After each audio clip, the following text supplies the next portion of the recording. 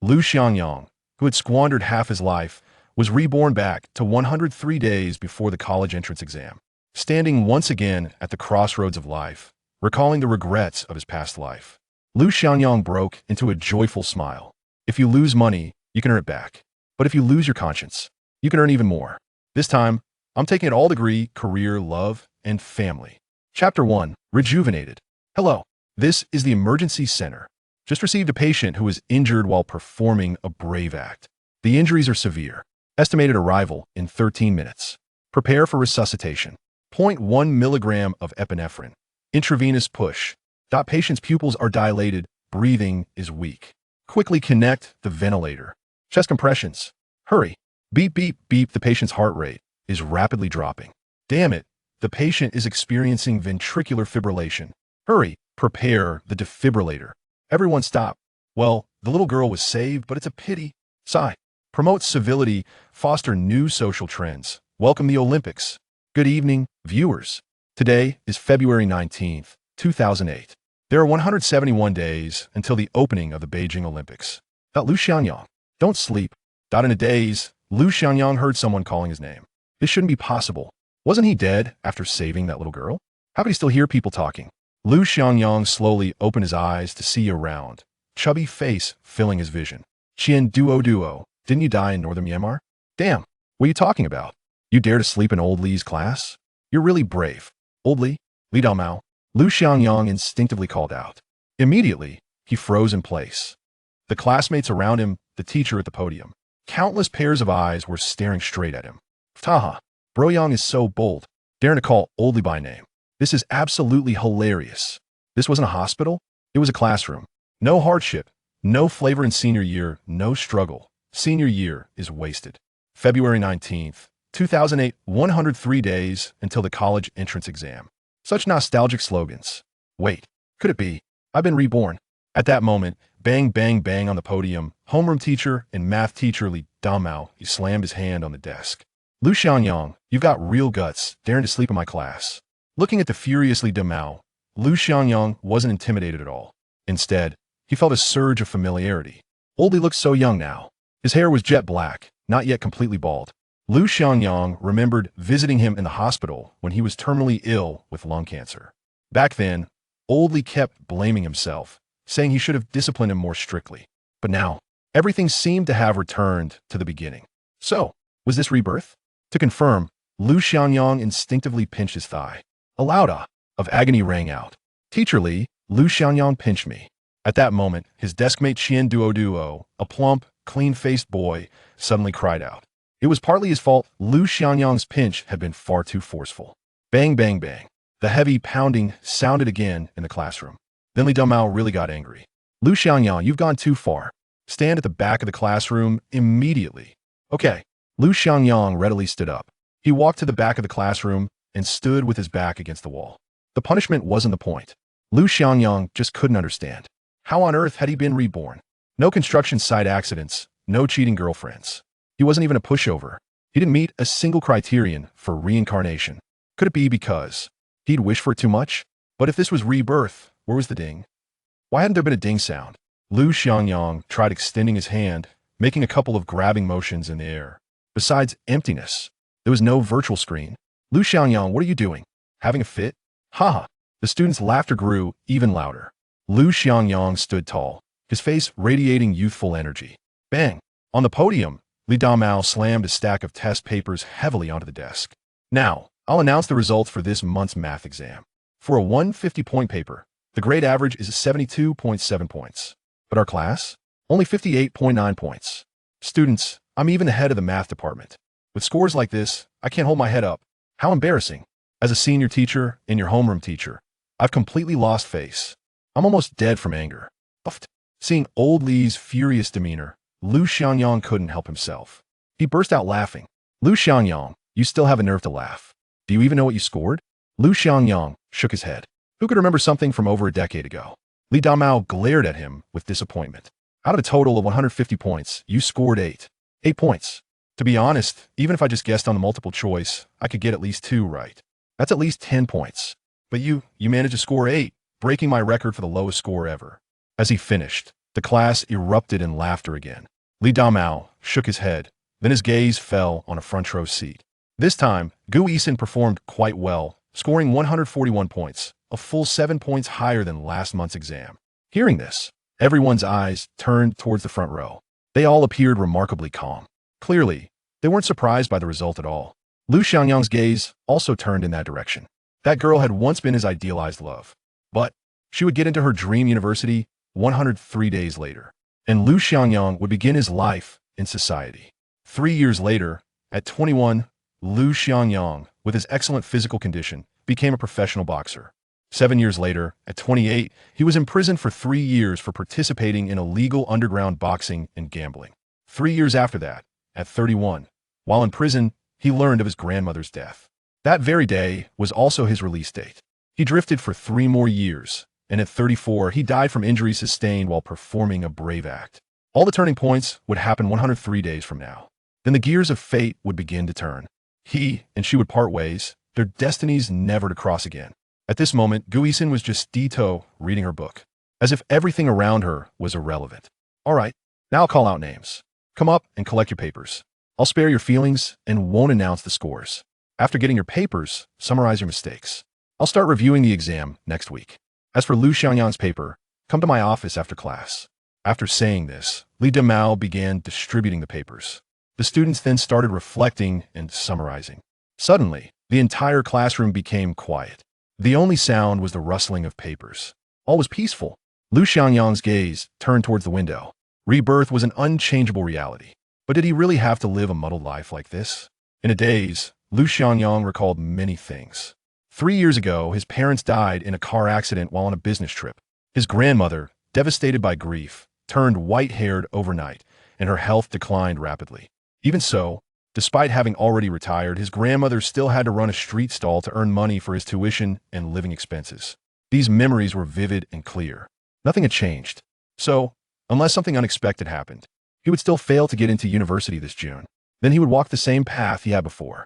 Lu Xiangyang wanted to make up for it, wanted to earn a lot of money, wanted his grandmother to enjoy her twilight years in peace. He didn't want his grandmother to pass away with regrets. Reborn into this life, did he really have to let these tragedies happen again? At that moment, Lu Xiangyang suddenly turned around and loudly declared, "Teacher Li, starting today, I want to study hard." That single sentence drew the gaze of every classmate. What's going on? Bro Yang must have taken the wrong medicine. TSK, TSK, TSK. Someone who scored 8 in math really has room to grow. The classroom atmosphere became lively. Many whispered among themselves, their faces showing mocking smiles. Lu Xiangyang ignored the ridicule in his ears. At this moment, his eyes were fixed intently on Li Damao, the homeroom teacher who had once desperately tried to save him. Li Damao stood on the podium, his expression slightly dazed. What was wrong with Lu Xiangyang today? Actually wanted to study hard? Or had he misheard? Clearing his throat, Li Damao asked, "Lu Xiangyang, what did you just say?"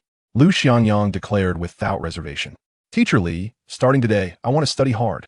But then he added, "Also, Teacher Li, I'd like to ask Gu Yixin to tutor me." Whoa! The class instantly exploded. At that moment, Gu Yixin, who had been buried in her book, suddenly looked up. Chapter 2. The School Bell Gu Yixin Mathematics Department Office.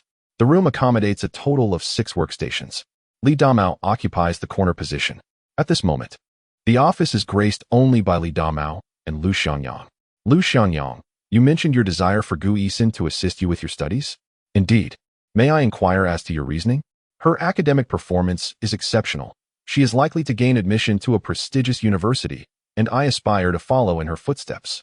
That is a commendable rationale. However, as the homeroom teacher, Li Damao is aware that Gu Yixin's merits extend beyond her academic prowess.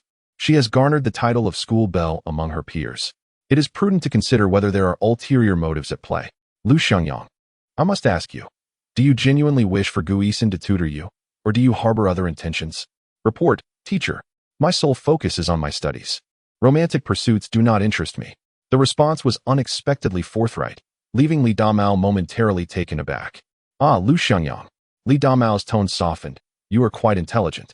Yet it seems your thoughts are not directed towards your studies. I cannot bear to witness such a promising student stray from the path. Rest assured, Teacher Li, I pledge to dedicate all my efforts to my studies henceforth. Before Li Damao could finish his thought, Lu Xiangyang interjected with fervor. This display of determination left Li Damao somewhat bewildered. What has come over Lu Xiangyang today? He seems transformed. Yet, as a teacher, Li Damao welcomes this change, hoping it is genuine. After a brief pause, Li Damao continued, I have been teaching for over a decade, guiding 5 graduating classes. And I have never given up on a single student. At your age, many matters remain unclear, and the path of life is easily misstepped. By the time you grasp these truths, it may be too late. Thus, I wish to see you all delve into your studies, to avoid unnecessary detours in the future. Do you comprehend my sentiments? His tone was gentle, akin to that of a caring elder offering heartfelt advice to a younger generation. Teacher Li, I completely understand. Lu Xiangyang could sense the sincerity emanating from Li Damao. After a moment of silence, he lowered his head and uttered, Teacher Li, I am sorry. The apology was heartfelt, a genuine expression of remorse. Lu Xiangyang, at this moment, epitomizes a struggling student, utterly lost regarding the future. Yet, having been granted a second chance at life, he is acutely aware that for someone without familial connections, gaining admission to a reputable university is indeed the most promising avenue for transformation. Education is a means of altering one's destiny, particularly for children from impoverished backgrounds. Now, back in his senior year, Lu Xiangyang is resolutely determined to strive for excellence and secure a place in a distinguished university.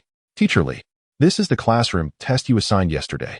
Just then, a melodious voice resonated behind Lu Xiangyang.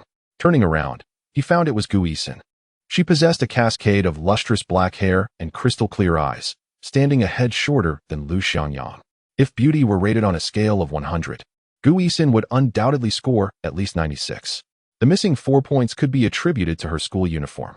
Lu Xiangyang was exceedingly familiar with this campus belle, not only because she served as the mathematics class representative, but also because she was privately recognized as one of the 2 most beautiful girls at Yanhai No.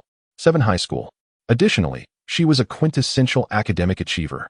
Gu Yixin, could you please place my homework on my desk? Li Damao shifted to create a space on the table as Gu Yixin set down the assignment, uttering a brief reply before turning to leave. Gu Yixin, wait a moment. Li Damao suddenly called out to her, casting a glance at Lu Xiangyang, seemingly contemplating some decision. Mr. Li, is there something else? Gu Yixin inquired softly, her gaze not straying towards Lu Xiangyang. She had certainly overheard his earlier comments in class. At that moment, as Li Damao called her back, she had already inferred what was to come. Gu Yixin, the teacher would like you to assist Lu Xiangyang with his studies. Would you be willing to do so? Faced with Li Damao's proposition, Gu Yixin did not respond immediately, standing still as if in deep contemplation. Li Damao glanced at Lu Xiangyang again before continuing. I believe during the first-year science class division, Lu Xiangyang was ranked above you. However, due to some family issues, his focus on studies has waned. With only 103 days until the college entrance examination, the teacher hopes that with your guidance, he could secure a place in a junior college. At this point, Gu Yixin spoke up, Mr. Li, why do you wish for me to tutor Lu Xiangyang? Li Damao replied, because your academic performance has remained consistently strong. The teachers have imparted all they can, and now it is up to you to reinforce and review the material. Moreover, by tutoring Lu Xiangyang, you would also have the opportunity to consolidate and summarize the knowledge, identifying any gaps in understanding. Gu Yixin had always been a diligent student, one who required no oversight from teachers. Her independent study habits and balanced performance across subjects made her an ideal candidate to tutor Lu Xiangyang, promising significant improvement. Certainly, Mr. Li, I would be happy to assist Lu Xiangyang with his studies. After a brief pause, Gu Yixin turned to Lu Xiangyang and inquired, are you willing to accept my help? Lu Xiangyang affirmed with enthusiasm, I would be more than grateful for your assistance. Very well. Li Damao declared decisively, Gu Yixin, should Lu Xiangyang act inappropriately, come to my office, and I shall handle it. He shot a stern look at Lu Xiangyang as he spoke. Gu Yixin offered a gentle smile. Understood, Mr. Li. Now, you both may return to the classroom, Li Damao added, before reiterating, Lu Xiangyang, remember to regularly update me on your academic progress. Rest assured, Mr. Li, goodbye. Lu Xiangyang replied, bowing respectfully to Li Damao. He then turned to Gu Yixin and inclined his head slightly. Thank you, Gu Yixin. As Gu Yixin returned the courtesy, she stepped out of the office. And a sense of unreality enveloped Lu Xiangyang. He had initially believed that Gu Yixin would decline his request, yet she had surprisingly acquiesced. Perhaps it was the pressure from their homeroom teacher that compelled her response. Contemplating this, he boldly inquired, Gu Yixin, did you agree to tutor me due to teacher Li's insistence? Upon hearing his words, Gu Yixin abruptly halted, causing Lu Xiangyang to nearly collide with her. Fortunately, he managed to stop just in time, leaving them mere inches apart. Lu Xiangyang, you heard what teacher Li said, right? She teased. Oh, what was that? He feigned ignorance. She mentioned that you need to be more obedient and listen to me. Otherwise, teacher Li might have to discipline you. A mischievous grin adorned Gu Yixin's face, devoid of any reluctance, and she appeared almost eager about the prospect. Gu Yixin, why do you seem so enthusiastic about tutoring me? He questioned. She flashed a smile. Indeed, I've never had the chance to tutor anyone before. I find it quite exciting. With a playful wink, she turned and continued walking, leaving Lu Xiangyang standing there, somewhat bewildered. It felt as though she was the one being a bit mischievous. Chapter 3. Just reborn, and already teasing the school bell. Lu Xiangyang had not anticipated that Gu Yixin held him in such low regard. It was no wonder. He had been languishing for too long, his grades dismal. Yet, upon self-reflection, he realized he possessed little presence in class. For someone like Gu Yixin, it was likely he went unnoticed. Thus, Lu Xiangyang concluded he was overthinking. He hastily caught up to her, walking alongside Gu Yixin, and softly expressed his gratitude. Thank you, Gu Yixin, for agreeing to tutor me. I promise to repay your kindness. Turning her head, Gu Yixin's eyes sparkled with surprise before she resumed her playful demeanor. I don't require repayment. I offered to tutor you because I genuinely think you're quite a decent person. Moreover, I want to see how diligent you can be. Her laughter hinted at a secret. However, you must promise me that you won't be as carefree as before and will heed teacher Gu's advice. As she spoke, she donned a serious expression, which, to Lu Xiangyang, appeared adorably endearing. Indeed, beautiful girls make every expression captivating. This thought sparked a mischievous idea within him. Very well, teacher Gu. I look forward to your guidance. He extended his hand. Let us shake on it. I assure you, I will not disappoint you. Gu Yixin paused, momentarily taken aback by his proposal for a handshake. After all, she had never shaken hands with a boy before. In fact, she had always been careful to maintain her distance, avoiding excessive contact with the boys around her. However, I have already promised to help Lu Xiangyang with his studies. It seems that as a teacher, one should maintain a certain demeanor. Thus, Gu Yixin extended her delicate hand and gently grasped Lu Xiangyang's. Well, I hope you can truly turn over a new leaf and not disappoint teacher Gu. All right, teacher Gu, your hand is so cold, Lu Xiangyang remarked, gently taking her hand and instinctively blowing warmth onto it. Is it warmer now? Ah. Gu Yixin realized she had been tricked and quickly withdrew her hand. Lu Xiangyang, how could you be so mischievous? In that fleeting moment, Gu Yixin's cheeks flushed a deep crimson. She had not anticipated that Lu Xiangyang would seize the opportunity to act in such a manner. Suddenly, her eyes glistened with unshed tears, and it seemed she was on the verge of crying. Oh no, this can't be happening. Lu Xiangyang felt a wave of panic wash over him. He had not expected to act so impulsively. He hadn't given it a second thought. This was escalating quickly. Gu Yixin, I didn't mean to. I merely noticed your hand was cold. I truly had no other intentions. Seeing her distress, Lu Xiangyang hurriedly clarified, realizing he had just agreed to tutor her. He couldn't afford to offend her. Moreover, if this reached Li Demao's ears, he would undoubtedly face dire consequences. Humph. Lu Xiangyang, just you wait. With that, Gu Yixin stormed off towards the classroom. This was disastrous. The tutoring hadn't even commenced, and he had already offended the tutor. Upon returning to the classroom, his deskmate Qian Duoduo leaned in with his round face. Yanggu, you've finally returned. What punishment did old Li impose on you? Lu Xiangyang shot him a glare and coldly replied, Qian fatty, you're overthinking it. Old Li takes great care of me. Really? Just like that? The notoriously temperamental Li demonic master let you off easily? Qian Duoduo pouted. If it had been him, he would surely be sentenced to a week of sweeping the floors. Don't speak ill of old Li. As a teacher, he is genuinely quite good. In his previous life, Lu Xiangyang had struggled to understand Li Damao, but now he found him to be an endearing figure. It is indeed rare to encounter such a commendable teacher in one's lifetime. Lu Xiangyang flipped through his textbook, preparing to read. At that moment, Qian Duoduo recalled something. By the way, Yanggu, Gu Yixin returned earlier, visibly upset, and her eyes were red, as if she had been crying. Do you know what happened? Lu Xiangyang glanced towards Gu Yixin's seat. She was now engrossed in her book. It appeared that she had revealed the incident of him teasing her. It seemed he would need to find an opportunity to formally apologize to her. Young Gu, did you hear what I just said? It seems the school belle Gu has been bullied. This guy was far too nosy. No wonder. High school life was indeed rather monotonous. I have no idea about that. Lu Xiangyang certainly would not admit that he was the one who had teased Gu Yixin and caused this trouble. But little did he know. As soon as he finished his sentence, Qian Duo passionately declared, "Humph. If I find out which scoundrel has bullied the esteemed Gu schoolflower, I shall make him regret it severely." In Yunhai No. 7 Middle School, Gu Yixin was a paragon of beauty. Not only was she extraordinarily attractive, but she also excelled academically, having ranked second in the entire school for 3 consecutive years during major examinations. Additionally, she possessed a multitude of skills, including calligraphy, piano, painting, and dance, making her a true embodiment of a scholarly prodigy. What was even more enviable was that she was the daughter of Gu Tiansheng, the president of the Tiansheng Group, a local enterprise in Yunhai City. It was indeed a case of being both well-born and exceptionally talented.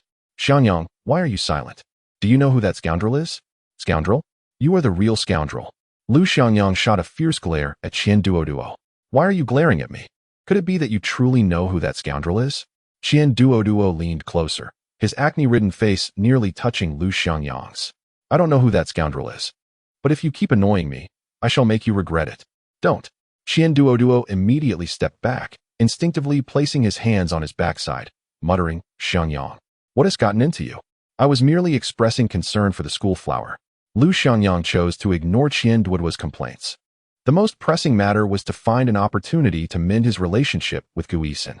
He resolved to apologize to her during lunch and clarify the previous misunderstanding. Finally, after what seemed an eternity, the lunch bell rang. Lu Xiangyang's most vivid memory of high school was indeed the lunchtime rush. The students, eager to eat, dashed out with fervor. Ding ding ding. As the bell rang, Qian Duo pulled out a large stainless steel bowl from beneath his desk. "Xiangyang, let us go. Time to eat." And with that, he dashed out of the classroom. Lu Xiangyang, however, remained still. "Xiangyang, let us go. If we're late, we'll end up with the dishwater soup." Lu Xiangyang glanced at Gu Yixin, who was still seated, engrossed in her book. He softly remarked, "You go ahead. I'll catch up shortly." Not eager to eat? Something must be wrong with your head. With that, Qian Duo sprinted out of the classroom. As the number of students dwindled in the classroom, Lu Xiangyang feigned tidying his desk and approached Gu Yixin's seat, preparing to apologize. However, it seemed Gu Yixin had anticipated his move. At that moment, she also took out her exquisite lunchbox and stood to leave the classroom. "Gu Yixin, can we talk?" She halted, turning to face him with a serious expression. "Talk about what?" Her tone was reminiscent of a disciplinary officer waiting to confront a wayward student. For a fleeting moment, Lu Xiangyang was at a loss for words, unsure how to articulate his thoughts. Taking a deep breath, he mustered his courage and declared, "May I borrow some money from you, Gu Yixin?" Chapter 4. The subject begins. Lu Xiangyang genuinely intended to apologize. However, upon seeing Gu Yixin's serious demeanor, he found himself at a loss. Instinctively, he uttered, "Could I borrow some money from you?" Gu Yixin was momentarily taken aback, but quickly responded, "Sure. How much do you need?" She really agreed. Lu Xiangyang hadn't anticipated her direct acquiescence. 50, I suppose," he casually stated. Gu Yixin slightly furrowed her brow. "All right, when will you repay it?" Without a second thought, Lu Xiangyang replied, "Next week." "What will you do then?" "I'll work part-time over the weekend to earn some living expenses." Upon hearing this, Gu Yixin became quite upset. "Lu Xiangyang, there are only 103 days until the college entrance examination. How can you work part-time?" Goodness. She was once again wearing the expression of a strict teacher. Seizing the opportunity, Lu Xiangyang said, "But you, Gu teacher, are tutoring me. I believe with your help, I can surely improve my grades." Upon hearing this, Gu Yixin's expression softened slightly. Yet, she still maintained a hint of sternness. "Fine, I will lend you the money, but you must ensure that your part-time work does not interfere with your studies. Rest assured, I will manage to balance both my studies and the part-time job." Lu Xiangyang genuinely planned to seek a part-time position to earn a bit of pocket money. Currently, all household expenses were reliant on his grandmother selling pancakes. Although Lu Xiangyang's weekly allowance was merely 50 yuan, it was still a considerable amount for his elderly grandmother.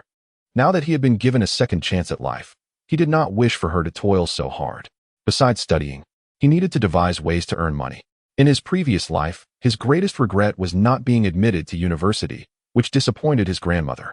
Having been reborn, he would never again allow her to feel such disappointment. You only need 50 yuan. Yes, Lu Xiangyang affirmed with a nod. Gu Yixin pulled out a 50 yuan note and handed it to him. If that's not enough, I can lend you more. That's sufficient. If I borrow too much, I fear I won't be able to repay it. And what if you don't find a part-time job by next week? We'll cross that bridge when we come to it. Gu Yixin pursed her lips, seemingly about to say something, but then fell silent. She then took her exquisite lunchbox and exited the classroom. Watching Gu Yixin's retreating figure, Lu Xiangyang felt a sense of urgency. Wasn't I supposed to apologize? Gu Yixin, what is it? I sincerely apologize for what happened earlier. I'm truly sorry. All right. I accept your apology. After saying this, Gu Yixin turned to leave. Lu Xiangyang called out once more, Gu Yixin. What now? Thank you for agreeing to help me with my studies. No need to mention it. Is there anything else? No. Safe travels, Teacher Gu. Gu Yixin paused for a moment and then said, after lunch, let's begin our tutoring session. With that, she turned and walked towards the exit of the classroom.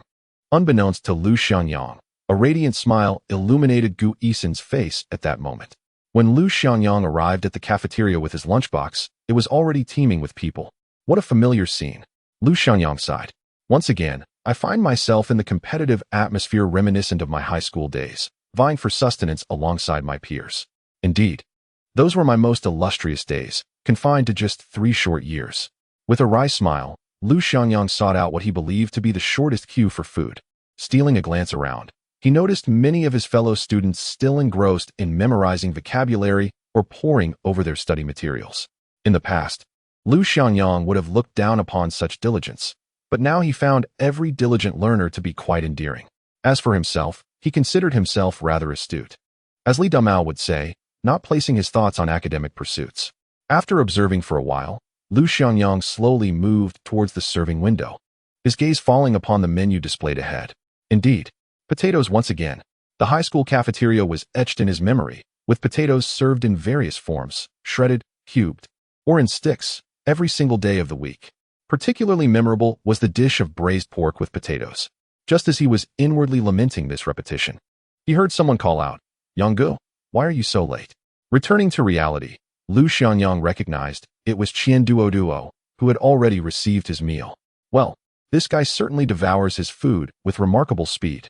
Yanggu, you queue up. I'll find us a seat, he said. Approximately 10 minutes later, Lu Xiangyang sat opposite Qian Duo with his lunchbox in hand. Just as he took his first bite, he noticed Qian Duo gesturing towards something. Yanggu, look at what? It's Zheng Jie from class 3. Lu Xiangyang raised his eyes and, indeed, spotted a strikingly pretty girl sitting at a nearby table.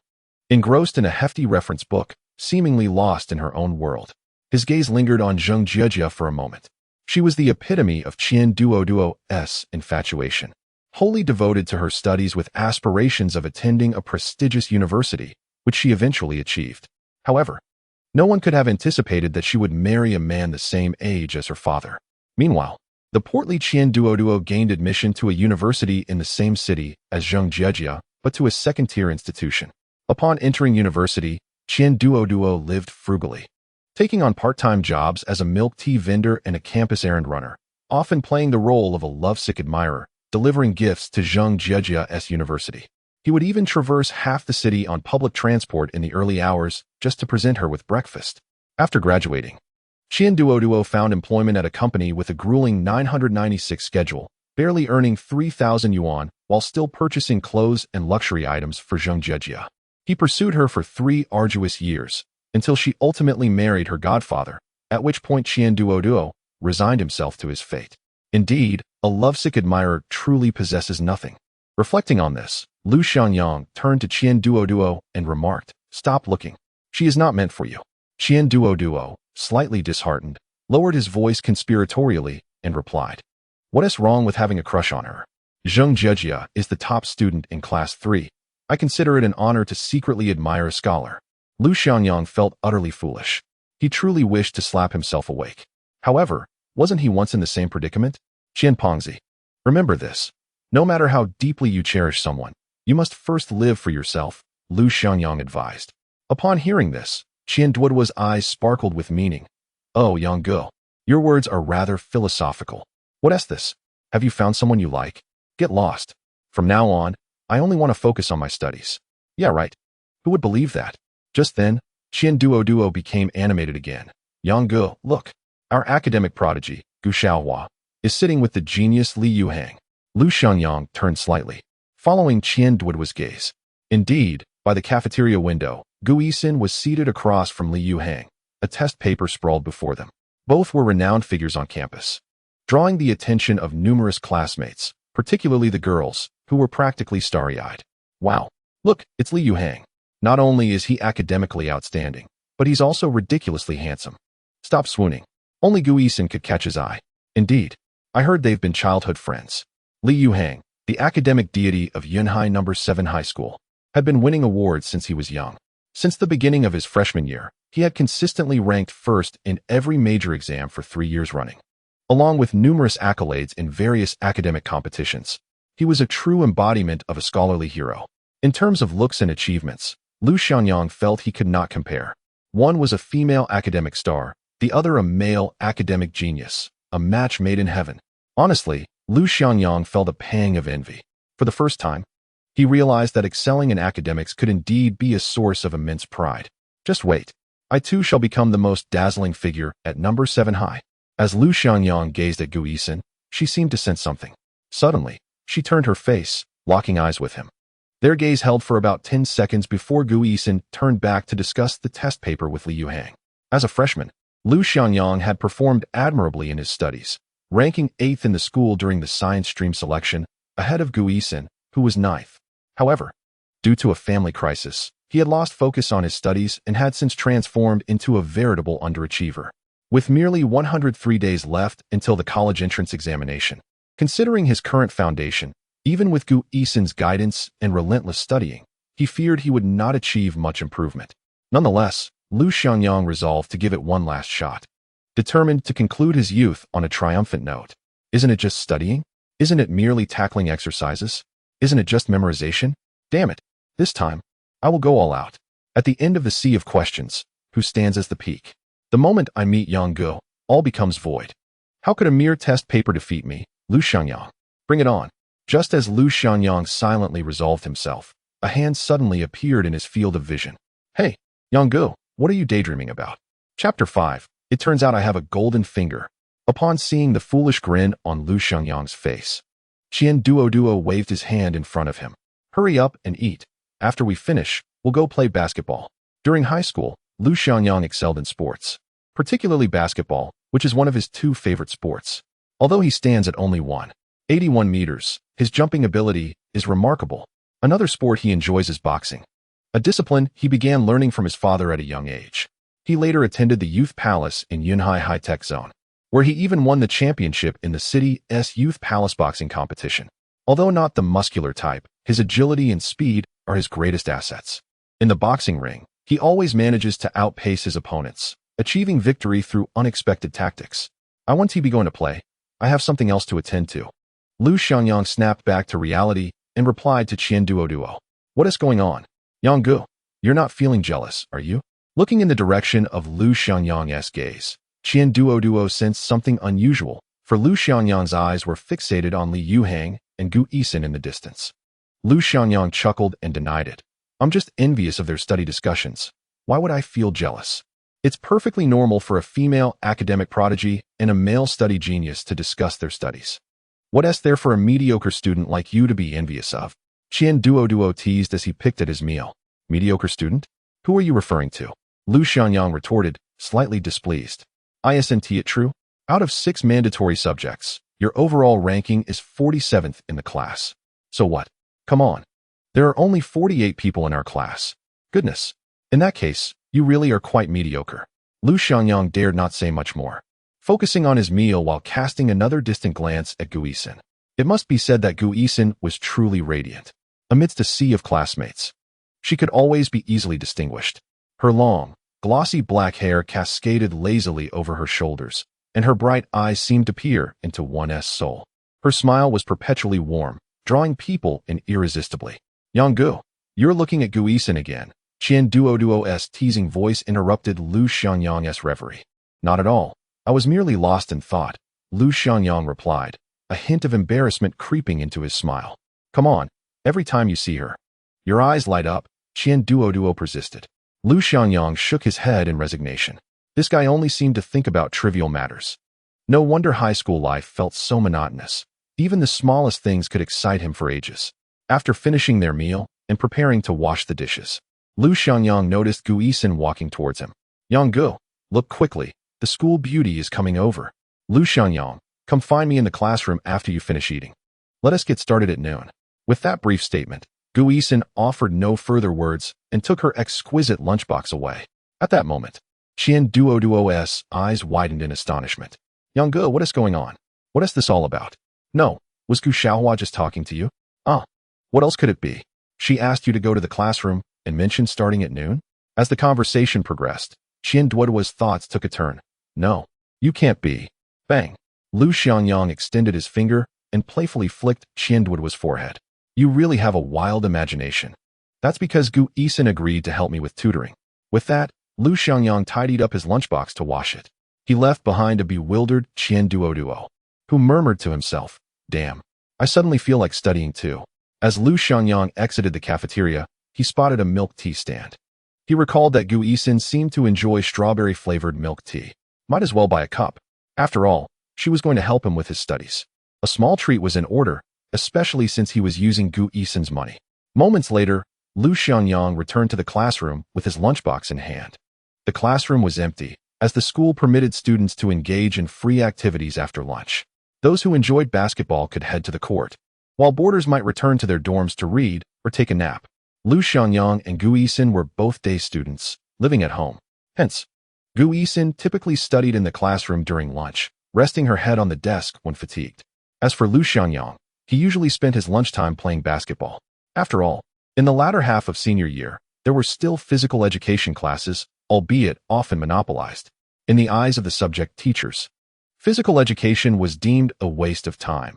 Everything had to serve the purpose of preparing for the college entrance examination. You're back. Hurry and put down your lunchbox. Gu Yixin's voice resonated distinctly in the spacious classroom. All right. Lu Xiangyang placed his lunchbox down and hurried over to Gu Yixin's desk, setting the milk tea and straw on the table. Gu Yixin, engrossed in her mathematics reference book, looked up and asked, What are you doing? Here, Teacher Gu. I bought you a cup of milk tea. Thank you for helping me with my studies. Upon hearing this address, a sweet smile blossomed on Gu Yixin's face. But it quickly transformed into a serious expression. Lu Xiangyang, we are classmates. There's no need for this. No, it's study time now. You are my teacher, and it is only fitting that I offer a cup of milk tea to my teacher. Gu Yixin felt an inexplicable joy at that moment. Well then, thank you for the milk tea. She inserted the straw and took a gentle sip. It's actually my favorite strawberry flavor. A look of satisfaction graced Gu Yixin's face. Seeing her delighted expression, Lu Xiangyang felt a warmth bloom in his heart. Lu Xiangyang, you seem quite serious today. Are you genuinely planning to study hard? Gu Yixin asked earnestly as she set down the milk tea. Yes, I've made up my mind. Starting today, I will dedicate myself to my studies and strive to enter university, bringing honor to my family. Gu Yixin covered her mouth, nearly bursting into laughter. Yet, Lu Xiangyang's gaze remained resolute, as if he were not jesting. All right then, I firmly believe you can bring honor to our family, Gu Yixin encouraged with a smile. She then picked up a blank sheet inscribed with exam questions and said, Lu Xiangyang, I have just found 2 math test problems. Let's begin by assessing your foundational knowledge. Please, take a seat and attempt the questions. All right, Teacher Gu, Lu Xiangyang replied, naturally settling into the chair beside her. Previously, they had maintained a certain distance, with one seated and the other standing. However, now they were closely positioned, which made Gu Yixin feel somewhat awkward, her cheeks slightly flushed. Yet, Lu Xiangyang seemed oblivious to this and had already taken up his pen to start working on the problems. The first question involved functions and required determining the range of values. For top students, this was a fundamental question, but for those less academically inclined, it felt overwhelming. What on earth? Is this a high school math problem? Why do I not even recognize the symbols? Lu Xiangyang lamented, feeling despondent. He was beginning to question how he had managed to achieve a score of 8 in the past. What's wrong? Can't you solve these problems? Gu Yixin observed Lu Xiangyang's hesitance to write, assuming he struggled with even the basic questions. If that were the case, then perhaps tutoring was unnecessary. After all, with only 103 days left to prepare for university, mere motivation and slogans wouldn't suffice. There's a formula I can't recall. May I refer to the textbook? Of course. It's all part of the review. The mathematics textbook lay on the table, and Lu Xiangyang quickly flipped it open to the relevant section on functions. Suddenly, a series of formulas flashed through his mind, accompanied by an inexplicable understanding. This is unusual. Lu Xiangyang realized he comprehended every formula he had encountered. Even the derivation of each one was etched in his memory. What is happening? Am I experiencing some sort of photographic memory? Still somewhat skeptical, he perused a few more problems in the book, experiencing the same clarity. Each step of the derivation process vividly resurfaced in his mind. Mathematics, he understood, was a realm where mastering the core logical derivations of theorems could yield countless problems, all inherently connected. If this were the case, gaining admission to university seemed assured. 3 minutes later, Lu Xiangyang closed the book, declaring, "I know how to solve this problem." "Then please write down your solution process," Gu Yixin prompted. Sure." Chapter 6, the first tutoring session. Lu Xiangyang grasped the pen, no longer pausing for thought, and swiftly penned the solution. Given the function f, x, lg, we can derive the equation using Vieta's theorem to arrive at the answer, a 5, b2. The entire solution flowed seamlessly, without a hint of hesitation. Just as Lu Xiangyang penned the final answer, Gu Yixin nodded in satisfaction, saying, "Very good. It seems you possess a solid foundation. This tutoring will be much easier now." Following this, Gu Yixin gestured towards the second problem. "Let us try this one. The difficulty has certainly increased." Lu Xiangyang examined the second question, which pertained to trigonometric functions. Once again, he encountered the same issue. Many mathematical symbols were unfamiliar to him. The passage of time had dulled his memory. "Are you finding it too challenging?" Completely devoid of any approach to solve it, Gu Yixin cast a sidelong glance at Lu Xiangyang and remarked with a hint of indifference. "Not exactly. It's merely that these particular symbols escape my recognition." Gu Yixin inwardly chuckled to herself. "Well, if you cannot even recognize the symbols, what is the point of attempting to solve the problem? It seems I have overestimated your abilities." Just as she was about to suggest that, Lu Xiangyang abandoned the task. He spoke up again. "Let me take a look through the book once more." "All right, no rush." Gu Yixin picked up the monthly math exam paper and revisited the unanswered questions. The second problem posed a significant challenge for Lu Xiangyang, and solving it would undoubtedly require time. Especially now, she was taken aback to hear him express that he did not even recognize the symbols. However, having promised to tutor him, she felt it would be remiss to decline. "Let us treat this like a last resort then. After all, every point counts on the day of the college entrance examination." Throughout the afternoon, she had prepared only these 2 test questions for him.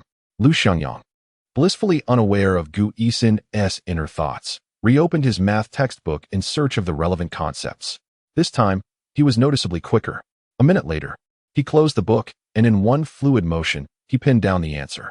The entire process of solving the problem took no more than 30 seconds. "Teacher Gu, I'm done," Lu Xiangyang announced, placing his pen down and looking at Gu Yixin, who was still deep in thought. She paused, momentarily taken aback. "That couldn't have taken more than 2 minutes. Have you really finished? Are you prepared to give up entirely?" But soon, her expression shifted, becoming slightly grave. She scrutinized the steps of Lu Xiangyang's solution, and to her astonishment, it was entirely correct. Gu Yixin furrowed her brows, a wave of disbelief washing over her. Upon re-examining his work, each step appeared so clear and precise. She could not help but acknowledge that Lu Xiangyang's problem-solving prowess exceeded her expectations. "How did you manage that?" Gu Yixin could not contain her curiosity, her voice tinged with surprise. Lu Xiangyang smiled faintly, seemingly unperturbed by his own performance. "Because I'm naturally quite intelligent." "Oh, please," Gu Yixin rolled her eyes. "Actually, it's because I've studied these concepts before. I just forgot some symbols. Once I recalled them, solving the problem became simple." Gu Yixin nodded, her regard for Lu Xiangyang rising a notch. She began to realize that his foundational knowledge was quite solid. "Well, Lu Xiangyang, it appears I may have underestimated you." A satisfied smile finally graced Gu Yixin's face. "In that case, I shall increase the difficulty and present you with another problem." "Sounds great." Lu Xiangyang smiled, feeling a long-lost confidence welling up within him. It turned out that solving problems could be such a fulfilling endeavor. Gu Yixin took out a review book and casually wrote down the third question. This was a relatively complex application problem, encompassing multiple mathematical concepts. Gu Yixin was well aware of the difficulty of the question and recognized that it would pose a challenge for Lu Xiangyang. However, she was curious to assess his foundational knowledge. Why not give it a try? If he couldn't solve it, it wouldn't matter. All right, I'll give it a go, Lu Xiangyang said as he took the problem, reading it carefully. His brow furrowed slightly, but soon relaxed. Alas, he still couldn't remember the formulas. This time, he didn't seek assistance, but flipped through the book to review the relevant concepts. Then, he began to sketch out ideas on a piece of draft paper. His thought process gradually became clearer. As time ticked away, Gu Yixin refrained from attempting her own problems and instead quietly observed Lu Xiangyang. She noticed that his eyes revealed an unwavering determination and focus, as if the entire world around him had faded away, leaving only the battle between him and the problem. As she continued to watch, Gu Yixin realized that Lu Xiangyang's profile was remarkably handsome, distinct contours, clear lines, and a hint of nonchalance in his expression. She couldn't help but steal a few more glances, a subtle warmth blooming in her heart, her cheeks flushing slightly. Indeed, diligent boys are quite charming. Yet, Lu Xiangyang remained oblivious to Gu Yixin's gaze. Fully engrossed in deriving the formulas on the draft paper, each step imbued with seriousness and concentration. Time slipped by unnoticed. Gu Yixin began to feel a sense of astonishment as Lu Xiangyang's speed in solving the problem exceeded her expectations. Moreover, it seemed he had provided two different approaches to the solution.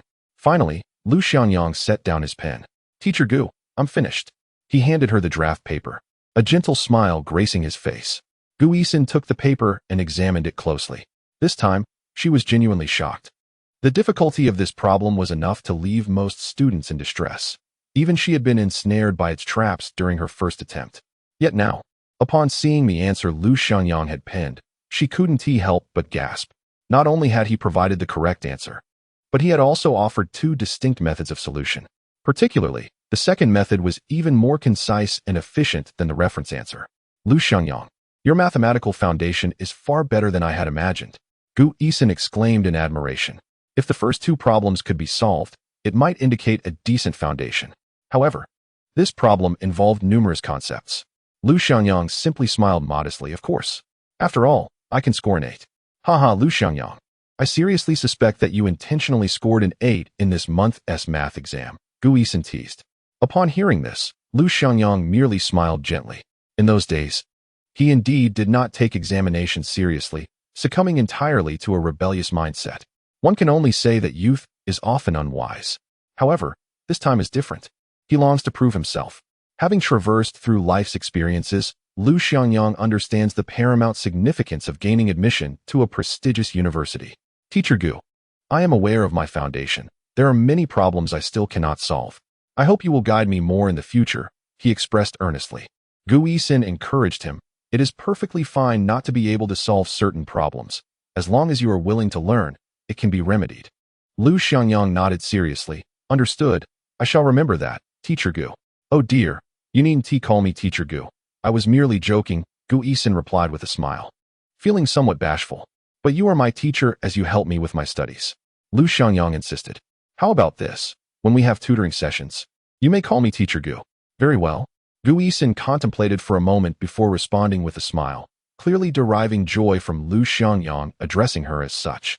"Let us conclude today's tutoring session here," she remarked, glancing at the clock on the wall. "Now that I have a better understanding of your foundation, I will know how to assist you in formulating a study plan next time." "Thank you, Teacher Gu," Lu Xiangyang replied gratefully. Gu Yixin picked up the little bare water cup from the table, intending to take a sip, only to discover it was empty. Noticing this, Lu Xiangyang quickly took the cup from her hands. "Please wait, Teacher Gu. I shall fetch you some water." A faint blush crept onto Gu Yixin's cheeks. She actually wanted to say that she could drink milk tea instead. Chapter 7. Strive on, young man. Ding ding ding. The bell for class rang. It was February 19th, 2008, a Saturday. There were 103 days left until the college entrance examination. Since the beginning of the first semester of senior year, the schedule comprised 4 classes in the morning and 3 in the afternoon, with classes held on Saturdays and only Sundays off. As for public holidays, it varied according to circumstances.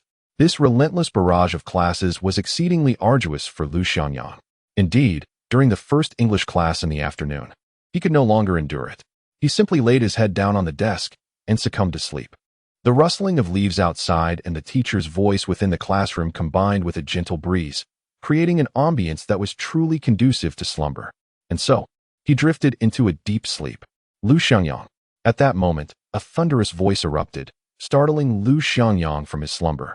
Has class ended? He mumbled, groggily sitting up and yawning, only to be met with a chorus of laughter. Upon glancing at the podium, he saw his English teacher, Gu Yixin, glaring at him with wide eyes. Awake now, are we? This is a classroom, not your bed at home. And to think, you were even snoring.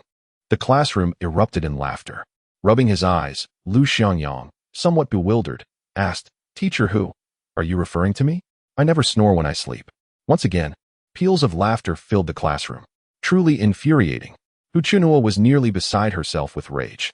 She had initially anticipated an apology from Lu Xiangyang, who had been sleeping during class. Instead, he uttered a remark that took her by surprise. Throughout her years of teaching, she had never encountered such insolence from a student. Feeling a bit unsettled, Li Chunhua cleared her throat and spoke. Lu Xiangyang, how dare you sleep in my class? This is insubordination. English had always been Lu Xiangyang's Achilles heel. Even during his first year of high school, when he once ranked 8th in the school overall, he had failed to pass in English. Subsequently, his grades plummeted across all subjects, and his English performance languished, relying solely on guesswork. It was undeniable that, in this meritocratic environment, he was not favored by his English teacher. However, he had now come to realize that in order to achieve optimal results in the upcoming college entrance examination, he could not afford to neglect English. With this realization, Lu Xiangyang bowed deeply to Gu Yixin, stating earnestly, I apologize, Teacher Hu. I promise it won't happen again. His sincerity momentarily caught the irate Gu Yixin off guard. She had intended to continue reprimanding him, but witnessing his genuine attitude gradually quelled her fury. Lu Xiangyang, I have emphasized the importance of English countless times. With your weak foundation, you ought to pay close attention in class instead of dozing off, she admonished. Lu Xiangyang nodded in understanding. Teacher Hu, I understand. I will definitely listen attentively from now on. Observing his earnest expression, Gu Yixin took a deep breath and adjusted her emotions, feeling significantly calmer. She then addressed the entire class. You must all understand that to gain admission to a prestigious university, you cannot overlook the subject of English. Is English difficult? I believe it to be the simplest subject of all. Students, there are only 103 days left until the college entrance examination. This final sprint requires your utmost stability. During the subsequent 2 English lessons, Lu Xiangyang struggled to stay awake, yet he truly could not comprehend the material. Concepts like structure and grammar were utterly baffling to him. He found himself lost amidst a haze of confusion. Ultimately, his limited vocabulary was his greatest hindrance, particularly in reading comprehension, where the dense array of words made his head spin. He was convinced that if the English exam were translated entirely into Chinese, he could undoubtedly pass. Of course, he had made efforts in the past, forcing himself to memorize vocabulary, but he found that what he learned today was forgotten by tomorrow. Invariably, he faced a mental block during exams. In short, English was his nemesis. It's just English, he thought defiantly. As the final self-study period approached in the afternoon, everyone was busy solving problems. Lu Xiangyang resolved to confront his English challenges head-on. Qian Duo, do you have an English dictionary? He inquired. Qian Duo, who was also engrossed in her exercises, glanced up at him. Yes, I do. Let me take a look. Do you have any words you don't recognize? I can help you, she offered. Qian Duo's grades were average, with no particular outstanding subjects. In comparison to Lu Xiangyang, this was sufficient to overshadow him entirely. No need. Just lend me your dictionary, he replied. All right. Qian Duo, without further deliberation, retrieved an English dictionary from beneath the table and placed it on the surface. This was an essential English dictionary for high school students, nearly a requisite for every individual. However, Lu Xiangyang did not possess one. As he opened the thick tome, a palpable aura of knowledge enveloped him. Brother Yang, why are you perusing the dictionary? Qian Duo inquired. Lu Xiangyang, without much thought, replied. I intend to memorize all the words. Are you serious, Brother Yang? What do you think? Yet, this dictionary contained over 80,000 entries. So what? I can memorize them all. Impressive. Qian Duo gave a thumbs up. All right then, you've truly lost it. Driven by an intense thirst for knowledge, Lu Xiangyang embarked on his quest to conquer vocabulary. He diligently flipped through the pages, each word he encountered indelibly etched into his mind, a subtle smile gracing his lips. At that moment, Lu Xiangyang reaffirmed his extraordinary ability to retain information with ease. If this were indeed the case, given sufficient time, mastering an entire English dictionary would be far from insurmountable. However, after merely 10 minutes of study, a wave of fatigue washed over him, leaving him feeling utterly drained.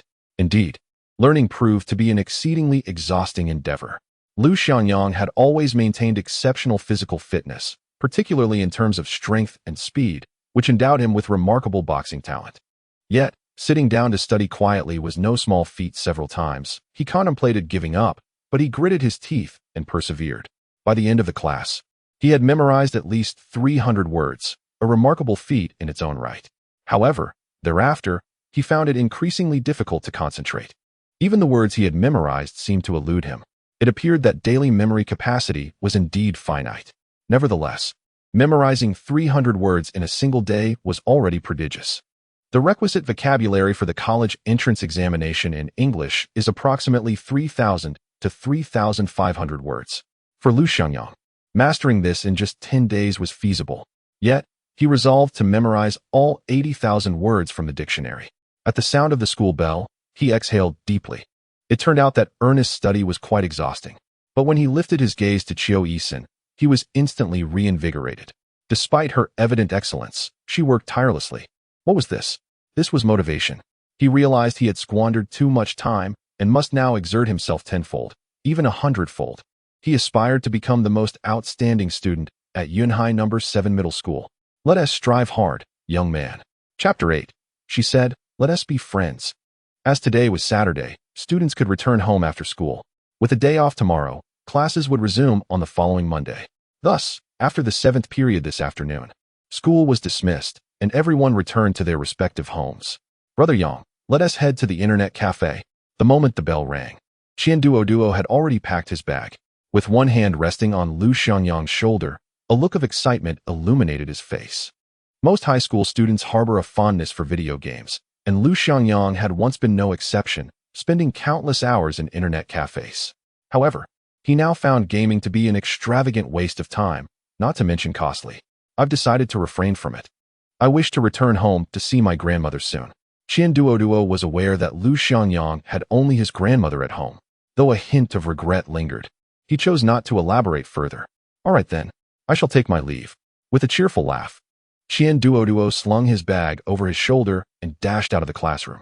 Before long, the classroom lay desolate. Lu Xiangyang organized his backpack and prepared to exit as well. At that moment, he noticed Gu Yixin packing her little bear-shaped water bottle and rising from her seat. There was a matter he needed to discuss with her. Lu Xiangyang approached her with purposeful strides, and seeing the classroom empty, he directly inquired, Teacher Gu, may I trouble you with a request? What is it? Could you possibly assist me by compiling all the commonly tested mathematics formulas from high school? Certainly. Please wait a moment. Gu Yixin returned to her seat, rummaging through her desk and retrieving a notebook. Here are all the high school mathematics formulas I have summarized. Some even exceed the syllabus. You may borrow it for reference. That's wonderful. Thank you, Teacher Gu. However, Lu Xiangyang, you don't intend to solely rely on reviewing the formulas to improve your math scores, do you? The key is to practice more problems. Rest assured, Teacher Gu, I shall not disappoint you. All right then, given your confidence, I look forward to your performance in the upcoming mock exam. Just as they exited the classroom, Gu Yixin suddenly turned to Lu Xiangyang. Shall we add each other as friends? I can send you useful study materials in the future. Sure. Lu Xiangyang provided his QQ number. The pair descended the stairs together, reaching the bottom of the teaching building. As Lu Xiangyang was about to head towards the school gate, he heard Gu Yixin say, Lu Xiangyang, didn't you ride a bicycle? Huh. Lu Xiangyang was momentarily bewildered. He had completely forgotten. He reached into his pocket and, to his surprise, found the bicycle key, adorned with a cartoon rocket. Oh yes, I nearly forgot. He chuckled, tapping his forehead. Well then, Teacher Gu, see you next week. See you next week. Lu Xiangyang turned to bid farewell and made his way to the bicycle shed, quickly locating his bicycle. After unlocking it, he pedaled swiftly towards the school gate. Upon arrival, he spotted Gu Yixin standing by the roadside, quietly wearing white headphones, exuding an aura of serene tranquility. Ding! Lu Xiangyang pressed the bicycle bell. Gu Yixin turned around, and upon seeing him, removed her right earbud, her face brightening with a sweet smile. Hey, Teacher Gu. What a coincidence. We've met again. Get lost. Is someone coming to pick you up? Do you need a ride? Gu Yixin hesitated for a moment, then waved her hand in refusal. Someone will come for me. You should go ahead. All right. Goodbye. By the way, Lu Xiangyang, are you working part-time tomorrow? Huh. What's up? Have you found something? Not yet. To punctuate her sentence, a sound escaped her lips. A Mercedes E230 luxury sedan approached slowly. Lu Xiangyang understood that it was there to pick up Gu Yixin. Goodbye. Lu Xiangyang waved his farewell, then pedaled his bicycle, weaving through the once familiar streets. Brother, I told you I could take a car home. As soon as she settled into the back seat, Gu Yixin expressed her displeasure. Do you think I wanted to come here amidst my busy schedule? The young man chuckled helplessly. Actually, it was Dad who insisted I come. How could I possibly disobey? He was Gu Yixin's older brother, Gu Junsheng, 10 years her senior, now 28 years old. Buckle your seatbelt. Let us head home. Gu Yixin complied, fastening her seatbelt and donning her headphones. With a gentle press of the MP3 play button, a soothing piano melody filled the air. Gu Junsheng skillfully initiated the drive, and the car glided smoothly onto the main road. As Gu Yixin gazed out at the scenery, a sudden thought struck her. She quickly pressed the pause button. Brother, what is it? Does your boxing gym still need part-time help? Yes. Why do you ask this suddenly? Just a casual inquiry. What? Are you volunteering to help me take photos? I can assist with the photos, but there's one condition you must agree to. Speak. Without further deliberation, Gu Yixin stated. I have a classmate looking for a part-time job. Your classmate? Gu Junsheng, focused on driving, inquired without turning his head. He should be capable. I heard he won the championship at the Yunhai City Youth Boxing Tournament. Upon hearing this, Gu Junsheng's interest was piqued. What is his name? Lu Xiangyang. Oh, it's him. Gu Junsheng's voice rose, tinged with excitement. Brother, you know him? Gu Yixin asked, surprised. Know him? I've sparred with him before. Gu Junsheng replied with a smile. That guy indeed has talent. His boxing skills are impressive. Gu Yixin's face lit up with joy. That is wonderful. Can you agree to let him take the part-time position? No problem. Have him come to see me tomorrow. Gu Junsheng readily acquiesced to his sister's request. Thank you, brother. Gu Yixin exclaimed happily. However, Gu Junsheng changed the subject. Isn't he about to take his college entrance exams? Why is he looking for a part-time job? Gu Yixin pondered for a moment before responding. His family isn't well off. He probably needs to earn some living expenses. She wisely refrained from mentioning that she had lent him 50 yuan. Although it was a trivial matter for her, it was better left unsaid. Gu Junsheng nodded, choosing not to press further. That is fine, coincidentally. I have a spring enrollment class with an upcoming exhibition match. That's fantastic, brother. You truly are a good person. Gu Yixin praised him with a smile. Wait a moment. Yixin, you seem quite eager to help him. Is there another reason behind this? Gu Junsheng glanced at her through the rearview mirror. You're overthinking it. My focus is solely on the college entrance exams. That is good to hear. At your age, with all that youthful exuberance, just be careful. Brother, you've said that 1,000 times. Gu Yixin replied, not wanting to hear more. Isn't it simply the fear of falling in love too early? Please. I have no interest in such matters. By the way, Yixin, will you come to help me take photographs tomorrow? Well, let us discuss it after I wake up. Gu Yixin gently pressed the play button, and a soothing piano piece began to fill the air once more. Gazing at the receding scenery outside the car window, Gu Yixin fell into contemplation. Yet, Lu Xiangyang's profile lingered in her mind, refusing to fade away. Chapter 9. Blossoms in Early Summer Verses. The Wind-Chasing Youth. Old Factory Street. Pinyin Community. Who would have thought I would return once more? Lu Xiangyang rode his bicycle and halted at the entrance of the community. As he stared at the old, familiar gates, a wave of nostalgia washed over him. His grandparents had once been employees of the state-owned steel pipe factory, making Pinyin Community a housing complex for workers. Established in the 1980s, it was now a relic of the past, predominantly inhabited by former factory workers. Xiaoyang, you're home from school early? Grandpa He, the security guard at the entrance, looked at Lu Xiangyang with a puzzled expression. This lad had been staring at the entrance for quite some time without stepping inside. What are you looking at? Lu Xiangyang did not respond. Instead, he laughed heartily. Grandpa He, long time no see. Seeing the elderly man still full of life stirred a deep fondness within Lu Xiangyang. You rascal, I just saw you this morning. Grandpa, he grinned, revealing his 3 missing front teeth. Yet, Lu Xiangyang found it endearing. Xiaoyang, hurry home. Your grandmother has prepared a feast for you tonight. Goodbye, Grandpa, he. Lu Xiangyang sped past on his bicycle. After securing his bike at the foot of the apartment building, he ascended the stairs to the 6th floor with heavy steps. Thump, thump, thump. His heart raced incessantly. Lu Xiangyang had never felt such exhilaration before. After 16 years, he returned to this place he called home, feeling both anxious and nostalgic, haunted by the disappointment reflected in his grandmother's eyes from years past. Knock, knock, knock. Grandma, I'm back. The door swung open swiftly, revealing a warm, gentle smile. Yangyang is back. Grandma. Lu Xiangyang rushed forward to embrace her, tears streaming down his cheeks. In his previous life, he had been imprisoned when his grandmother passed, unable to bid her farewell. He later learned that in her final moments, she had been calling out his name. Reborn, he now witnessed her vibrant spirit, a divine gift bestowed upon him. Yangyang, what's wrong? I'm fine. I just missed you so much. Silly child. It's only been a day. Grandma, mistaking his tears for longing, comforted him. After a few kind words, she cheerfully added, You must be hungry. I've made your favorite braised perch tonight. With a loving pat on his back, she urged, Go put your backpack away, wash your hands, and come to dinner. Okay. Lu Xiangyang wiped his tears away and entered his room. Though the room is not particularly spacious, it is brimming with memories of youth. The walls are adorned with posters of Slam Dunk, featuring characters such as Rukawa Kid, Hanamichi Sakuraji, Akiji Takiko, and Miyagi Ryota, alongside anime posters of Inuyasha, Ali, and Kikyo. Lu Xiangyang gently caresses the posters, a wave of indescribable emotion surging within him. A wooden guitar hangs on the wall above his bed. My youth has returned. In this life, I shall leave no regrets. Setting down his backpack, Lu Xiangyang approaches the desk, his gaze falling upon a somewhat worn comic book that has been perused countless times, eliciting a smile. These were once his most cherished treasures. Yangyang, dinner is ready. Come out and eat, calls his grandmother from outside the door. Coming. Lu Xiangyang takes a deep breath to compose himself before stepping out of the room.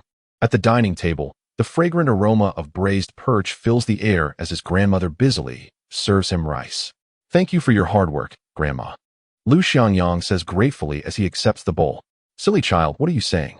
It's no trouble at all, his grandmother replies with a warm smile, her eyes brimming with affection. Since his parents' tragic passing, their home has been shared solely by him and his grandmother. And even this time together has only lasted 6 months. After the college entrance examination, Lu Xiangyang did not gain admission to university. Entering society, he met friends from the boxing world and began to drift aimlessly, spending less time with his grandmother. Eventually, he became a boxer until a fatal incident in an underground match led to his imprisonment. With his grandmother's passing, he was forever separated from her. Seated at the dining table, Lu Xiangyang gazes at the dinner before him, a warm current flowing through his heart. He understands that even this seemingly ordinary meal is a rare feast in their home. Eat up. Lu Xiangyang picks up a piece of braised perch and savors it. The familiar taste compels him to close his eyes and relish every bite. Grandma, this fish is delicious, just like before, he exclaims sincerely. I'm glad you like it. Eat more, she replies, serving him another piece. Grandma, you should eat too. Amid laughter and conversation, Lu Xiangyang consumes 3 bowls of rice. After the meal, he surprisingly feels the urge to help his grandmother clear the dishes, but she gently declines his offer. Yangyang, did something happen at school? No, not at all. Then why do you seem a bit off today? By the way, how did you do on the recent monthly exam? His grandmother inquires with concern. It was quite good, Lu Xiangyang lies, knowing full well he ranked 47th out of 48 students. The last place due to an illness that prevented him from taking one subject. Otherwise, he would have undoubtedly been at the bottom. Yet, Lu Xiangyang has never mentioned his academic struggles. His grandmother sells pancakes daily and has no time to monitor his studies. But she can sense that her grandson's academic performance is likely lacking. Yangyang, the college entrance examination is approaching. You must put in extra effort. Rest assured, Grandma. I shall strive diligently to enroll in a prestigious university and bring honor to our family. Lu Xiangyang exclaimed with a playful grin. Very well, then go and study. As he reached the doorway, a thought struck him. By the way, Grandma, have you had a health checkup this year? The experience of his rebirth made Lu Xiangyang acutely aware of the importance of this matter. Why waste money on such unnecessary expenses? Grandma replied nonchalantly. But it may be too late to discover any issues when they arise. You should make time for a checkup. Lu Xiangyang understood that his grandmother was reluctant to spend money. This generation often shared such sentiments. They would endure illnesses or self-medicate until the situation became unbearable, at which point they would finally seek medical assistance. All right, I promise you, I will go for a checkup when I have time, Grandma conceded. Satisfied with her agreement, Lu Xiangyang returned to his room. Yet, he still felt a pressing need to find ways to earn money. Though Grandma had agreed, he doubted she would actually go. After all, she was still concerned about the expense. It seemed that he alone was responsible for urging her to take action. Clearly, in addition to focusing on his studies, he needed to devise ways to earn more. This was the goal he had set for himself, to gain admission to a distinguished university and to earn money. However, at present, Lu Xiangyang possessed no marketable skills. Of course, he knew how to box, but he certainly couldn't resort to underground fighting again. Just then, his Nokia phone in the drawer chimed, signaling a new friend request. He opened it. Blossoms in Half Summer has sent you a friend request. Would you like to add them as a friend? The profile picture depicted a tabby cat. With just one glance, Lu Xiangyang recognized it as his classmate Gu Yixin. Without hesitation, he accepted the request. You have successfully added Blossoms in Half Summer as a friend. Ding. We are now friends. Let's chat. Soon after, the other party sent a message. Blossoms in Half Summer. Gu Yixin, hello, Lu Xiangyang. This is Gu Yixin. Haha, I suspected it was you. Lu Xiangyang replied promptly. Chasing Wind Youth. Lu Xiangyang, hello. Teacher Gu, good evening. Have you eaten yet? With a toothy grin emoji. Blossoms in Half Summer. Gu Yixin, not yet. By the way, have you found a part-time job? Chasing Wind Youth. Lu Xiangyang, not yet. Why do you ask? Blossoms in Half Summer. Gu Yixin, how about I recommend one for you? Chasing Wind Youth. Lu Xiangyang, what kind of job is it? Blossoms in Half Summer. Gu Yixin, it's a boxing exhibition match, but it's just for teaching children. Chasing Wind Youth. Lu Xiangyang, when is it? Where? Blossoms in Half Summer. Gu Yixin, tomorrow at 9:30 a.m. at the Provincial Sports Center, Junxing Boxing Club. Will you go? Chasing Wind Youth. Lu Xiangyang, thank you. I will go. After a brief pause, the other party sent another message. Blossoms in Half Summer. Gu Yixin, no need to be polite. Oh, and remember to complete the practice questions I sent you tonight. I will check your homework next Monday. Chasing Wind Youth. Lu Xiangyang, as you command. My teacher Gu. Chapter 10. The boxing club. Gu Yixin did not respond any further. Lu Xiangyang set his phone aside, realizing it was time to devote himself to studying. He retrieved Gu Yixin's notes, intending to review the mathematical formulas first. With his newfound ability of photographic memory and exceptional comprehension skills, Lu Xiangyang found his studies to be remarkably swift. When confronted with unfamiliar concepts, he merely had to consult his textbook to locate the relevant sections, enabling him to grasp and memorize the material quickly.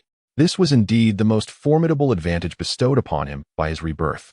With merely 103 days remaining until the college entrance examination, he felt confident in his capacity to strive diligently. Gu Yixin's handwriting was exquisite and meticulously organized, rendering even her notes a visual delight. Her script mirrored her essence, elegant and refined. After approximately 15 minutes, Lu Xiangyang had already covered half of the mathematics notes. However, a wave of fatigue washed over him once more. He had experienced this feeling earlier while memorizing English vocabulary. It was a sense of weariness that suggested his optimal learning duration was around 15 minutes. Beyond that, his mental stamina would be depleted, rendering any further study not only inefficient but also futile, as he found it increasingly difficult to concentrate. Contemplating a change in approach, he decided to tackle some practice problems instead. He retrieved the mathematics worksheets prepared by Gu Yixin and skimmed through them. After a cursory glance at each question, he was able to swiftly identify the problem-solving strategies. Thus, he set to work. Armed with scratch paper, Lu Xiangyang began solving the exercises. In roughly half an hour, he had nearly completed the test, save for one challenging question that involved several concepts he was unclear about, primarily due to his inability to recall the corresponding formula. He resolved to pause for the night, planning to master the mathematical formulas after tending to his other commitments the following day, and then resume his work on the problems. Having decided not to continue with the exercises, Lu Xiangyang noticed that darkness had fully enveloped the sky outside. He neatly stored away the test papers and retrieved a resistance band from beneath his bed, embarking on his strength training routine. This had always been a part of his regimen. In his previous life, despite his lackluster academic performance, his physical fitness had been exceptional. Now, as he pursued his studies, he was equally determined to maintain his physical prowess. Gripping the resistance band tightly, Lu Xiangyang commenced a series of strength exercises. These movements were lessons imparted to him by his father during his lifetime. Though his father was no longer present, the habit remained ingrained within him. Standing in his room, he focused intently, rhythmically repeating each motion. Before long, sweat began to dampen his shirt. After completing a set of exercises, he took a brief respite and began stretching to alleviate the tension in his muscles. Suddenly, a knock resounded at the door. Lu Xiangyang went to answer it and found his grandmother standing there, holding a plate of fruit. "Yang, have some fruit. The apples are already peeled," she offered, presenting the slightly fragmented pieces, which were not perfectly whole. Lu Xiangyang recognized that the fruits his grandmother bought were mostly those that had been discounted. Thus, there was scarcely anything complete. "Thank you, Grandma." Lu Xiangyang took the food without regard for the dirt on his hands, shoving a piece into his mouth and eating heartily. Grandma said little more, merely expressing a hint of concern. "Don't study too late.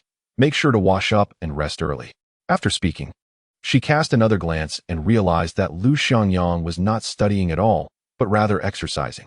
"All right, Grandma, I understand." She said no more, but as she turned away, a trace of subtle disappointment flickered in her eyes. The night grew late. After Lu Xiangyang finished washing up, he lay in bed, reflecting on the day's academic accomplishments. Although somewhat fatigued, he was filled with a sense of achievement. Yes, it was indeed a sense of accomplishment. Even though there were only 103 days left until the college entrance examination, Lu Xiangyang felt confident that he could gain admission to a prestigious university. As he lay in bed, he noticed how quiet the room was. Grandma had already retired for the night, needing to set up her stall early the next morning. In the stillness of the night, Lu Xiangyang pondered ways to earn money. He was not overly worried about his studies. However, he could not continue working part-time every weekend. Not to mention, he would have to keep it a secret from Grandma. The earnings were meager as well.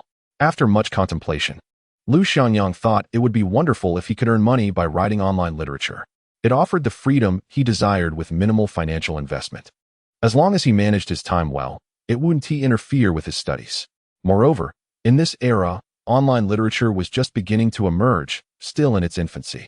Yet, many had already found financial success through writing novels. Lu Xiangyang believed he had a knack for writing and perhaps could give it a try. After all, during the years he spent in prison for participating in underground boxing, he had read quite a number of novels.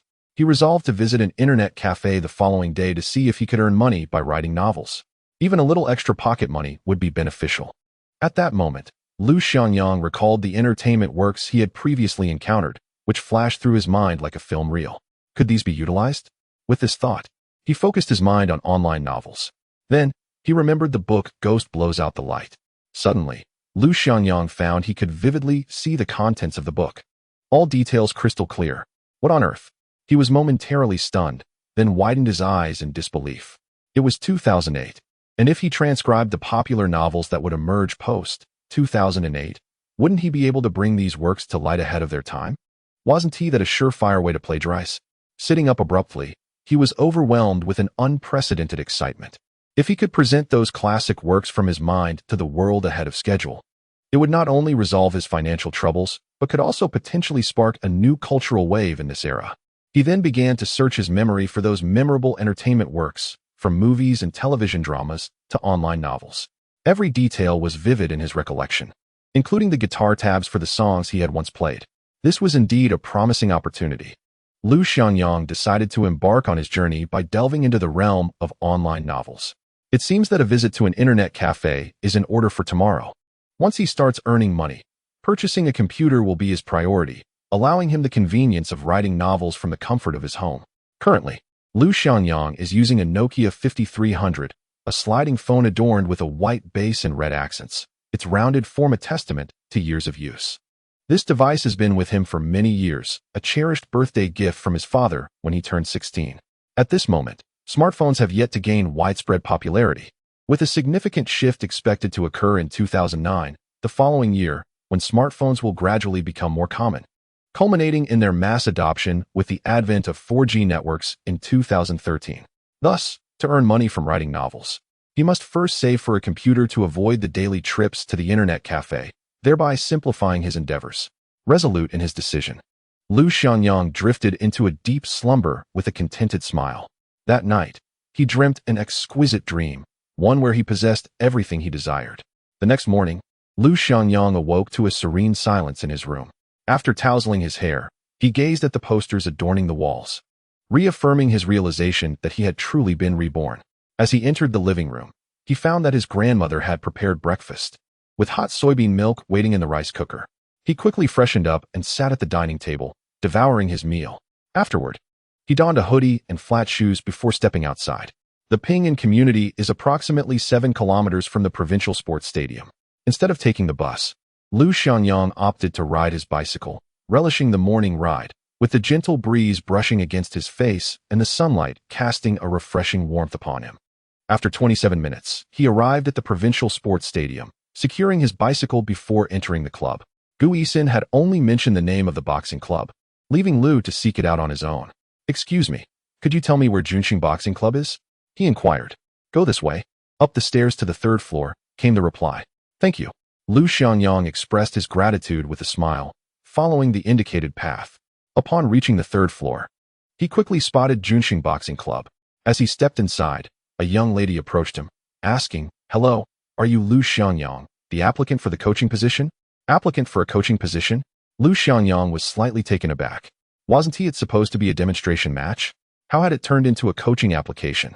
"Yes, I am Lu Xiangyang," he responded. "Please follow me. I will take you to meet our manager," she said with a smile. "All right, thank you," Lu Xiangyang replied, following her to the side of a boxing ring, where he observed a young man wearing a headgear, engaged in an intense sparring session with another boxer. "Manager, Lu Xiangyang has arrived," the young lady announced. The young man turned his head for a moment, and in that instant, Lu Xiangyang noticed a striking resemblance between him and Gu Yixin, particularly their equally handsome features. "Hello, I was referred by Gu Yixin for a part-time position. My name is Lu Xiangyang. Without further ado, let us take the stage and practice before we continue." Lu Xiangyang. Chapter 11. The Exhibition Match.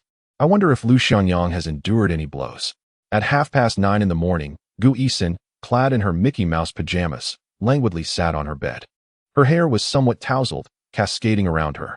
She gazed vacantly at the brilliant sunlight streaming through the window, lost in thought. Last night, she had already discussed this matter with her brother. However, he insisted on practicing with Lu Xiangyang before deciding whether to employ him. Perhaps it would be worthwhile to take a look. Moreover, she could assist her brother by snapping some photos. Who knows? She might even capture Lu Xiangyang enduring a few punches. With this thought, Gu Yixin felt a flicker of anticipation. After changing out of her Mickey Mouse pajamas and neatly folding her blanket, she stretched her arms wide in a grand yawn. Ah, what a delightful yawn it was. Her long eyelashes glistened with dewdrops, appearing rather adorable. After a quick wash and grooming, she grabbed her DSLR camera, descended the stairs, and hailed a taxi, making her way to the provincial sports arena. Despite the rush, she arrived just in time. As Gu Yixin entered, she noticed a considerable crowd had already gathered. Parents accompanied their children, all eager to learn boxing. At that moment, the eyes of all the children were transfixed on the 2 figures in the boxing ring. Gu Yixin found an optimal spot for photography, feeling a tinge of nervousness as she observed the ring. There, 2 individuals clad in boxing gear were swiftly dodging and weaving.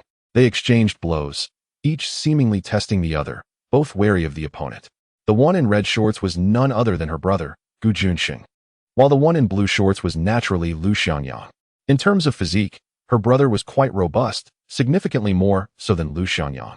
Yet, despite Lu Xiangyang's slightly slender build, his movements were agile and his reactions quick, placing him far from a disadvantage. It seemed that Lu Xiangyang had yet to be struck. The 2 exchanged punches, locked in a fierce struggle, while the children in the audience watched with rapt attention, many of them with mouths agape. Their eyes sparkled with wonder and excitement.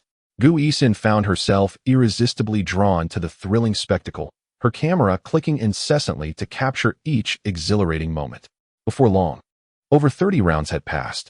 Gu Junxing, panting, felt his body trembling slightly. It was not fear of the young opponent's strikes that unsettled him, but rather the boy's remarkable agility. He had yet to land a decisive blow on Lu Xiangyang. This lad was indeed astonishingly nimble.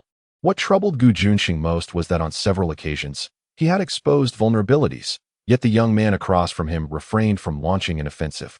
Instead, he maintained an air of remarkable composure and maturity, entirely unlike the impulsive nature expected from an 18-year-old.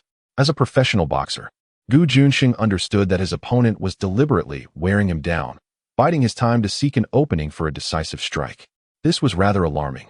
Consequently, Gu Junxing felt compelled to defeat his adversary swiftly. At this moment, the venue was enveloped in silence. Countless pairs of eyes were fixated on the competition taking place on stage.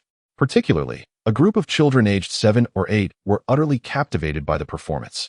How nimble his footwork is. Is he a sprite? Wondered a little chubby boy, pouting. I think he must be a kangaroo. The sound of Gu Yixin's camera shutter resonated distinctly in the hushed arena as she diligently captured each thrilling moment. Suddenly, Gu Junxing took a deep breath, showing no signs of warning, and launched a fierce attack. At that instant, the opposing boy executed a graceful sidestep and feigned a move, following it up with a powerful punch. The strike was delivered with the precision of a habitual action honed through countless repetitions, aimed squarely at his opponent's face. A gasp escaped from the audience below, with hands instinctively covering their eyes. Just as everyone anticipated that this punch would surely land, Gu Junxing nimbly sidestepped, skillfully evading the blow. The spectators erupted into exclamations of awe, while Gu Yixin couldn't help but exhale in relief. She was well aware of her brother's prowess. Yet Lu Xiangyang's agility and composure astonished her. Was Lu Xiangyang's boxing technique truly this formidable? However, as Gu Junxing sidestepped, Lu Xiangyang pressed forward with an attack. He lunged ahead, delivering a heavy punch that struck precisely at his opponent's lower ribs. This time, Gu Junxing had no means of evasion and was solidly hit. He fell back, collapsing to the ground. The exhibition match, which had been a stalemate for over half an hour, concluded in the final 15 seconds. From the boxing ring, a thunderous applause erupted, accompanied by the cheers of children. You've certainly got some skill, Gu Junxing gasped as he removed his headgear, astonishment etched on his face. Perhaps I'm just younger. Lu Xiangyang also took off his headgear, sweat glistening on his brow. Gu Junxing laughed heartily as he stood up. Addressing the children in the audience, what do you think of this big brother-esque prowess? He is amazing. They responded. Well, do you want to become just as skilled as him? Yes, exclaimed the children. This big brother is learning boxing here, and one day, you too can be as formidable as him. Hooray. With just a few words, Gu Junxing ignited a fervor among the young ones. Lu Xiangyang rolled his eyes, somewhat speechless. How had he become a student? Wasn't he this misleading promotion? Gu Yixin stood nearby, watching the interaction between her brother and the children, feeling a warm surge in her heart. She knew her brother had always aspired to share the passion and spirit of boxing with more people, and Lu Xiangyang's presence undoubtedly breathed new life into his dream. Come on, handsome boys, look this way, a female voice called out, and Gu Junxing pulled Lu Xiangyang over. Facing the girls in the audience, Lu Xiangyang appeared momentarily stunned. What are you dawdling for? My sister is about to take a picture, smile. Your sister? Your sister. In this era, your sister had become a pejorative term. Lu Xiangyang revealed his pearly white teeth and smiled knowingly. It turned out they were siblings. Click, click, Gu Yixin snapped several photographs in quick succession. Indeed, those who possess striking appearances are captivating on camera. So much. Lu Xiangyang was momentarily taken aback by the 200 yuan notes handed to him. After all, it was merely an exhibition match. He would have been content with just 100. Yet, Gu Junxing generously offered 200. Today's exhibition was splendid, and the city newspaper conducted an exclusive interview. The promotional effect was remarkable, so I added an extra 100 for you. Accepting it without hesitation. As he was currently in need of funds, Lu Xiangyang replied, Thank you. Just as he was about to turn and leave, Gu Junxing suddenly spoke again. I heard you are classmates with Yixin? Yes, brother. You rascal. Who is your brother?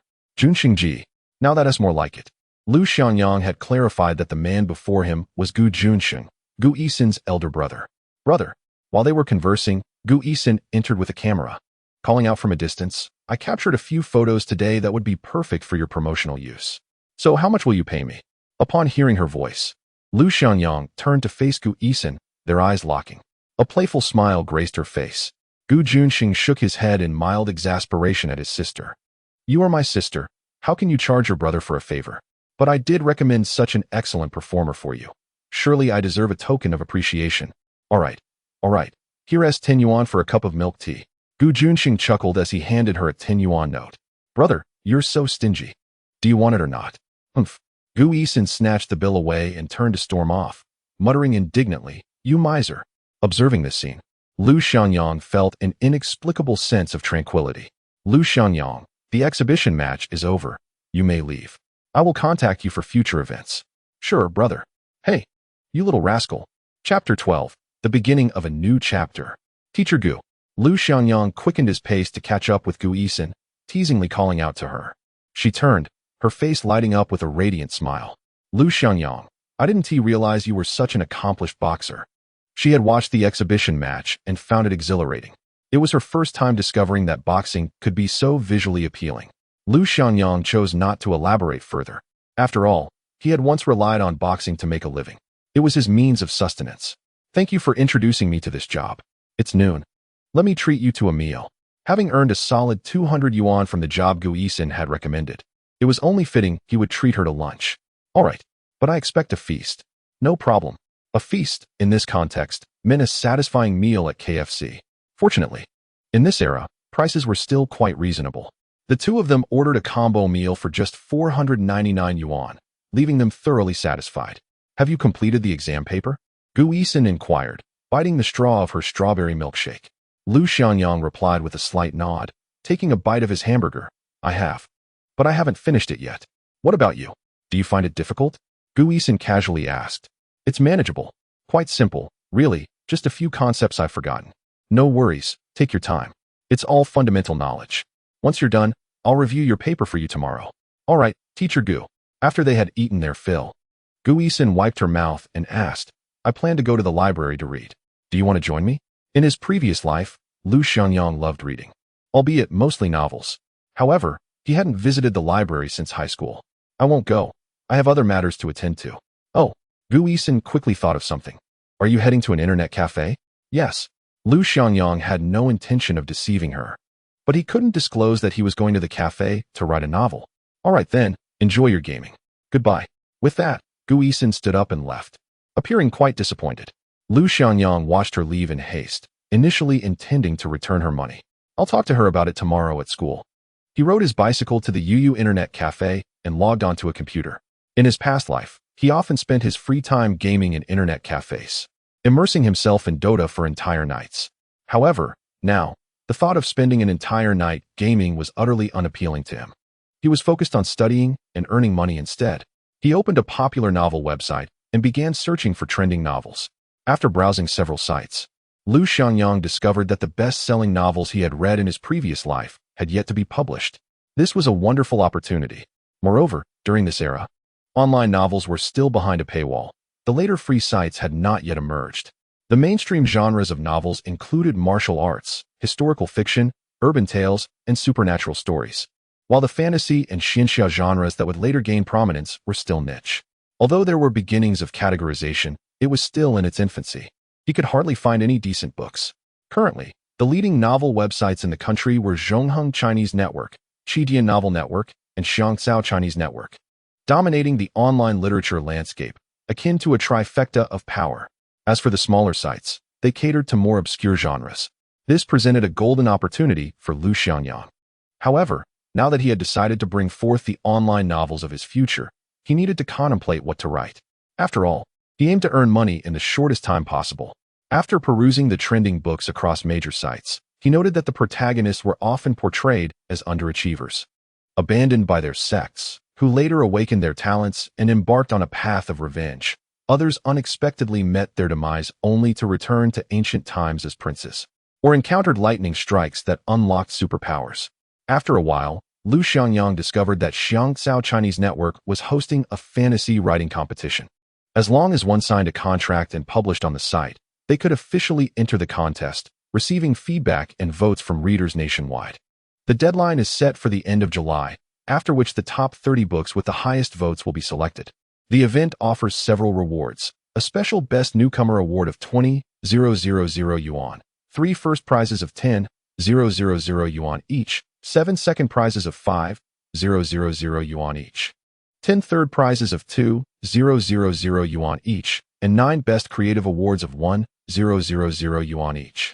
Thus, entering the top 30 guarantees a reward of 1,000 yuan. Lu Xiangyang resolved to embark on his journey as an online writer on vanilla Chinese network. This was the starting point for his ambitions of conquering the literary world. First, he needed to register as an author. What pen name should he choose? He had an idea. Quickly, he typed 4 characters on the keyboard, chasing wind youth.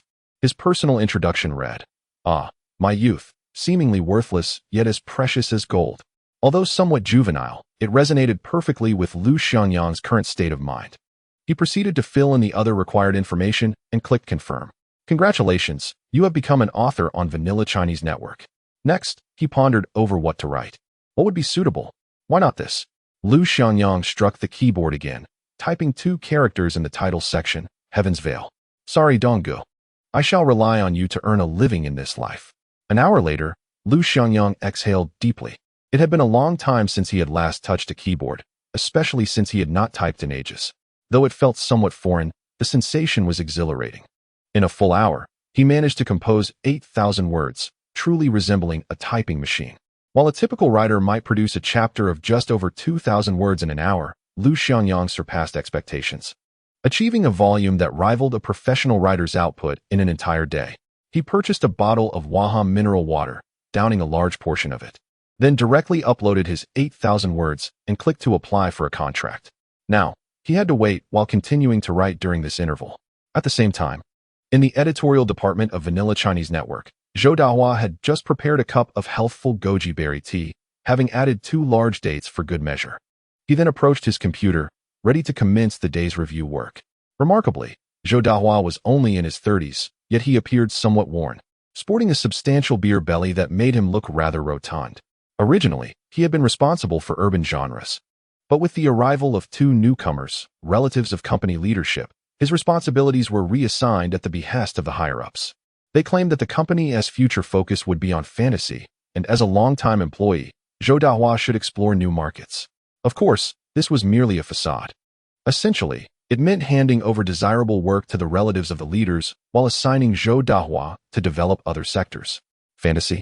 The entire website lacked a single commendable work in that genre. Alas, though Zhou Dahua felt a tinge of discontent. The thought of the newborn at home awaiting formula money compelled him to persevere. Let us review the submissions, he mused, resigning himself to the arduous task of sifting through mediocrity. What drivel is this? After reading 3 chapters, I can't even discern who the protagonist is.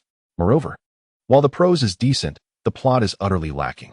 With a sigh, he lamented the glaring inadequacies of the manuscripts, having perused over a dozen without finding a single satisfactory piece. He lifted his teacup, savoring a sip of goji berry tea. A colleague from the history department greeted him. Old Joe, have you come across any good manuscripts? Alas, not a single one meets the signing criteria, Zhou Dahua replied with a deep sigh. As the end of the month loomed, he realized he had yet to fulfill the signing quota. A blockbuster release would be ideal. Yet the disheartening reality was that not even a manuscript meeting the basic standards was in sight. Just then, a notification popped up in the background. It seemed another author was applying for a contract. Zhou Dahua set down his teacup and casually glanced at the submission. Heaven's Veil? What is this? Upon examining the author, he discovered the pseudonym Chasing Wind Youth, which had a rather artistic ring to it, albeit belonging to a newly registered author. Without hesitation, he dismissed the title as exceedingly mundane, likely to be another lackluster work. However, the author's prompt upload of 8,000 words was commendable. I see you've put in effort, he thought, recognizing that persistence is a rare gem among aspiring writers. He took it upon himself to delve deeper into the content. With a heart full of skepticism, Zhou Dahua clicked on the book. The synopsis caught his attention. In the depths of a universe where cold and darkness coexist, 9 colossal dragon corpses pull an ancient bronze coffin. Goodness, what is this? 9 dragons pulling a coffin? Now that's an imaginative concept. He straightened in his seat, intrigued. The synopsis was indeed impressive, brimming with creativity. Curiosity piqued. He proceeded to explore the first chapter. Half an hour later, Zhou Dahua had swiftly consumed all the uploaded content. How should he articulate his thoughts? It was nothing short of extraordinary. Particularly the first chapter, remarkable. The premise of 9 dragons pulling a coffin was captivating. Although the pacing in the initial 4 chapters was somewhat languid, This deliberate buildup established a robust foundation for the unfolding tale. Zhou Dahua couldn't help but marvel at the author's remarkable skill. If he were to encapsulate it in a single word, it would be steady. Indeed, it was a testament to stability. His mind raced with exhilaration. This author, chasing wind youth, must be a novice. Yet how could a newcomer craft such enthralling prose? The only plausible explanation was that this individual was a genius. With his seasoned editorial experience, Zhou Dahua anticipated that as the story progressed, the narrative would only become more gripping. The enigmatic backdrop of 9 dragons carrying the coffin gradually unfolds. What mysteries lie hidden in the cold and dark depths of the universe? Zhou Dahua's first instinct was that this book was destined for greatness. Indeed, a resounding success. There was no time to lose. He needed to secure the contract swiftly. Without hesitation, Zhou Dahua sent a message through the platform. As twilight approached, the evening settled in. With a deep sigh, Lu Xiangyang rubbed his aching waist, feeling the strain of fatigue. He had devoted the entire afternoon to writing, neglecting even a sip of water. In a remarkable burst of productivity, he penned an astonishing 40,000 words over the course of 4.5 hours. Incredible! Averaging 8,888 words per hour was nothing short of terrifying. Yet, Lu Xiangyang accomplished it with a combination of extraordinary talent and diligence. Of course, the notion of talent was somewhat misleading, as he merely transcribed from memory. How could he not write swiftly? He had no need to ponder the plot. However, his industriousness was genuine. Typing was indeed a laborious task. Finishing the last drop of water, Lu Xiangyang stretched his arms wide and prepared to log off and head home for dinner. At that moment, he noticed a notification on the platform. Upon opening it, he discovered a message from the editor regarding the contract. "Hello, I am Pang Hu, the editor of the fantasy group at Xiangcao Chinese Network. After review, your work has met the criteria for signing. Please add the editor's ID XXX and specify your work title and book number." What was this? Just a few hours after submitting his book, a contract was already on the table? Nonetheless, it was fortuitous. Lu Xiangyang was eager to get his work published and start earning. With only 9 days left until next month, he realized he had to launch his book to begin generating income.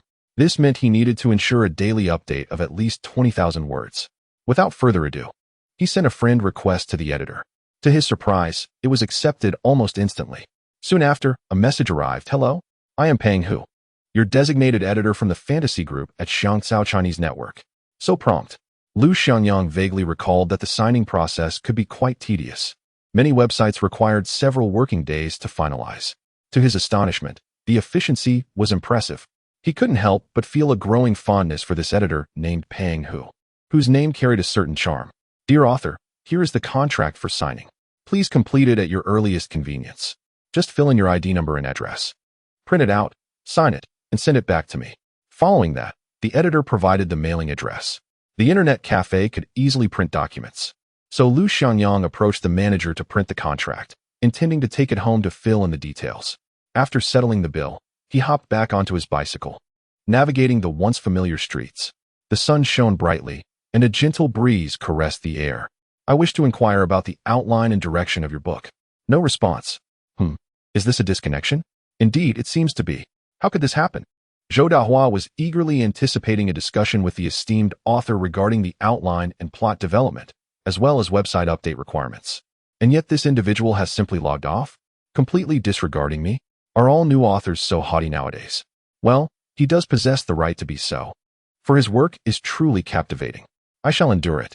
As a seasoned editor, Zhou Dahua felt an unprecedented sense of humility in the presence of a novice author. Upon returning to the community, he coincidentally spotted his grandmother arriving on a tricycle. "Grandma, oh, is that you, Yang? Lu Xiangyang hastily parked his bicycle and assisted his grandmother with her belongings. "Grandma, why have you bought so many groceries? Aren't you going back to school tomorrow? Tonight, I shall prepare a grand feast for you." Lu Xiangyang had always complained about the school's unsatisfactory meals, eagerly looking forward to weekends and holidays when he could savor his grandmother's cooking. Since she had been busy selling goods outdoors during the day, she rarely had time to cook. Therefore, she often prepared a sumptuous dinner the night before Lu Xiangyang returned to school. The thought brought a sting to his eyes, nearly bringing him to tears. "Grandma, let me cook tonight." "Haha, my grandson can cook now." His grandmother chuckled, but gently insisted, "Yang, your primary task now is to study diligently, get into university, and leave the cooking to me. Lu Xiangyang nodded, refraining from further discussion. Once home, his grandmother donned an apron and headed to the kitchen to begin her culinary endeavors, while Lu Xiangyang retreated to his room. He earned 200 yuan today, but dared not mention it to his grandmother, for it was money earned from work. If she were to find out, she would surely worry. He retrieved the contract, took a pen, and diligently filled in the necessary information before signing his name.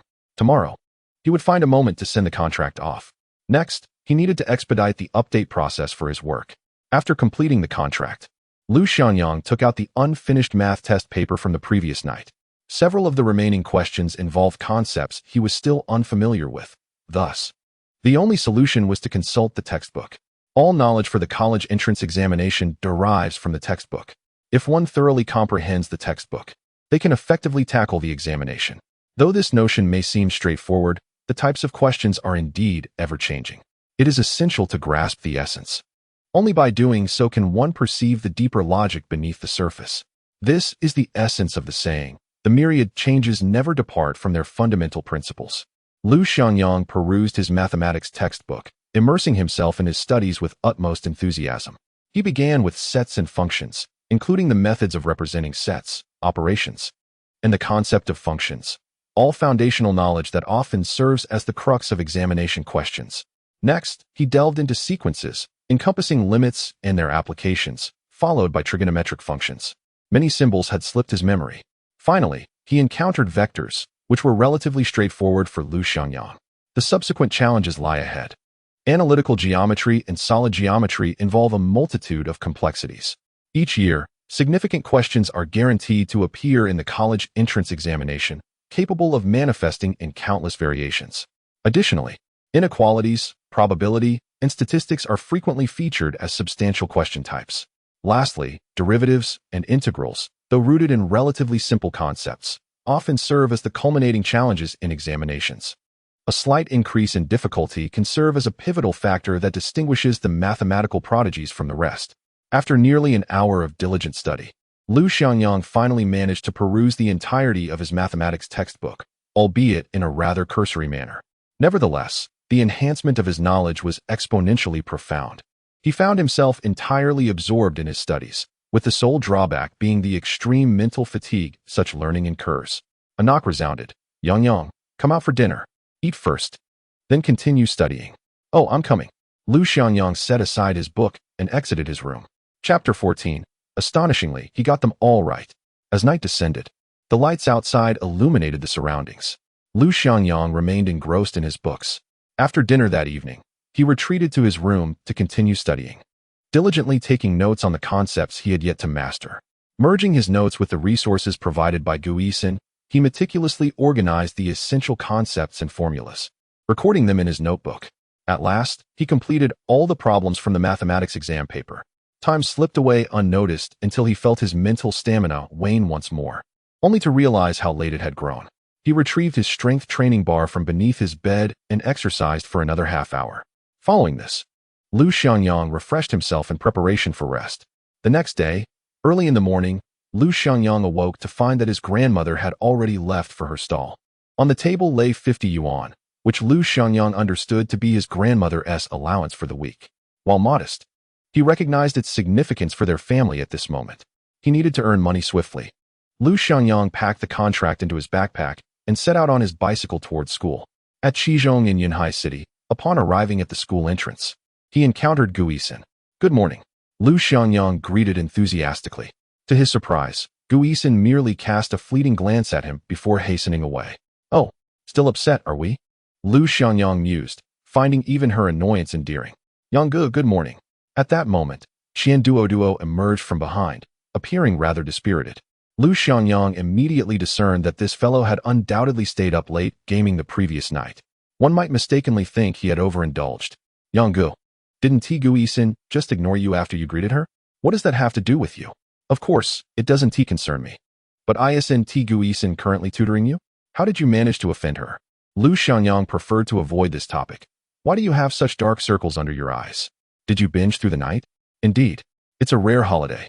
I must enjoy it to the fullest." Lu Xiangyang glanced at him and added a word. "Qian Fatty, the college entrance examination is approaching. I advise you to spend more time studying, otherwise, Zheng Jiejia will become someone else's woman. Brother Yang, it's too early in the morning. You're breaking my heart. There will be many more heart-wrenching moments ahead. Hurry up.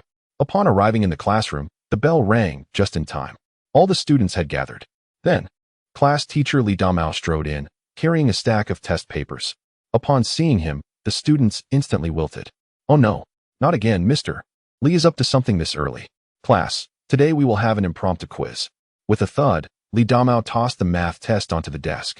This set of questions was crafted by me over the weekend. They all cover fundamental knowledge. If anyone needs to use the restroom, now is the time. As he finished speaking, many students rushed toward the door. Brother Yang, let us go to the restroom. I don't need to go. I have no urge. Come on. If you don't go now, you won't have the chance once the exam starts. Li Damao was strict about this. Once the exam began, no one was allowed to leave for the restroom. He would say, the college entrance examination won't wait for you to take a break. You might not even finish the questions. In ordinary exams, one must treat them as seriously as the college entrance examination. It's fine. I'll go after I finish the questions. Finish the questions? That'll be 2 hours later. Who can hold it that long? With a teasing expression, Qian Duoduo said. Brother Yang, come on, I'll treat you to a restroom visit. Get lost. Lu Xiangyang sat at his desk, stealing a glance at Gu Yixin's direction. Today, she had her hair tied in a ponytail, sitting quietly at her desk like a soldier awaiting inspection. Exams are like this. For high-achieving students, they are always an enjoyable experience. But for those who struggle, each exam feels like enduring a brutal trial. Lu Xiangyang was once in that position. But today he felt particularly eager. Last night, he had gone over all the fundamental knowledge, and today was the perfect opportunity to test himself. Not long after, the students returned to their seats. Li Damao adjusted his large black-framed glasses and, disregarding the students' expressions of despair, began distributing the test papers. I just printed these this morning and brought them over. You all must do your best. If you encounter any challenging concepts, you may refer to your textbooks. I reiterate, the quiz is not the goal. Consolidating your foundational knowledge is. The exam duration was 2 hours. As the head of the math department and the homeroom teacher for class 9 of the 3rd year, Li Damao truly cared for his students. He never gave up on a single one, always offering sincere advice, even to someone like Lu Xiangyang. In the past, Lu Xiangyang had little understanding of this. It was only after entering society and facing harsh realities that he truly comprehended the value of such guidance. Li Damao was indeed a rare and exceptional teacher. As the test paper landed in his hands, Lu Xiangyang first lifted it to his nose and inhaled the scent of freshly printed ink. It smelled delightful. Brother Yang, what are you doing? Seeing the expression of enjoyment on Lu Xiangyang's face, Qian Duoduo found it rather distasteful. Silence, let us commence the examination. With these words, Li Damao noted that many students had already embarked on their calculations. In an instant, the classroom fell into a profound stillness, punctuated only by the soft rustle of paper and pencil. Standing at the podium, Li Damao cast his gaze over the entire room, soon settling on Lu Xiangyang. What was he up to? At that moment, Lu Xiangyang was not immediately answering the questions. Instead, he was leisurely perusing all the problems like an elderly man reading a newspaper. Indeed, it seemed he was destined for a mere 8 points. Clearly, he was unable to solve a single question. Li Damao felt a twinge of disappointment. A glance at Gu Yixin revealed that she had already filled half a sheet of draft paper. Looking over at class monitor Li Jia, he noticed beads of sweat forming on his forehead. After observing for a while, Li Damao descended from the podium and began to stroll around the classroom, adopting the demeanor of a rigorous examination proctor, which caused many students to subconsciously tense up. The mathematics problems he had set forth were generally not difficult, focusing primarily on fundamental knowledge. However, there were several traps embedded within. For an average student aiming for a score around 100, that should not be overly ambitious. But for those aspiring for higher marks, a solid foundation was imperative. Currently, the students appeared to be performing reasonably well, aside from a few whose deficiencies were so pronounced they resorted to guesswork. As Li Damao approached a young girl seated at her desk, he observed her flushed face as she fervently scribbled notes. Startled by his sudden presence behind her, she nearly dropped her sanitary pad. Such a mindset would not suffice. Li Damao shook his head in resignation. In the Gaokao, mastering the knowledge points was crucial, but maintaining a balanced mindset was equally essential. Every year, There were always top students who faltered due to inadequate psychological resilience. Next, Li Damao moved to stand behind a male student, only to discover that he had randomly selected for all the multiple-choice questions. Infuriated, Li Damao felt an urge to deliver a sharp reprimand. Yet, upon closer inspection, he realized that this student had fortuitously guessed correctly on 4 out of 12 questions, earning him 20 points, far superior to Lu Xiangyang's performance. After completing his round, Li Damao found himself once again behind Lu Xiangyang, who had finally begun answering questions. However, his draft paper remained utterly pristine. Was this fellow truly relying solely on luck? While guessing might suffice for multiple-choice questions, how could one possibly guess the answers for fill-in-the-blank or problem-solving questions? Li Damao felt a pang of frustration. Just as he was about to lose his temper, his gaze shifted to Lu Xiangyang's multiple-choice answers. Remarkably, he had completed all the questions. Indeed, relying on luck allowed for swifter responses. Curious, Li Damao leaned in to examine his answers. A, B, C, and A, B. He momentarily found himself taken aback. This set of questions was crafted by him over the weekend at home. He had deliberately arranged the multiple-choice answers in a particular order, ensuring they followed a discernible pattern. Often, candidates fall into the misconception that identical options will not appear consecutively, leading them to believe they have erred. Yet, such is the nature of examinations. Not merely an assessment of knowledge, but often a test of psychological resilience as well. However, at this moment, Lu Xiangyang's multiple-choice answers mirrored the order in which the questions were presented. Could it be? This fellow actually guessed them all correctly? Li Damao shook his head and walked away. Chapter 15. The Underdog's Comeback. Having completed 12 multiple-choice questions in merely 10 minutes, Lu Xiangyang astonishingly did not draft a single note. He simply analyzed the questions and deduced the answers. He realized these inquiries were not particularly challenging. Most pertained to knowledge points he had reviewed the previous night. With a little contemplation, he could swiftly arrive at the solutions. Taking a deep breath, Lu Xiangyang proceeded to tackle the fill-in-the-blank questions. The first asked for the maximum value of an expansion coefficient. After a brief analysis, he pinned down the answer. The second question required calculating the volume ratio of a frustum. Once more, Lu Xiangyang analyzed the problem and wrote down the answer. The third question involved determining the value of a in a function. After a moment's thought, he recorded his response. Only on the final fill-in-the-blank question did Lu Xiangyang finally draft a note. He spent a total of 6 minutes on these 4 questions. Next came the problem-solving section, which accounted for 60 points and was crucial in establishing a score differential. The first problem was particularly intriguing, accompanied by a chart, constituting a practical application question. The first sub-question required filling in the table based on calculations. Lu Xiangyang grasped his pen and plunged into the sea of questions. In 3 minutes, he had written down his answer. The second question proved to be somewhat more challenging. Lu Xiangyang took 5 minutes to arrive at the solution. It must be said that the difficulty of this first problem was quite significant, and it contained traps. Moving on to the second major question concerning sequences. The first sub-question asked for the general term formula, which was rather straightforward. It took him less than a minute to complete. The second sub-question was also relatively simple. In total, Lu Xiangyang finished this major problem in under 4 minutes. Next came the spatial geometry question, which he also resolved swiftly, taking around 6 minutes. Half an hour had already passed, leaving only the last 2 compulsory questions and 2 elective ones. The 20th question was in analytic geometry. The first inquiry regarding the equation was simple enough. However, the second posed a bit of a challenge, being a proof question. Lu Xiangyang spent 5 minutes sketching on his scratch paper, finally discovering a breakthrough and solving the problem. He recalled Gu Yixin's emphasis that the key to analytic geometry questions lies in accurately constructing the geometric model. With a clear thought process, Lu Xiangyang promptly documented the proof. For the first time, Lu Xiangyang immersed himself wholeheartedly in the sea of questions, diligently answering each one. Time quietly slipped away beneath the tip of his pen. At this moment, the entire classroom was enveloped in complete silence. Several classmates had entirely given up and laid their heads on their desks to sleep, having completed what they could. As for those questions they could not solve, no amount of brainstorming would yield an answer. Meanwhile, Lu Xiangyang. The final elective examination has commenced. Li Damao presented 2 elective questions in total. Lu Xiangyang has completed 1, while he has only managed to address the first question of the second one.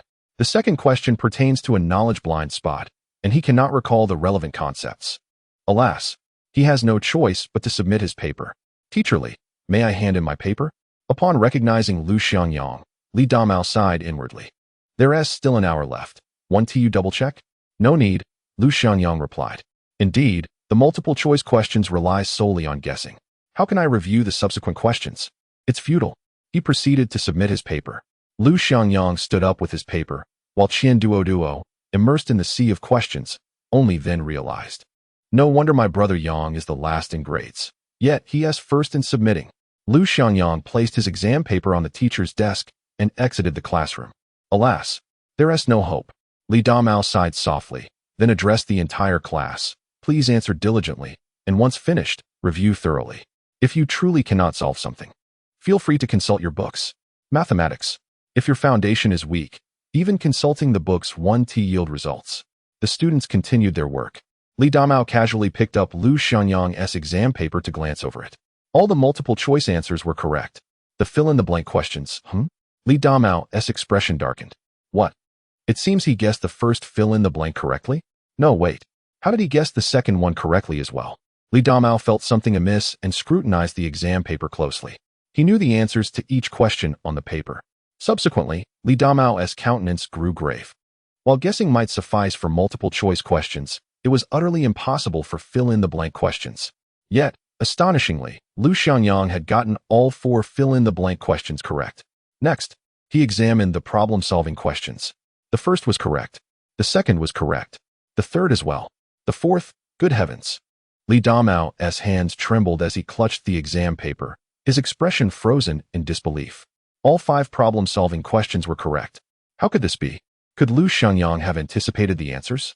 This examination paper was crafted by Li Damao at home over the weekend, save for the final proof question, which he sourced online. The rest of the questions were entirely his own creation. The answers resided solely in his mind, information known only to him. This was perplexing. Ultimately, as Li Damao pondered, he never entertained the thought that Lu Xiangyang might have genuinely solved these questions. Although Li Damao was aware that Lu Xiangyang was quite intelligent, he had consistently neglected his studies. Each math examination had seen him at the bottom of the class. In the last monthly test, he had scored an astonishingly low 8 points, ranking at the very bottom of the entire school and dragging down the overall average score of Class 9, causing Li Damao, as the head of the math department, considerable embarrassment. Could it be that this fellow had been deliberately failing in the past? Was he merely pretending to be foolish? With that thought, Li Damao resumed grading the remaining 2 elective questions, glancing over to find that Lu Xiangyang had completed both. However, only 1 question was completed. As for the other, only the first part was addressed.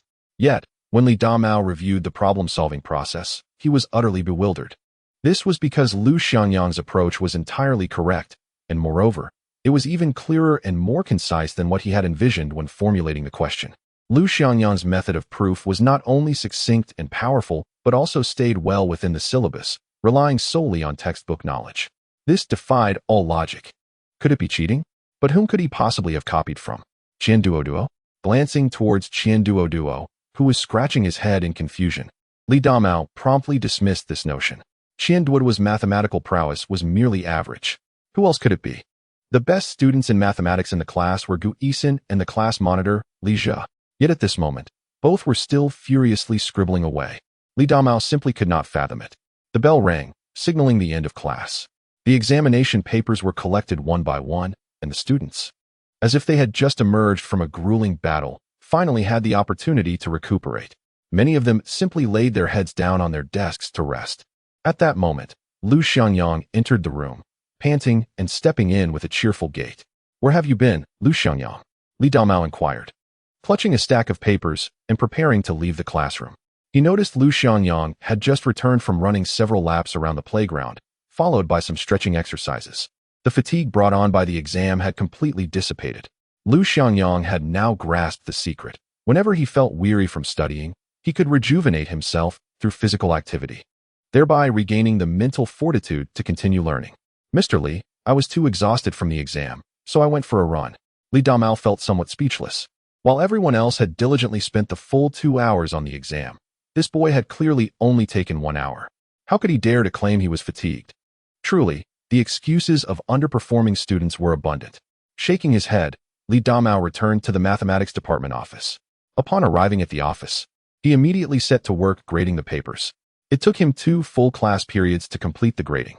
The results were finally in. First place went to Lu Xiangyang with a score of 150, followed by Gu Yixin at 147, and Li Zhu at 144. Chapter 16. Have you all caused enough disturbance? After lunch, Lu Xiangyang seized the opportunity to step out of school and send off his online literature contract. Upon returning to the classroom, he happened to spot a boy and a girl standing by the side of the teaching building. The girl was Gu Yixin, and the boy was none other than class monitor Li Zhu. At that moment, Lu Xiangyang observed Gu Yixin waving her hand to refuse something being offered by Li Zhu. He vaguely recalled hearing Qian Duoduo mention after their high school graduation that Li Zhu had been pursuing Gu Yixin throughout his university years. It was said that this fellow would fly every month to her university just to present her with a bouquet of flowers. Yet, despite his efforts, he had failed to move her heart. In her 3rd year of university, Gu Yixin had gone to study in Melbourne and had not returned since. Lu Xiangyang could already sense the unfolding of events. It appears that during his high school years, Li Zhu privately harassed Gu Yixin, occasionally presenting her with gifts. How shameless. Ahem. Lu Xiangyang deliberately pretended to cough loudly. Instantly, both Li Zhu and Gu Yixin turned to look. Upon seeing Lu Xiangyang, Li Zhu's expression darkened considerably. He bid farewell to Gu Yixin and hastily departed with his belongings. Observing Li Zhu flee in panic, Lu Xiangyang called out to Gu Yixin, "Teacher Gu, there you are. I've been searching for you."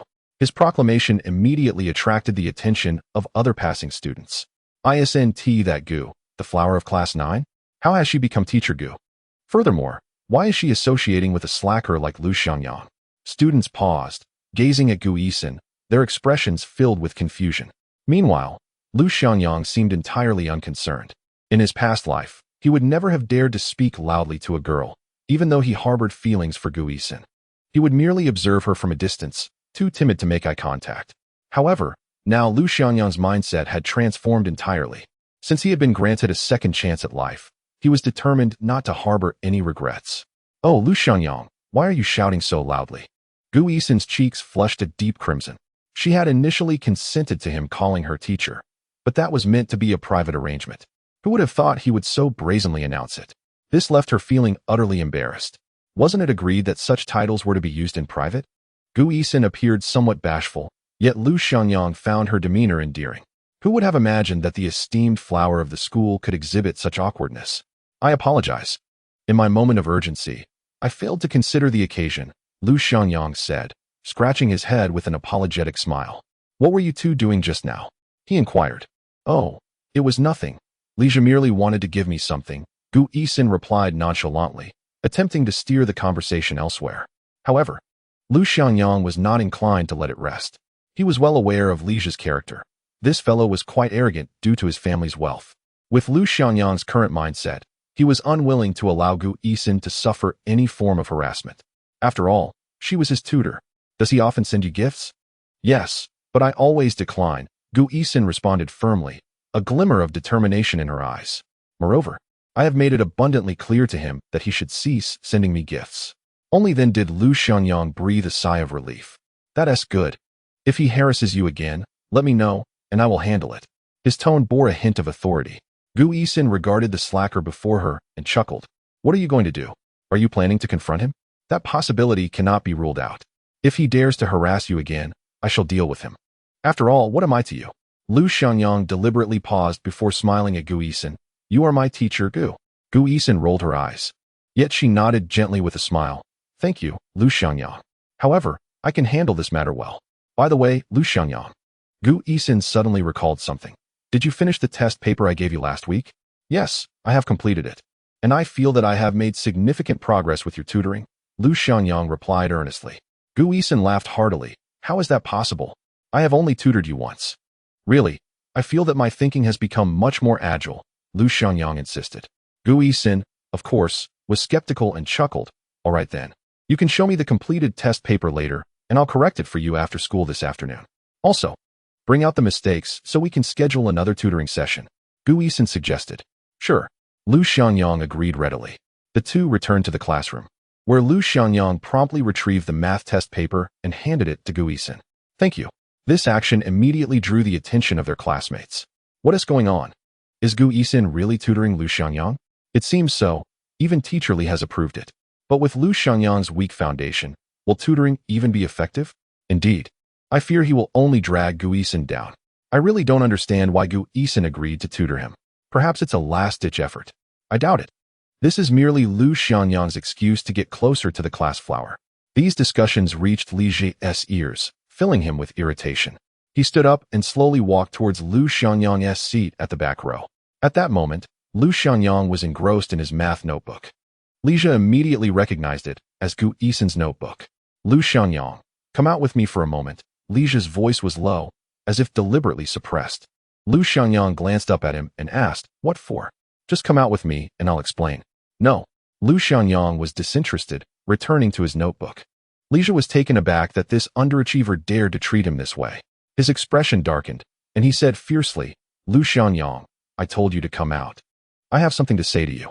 With his hands pressing down on the notebook, Lu Xiangyang looked at Li Zhi and smiled. "All right. Whatever you have to say, let us discuss it here." "No, it must be discussed outside." "What is the matter? Is it something shameful?" Their exchange immediately caught the attention of their classmates, especially Qian Duo, who had sensed the tension between the two. "Hey, we're all classmates. What is going on?" Qian Duo's attempt to intervene only aggravated Li Zhi. He slammed his palm on the desk. "Fine, Lu Xiangyang. If you're going to be ungrateful, don't blame me." The classmates, who had been studying or chatting, turned to look. Even Gu Yixin, who had been solving problems, looked over in confusion. Suddenly, the classroom fell silent, with the sound of a pin dropping audible. Lu Xiangyang maintained a calm demeanor as he regarded Li Zhi. He was quite curious to hear what this guy had to say. "Lu Xiangyang, my words are quite simple. Please do not disturb Gu Yixin's studies. You are academically challenged. If you have no desire to attend university, do not impede others."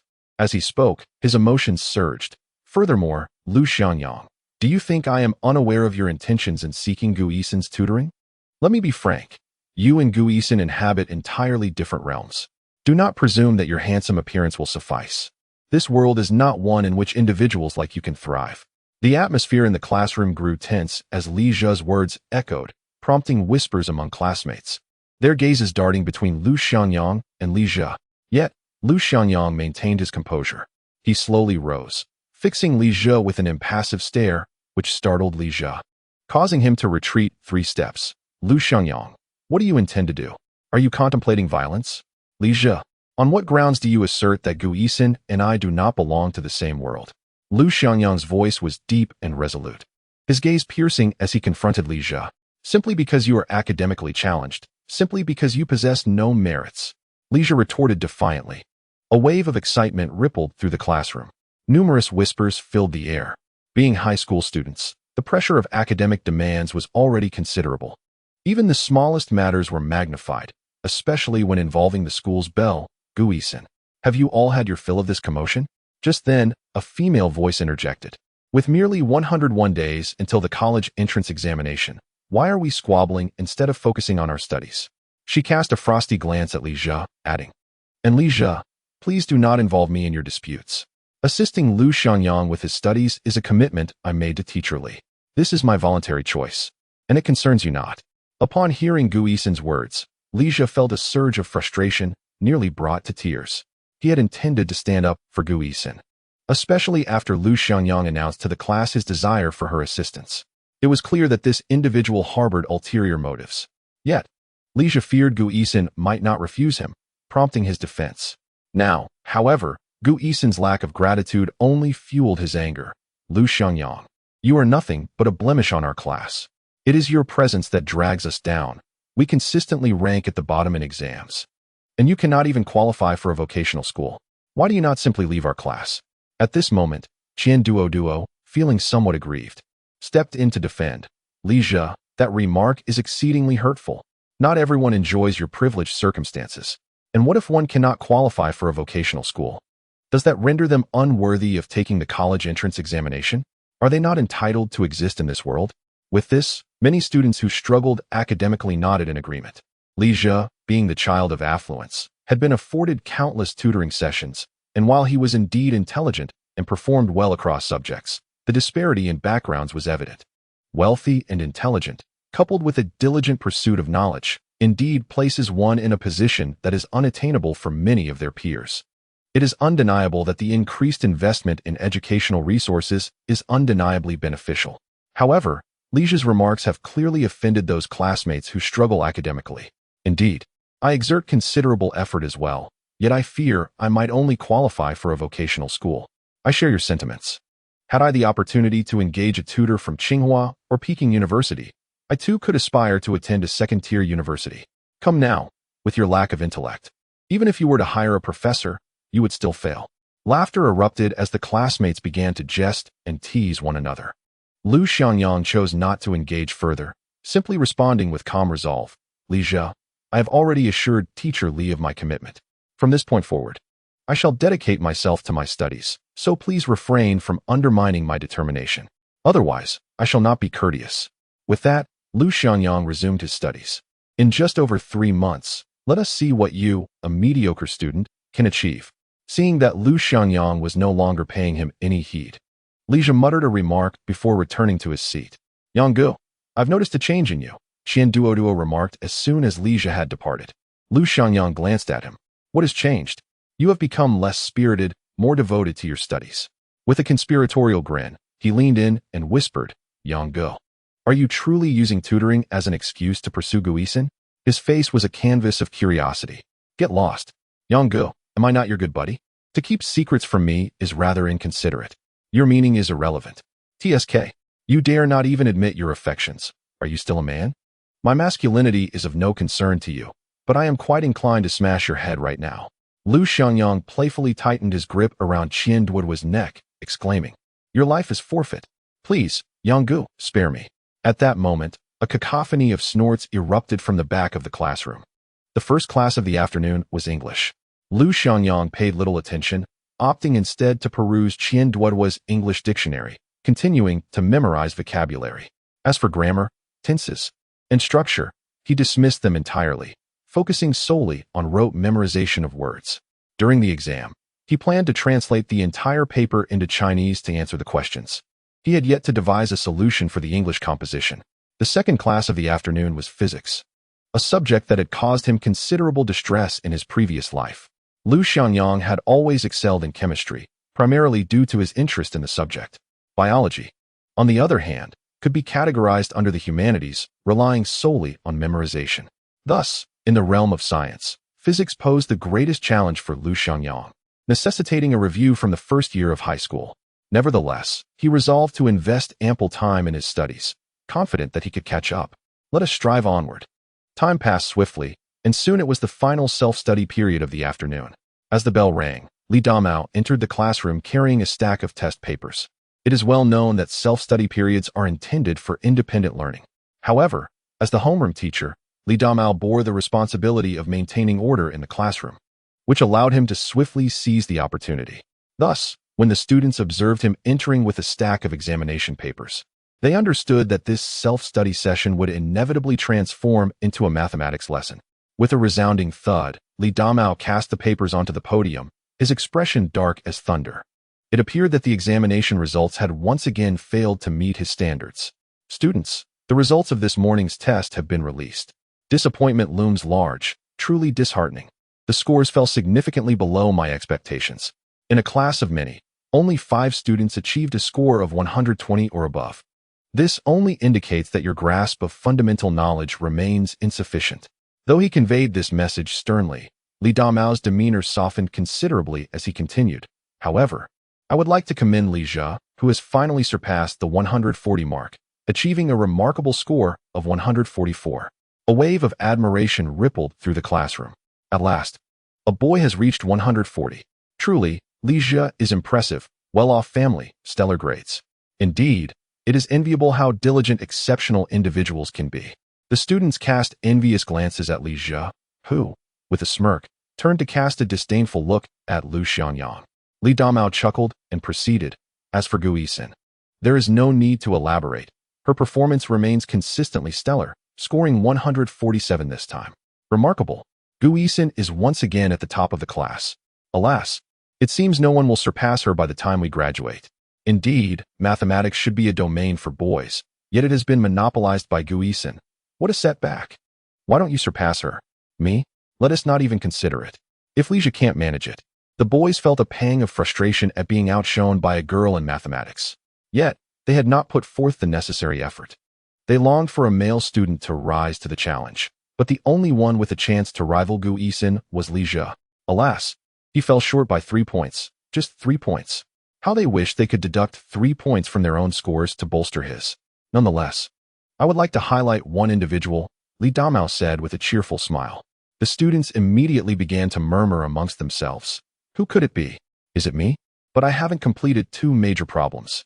Who is it, Teacher Li? Li Damao's gaze slowly settled on the last row, and he announced loudly, Lu Xiangyang. Lu Xiangyang sprang to his feet almost reflexively. There was no escaping it. When Li Damao called his name, he assumed he had erred once more. What are you standing for? I'm not punishing you, sit down. Li Damao said with a beaming smile, his eyes filled with pride. Oh, Lu Xiangyang sat back down. This time, Lu Xiangyang has shown remarkable improvement, leaving me utterly astounded. Just as he finished speaking, Qian Duo chimed in. Teacher Li, did Lu Xiangyang score 16 this time? Laughter erupted throughout the classroom as the students reveled in the moment. The score has doubled, marking a remarkable improvement. Haha, no need to laugh. Li Damao pressed his hands down, signaling everyone to quiet down. To speak candidly, although this exam was based on fundamental knowledge, achieving a high score is far from easy. Especially attaining a perfect score. It can be said to be virtually impossible. However, this time, someone has achieved it, scoring 150 points. With that, Li Damao lifted a paper from the top of the stack, addressing the entire class. This individual is Lu Xiangyang. The classroom erupted in astonishment. Chapter 18. I am a genius too. 150 points? Lu Xiangyang? How could that be? Did I hear incorrectly? The classroom was in an uproar, all incredulous. After all, during the last monthly exam, this fellow could only manage a mere 8 points in mathematics. Now, in a snap, he scored full marks in a pop quiz. Even if it was a pop quiz, no one had ever accomplished such a feat. Even Gu Yixin, who always fell just short, had never done it. Moreover, the top student in the school, Li Yuhang, had only once reached a maximum of 149 points. Is this a fantasy novel? Every student in the class turned their gaze towards him. Qian Duo was particularly stunned beyond measure. During the math test, he had observed Lu Xiangyang not even taking notes, merely gazing at the questions. Then he casually filled in the multiple-choice answers. To the naked eye, it seemed like sheer luck. Yet, astonishingly, he got them all right. However, Qian Duo had lost focus during the later questions. Now, hearing that Lu Xiangyang scored full marks was shocking. He understood the difficulty level of this exam. Even above-average students found it quite challenging. Yet here was Lu Xiangyang, a student who previously struggled in math, making a comeback? Could it be that the power of love is truly this formidable? In the class, 2 others were equally shocked beyond words, Li Xia and Gu Yixin. For Li Xia, it felt as though there was a lump in his chest, making him uncomfortable. As for Gu Yixin, her emotions were far more complex. She recalled the first time she posed a question to Lu Xiangyang and asked him to solve it. At that moment, he had left her somewhat astonished. Could it be that this fellow had been pretending all along? As the saying in fantasy novels goes, hiding a tiger while pretending to be a pig? Below, I began distributing the exam papers, calling out names for those to come forward. Li Damao then started to announce the names. Lu Xiangyang, 150 points. Everyone applauded. The applause thundered, especially from the boys in the class. Although their own scores were not impressive, this was their representative. Finally, a boy had surpassed Gu Yixin. Yang Gu, you carry the dreams of all of us boys. How exhilarating. Amidst the applause, Lu Xiangyang approached the podium to receive his paper. Li Damao, with a look of genuine delight, remarked, though I have no idea how you achieved a perfect score, I firmly believe you did not cheat. Keep up the good work. Thank you, Teacher Li. Lu Xiangyang bowed deeply to Li Damao, then glanced at Gu Yixin and smiled gently. After that, under the watchful eyes of his classmates, he returned to his seat. Wow, Brother Yang, you are amazing. 150 points. How did you manage that? Lu Xiangyang shrugged nonchalantly and replied, isn't it simple? Just write the correct answers for each question, and you get a perfect score. Qian Duo was momentarily taken aback, but then realized, wow, it actually seems that way. I am at a loss for words. What a show-off. We agreed to take the test without preparation, yet you secretly studied.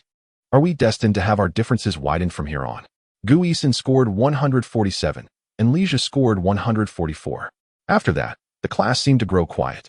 Such is human nature. When a top student consistently scores high, it becomes a common occurrence.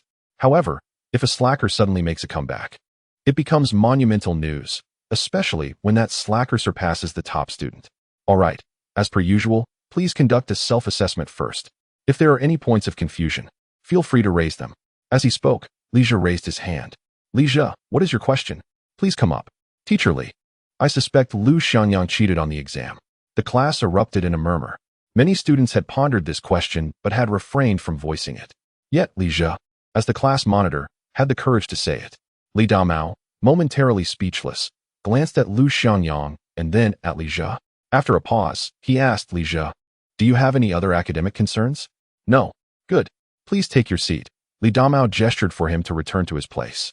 Then, Li Damao slowly walked to the back row and tapped Lu Xiangyang's desk. Step outside for a moment.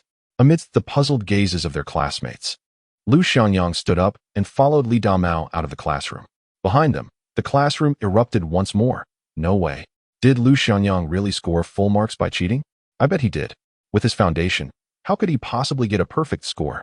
Yet, during the first-year science class division, he ranked 8th in the entire grade, ahead of Gu Yixin. Can first year and third year be compared? If he did cheat for full marks, that would be truly pathetic. Gu Yixin, listening to the discussions, couldn't help but glance outside the classroom.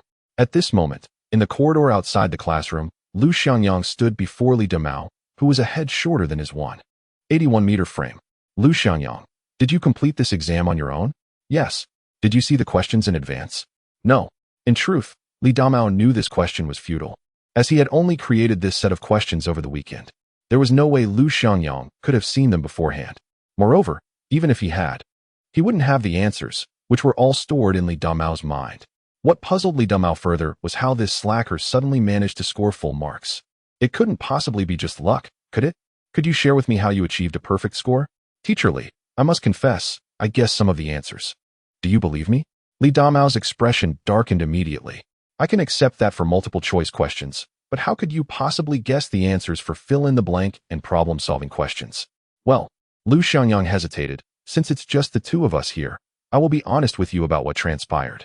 After a moment of contemplation, he continued, to be truthful, I owe my success largely to Gu Yixin. What do you mean? Lu Xiangyang decided to weave a small lie. Gu Yixin has been tutoring me, you see. I am aware of that, but how does it relate to the exam? Last Friday, after school, she provided me with a set of practice questions. I diligently worked through them over the weekend, and it just so happened that the question types aligned perfectly with those on the test. So, you achieved a perfect score because of that? Li Damao asked, raising an eyebrow. But why didn't Gu Yixin score perfectly? Li Damao remained skeptical and pressed further. Even if she gave you a set of questions that matched, did you truly manage to solve them all beforehand? Lu Xiangyang explained, I completed them open book style. If there was anything I didn't know, I simply searched for the answers online. Still pretending? Li Damao clearly doubted Lu Xiangyang's words. I have reviewed your solutions to several complex problems. You tackled not only the compulsory questions, but also the elective ones. Particularly, for the last elective question. While you only proved the first part, I can see that your grasp of mathematical concepts is remarkably solid. In mathematics, a strong foundation is paramount. If you claim that luck allowed you to memorize the question types and achieve a perfect score, that is simply implausible unless you have thoroughly mastered the material. Having spoken, he fixed his gaze on Lu Xiangyang, awaiting his response. Lu Xiangyang looked at Li Damao, feeling a sense of warmth. All right, Teacher Li, I confess, I was merely pretending before. In truth. Truth about what? In truth, I am also a genius. Li Damao replied, Chapter 19. Are we still tutoring today? You? A genius? Li Damao appeared genuinely speechless. Is there such a thing as a mathematical genius? Certainly, there are many. But could this individual before him truly be one? Just a week ago, he scored a mere 8 points. Now, a week later, he has achieved a perfect score. Viewed in this light, it does seem rather extraordinary. Yet, how does this not sound rather implausible? Lu Xiangyang, are you concealing something from me? Li Damao remained unconvinced. The phenomenon of a poor student turning around to score perfectly was indeed hard to believe. Lu Xiangyang candidly asked, Teacher Li, you don't actually believe what Li Jia said, do you? I truly did not cheat. If we were to speak of cheating, it would be akin to having a cheat code. Considering these questions were ones he devised himself, I certainly trust your character. However, This situation feels rather surreal. Teacher, the truth is, my ability to achieve a perfect score this time was indeed thanks to Gu Yixin's assistance. Oh, how so? Last week, she tutored me and also lent me her meticulously organized notes. Lu Xiangyang explained. Over the weekend, I diligently reviewed my notes, and when it came time for the exam, I realized I had grasped all these knowledge points. Li Damao cast a skeptical glance. Lu Xiangyang, you're just spouting nonsense. 3 years worth of knowledge. And you mastered it in a single weekend? Yes, indeed. All right. You should head back to the classroom. Li Damao, weary of his ramblings, waved Lu Xiangyang off. Just as Lu Xiangyang turned to leave, Li Damao called out, "Wait a moment, Lu Xiangyang." Lu Xiangyang turned back. "Teacher Li, is there something else? I noticed you used the Taylor series in this exam's elective questions. Where did you learn that? I came across it in Gu Yixin's notebook. What's the matter?" "Humph. That's knowledge from advanced calculus, well beyond the syllabus." "Is that so? I had no idea." Lu Xiangyang chuckled awkwardly. Li Damao, now somewhat speechless, softened his expression. "Lu Xiangyang, I know you're actually quite intelligent. You just haven't devoted your efforts to studying in the past. Rest assured, Teacher Li, I will strive to study diligently from now on." Li Damao nodded. "But you must remember, learning is not an overnight endeavor. It requires perseverance and endurance." Lu Xiangyang declared resolutely, "I will continue to work hard and strive for full marks in every exam." With that, he turned and returned to the classroom. Behind him, Li Damao's expression was somewhat complicated. Could this be the same slacker Lu Xiangyang who had been aimlessly drifting through his studies? Upon returning to the classroom, the students, who had been engrossed in their own review, turned to look at him. Yet, Lu Xiangyang seemed unfazed as he settled back into his seat. Qian Duoduo leaned in closer. "Hey, Yang Gu, you didn't really cheat to get full marks, did you?" Lu Xiangyang refrained from striking him and replied coolly, "Can you achieve full marks by cheating in mathematics?" Qian Duoduo slapped his forehead. "Even if I were to memorize the answers in advance, I wouldn't be able to get full marks." "Exactly." Lu Xiangyang chose not to elaborate further and took out his English dictionary instead. After approximately 10 minutes of study, he had mastered another 300 words. No rush. Take it slow. One must emphasize gradual progress. Once he finished with the vocabulary, Lu Xiangyang retrieved a set of comprehensive science exam papers from beneath the desk. This was the blank paper he had submitted during the previous monthly exam, purely out of rebellion. He reviewed the exam carefully, and given his current foundation, he estimated he could score around 100. With a total of 300 points in comprehensive science, scoring only 100 was clearly inadequate. If he wished to gain admission to a second-tier university, he would need at least 200 points in comprehensive science, along with 100 points each in Chinese, mathematics, and English. This would yield a total score of around 500. Based on recent year statistics, that should just meet the second-tier threshold, considering last year's cutoff was 498. Thus, to secure a solid chance of entering a second-tier university, he had to put in more effort. Of course, Lu Xiangyang was not currently aiming for any prestigious universities. He decided to set his sights on a second-tier institution for now. Before long, Lu Xiangyang began to diligently tackle the problems at hand, striving to rectify his knowledge deficiencies. The ringing of the bell signaled the end of class, prompting Li Zhe to be the first to dash out of the classroom, followed closely by his classmates who busily organized their desks before exiting. Many of the students were boarders, returning after dinner for evening study sessions. In contrast, Lu Xiangyang, a day student, had no such obligations. Among the entire class 9 of the 3rd year, he and Gu Yixin were the only day students. Gu Yixin excelled academically and possessed a strong capacity for self-directed learning, allowing her to study autonomously both at school and at home, which garnered the approval of teachers and parents alike for her to be a day student. In stark contrast, Lu Xiangyang's academic performance was notably poor, rendering evening study sessions ineffective for him. Furthermore, he had little desire to attend them. With only his grandmother at home, Li Damao consented to his day student status. "Brother Yang, how about hitting the internet cafe tonight?" Qian Duoduo, despite being a boarder, often sneaked out to surf the web in the evenings. "Not going. I have other matters to attend to tonight," Lu Xiangyang replied, engrossed in his problems without turning around. "Come on. We haven't played a game together in days. I truly have something to do." After uttering this, Lu Xiangyang resumed his earnest study. "Brother Yang, you've really changed. I feel unworthy to sit next to you now." Lu Xiangyang patted his shoulder, saying, "Don't say that. Even if I surpass Li Yuhang and rank first in the school, we'll still be good brothers. What a joke. Qian Duo sighed. His grades had been commendable, at least in Lu Xiangyang's eyes. He could be considered a top student. Yet now, that sense of achievement had vanished. The realization that his friend was secretly devoted to studying left him feeling desolate. Once Lu Xiangyang completed all the problems he could solve, he noticed that only a handful of classmates remained in the classroom. Among them was Gu Yixin, who, wearing headphones, held a red marker in hand, grading a test paper before her. After a while, she removed her headphones and, after scrutinizing the paper, approached Lu Xiangyang, asking, "Did you solve all of these by yourself?" "Ah, what is up? You got them all right." Gu Yixin was taken aback. Having heard that Lu Xiangyang scored full marks on today's quiz, she found it unbelievable. Now, his performance on her test paper was also perfect. Gu Yixin frowned, seemingly deep in thought, and then inquired, "Lu Xiangyang, did you intentionally perform poorly before?" To her, it seemed impossible that he could suddenly achieve full marks in a test without prior intention to fail. Lu Xiangyang shrugged, "Not at all. I genuinely didn't know before." "Then how did you manage to understand now? Wasn't he at you who tutored me?" "Come on, I've only tutored you once. There's no way you could have mastered it." "As for that, I can't say. I diligently studied the math notebook you gave me and discovered that I had grasped these fundamental concepts." Of course, Lu Xiangyang was merely fabricating. However, he could not elucidate the specific reasons. Gu Yixin appeared somewhat skeptical, yet found herself at a loss for alternative explanations. "Shall we continue our tutoring today?" she inquired with uncertainty. "Of course," Lu Xiangyang replied without hesitation. "I have several questions I would like to discuss with Teacher Gu."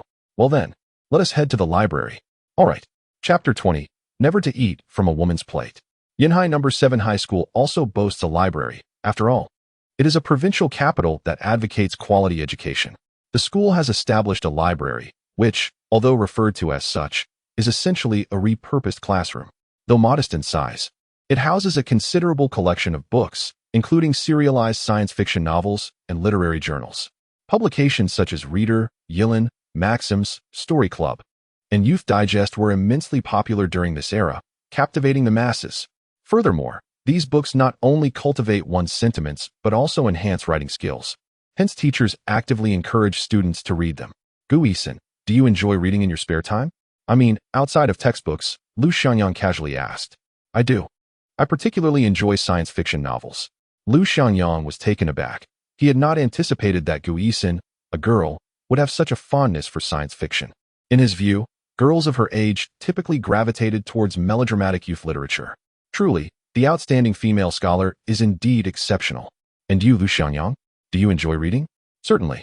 I adore reading," Gu Yixin responded, surprised to discover Lu Xiangyang shared such an interest. "Oh, what do you read?" Lu Xiangyang smiled and replied, "The books I read may not appeal to you. That remains to be seen. Do share." For instance, A Brief History of Time. Gu Yixin's eyes widened in surprise upon hearing Lu Xiangyang's answer, as she too held a fondness for that book. Yet, she recalled that Lu Xiangyang had never seemed particularly interested in reading. "How did you come to enjoy such literature?" Lu Xiangyang responded nonchalantly. "I do not read for the sake of acquiring knowledge, but rather what? But rather to appear profound." Gu Yixin chuckled, a smile radiating across her face, bringing forth a refreshing warmth akin to spring. She had never previously realized how amusing Lu Xiangyang could be in conversation. The two of them entered the library, engaged in lively banter. At that moment, several students were already present, engrossed in their reading. Upon noticing the arrival of Gu Yixin, a few peers exchanged glances, for she not only excelled academically, but was also remarkably beautiful, ranking among the most attractive in the school. Consequently, numerous classmates, both male and female, took notice of her. At that juncture, they noticed the boy accompanying the school beauty and began to murmur, "Hey, look, isn't that the slacker from class 9, Lu Xiangyang? Indeed, I heard he scored just 8 points in the last monthly exam in mathematics." "What? How could one possibly score an 8? Even sheer guesswork should yield more than that. Yet, how is it that he is walking alongside Gu Yixin? It is truly astonishing. This is the first time I have witnessed the illustrious Gu Xuehua engaging in light-hearted banter with a boy." Naturally, Lu Xiangyang and Gu Yixin remain oblivious to the murmurs of gossip surrounding them. The two found a seat by the window, where Lu Xiangyang retrieved the comprehensive science exam he had completed earlier that day. He then sought Gu Yixin's assistance with the questions he found perplexing. Gu Yixin, too, had only scored 257 on this set of papers, leaving her equally dissatisfied. The physics section, laden with intricate concepts, was precisely what Lu Xiangyang yearned to understand better. An hour later, Gu Yixin pointed to the final challenging question and remarked, "I was unable to solve this one either. I shall revisit it at home. And once I have grasped the methodology, I will share it with you. For now, focus on solidifying these foundational concepts. Learning must be a gradual process." "Thank you, Teacher Gu," Lu Xiangyang replied appreciatively. Physics in high school is often regarded as the most challenging aspect of the sciences. It is frequently the case that students who excel do so due to their prowess in physics. Subjects like biology and chemistry can largely be mastered through memorization, though not merely rote memorization. Physics, however, is particularly comprehensive, with a multitude of concepts and substantial calculations. A profound understanding of the underlying principles is imperative. Just as Lu Xiangyang and Gu Yixin were preparing to leave the library, some of the students who had been studying began to stir. One boy, for instance, pulled out his Nokia phone to take a picture, albeit from a distance, resulting in a rather blurry image due to the phone's low resolution. As Lu Xiangyang and Gu Yixin exited the library, Gu Yixin remarked, "I truly did not expect your mathematical foundation to be so robust." She was genuinely astonished by Lu Xiangyang's progress. Although he had only undergone one session of tutoring, which primarily covered basic concepts, he seemed to have mastered them entirely. "I've always been rather low-key and disinterested in academics. In truth, I'm somewhat of a treasure," Lu Xiangyang said, trailing off. Gu Yixin, intrigued by his statement, inquired, "What do you mean by somewhat of a treasure?" A smile graced her face. Eager to uncover what he wished to express, Lu Xiangyang secretly contemplated, "Perhaps one day you will come to love me," but he refrained from voicing this sentiment, fearing it would be perceived as jesting. "Perhaps one day, I might even surpass you in mathematics," he suggested instead. "Ah, well, indeed you are quite clever. I must admit I underestimated you." Gu Yixin smiled knowingly. To her, Lu Xiangyang was not only skilled in martial arts, but also possessed an innate talent for academia. Such a boy truly was a hidden gem. Moreover, as she observed him closely, Gu Yixin realized just how handsome he was. With a delicate heart-shaped face and a prominent nose, her deep-set eyes seemed to harbor the vastness of the stars and the sea. Particularly, Lu Xiangyang's smile exuded a charm reminiscent of a rogue. She couldn't help but feel a sense of bewilderment, as if she were truly meeting this boy for the first time. "Hey, Gu Yixin, what are you daydreaming about?" "Oh, nothing. Just thought you seemed different," Gu Yixin replied. Regaining her composure, her cheeks flushed. "Really? In what way?" Lu Xiangyang teased, pressing for more. "Ahem. Well, you look particularly spirited today." Gu Yixin hurriedly concealed her embarrassment, her entire face now aglow. The blush of youth surpasses all romantic declarations. Lu Xiangyang chose not to pursue the matter further, and as he pushed his bicycle, they strolled and chatted. Before they knew it, they had reached the school gate. Suddenly, Lu Xiangyang halted, turning to Gu Yixin, "By the way, I'm returning the money I borrowed from you." "Thank you." As he spoke, he pulled out a 50 yuan note and handed it to her. Gu Yixin paused in surprise, inquiring, "Do you still have enough for meals?" "Of course, I earned 200 from the weekend performance match." "Oh right, I almost forgot." Gu Yixin's face lit up with a radiant smile as she accepted the note. "Well then, Teacher Gu, goodbye, see you tomorrow." After speaking, Lu Xiangyang turned to ride away. After taking a few steps, Gu Yixin hurried after him, raising her hand to stop him. Her lips parted slightly, as if she had something to say, but then fell silent. "Is there anything else?" Lu Xiangyang asked, puzzled. If you ever find yourself without money for food next time, feel free to come to me. I'll cover you." Upon saying this, her blush deepened. However, Lu Xiangyang responded with a serious expression, "I would never accept money from a woman." "Humph. You." Gu Yixin pouted, both annoyed and flustered, utterly adorable. "Don't be angry. I was just joking," Lu Xiangyang said with a gentle smile, maintaining his calm demeanor. "In truth, I would like to accept, but I fear you might look down on me." With that, he pedaled away on his bicycle, leaving behind the tranquil essence of an entire spring day. Chapter 21. I want to earn money soon. At the UU Internet Cafe, Lu Xiangyang secured his bicycle and logged onto a computer. As soon as he accessed the chat platform, notifications flooded in. Upon checking, he found numerous messages from editor Pang Hu. "Author, are you there? I would like to discuss the outline with you. What are your thoughts on the plot development? Is it convenient to chat? Are you present? Are you there, chasing wind?" Lu Xiangyang skimmed through the messages without rushing to reply. He logged into the author's backend and was met with dozens of incoming messages from the editor inquiring about the book. After quickly reviewing the data, he discovered that the book was already marked as contracted. Not bad. The efficiency of Xiangcao Chinese network is quite impressive. They finalized the contract in just one day. He then opened the data section and took a glance. Clicks, 327. Favorites, 314. Comments, 17. Currently, the word count stands at 83,000, with fewer than 10,000 words. The clicks barely reached 327.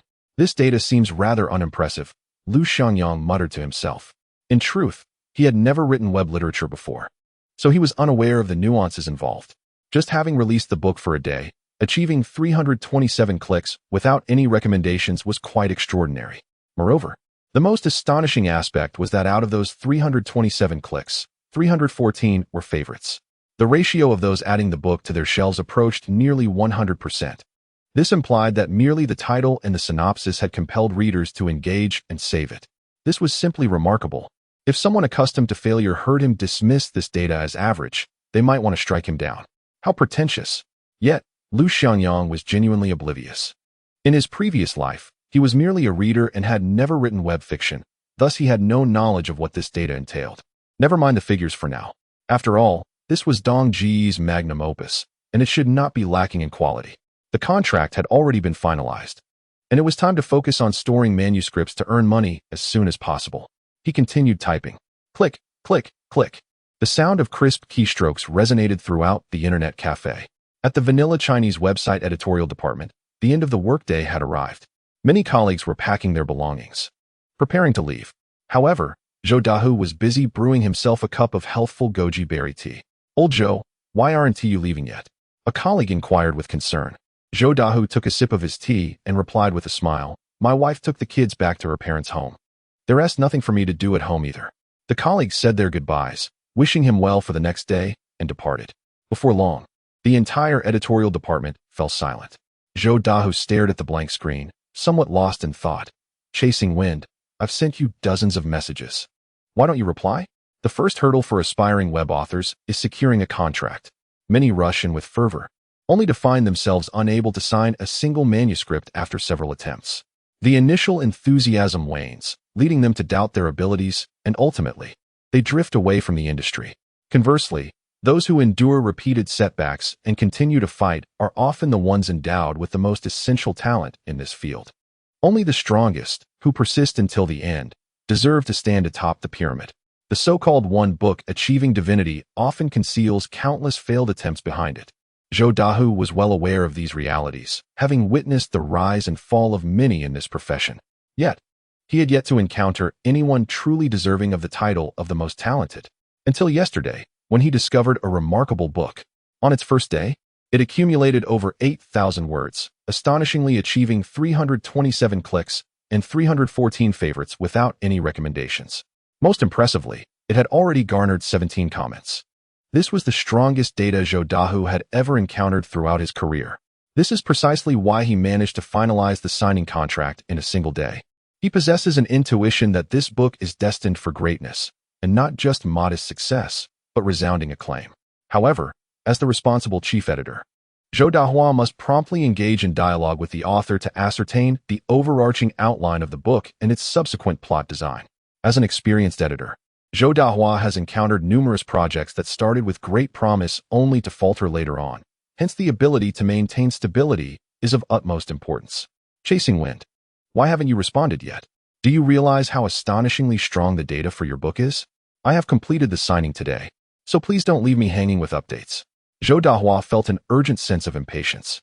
His inbox was teeming with manuscripts, yet he found little inclination to review them. Nevertheless, the work must continue. He decided to focus on reviewing to distract himself while awaiting news from Chasing Wind. Zhou Dahu moved the mouse, opened the inbox, and commenced his evaluations. A young boy, whose potential had all but been squandered, unexpectedly acquires an ancestral ring, thus embarking on a remarkable journey. One could say the premise was decent, yet the prose was utterly unmanageable. What a disappointment. Next, he continued to review. A middle-aged man is reborn, gaining the ability to see through people. only to encounter a rather lewd 50-year-old woman. The plot thickens as a female CEO, seeking to escape marriage, weds a young security guard, unaware that he is, in fact, a peerless celestial emperor. What nonsense is this? Is this the work of a child? Why can't these authors ignite their words as Chasing Wind does? Alas, all of these shall be dismissed. After reviewing more than a dozen manuscripts, not a single one caught his eye. A few had previously held a glimmer of hope for publication, but they were all unjustly discarded due to Lu Xiangyang. Zhou Dahua's motivation for reviewing further manuscripts waned. He sipped his goji berry tea. Just then, a notification chimed. Zhou Dahua hastily set down his cup and opened the message. Hello, I am the author Chasing Wind Boy. May I inquire when my novel will be available for sale? Zhou Dahua widened his eyes in disbelief. The book was just released yesterday, and the contract was only finalized today. And now he wishes to know when it can be published? Truly a newcomer, entirely unversed in the process. Greetings. I am editor Fat Tiger. The signing for your new book has been completed. Please maintain your updates, and once the word count is sufficient for publication, I will notify you. Zhou Dahua sent the message, and the response came swiftly. I would like to ask when the novel can be available for sale? Zhou Dahua's expression fell. What is wrong with this author? I have just informed you that the signing was completed today, and you have only submitted 8,000 words. Why inquire about publication? Nevertheless, he remained courteous towards Chasing Wind. There is no rush regarding publication, for now. Please ensure 2 updates daily with a minimum of 4,000 words. Soon, another message arrived, but I am eager for publication, so I wish to ask about it. Zhou Dahua's brows furrowed tightly. Chasing Wind, what exactly are you trying to achieve? Throughout my years in this profession, I have yet to encounter an author quite like you. Just after publishing, you are already inquiring about the release. How astonishing. Dear Zhifeng, what is your urgency regarding the launch? Is it because you are eager to generate income? My goodness. Such a response leaves one utterly speechless. Zhou Dahu understands that, for an author, launching signifies the commencement of earning revenue. However, there exists a prerequisite, a certain level of accumulation and a foundation of readers. Zhifeng, I comprehend your desire to earn quickly, but your book has only just been contracted, and the word count is insufficient for a launch. Oh, how many words are required for a release? This varies by genre. For a fantasy piece, approximately 300,000 words would suffice.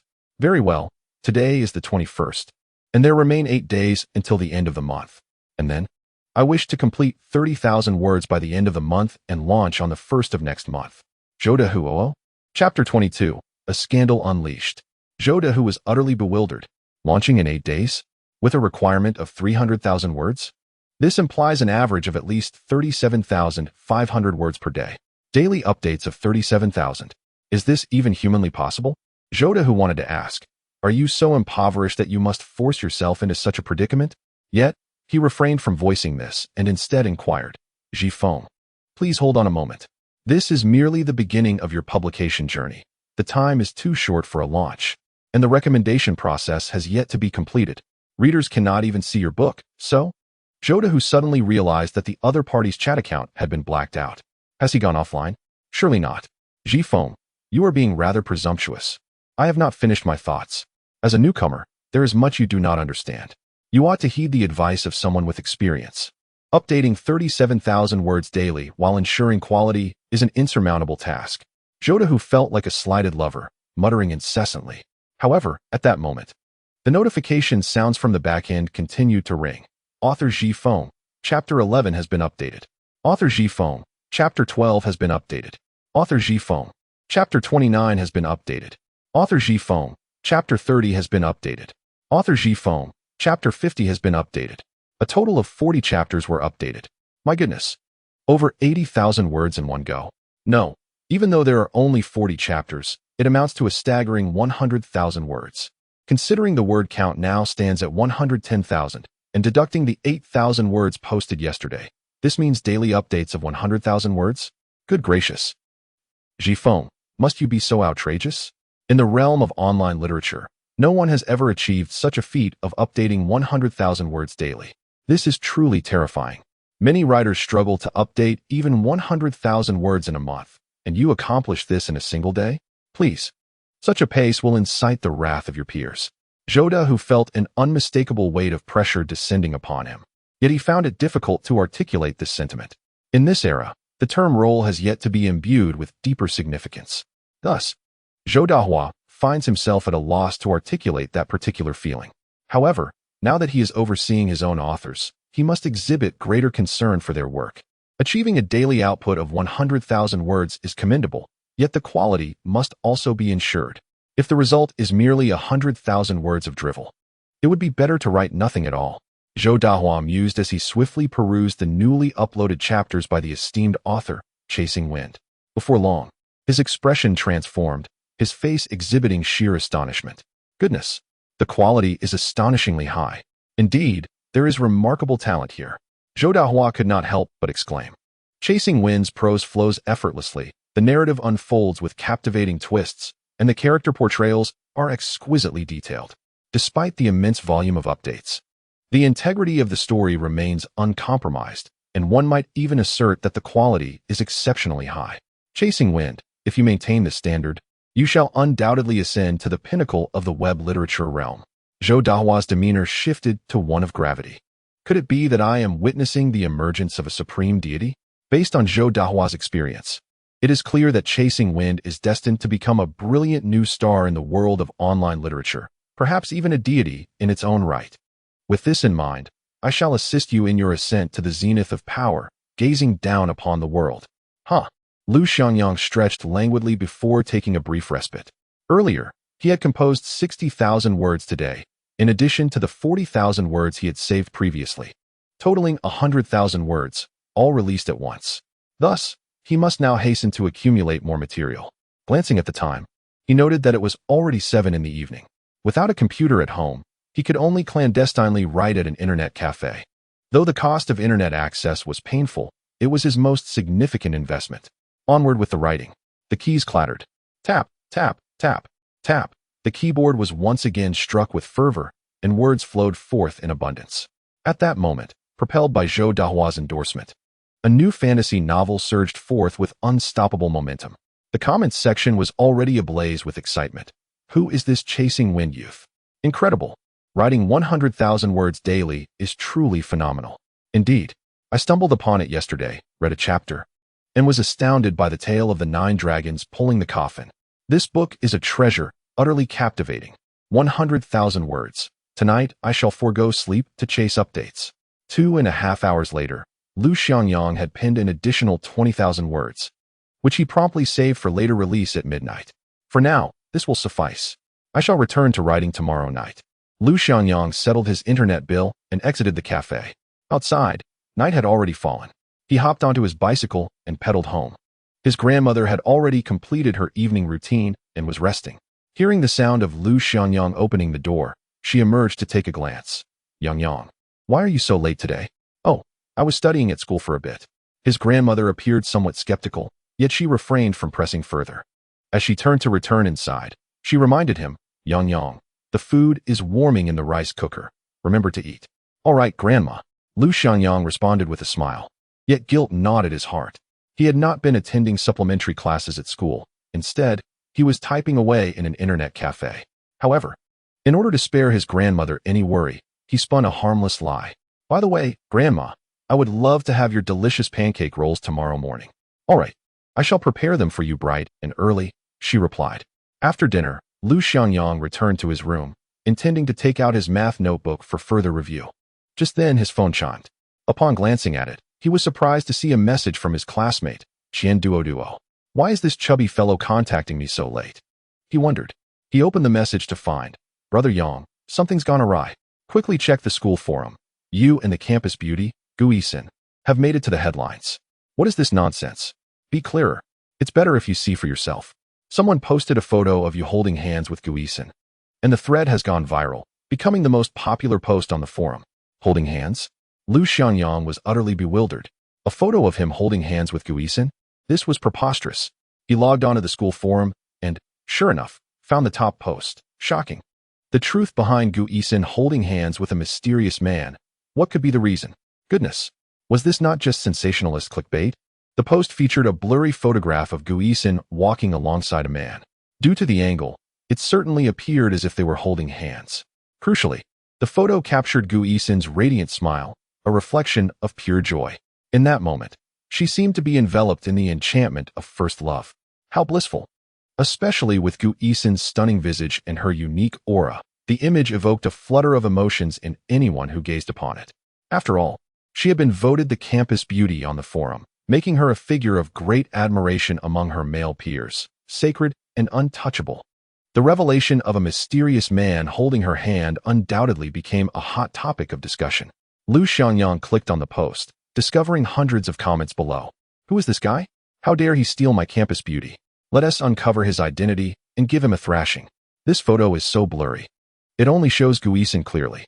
The photographer lacks any skill. I can't shake the feeling that this guy looks familiar, but I'm not certain. Upon closer inspection, it can't be Lu Xiangyang. Wow, my goddess. How could she hold hands with someone else? My youth is over. I can only wish them well. Damn it. Don't let me find out who you are. 99 replies. Chapter 23. The fear of being summoned by the Dean of Discipline. After perusing the comments for nearly 10 minutes, Lu Xiangyang finally finished reading them all. Fortunately, the photo was so blurry that no one recognized him. However, Gu Yixin was unmistakably clear, especially her smile, which had been captured beautifully. She was already stunning, and that candid smile exuded an unmistakable aura of romance. Indeed, Gu Xiaohua is truly captivating. She appears stunning in every photograph.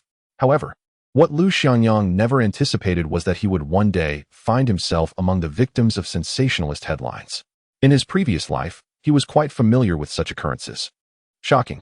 A white radish unexpectedly grew into a red radish. The reason is shocking. Two men fought naked under the blazing sun. The reason is, the exaggerations were endless, all aimed at attracting attention. Although this incident stirred considerable discussion on the forum, at least no one could discern his identity. Unfortunately, Gu Yixin found herself in a predicament.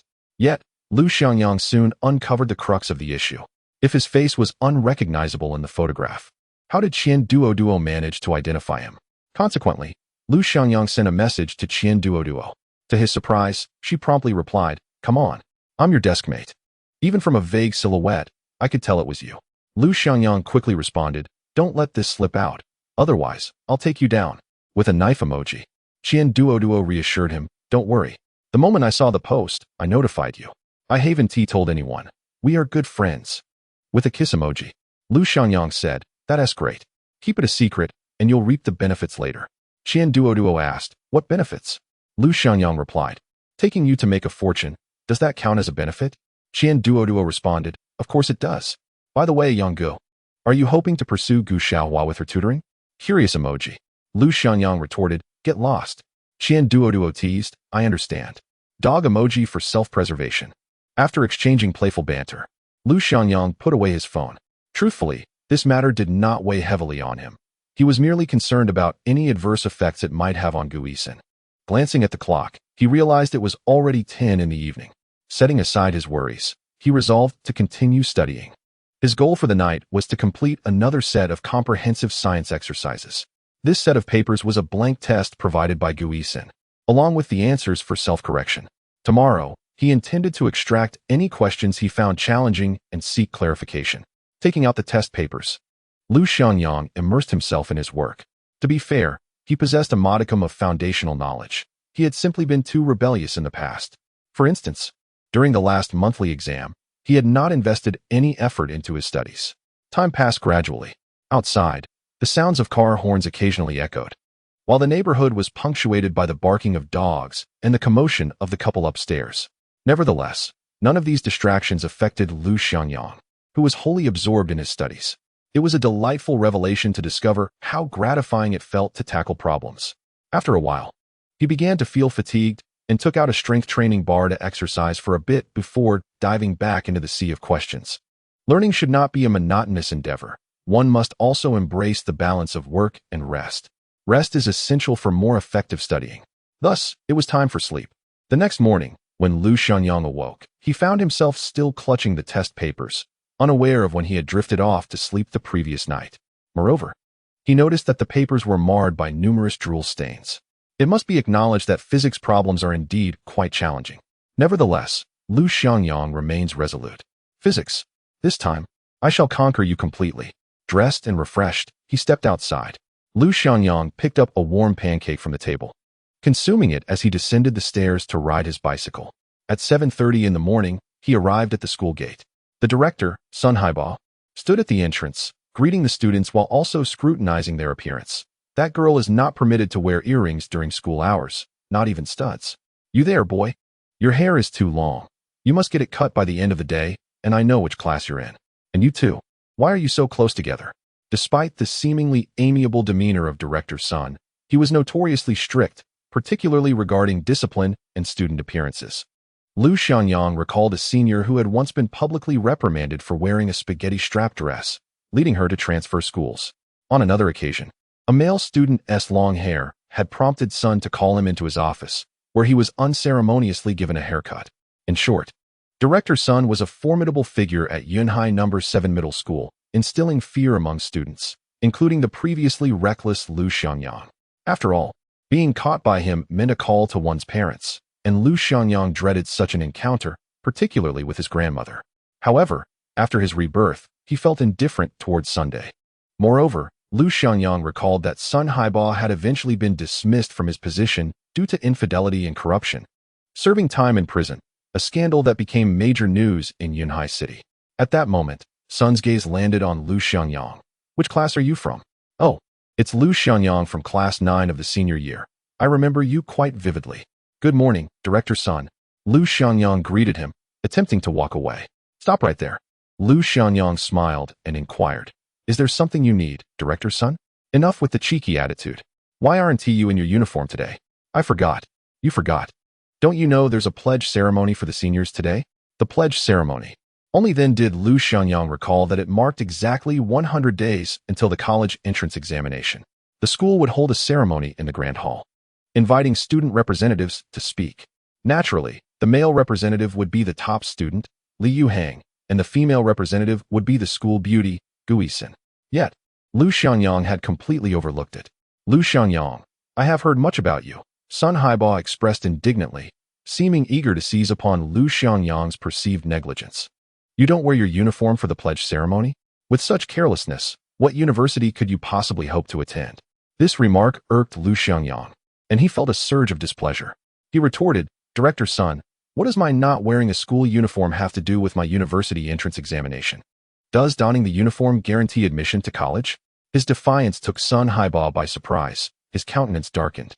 With wide eyes filled with ire, he exclaimed, What kind of attitude is this? Are the school's regulations mere child's play?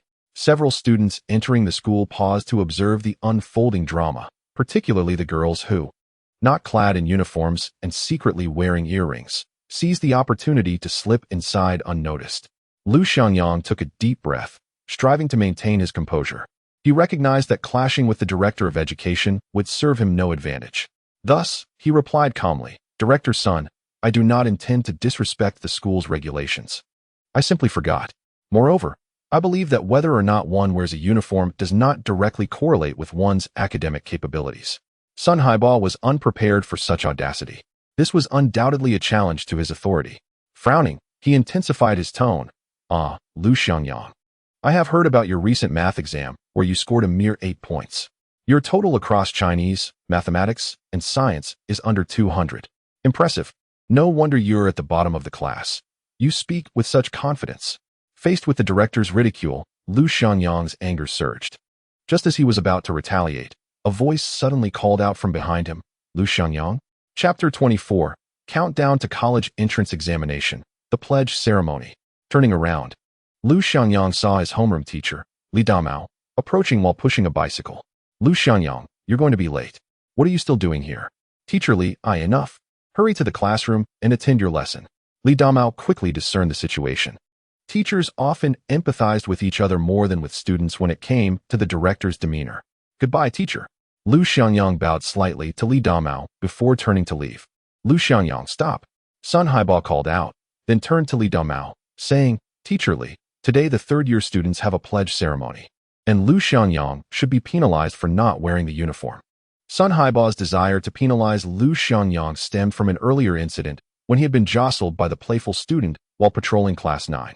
At that time, Lu had merely muttered an apology, a slight that festered within Sunday. Although compulsory education prevented him from expelling a student at will, he found ways to administer punishment, especially to those he deemed inferior, like Lu Xiangyang, whom he considered worthless. Director, the school does not mandate that students must wear uniforms. Let's overlook this matter regarding Lu Xiangyang. I will speak to him later, Li Damao asserted. As a senior teacher with considerable respect within the Municipal Education Committee and the head of the mathematics department, he commanded significant authority in the school, even earning the principal's esteem. Thus, the young dean refrained from saying much. After all, the issue of not wearing uniforms was not solely about Lu Xiangyang. This morning, he had caught numerous senior students in violation of the dress code. Very well, Lu Xiangyang may leave for now, but I shall certainly report this matter to the principal later. With that, he shot Lu Xiangyang a stern glare. Li Damao did not say anything further. He simply looked at Lu Xiangyang and said, "Let's go." Together, they pushed their bicycles away. After securing the bike, Lu Xiangyang bowed deeply to Li Damao, expressing his gratitude. "Thank you, Teacher Li." Li Damao gazed at him in astonishment. "What for? Is it really necessary for you to bow for such a trivial matter?" In truth, Lu Xiangyang's gesture was not merely for this incident, but rather for Li Damao's unwavering support. In his previous life, Li Damao had often earnestly advised Lu Xiangyang to devote his energy to his studies. He was the kind of person who, despite appearing stern, genuinely cared for his students. If he expressed anger, it was rooted in disappointment rather than frustration. He was truly reluctant to give up on any student, especially Lu Xiangyang. "All right, go put your bag in the classroom and hurry to the auditorium. The pledge ceremony is about to commence." Lu Xiangyang nodded and turned towards the classroom. Behind him, Li Damao watched his retreating figure, shaking his head with a bemused smile. "Yang Gu, how did you get caught by the dean?" Upon entering the classroom, he saw Qian Duoduo organizing his backpack. "Did you see me?" "Of course. I snuck in while Director Sun was educating you," Qian Duoduo replied. "You went out gaming again last night, didn't you?" "Indeed. With you absent, we suffered terribly." Lu Xiangyang stored his bag, and Qian Duoduo pulled him out, urging, "Let's hurry. The pledge ceremony is starting." Just as they arrived at the auditorium, the principal's voice boomed through the microphone. "Now, let us welcome our outstanding student representative, Li Yuhang, to the stage." A thunderous applause erupted from the audience, accompanied by the excited shrieks of female classmates. It was inevitable. Li Yuhang was not only academically accomplished, but also quite handsome, with a refined appearance and tall stature. He embodied the quintessential protagonist of a youthful novel. Lu Xiangyang had to admit, he was the only one who posed a threat to him in terms of looks. Clearing his throat, Li Yuhang ascended the podium, taking the microphone with a calm expression that exuded an icy demeanor. Then, his cool voice resonated through the hall. "Fellow students, 10 years of honing a sword. The college entrance examination is a significant turning point in our lives. It not only tests our knowledge, but also challenges our willpower and mental fortitude. Today, we stand here not merely to take an oath, but to make a promise to ourselves, a promise to not betray our youth and to not forsake our dreams." The words of Li Yuhang conveyed a sense of determination and confidence, inspiring every individual present with a palpable strength. He continued, "Each of us harbors our own dreams, and the college entrance examination serves as a staircase to realize those aspirations. The journey may be arduous, and we may encounter setbacks. Yet, as long as we remain steadfast and courageous, we shall surely reach the shores of success." The students in the audience were filled with fervor, applauding in fervent support. Among the crowd, Lu Xiangyang felt an inexplicable surge of excitement. Having traversed the trials of life, he understood well that while the college entrance examination cannot completely dictate one's future, it undeniably represents a pivotal turning point in life. Many will embark on diverse paths following this examination. For Lu Xiangyang, education and perspective are of paramount importance. Gaining admission to a prestigious university does not guarantee a lucrative career, nor does it assure a life of grandeur. However, for those lacking familial support, it provides a stepping stone, granting them the opportunity to share the same stage with a broader array of individuals. Thus, the college entrance examination is akin to a launching pad. Inspired by Li Yuhang's impassioned speech, Lu Xiangyang found renewed goals and motivation. "Li Yuhang, you shall be my benchmark." Next, the principal's voice resonated once more. "Now, let us invite another exemplary student representative, Gu Yixin, to the stage." As Gu Yixin gracefully ascended the podium, her radiant beauty and confident demeanor captivated everyone's attention, inciting excitement among the male students below. Classmates. Gu Yixin smiled as she took the microphone. Her voice soft yet resolute. Each of us is a unique existence. The college entrance examination is but a stop on our journey of life. It is significant, yet not the destination. We must cherish this time, arm ourselves with knowledge, and illuminate our paths with dreams. Her words brimmed with hope for the future and encouragement for her peers. She continued, with only 100 days until the college entrance examination. Let us strive together and toil diligently for our dreams and a brighter future. We are ready for the college entrance examination. I am ready, and so am I. As soon as Gu Yixin finished speaking, voices from the crowd echoed in agreement. The entire cohort of seniors erupted in passionate applause. Truly, she is the school beauty and an academic prodigy at 7th High, held in high esteem among her peers. In that moment, Lu Xiangyang gazed at Gu Yixin on stage and felt a sudden realization. Indeed, excelling academically is a gratifying endeavor. It's just about studying. Let's go for it. Chapter 25. The Despicable Fellow. He's got me again. After the pledge ceremony concluded, Lu Xiangyang exited the grand hall alongside Qian Duoduo. With an arm draped over Lu Xiangyang's shoulder, Qian Duoduo cheerfully remarked, "Yang Gu, you must also put in the effort." "Why not?" Lu Xiangyang walked on, avoiding his gaze. "Aren't you eager to pursue the school beauty? Then you must work even harder. Don't let her underestimate you. Go away. All I want now is to focus on my studies. Of course, there's also the matter of making money, though I shouldn't voice that, at least not now. I must hurry. I need to return to the classroom and immerse myself in my studies." Lu Xiangyang pushed his hand away and strode towards the classroom. "Wait for me. Yang Gu, I too wish to study earnestly," Qian Duoduo exclaimed, rushing to follow him. He reached out and rested his hand on Lu Xiangyang's shoulder. Upon returning to the classroom, Lu Xiangyang devoted himself wholeheartedly to his studies.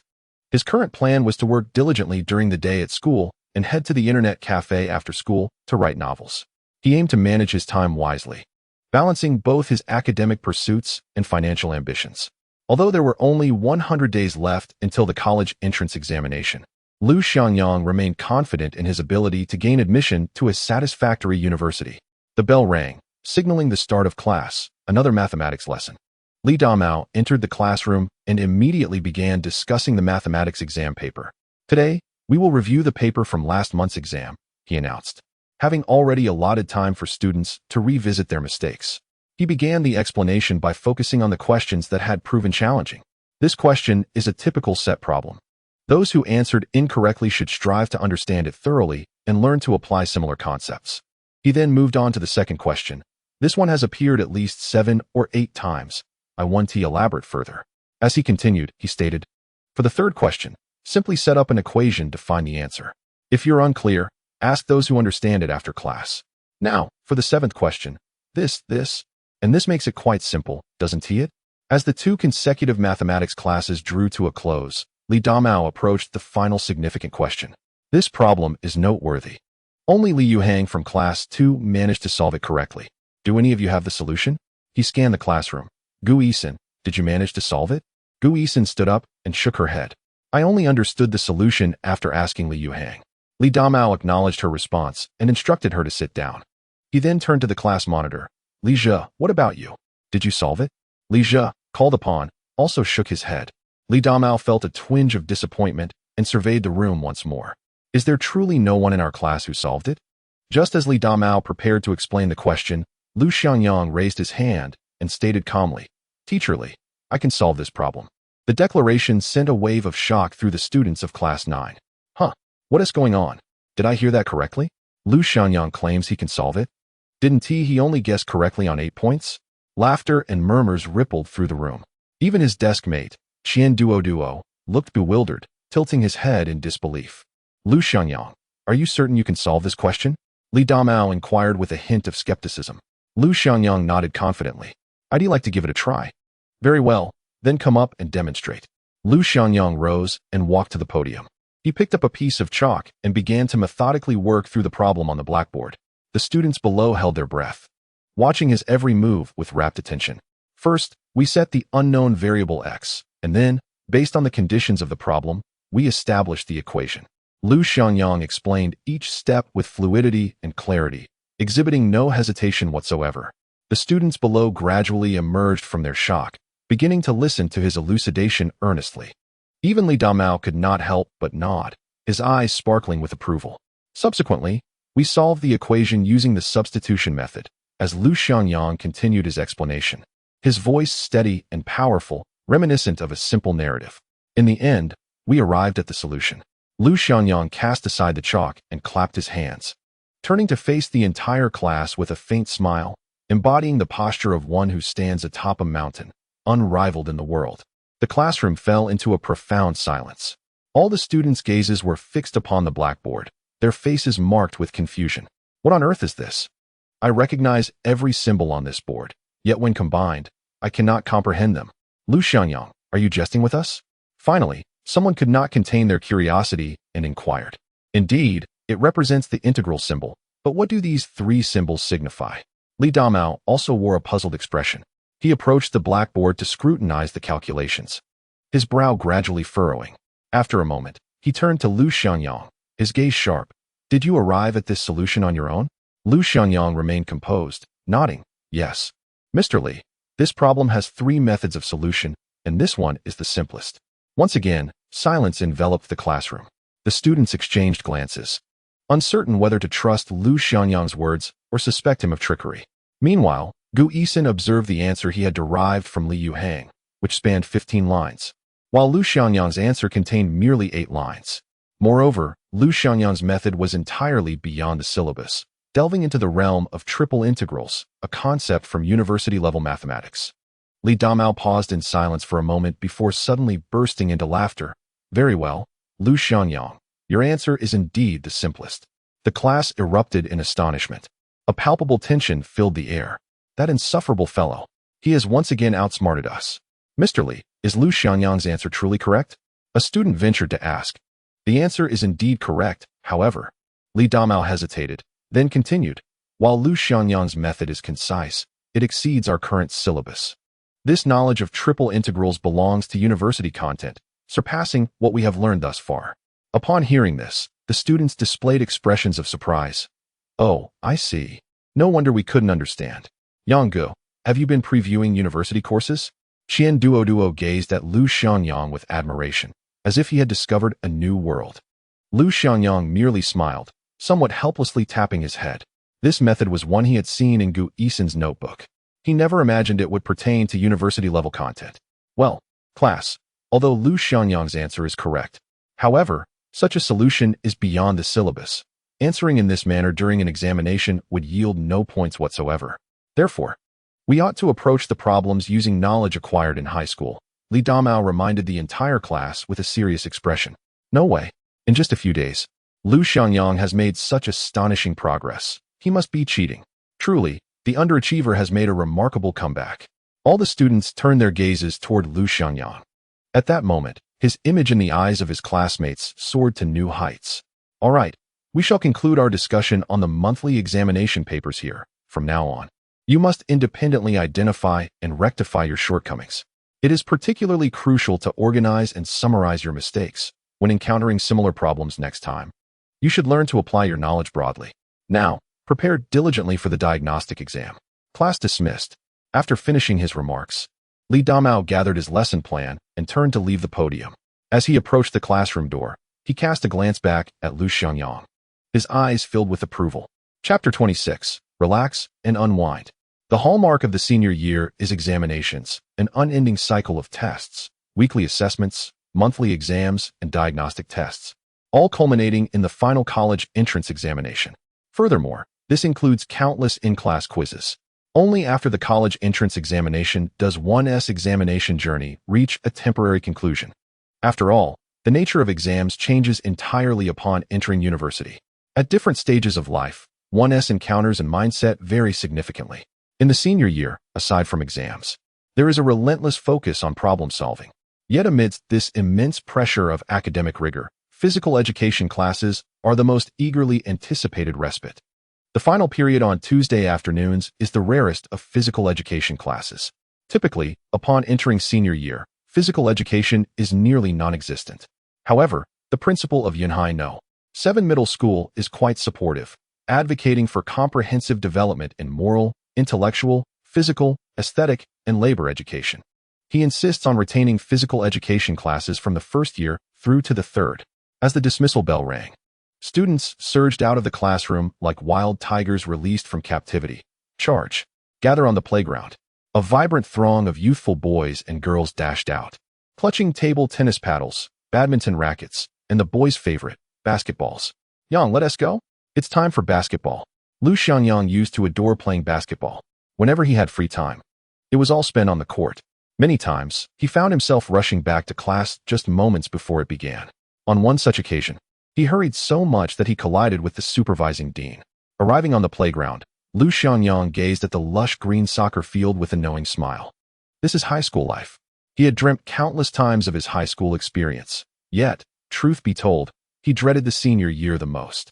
Now that he is back, Lu Xiangyang no longer feels fear. Instead, he wishes to fully embrace the joys of his senior year.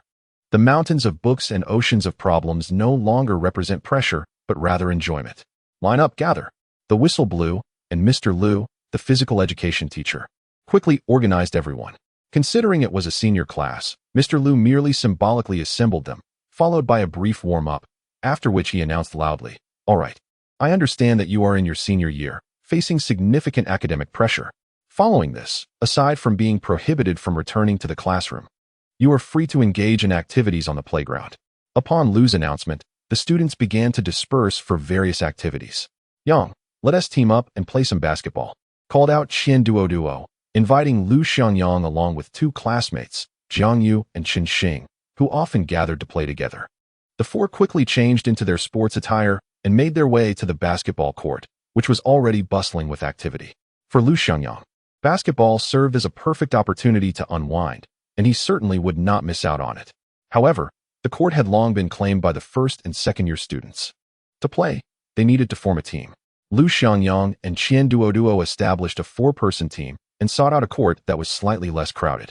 Including their group, there were 4 teams in total, engaging in a series of matches where the losing teams would rotate out, allowing the remaining teams to compete until a victor emerged. Naturally, teams of superior skill could dominate the court, while weaker teams often faced swift elimination, with some players barely even touching the ball before being sidelined. "Classmate, join our group," Qian Duo called out to a towering figure on the court, who stood at nearly 2 meters tall, a formidable center. The other 3 members of this group appeared equally athletic, clearly members of the school's sports team. At this moment, Chen Xing approached and remarked, "Qian, let us switch groups. That guy is Han Xiaohu from the school basketball team. He plays aggressively. I've faced him before. He even claims to be the Akaji Gaokao from our school. He's fierce. I've been knocked down by him before, and it nearly cost me dearly." Jiang Yu chimed in, still sounding shaken by the memory. However, Qian Duo, glancing around, noted that this court had the fewest players. "What is there to fear? We have Lu Xiangyang with us. Let us see how we fare against him, the McGrady of our school. We'll play one match first," he declared with a hint of pride. Though Lu Xiangyang's academic performance was not outstanding, he was renowned for his basketball skills at Yunhai No. 7 High School, earning the nickname McGrady among his peers. Lu, the teacher, had even mentioned on several occasions that Lu Xiangyang possessed the physique and potential for sprinting. Yet, he had no desire to pursue a path as a student athlete. In his previous life, he had navigated his days without a clear vision for the future, living aimlessly until he realized, following the college entrance examinations, that such a way of life had reached its conclusion. Having been granted a second chance at life, Lu Xiangyang meticulously devised plans for both his studies and financial endeavors, incorporating physical fitness into his regimen. After all, a sound body is essential for all pursuits. After a full day of studying, it was the perfect opportunity to unwind with a game of basketball, his forte. "Let us go, it's our turn." Before long, a group of classmates, visibly exhausted, exited the court, clearly having been overmatched by Han Xiaohu's team. The half-court games did not keep score. Instead, it was a race to see which team could score 5 baskets first. As the visiting team, Lu Xiangyang's squad commenced the match with the first serve. Qian Duo maneuvered beyond the 3-point line and promptly passed the ball to Chen Xing. After dribbling a couple of steps, Chen Xing noticed Han Xiaohu advancing to apply pressure and swiftly returned the ball to Qian Duo. Qian Duo dribbled slowly within the 3-point arc, seeking a breakthrough. However, an imposing figure stood in his path. Despite several attempts to penetrate, Qian Duoduo's feints failed to deceive his opponent. Observing this, Chun Xing approached to set a screen, allowing Qian Duoduo to exploit the opportunity and dribble past him. Just as he was about to break through, a formidable presence loomed ahead. Han Xiaohu was indeed exceptionally tall and robust.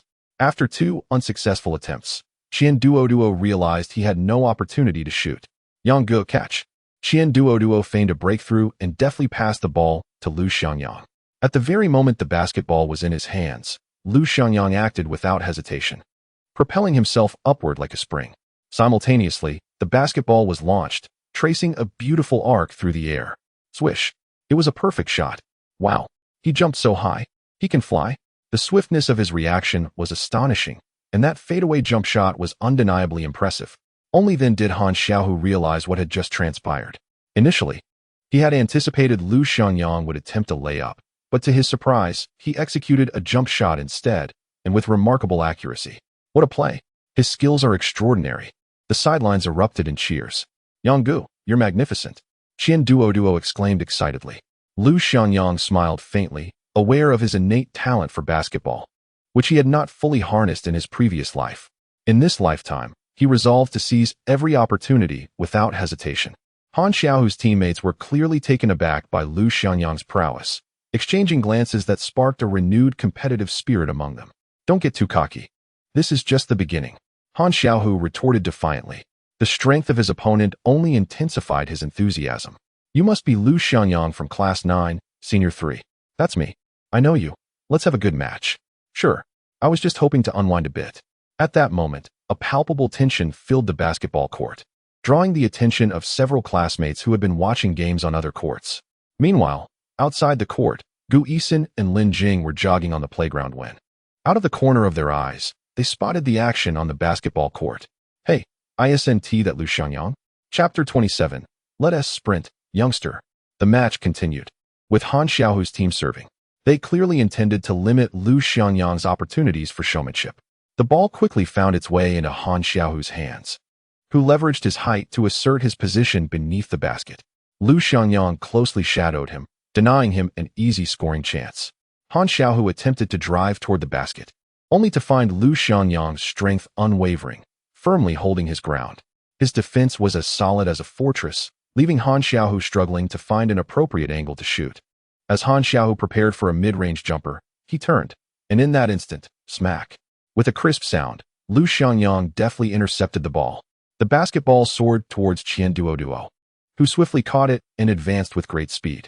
Lu Xiangyang closely followed, and Qian Duoduo executed a feint in the paint to elude his defender. Instead of taking the shot, he passed the ball to Lu Xiangyang. Without a moment's hesitation, Lu Xiangyang received the ball, accelerated, and barreled towards the basket. Confronted by Han Xiaohu's defensive move, Lu Xiangyang showcased his remarkable explosiveness and agility. With a graceful spin, he bypassed his opponent and effortlessly scored. What a splendid play! The spectators on the sidelines erupted in applause. Lu Xiangyang's dazzling performance ignited the atmosphere of the entire basketball court. Wow! The seniors are playing exceptionally well. Don't you know him? Lu Xiangyang from Class 9, Grade 3, is a basketball prodigy. Oh, I know him. I heard he only scored 8 points on the last math exam. Yes, that's him. Truly, when one door shuts, another opens. Wow, that has some potent sarcasm. Let us keep watching the game. Oh, look, isn't that Gu Xiaohua? Yes, it seems to be her. On the sidelines, Gu Yixin quietly observed Lu Xiangyang on the court, thinking to herself, I never imagined he played basketball so impressively. Previously, she had heard others speak of Lu Xiangyang's prowess on the court, even likening him to Tracy McGrady. However, she had never been interested in basketball. Today, while jogging, she happened to pass by and decided to take a look. To her surprise, Lu Xiangyang moved with such agility and charm. Despite facing 3 defenders, they were unable to contain him. The game continued, and it was once again Qian Duoduo's turn to inbound the ball.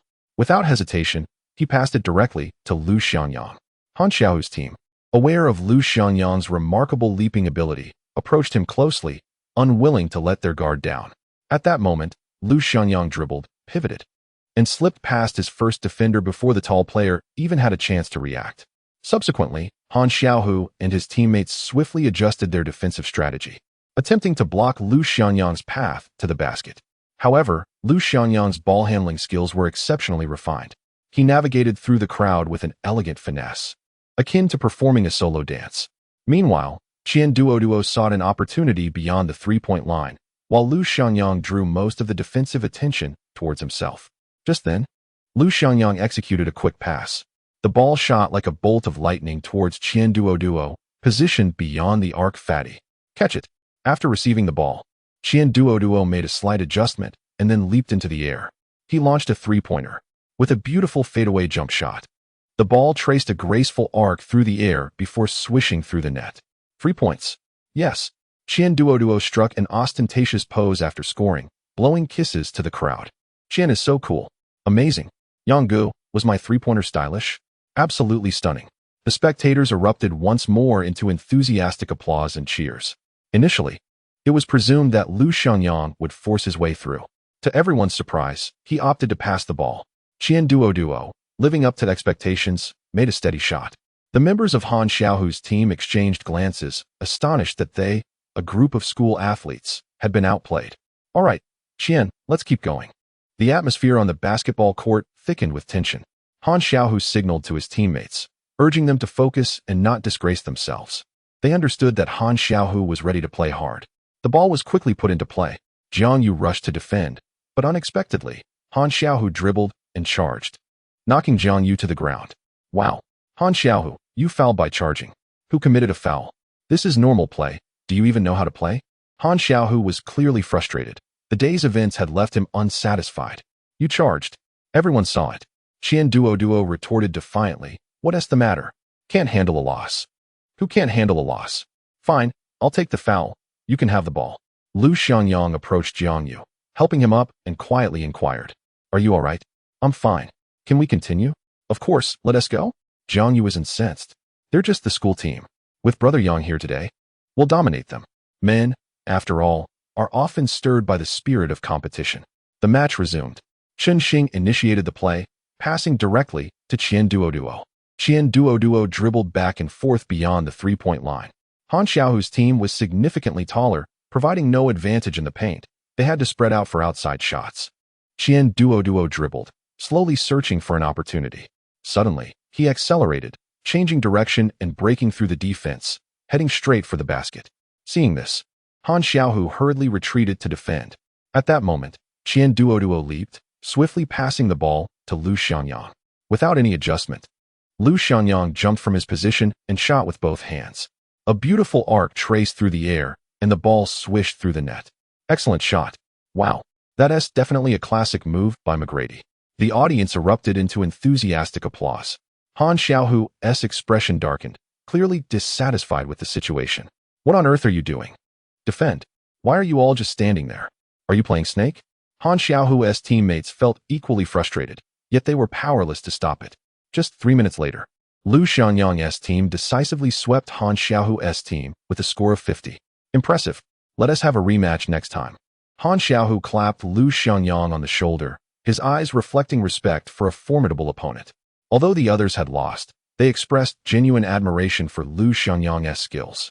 All right, Lu Xiangyang nodded.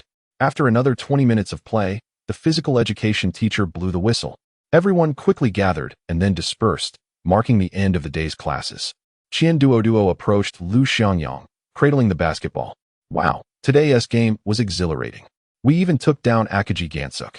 Brother Yang, let us play a few more matches. Lu Xiangyang waved his hand and said, no more. I must return home to focus on my studies. Come on, Yang Gu, we're just getting started. Don't dampen the mood. Chen Xing and Jiang Yu urged Lu Xiangyang from the sidelines, wanting him to continue playing a few more matches. With Lu Xiangyang in their group, they could dominate the court, unless they felt fatigued and wished to cease. If you're really done, find someone else to make up the team. Lu Xiangyang wiped the sweat trickling down his forehead and turned to leave. Ah, Yang Gu has truly changed. Changed how? His mind is solely on his studies now, without a thought for me. TCH. Qian Duoduo, you two are acting as if you're in a romantic relationship. What are you talking about? Yang Gu and I share the purest friendship while playing ball. The trio resumed their conquest of the court. 10 minutes later, Lu Xiangyang, with his backpack slung over his shoulder, slowly walked to the school gate, pushing his bicycle. He then rode directly to the UU Internet Cafe, ready to write once more. At the school entrance, Gu Yixin, with a backpack and headphones, watched Lu Xiangyang zoom away, his eyes flickering with unspoken thoughts. Chapter 28. Goals for the Mock Exam Scores. At UU Internet Cafe, Lu Xiangyang logged into his chat account, which immediately erupted with notifications. A plethora of messages from the editor, Fat Tiger, flooded in. Chasing wind.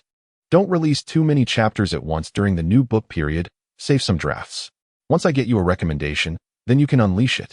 I've applied for a homepage recommendation, so please don't stop updating. The messages overflowed with an experienced editor's nurturing guidance toward a novice author. Lu Xiangyang, a first-time online novelist, was utterly bewildered. Yet he understood one thing. He needed to produce 300,000 words by the end of the month to have his work published at the start of the next. His sole ambition was to earn money swiftly. He opened the webpage and accessed his author dashboard. A quick glance at the data revealed 846 clicks, 813 collections, and 309 comments, with a total of 1,083,000 words published over just 3 days. The figures seemed disheartening. Lu Xiangyang was indeed a novice, utterly clueless. Little did he realize that these statistics were phenomenal. For instance, the leading urban novel, The Emperor of All Ages, on Xiangxao Chinese Network, took a month of strong promotion and numerous fans to reach similar metrics. Yet here was Lu Xiangyang, quietly publishing his work, achieving such results in merely 3 days. He was not pretentious. He genuinely did not comprehend the gravity of his accomplishment. Today was the 22nd. There were only 7 days left in the month. He still needed 190,000 words to reach the target of 300,000. Moreover, once published, he would need to release more chapters. Thus, it was imperative to consider stockpiling content. Most importantly, Fat Tiger had mentioned applying for a homepage recommendation. Lu Xiangyang researched online and discovered that such recommendations were quite significant, typically reserved for books with excellent data, many of which were already published. Undoubtedly, Lu Xiangyang's fondness for the editor Pang, who has grown significantly. With this in mind, he felt compelled not to disappoint the editor. Here he goes. Tap, tap, tap. Lu Xiangyang commenced his fervent typing once more. 2 hours later, he dispatched the 10 freshly penned chapters in one go. At the end, he left a note for readers. A novice writer, I kindly ask for your support. Approval came swiftly. Those who had added his work to their shelves received the updates without delay. Their astonishment was palpable. Goodness, another 10 chapters released at once. This author is simply extraordinary. What? He claims to be a newcomer? A novice so formidable? Nonsense. Regardless, let us read on out of respect. It is utterly captivating, truly gratifying. Over 20,000 words in one fell swoop. Lu Xiangyang continued typing. Now, he could produce 9,000 characters in as little as an hour when focused. Approximately every minute. He could type out 150 characters. This speed could hardly be deemed merely excellent. It bordered on the absurd. He had achieved a proficiency akin to that of a professional typist. Of course, a truly skilled typist could even exceed 200 characters per minute, or perhaps more. Thus, Lu Xiangyang still had room for improvement. As he typed, he became wholly immersed in the words. Before he knew it, darkness had enveloped the outside world. Upon glancing at the clock, he realized it was already 11 o'clock at night. He checked his saved drafts. There were still only 20,000 words. Currently, apart from his studies, he could only find time to write at night. From 7 to 11, for hours yielded just 40,000 words. And that was under optimal mental conditions. Should he succumb to a cold or flu, his typing speed would inevitably halve. Were it not for the concern of his grandmother awaiting him at home, Lu Xiangyang would have wished to type through the night. His youthful body was brimming with vitality, and he could feel the blood of youth surging within him. It is undeniable that an 18-year-old boy is at the peak of his physical prowess. Even after playing basketball and typing fiercely, his energy remained remarkably abundant, far surpassing that of individuals in their 30s in later years. Just before leaving, Lu Xiangyang took one last glance at the statistics. Clicks, 12,967. Favorites, 10,027. Comments, 783. Goodness. Lu Xiangyang was momentarily stunned. It had only been around 4 hours. Clicks had surged by over 3,000, favorites by 2,000, and most astonishingly, comments had increased by more than 400. The total word count had yet to reach 130,000. Lu Xiangyang had not yet perused the comments. He was genuinely curious to know what his readers had to say and to gather their feedback. He opened the comments section to explore. The plot is utterly captivating. I simply cannot stop. The opening with the 9 dragons coffin is breathtaking. A divine book, unequivocally a masterpiece. This author must be a pseudonym for some major figure. It's terrifying. The updates are astonishing. In just 3 days, 28 million words. How can other authors compete? I wager that authors who update their works daily with 4,000 words will inevitably face starvation in the future. Lu Xiangyang gazed at the comments, a surge of indescribable joy welling up within him. He had not anticipated that the premature release of his novel would garner such widespread recognition and affection. As he continued to peruse the comments, he noticed numerous readers engaging in discussions about the plot and characters of the novel. Some had even begun to speculate about future developments. This realization fortified Lu Xiangyang's resolve, affirming that publishing would undoubtedly yield financial rewards. It appeared that he must exert even greater effort. He could not afford to disappoint his readers. Lu Xiangyang mused to himself. He resolved to organize his time more judiciously from that day forward. Henceforth, he would devote his daytime hours to focused study, striving to complete all academic tasks within the confines of school. The evenings would be dedicated to writing, with the aim of earning his manuscript fees swiftly, allowing him to purchase a computer. Subsequently, writing at home would become significantly more convenient. In the following days, Lu Xiangyang arrived at school early each morning, immersing himself in intensive study sessions. Whenever he encountered difficulties, he proactively sought assistance from Gu Yixin, disregarding the whispers of his classmates. Each time he approached Gu Yixin, Lija would be infuriated to the point of spitting blood, yet Lu Xiangyang paid him no mind. After all, the first mock examination was approaching that Saturday, a citywide assessment, also known as the baseline test or the first mock. Lu Xiangyang merely needed to gauge his own academic level through this examination, letting his capabilities speak for themselves. In mathematics, Lu Xiangyang had nearly mastered the subject, managing to achieve satisfactory scores even on slightly challenging problems. Conversely, he found language studies surprisingly easy at this juncture, particularly in reading comprehension, where his insights had transformed entirely. As for classical literature and poetry, many pieces remained etched in his memory. However, he found himself somewhat unaccustomed to writing with pen on paper, often struggling to recall certain characters. After all, since graduating high school, he had seldom used pen and paper. As Friday arrived, Lu Xiangyang engaged in a day filled with practice exams, first language, followed by mathematics, then English, and concluding with the comprehensive science test. Exhausted from studying, he took a couple of laps around the playground to rejuvenate, feeling invigorated once more. Just before the final class of the day, during the break, Lu Xiangyang made a score prediction for himself, jotting it down on paper. Language, 120, mathematics, 140, English, 50, comprehensive science, 140. By this calculation, he estimated a total score of approximately 450 points. This served as the first target he set for himself. Not overly ambitious, he opted for a modest goal initially. There was no rush. He would take his time. It was worth noting that in the last monthly exam, Lu Xiangyang had barely scored below 300 points. Now, aiming for 450 points felt like an unprecedented feat. However, as Lu Xiangyang stared blankly at the numbers he had written, someone suddenly snatched the paper from his hands. No way for 150 points? Even a poor student dares to set a scoring goal? Laughed Li Zhe, the class monitor, as Lu Xiangyang turned to face him. Chapter 29, The 2B Youth.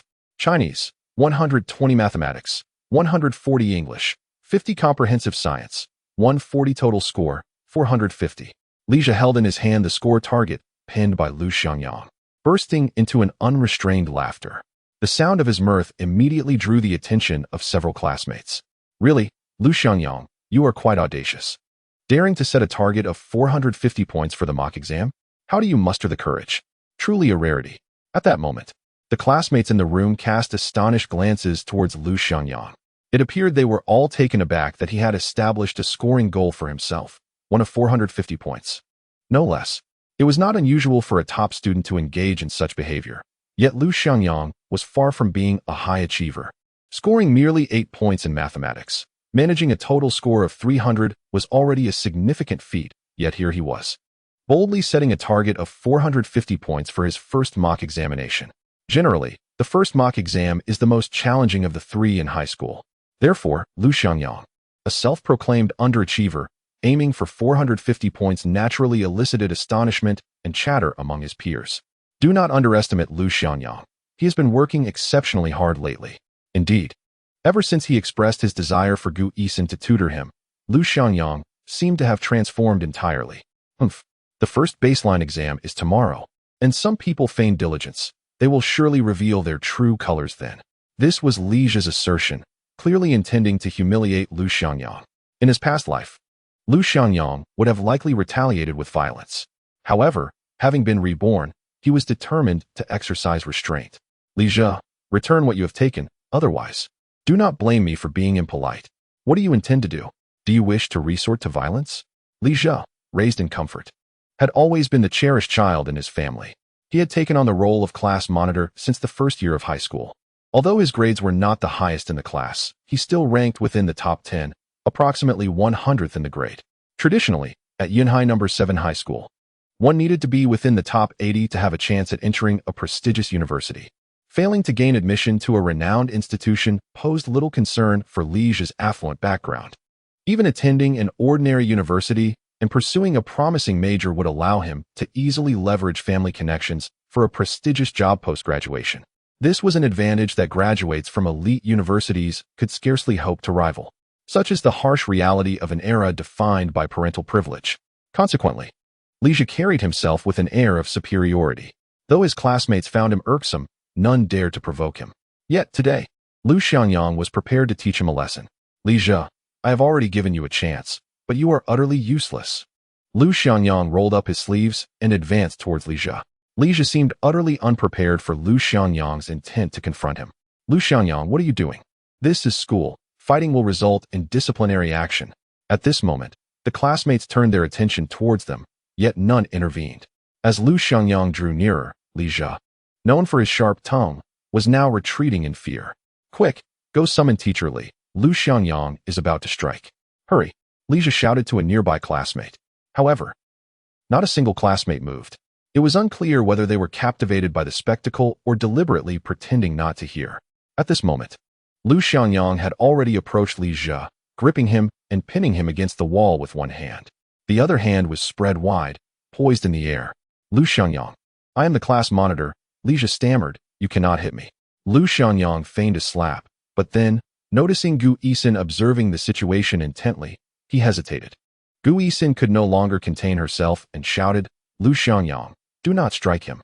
Had this been in the past, Lu Xiangyang would have undoubtedly delivered a slap without a second thought. However, now, with aspirations of attending university, he deemed it unwise to jeopardize his future over such trivial matters. Consequently, as Lu Xiangyang's hand swung toward Li Zhi's face, it gradually decelerated until it halted just before Li Zhi's forehead. Li Zhi appeared momentarily bewildered. Lu Xiangyang's fingers formed a circle with his thumb and middle finger. And then, snap, he produced a sharp sound with his fingers right in front of Li Zhi's head. The sudden noise startled Li Zhi, causing him to jump and scream, perfectly embodying the image of a timid and cowardly young boy. Instantly, the classroom erupted into laughter. Li Zhi, you truly are a joke, Lu Xiangyang remarked coldly, disdain flickering in his eyes. If it weren't for your privileged background, you would struggle to make friends in society. Yet, your wealth allows you to gather a crowd. Do not presume that just because you are the class monitor, you can mock others at will. And do not think that your affluent upbringing grants you the freedom to act as you please. I assure you, there are countless individuals in this world who are richer and more powerful than you. However, true respect is earned by those who strive through their own efforts. Li Zhi was momentarily taken aback by Lu Xiangyang's imposing presence, rendered speechless. The classmates were equally stunned, having never anticipated that the typically aggressive Lu Xiangyang could exhibit such calmness and articulate such profound insights. This was a remarkable feat among high school students. Lu Xiangyang, just wait. Li Zhi finally regained his composure, infuriated. I have no time to waste with you. I am focused on preparing for university. Lu Xiangyang retrieved the paper with the scores, released his grip, and turned to return to his seat. Lu Xiangyang, with your grades, do you even dare to dream of university? Li Zhi screamed in exasperation. Lu Xiangyang remained unfazed, responding with tranquility. What? Is the university your family's enterprise? Am I not allowed to apply? His words prompted another round of laughter from the class. Li Zhi felt he had already lost enough face that day. and his embarrassment turned to fury. Lu Xiangyang, do not think that because you scored full marks in mathematics last time, it was not due to Gu Yixin giving you the answers in advance. Gu Yixin immediately countered, Li Zhe, do not speak nonsense. I did not provide Lu Xiangyang with any answers. He solved it all on his own. Humph. Him? How could that be possible? Lu Xiangyang retorted coldly. Why is it impossible? Or are you implying he cheated? Li Zhe firmly asserted. I know for certain that you have been scheming for Gu Yixin to help you with your studies, all to capture her attention. Are you attempting to court her? You, a toad, aspire to feast upon a swan. A wave of astonishment swept through the classroom once more. A group of high school students relished such juicy gossip, and soon, the air was filled with animated discussions. Is it true that Lu Xiangyang is pursuing Gu Yixin? No wonder he sought her help with his studies. His intentions are clearly questionable. What do you mean questionable? That's a rather harsh thing to say. Ha! A toad wanting to eat swan meat. This is killing me. Lu Xiangyang, however, felt that the rumors held no weight for him, given his emotional maturity far exceeded that of his peers. Yet, when the matter involved Gu Yixin, he deemed it necessary to speak up.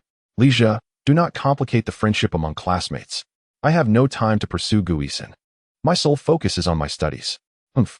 Li Zhe pointed at Lu Xiangyang, exclaiming sharply, Lu Xiangyang, you are no man. You lack the courage to admit you like Gu Yixin. Once again, Li Zhe stirred the atmosphere of the class. The students erupted into a chorus of teasing remarks. And the entire Class 9 of Senior 3 was momentarily in uproar. Even students from the neighboring class flocked over to witness the spectacle. The corridor outside the classroom was crowded with onlookers. Lu Xiangyang cast a glance toward Gu Yixin, who sat in her seat, seemingly oblivious to the commotion. Though her cheeks were already flushed, he found himself somewhat vexed. This Li Zhe was undoubtedly a quintessential fool. Chapter 30, a bet. Indeed, Li Zhe was a quintessential fool. Was he not merely providing me with assistance? Now, the entire class was aware of the situation. However, with the matter laid bare, the atmosphere grew somewhat awkward. Lu Xiangyang needed to devise a plan to dispel the awkwardness. At the very least, he couldn't allow Gu Yixin to become ensnared in the whirlpool of public opinion.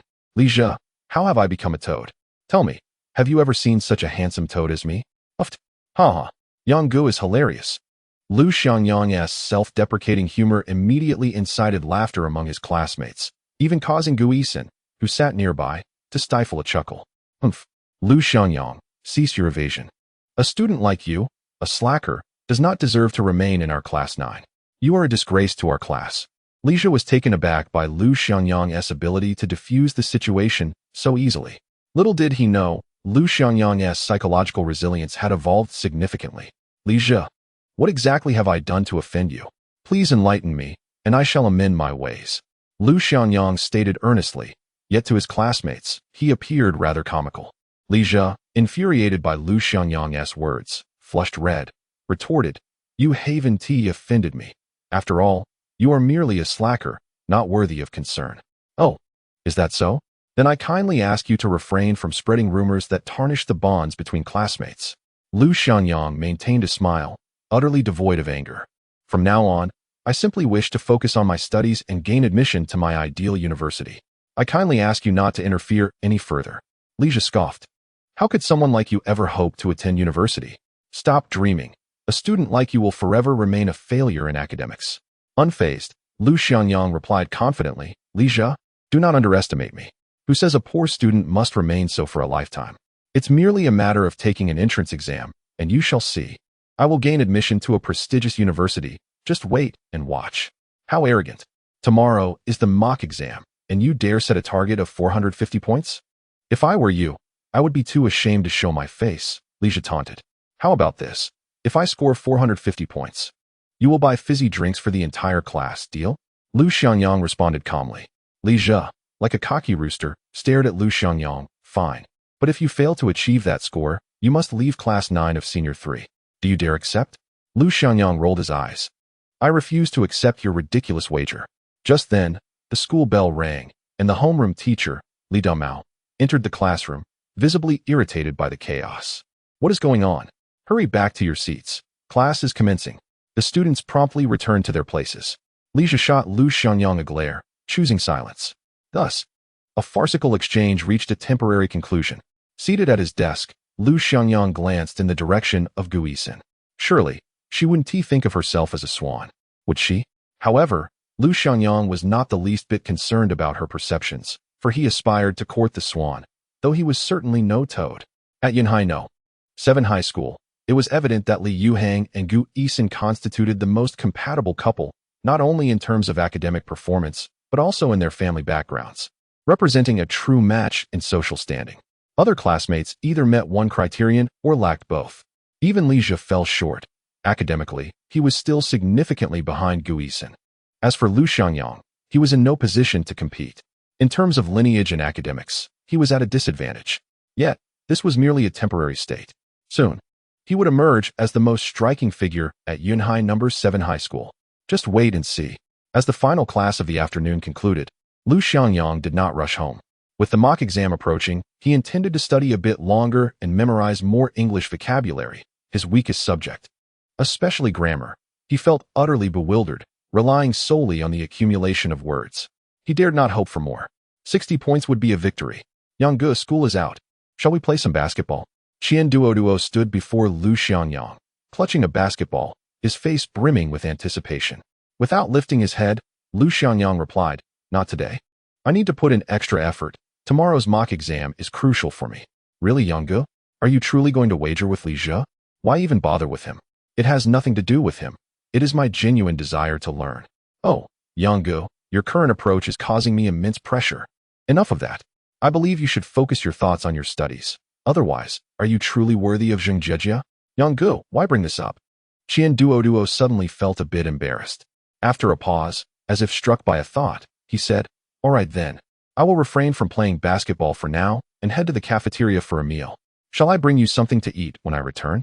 Lu Xiangyang smiled and replied, "No need. I will finish this set of exercises and then head home." The classroom was becoming increasingly empty, as most of the students had already gone to the cafeteria. After watching Qian Duo leave, Lu Xiangyang immersed himself once more in the memorization of English vocabulary. He had already memorized a third of an English dictionary. Time slipped away, and as dusk approached, Lu Xiangyang finally packed his belongings, preparing to leave school. He still needed to visit the internet cafe tonight to write.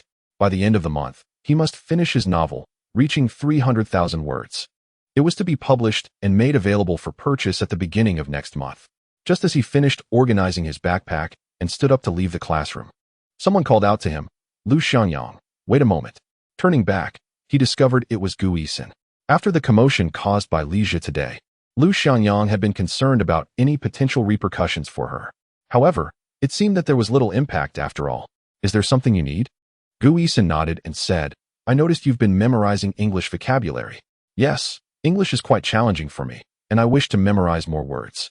Gu Yixin shook her head and replied, "Simply memorizing words is insufficient for exams." As she spoke, she produced a neatly organized set of notes. This contains some commonly used grammar, which is fundamental, along with some fixed phrases. You may find it helpful. I truly need this. Lu Xiangyang eagerly took the notes and began to peruse them. They were all written in Gu Yixin's elegant handwriting, neat and beautiful, reflecting her character. "Thank you so much, Teacher Gu." Lu Xiangyang addressed her with a touch of formality, as a few classmates were still present. After expressing his gratitude, he turned to leave. Just then, Gu Yixin called out, "Wait for me, I'm also about to leave." 2 minutes later, Lu Xiangyang and Gu Yixin exited the teaching building together, their backpacks slung over their shoulders. As they bid farewell, Gu Yixin suddenly remarked, "Lu Xiangyang, don't take Li Jia's antics to heart. He can be quite gossipy, but we are all classmates after all. Please try to control yourself and avoid resorting to violence in the future."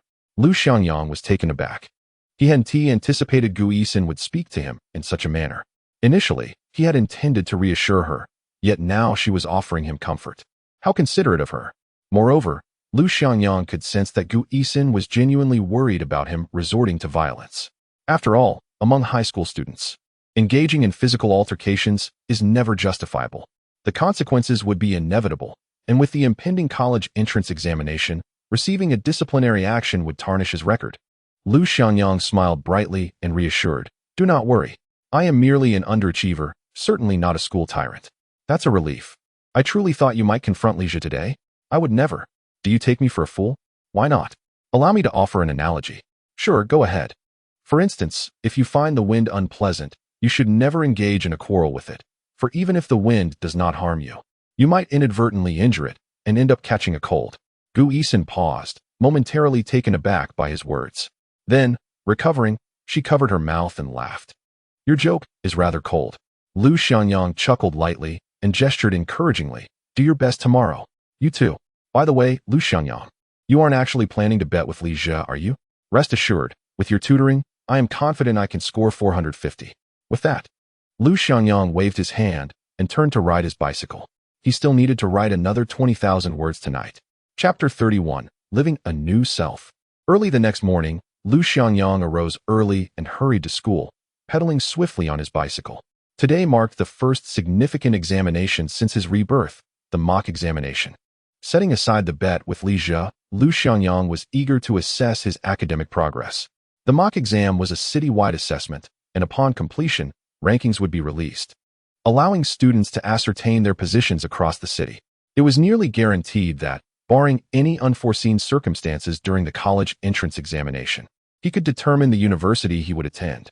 Therefore, this examination held exceptional importance. Unlike monthly tests, the mock examination was of a markedly higher standard.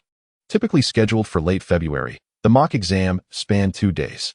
First and second-year students were given a break during this period, while third-year students were shuffled into different classrooms throughout the school, overseen by exam proctors adhering to strict college entrance examination protocols. Upon arriving at school, Lu Xiangyang first returned to the classroom to gather his Chinese textbook, intending to review before the exam. However, when he located his designated examination room, he discovered the hallway teeming with students, each poring over their revision materials. As Lu Xiangyang prepared to study, he noticed Gu Yixin hurrying toward him, breathless. Gu Yixin, are you in this classroom too? Yes, I didn't expect to see you here. After exchanging greetings, they began their respective reviews. Gu Yixin's presence stirred excitement among many classmates, for not only was she beautiful, but her academic prowess made her a veritable star within the school. The thought of sharing an examination with the school belle was exhilarating. Indeed, if only I could copy her answers. I wouldn't need to. Chinese is my strong suit. Before long, the examination bell rang, and students began to enter the classroom. Lu Xiangyang found his seat in the last row, while Gu Yixin took her place by the window in the second row ahead, following the invigilator who entered with the test papers. Lu Xiangyang cast a glance at the invigilator, who was none other than his Chinese teacher, Zhu Sumei. Moreover, Zhu Sumei also served as the homeroom teacher for Class 2, a class renowned for its academic excellence, often referred to as the rocket class, where Li Yuhang was also a student. As the students received their examination papers, they were instructed not to begin answering questions immediately, but to first fill in their names and other necessary information. Once completed, they could peruse the paper and examine the questions.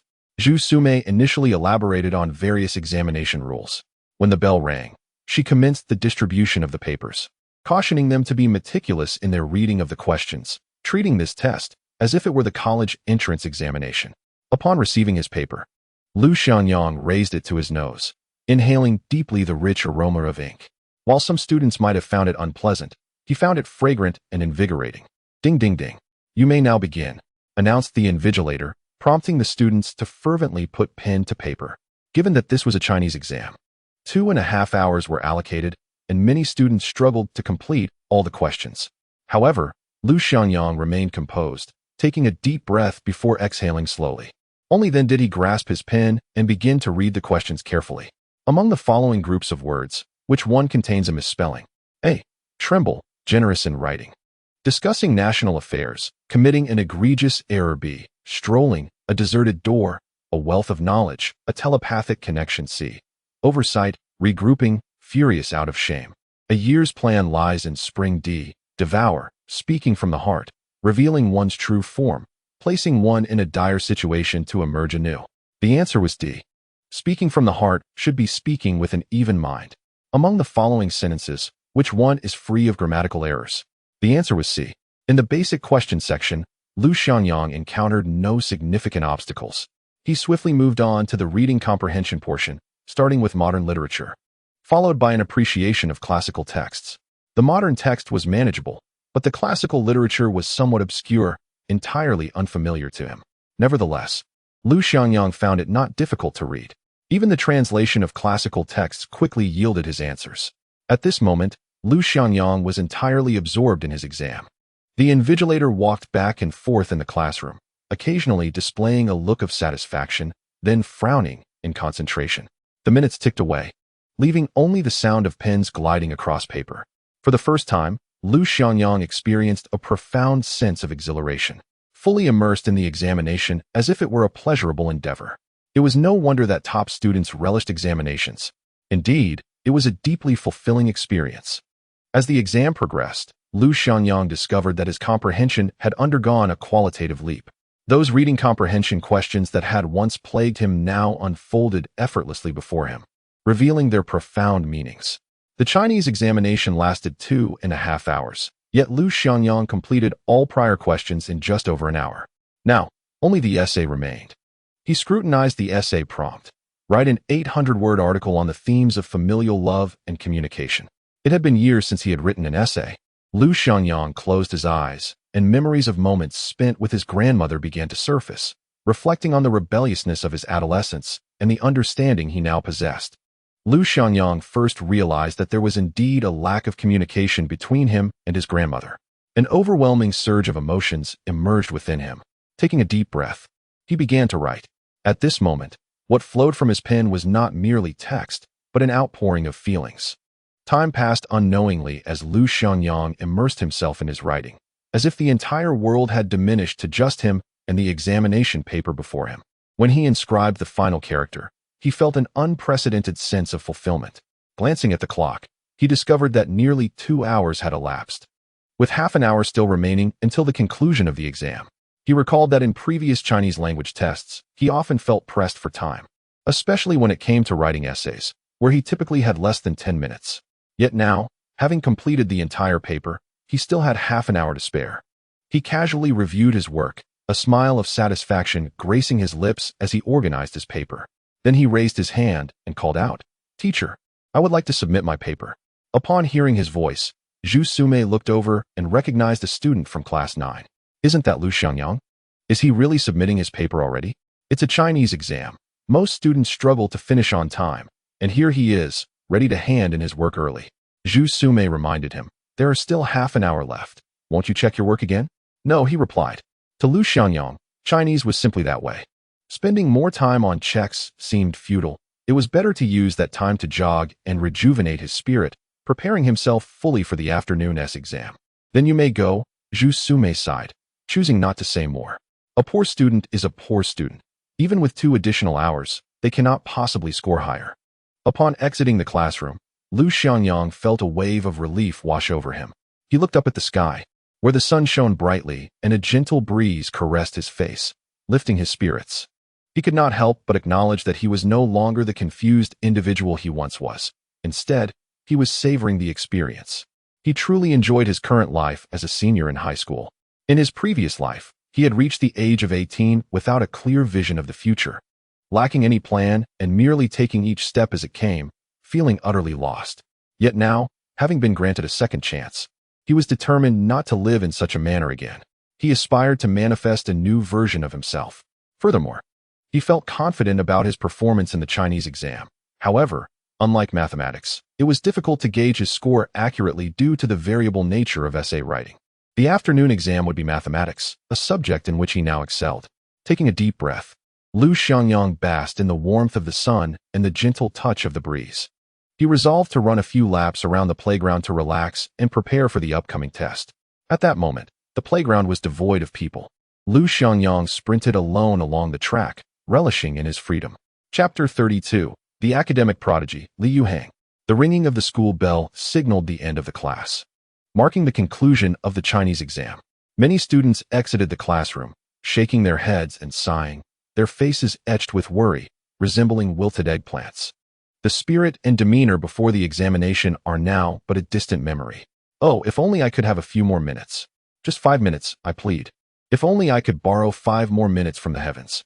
Clearly, for the Chinese language examination, 2.5 hours is woefully insufficient for many students.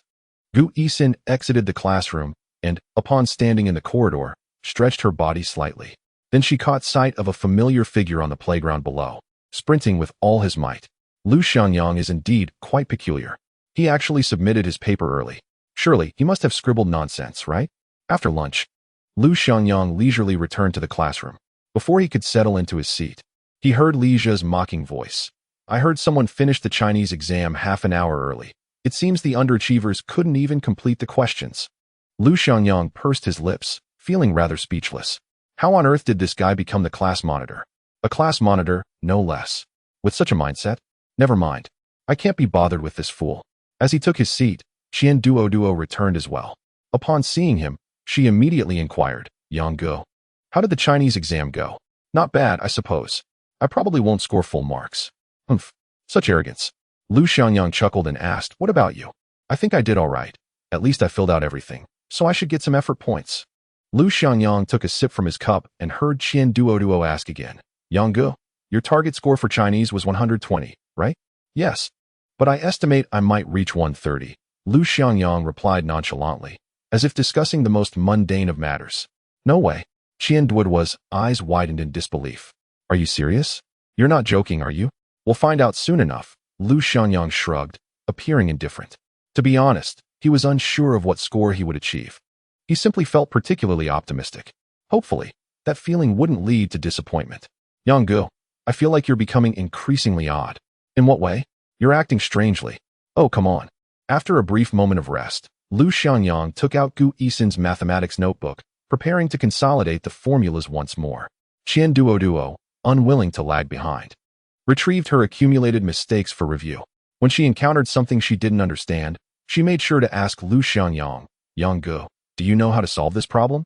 With just a glance, Lu Xiangyang grasped the solution. This one, like this, and then this. Qian Duo nodded vigorously, her understanding blossoming. Wow, Yang Gu, you're really impressive. And what about this problem? This one's even simpler. Start with this, then proceed like this. Before long, the lunch break came to an end, and the students began to make their way to the examination hall. In the realm of science, mathematics is undoubtedly the subject that exhibits the widest range of scores. Some students, regardless of the difficulty of the questions, consistently achieve scores exceeding 140. Some particularly outstanding students can even achieve a perfect score of 150. However, this is merely due to the fact that the total score is only 150. Conversely, some classmates manage to score around 120 when the exam is easy. But once the difficulty increases, scores in the 70s and 80s become commonplace, with some even scoring abysmally low. In mathematics alone, the disparity can be several points wide. Lu Xiangyang stood outside the examination hall and noticed a student from class 9, a bespectacled boy he was unfamiliar with. He could not even recall the student's name, which he thought was something like Chow. Come on, Lu Xiangyang. As he endeavored to remember, the bespectacled classmate approached him. You too, do your best. Lu Xiangyang responded with a smile, pleasantly surprised to find that someone in his class cared about him. The invigilator soon entered.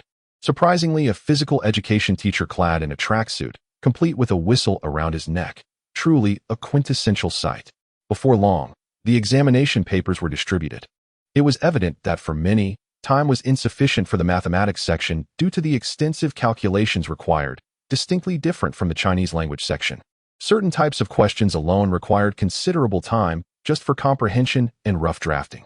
Moreover, if a calculation error was discovered, revisiting the problem consumed even more time. Consequently, many students found themselves unable to complete the math problems. In response, the mathematics teacher advised focusing on the questions one could answer first, securing the points that could be easily obtained. Once the papers were in hand, students began to peruse them, seeking out the easier questions they could tackle. Lu Xiangyang did the same, but he reviewed all the types of questions and soon realized that this set was quite challenging. The multiple choice and fill-in-the-blank questions aside, the subsequent major problems required a comprehensive grasp of foundational knowledge. Indeed, the scope of knowledge tested was markedly different from the classroom assessments. However, for Lu Xiangyang, it was manageable. The 2-hour exam duration was more than sufficient for him. Time flew by as he diligently solved problem after problem, and before he knew it, he arrived at the final major question. Suddenly, he smiled. The difficulty of this question was surprisingly trivial. After approximately 5 minutes, he had derived the solution on a sheet of scratch paper. Once he had the answer, he meticulously verified his deductions to ensure accuracy before neatly writing down the final answer. In less than an hour and a half, Lu Xiangyang completed all the questions and subsequently reviewed his work to confirm there were no errors. With 40 minutes remaining before the exam concluded, feeling somewhat fatigued, he raised his hand to submit his paper. As he stood to leave, all of his classmates turned their gazes towards him, each reflecting the same sentiment. Indeed, a student struggling academically would rather not endure the torment of sitting in the classroom, preferring to escape the ordeal and bravely step outside. A true achiever. Lu Xiangyang exited the classroom and headed to the playground to begin his run. A concentrated examination lasting over an hour truly demands an immense amount of mental energy. However, the fatigue that follows each running session seems to dissipate. After merely completing 2 laps, Lu Xiangyang was surprised to notice an additional figure on the track, Lu Xiangyang from Class 2. Dressed in athletic attire, Lu Xiangyang was intently running on the track, seemingly releasing his own stress.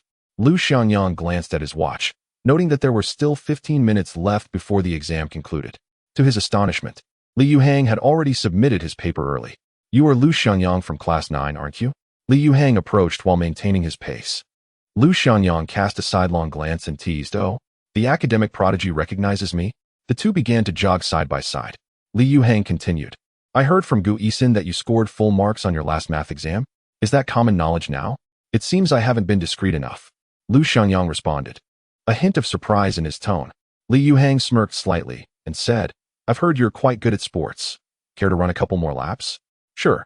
I'll give you a 3-second head start." As soon as the words left his mouth, Lu Xiangyang indeed accelerated his pace. Under the sunlight, his figure appeared exceptionally agile, each stride infused with strength and rhythm.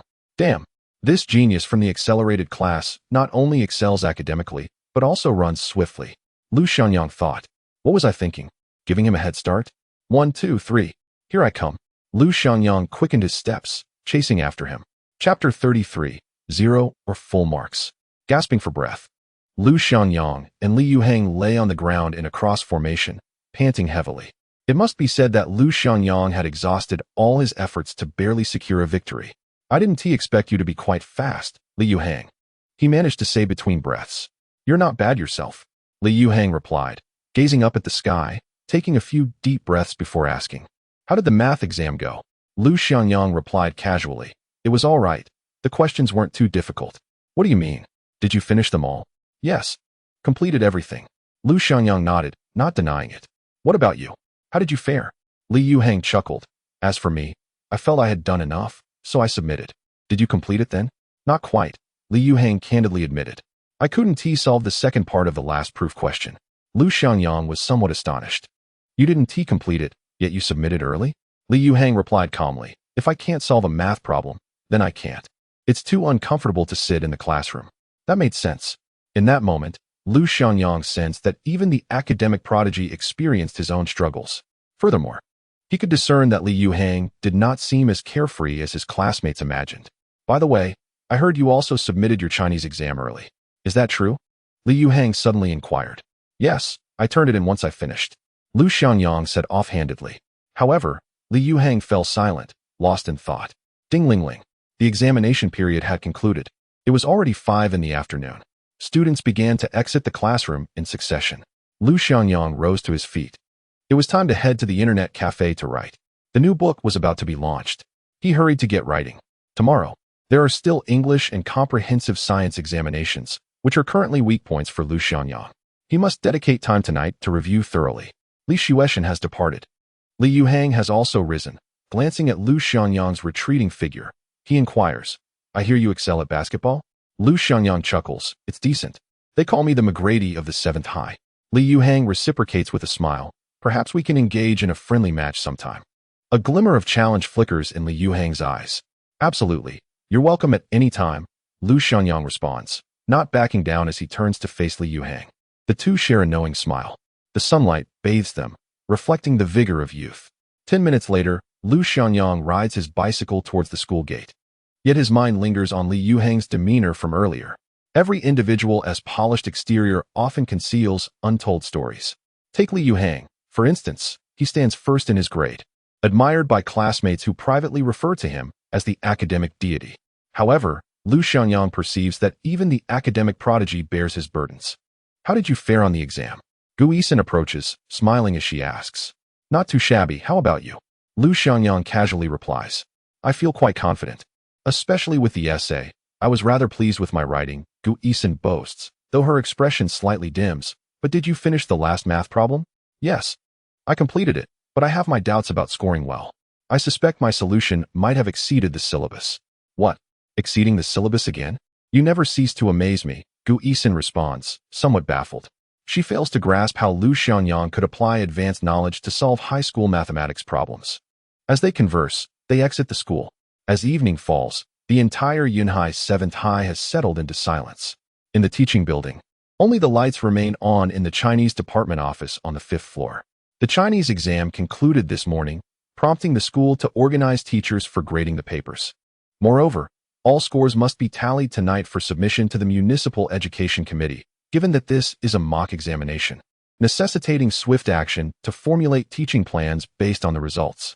Zhu Sumei, the head of the Chinese department, personally leads the grading efforts tonight. Oh, this Chinese exam was rather challenging overall, Zhu Sumei remarks while seated in her office chair, having already corrected numerous papers. As it stands, the results appear less than favorable. Teacher Wang, how is it on your end? Zhu Sumei inquires, frowning at another Chinese teacher across from her. Not well here either. Teacher Wang sighs. If we were to take the college entrance examination with this level of performance, our overall results would certainly decline compared to last year. Upon hearing this, Zhu Sumei feels a headache brewing. As the head of the Chinese grade team overseeing 3 classes, she notes that, from her grading thus far, only Class 2 is performing adequately, while the other 2 classes are struggling. Teacher Zhu, this particular exam paper is quite well done. Only 8 points were deducted from the foundational questions, but I am uncertain about the essay. What is there to be uncertain about regarding the essay? All of them are seasoned language teachers. Upon reading the composition prompt, they can generally assign a score. A composition that adheres to the topic will typically receive a score between 40 to 50 out of 60. If the writing is more eloquent and the arguments are well articulated, even minor flaws may not significantly detract from the score, potentially elevating it above 50. However, the current essay perplexed Teacher Wang. Zhu Sumei stood up and approached Teacher Wang, eager to see what was amiss. Look here, she pointed out, this student has employed an abundance of literary allusions and rhetorical devices. Yet, it seems somewhat overcomplicated, rendering it rather obscure. Nonetheless, Teacher Wang acknowledged, I must say, this is indeed a commendable piece. Zhu Sumei took the paper and read it meticulously. She discovered that this essay was indeed exceptional. The author not only demonstrated profound literary knowledge and content, but also exhibited remarkable craftsmanship in expression. The theme of familial affection and communication was articulated with such maturity that it carried an implicit philosophical depth, prompting contemplation. This essay is truly extraordinary, Zhu Sumei exclaimed. It hardly seems the work of a high school student. Could it possibly be plagiarized? Teacher Wang nodded in agreement. I share that sentiment. However, this student only lost 4 points on the basic questions, which indicates a solid foundation in language. Zhu Sumei nodded thoughtfully. The overall difficulty of this exam was relatively high. Most students scored between 45 and 60 on the basic questions. Yet, this particular student achieved an impressive score of 86. Since this was a standardized, closed-book examination across the city, it was implausible for the answers to have been obtained in advance. Thus, this strongly suggests that the student possesses considerable linguistic prowess.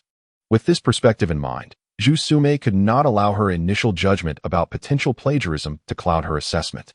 Lu Xiangyang, come over and take a look, she called out. Soon, several grading teachers gathered in the office, examining the essay. They unanimously agreed that this composition was unlikely to be plagiarized. At that moment, one teacher suddenly remarked, while the essay is indeed impressive, might such a writing style be somewhat risky in the context of the college entrance examination? Zhu Sumei nodded and, after a moment of reflection, replied, Indeed, high school essays should prioritize clarity and adherence to the topic. Such an overly complex style may either garner high scores or result in low ones. How should we appropriately score this? Teacher Wang inquired. An older language teacher promptly responded, In my opinion, writing in this manner for the college entrance examination is akin to self-sabotage. It should be met with a cautionary note and awarded 0 points.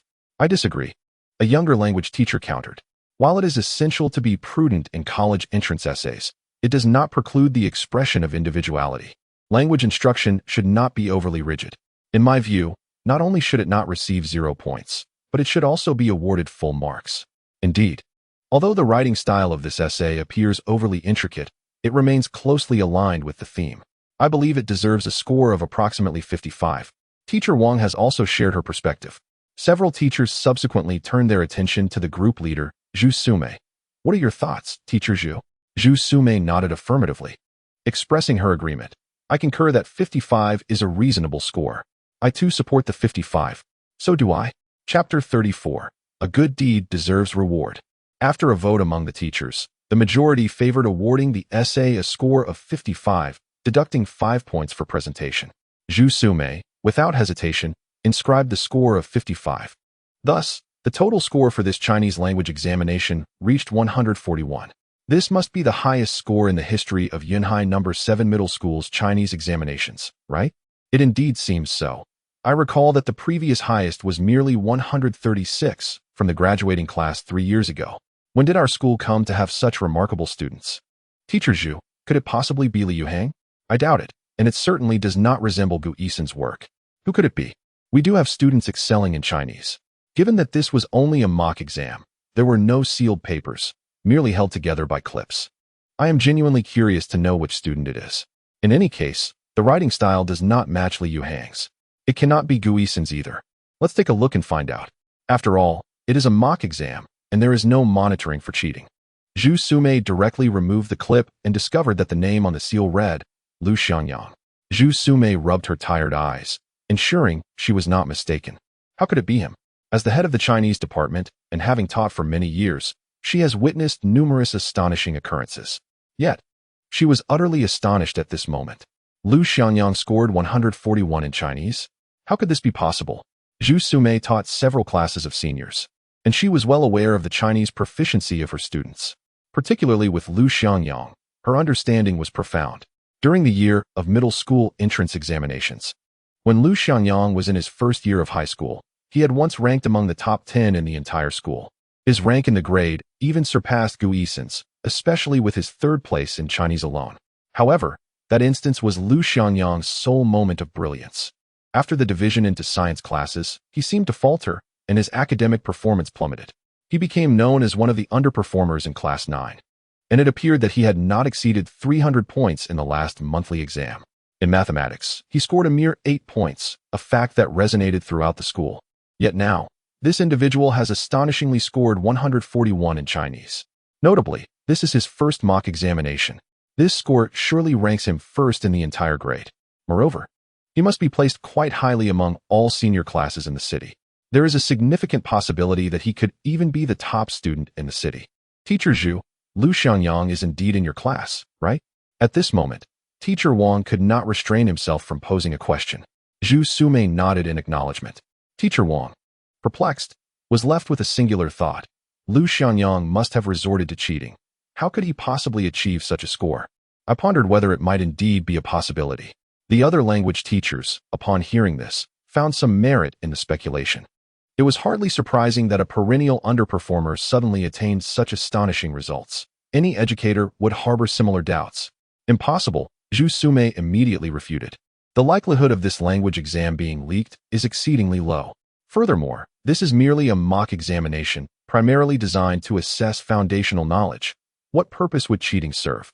Indeed, it is merely a preliminary test, and I too do not endorse the notion of cheating, Zhu Sume added. Moreover, I was the invigilator for Lu Xiangyang, and I paid close attention. He answered all the questions independently, displaying remarkable focus.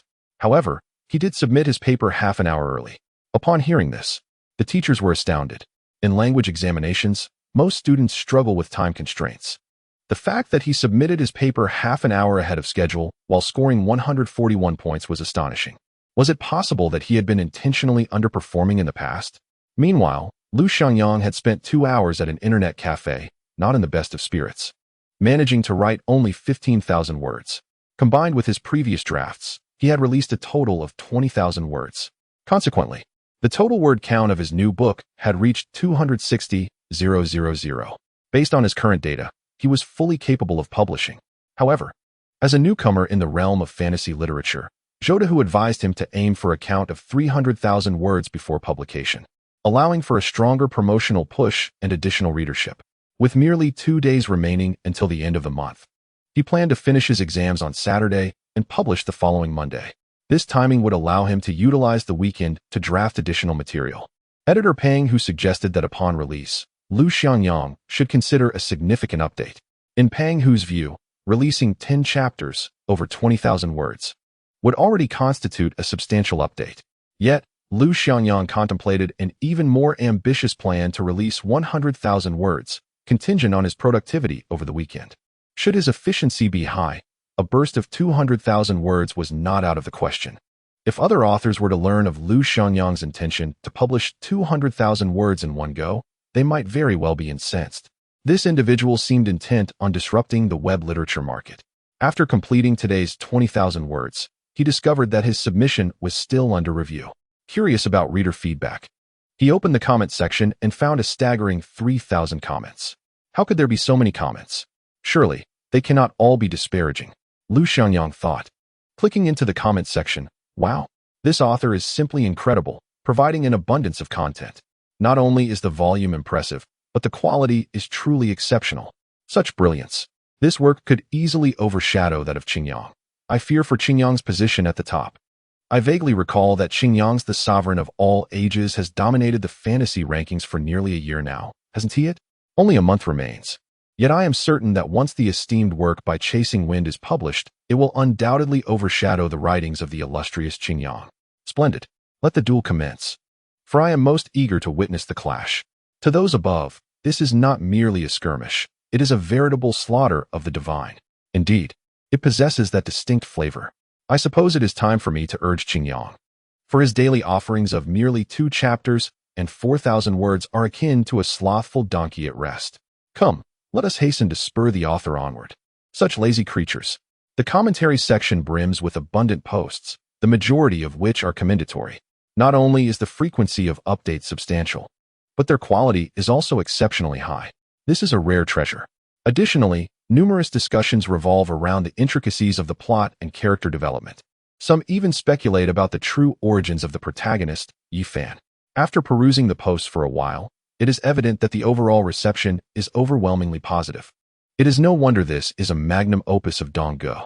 Even if it were to be released prematurely, it would withstand scrutiny. However, it was soon brought to Lu Xiangyang's attention that many readers had chosen to bestow rewards upon him. Wei La 025 has become the lord of the work Heavenly Veil.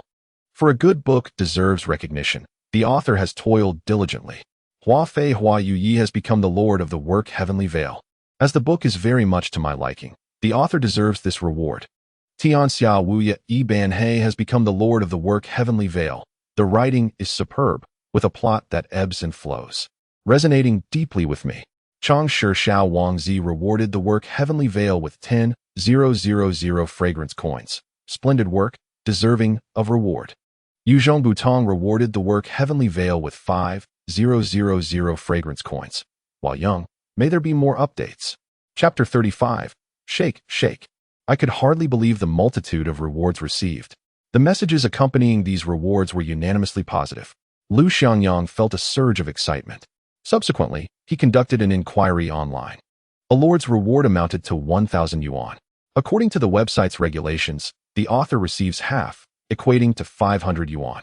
Lu Xiangyang calculated that the total value of current rewards had reached 200 yuan. After deducting the website's share, he would receive 100 yuan. 1,100 yuan. My heavens. This is merely from rewards, not including subscriptions after publication. How exhilarating. Just then, the editor, Fat Tiger, sent a message. Chasing Wind. Are you there? I wish to discuss something with you. Please reply if you are available. Upon reading Fat Tiger's message, Lu Xiangyang responded succinctly. Speak. Observing the brevity of the reply, Fat Tiger pouted slightly. Indeed, it is quite concise. Fat Tiger, Chasing Wind. I have already requested a 9 Rivers recommendation for your book from the chief editor. Please do not cease updates. Chasing Wind. What is the 9 Rivers recommendation? Fat Tiger, you are unaware? Chasing Wind. This is my first book. Fat Tiger. Ah, so you are indeed a newcomer. Yet, for a novice, how could one craft such a work? Such achievements are undoubtedly the mark of genius. Indeed, a prodigious talent. Zhou Dahua was filled with a sense of grandeur. He never anticipated that he would inadvertently discover an unparalleled talent in online literature. With a gold medal editor, he was destined for fame and fortune. And that day was now. The Juke recommendation was merely an independent display channel of Xiangcao Chinese network. Only books that were meticulously selected and held exceptional potential could make it onto the list. After a lengthy explanation, Lu Xiangyang finally grasped the concept. He wished to secure another wave of recommendations before the official launch to enhance exposure. The greater the number of readers who encountered the book, the more would add it to their shelves. The more subscriptions a new book garnered, the more profit it could yield. Thus, the Juke channel represented a particularly significant opportunity for promotion. Zhou Dahua had already secured it for Lu Xiangyang, undoubtedly due to the excellence of Lu's work and its outstanding data. After discussing the recommendations, Zhou Dahua earnestly cautioned, in these next few days, you must not cease your updates. Naturally, given your speed, a halt in updates is inconceivable. Rather, I hope you maintain a steady pace and refrain from overindulging in updates. Wait until next Monday, the 1st of March, for a significant release upon the book's launch. After sending the message, the recipient merely replied with a single word, okay. Truly, the master of the wind is indeed quite stoic. Zhou Dahua pursed his lips and reminded, once it's past midnight on the 1st of March, the book will go live. Do not update just yet. Wait until the verification is set before proceeding. All future chapters will be charged. Grateful, Lu Xiangyang responded with the highest form of respect in the community before logging off. Tomorrow, he must rise early to continue his examinations. Earning money is essential. Yet so is the pursuit of knowledge. However, the upcoming comprehensive science and English exams were not Lu Xiangyang's strong suits. He could only hope to perform to the best of his abilities. Upon returning home, Lu Xiangyang resumed his review of the scientific knowledge, particularly focusing on physics. He had already perused the biology material, relying solely on rote memorization to grasp the content. The calculations involving genetic probabilities were somewhat vexing, but fortunately, this section did not carry a heavy weight. If necessary, he might abandon it altogether. Chemistry was manageable. Through comprehension and memorization, he had retained all the crucial points, including the 327 essential knowledge points for high school chemistry. Even the periodic table of elements had become second nature. As for the inference questions regarding organic compounds, he would tackle those as they arose. Goodness, organic chemistry is undeniably challenging. The remaining subject was physics, which could not be mastered through memorization alone. A profound understanding was essential. At this moment, Lu Xiangyang found himself at a standstill. He regarded this preliminary examination as a means of revising the knowledge points, as there was still time before the college entrance examination. Regarding English, he would continue to memorize vocabulary after completing the comprehensive science exam, utilizing the midday hours to review the materials provided by Gu Yixin. By the time Lu Xiangyang finished his review of comprehensive science, it was already midnight. He must hurry to sleep. An early rise awaited him. The following morning arrived. Lu Xiangyang arrived at school early on his bicycle. This morning's comprehensive science exam saw him truly exerting himself to the fullest. For a solid 2.5 hours, he dared not submit his paper prematurely. He answered every question that required his attention. Upon finishing, he headed straight to the cafeteria for a meal. It was during this moment that Lu Xiangyang first realized the immense mental toll of being fully immersed in an examination. He found himself feeling hungry quite rapidly. Upon entering the cafeteria, Lu Xiangyang queued for his meal, choosing a relatively less crowded counter. A quick glance revealed that today's offerings were noticeably superior to the usual fare, evidently prepared with the senior students in mind. Potatoes were, of course, a staple. Moreover, there was his favorite dish, braised pork. Although it paled in comparison to his grandmother's cooking, after an exhausting exam, Lu Xiangyang craved meat, specifically fatty meat. Swallowing hard, he presented his meal box and said, "Auntie, I would like some spicy and sour shredded potatoes, braised eggplant, and braised pork." "All right," the enthusiastic cafeteria worker called out. She swiftly scooped a generous serving of spicy and sour shredded potatoes into Lu Xiangyang's box. He had to admit, that portion was substantial. Following that, she added a heaping scoop of braised eggplant as well. This lady was indeed commendable. Lu Xiangyang thought to himself that he would return to this counter in the future. Just then, he noticed her starting to serve the braised pork, also with a deep scoop. However, as she lifted the spoon, a considerable amount of the braised pork tumbled off. Lu Xiangyang's face fell immediately. What on earth? The situation did not improve.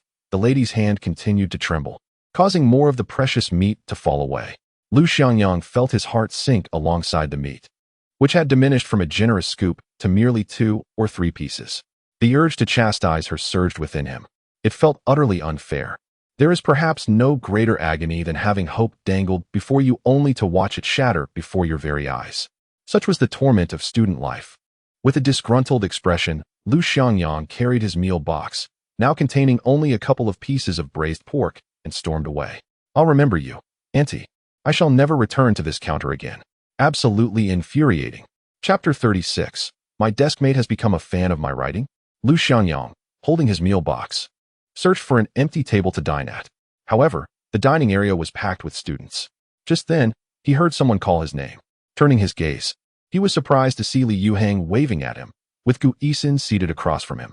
Lu Xiangyang recalled that during his first meal after returning to life, he had coincidentally encountered Gu Yixin and Li Yuhang sharing a meal together, engaged in a discussion about exam papers. Such was the realm of academic elites. Come sit here. All right. Lu Xiangyang did not refuse. He carried his lunchbox and walked over. He then took a seat directly across from Li Yuhang, beside Gu Yixin. It was then that Lu Xiangyang sensed something amiss, for he noticed that Gu Yixin's lunchbox was brimming with braised pork. Gu Yixin, is the lunch lady a relative of yours? Lu Xiangyang could not help but inquire. Gu Yixin looked puzzled. No, why? Then why did she serve you so much braised pork while I only received 2 pieces? Well, I have no idea. It should be equal treatment for everyone. Equal treatment. My foot. Lu Xiangyang was unconvinced, especially since Li Yuhang also had a generous serving of braised pork. Clearly, this was preferential treatment for the academic elite. How disheartening it was to realize that good grades even influenced the serving sizes at lunch. With a resigned smile, Lu Xiangyang remarked, perhaps the lunch lady I encountered has Parkinson's? Huh. Why? Because when she served me the braised pork, her hand was shaking incessantly. Uffed. Even Li Yuhang, seated opposite him, couldn't help but laugh. Gu Yixin stifled her laughter and said, actually, I told the aunt that I don't like braised pork, so you can have mine. Huh. You haven't touched it. You won't mind, will you? Not at all, thank you. Braised pork is truly delicious. In the afternoon, the English test continued. This subject was, without a doubt, Lu Xiangyang's weakest. During the last monthly exam, he managed a mere 32 points through sheer guesswork. This was a subject he genuinely struggled with, unable even to comprehend the questions. The main issue was his limited vocabulary. He didn't even know what the questions were asking. Over the past few days, he had memorized a considerable number of words. Truth be told, English isn't as difficult as it seems. If one were to go abroad, surrounded by English speakers for a month, they could easily haggle at the market in English. Thus, environmental immersion is paramount for language learning. After all, the college entrance examination is fundamentally about the challenge of vocabulary. With diligent effort, one can undoubtedly improve their English skills, particularly by expanding their vocabulary. If one wishes to excel in the college entrance examination and gain admission to a prestigious university, English must be prioritized, at the very least. One should not fall too far behind. As the afternoon English examination commenced, Lu Xiangyang sat in the examination hall, diligently answering the questions. He discovered that the results of his efforts over the past weeks were evident. He had become proficient in many words, and his reading comprehension had improved significantly.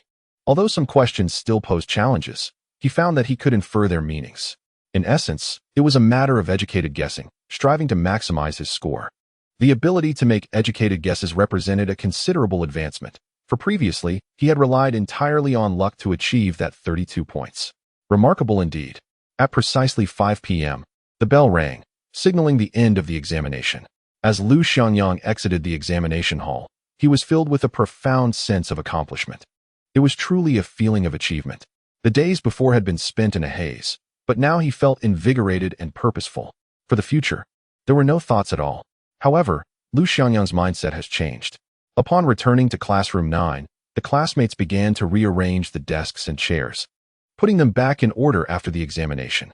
Then, they could be heard discussing the test questions, some even comparing answers. The answer to that math question should be B, right? No, it's definitely C. Li Zhe, what did you choose for the third multiple choice question in math? That question was so simple. It must be C. Li Zhe, noticing Lu Xiangyang entering the room, intentionally raised his voice, clearly wanting him to hear. Oh no, I initially chose C. but changed it to be when I submitted the paper. Haha, I told you to trust your first instinct. Are you foolish? Lu Xiangyang merely listened quietly as he returned to his seat, organized his backpack, and prepared to take some materials home. With time at hand, he would continue his studies. Yang Gu, how did you do on the exam? Just as Lu Xiangyang was packing, Qian Duoduo returned, appearing utterly exhausted. It seemed this fellow had also devoted himself wholeheartedly to the examination. Qian Duoduo's grades had always hovered around the average level, sometimes with a good performance. He could reach a slightly higher tier. For instance, during the college entrance examination in his previous life, he had performed exceptionally well and gained admission to a second-tier university. Meanwhile, Lu Xiangyang had not even managed to enroll in a vocational college.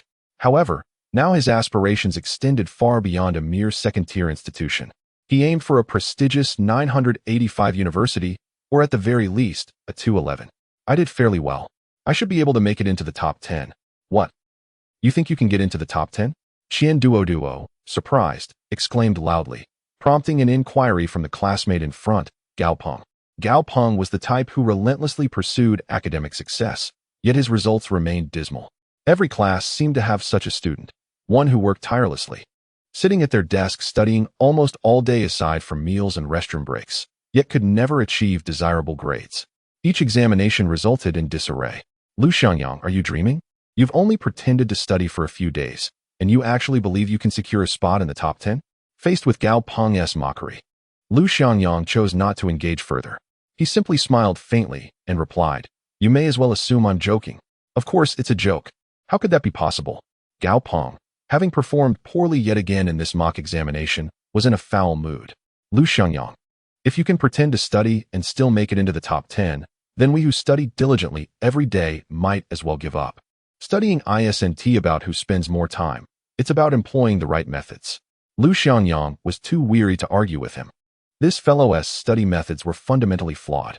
After each exam, he would simply memorize the mistakes, even the errors from math and physics, without ever seeking to understand them. When encountering a similar problem next time, he would falter again with the slightest variation. Even with endless hours of study, it would yield no results. Science subjects were not learned in such a manner. Qian Duoduo, do you need your English dictionary? No. Then can I borrow it for the weekend? Feel free. Just take it. Lu Xiangyang put the English dictionary into his backpack and left. Brother Yang, wait for me. Qian Duoduo also grabbed his backpack and hurried after him. The two walked side by side out of the teaching building. Brother Yang, do you really have confidence in making it into the top 10?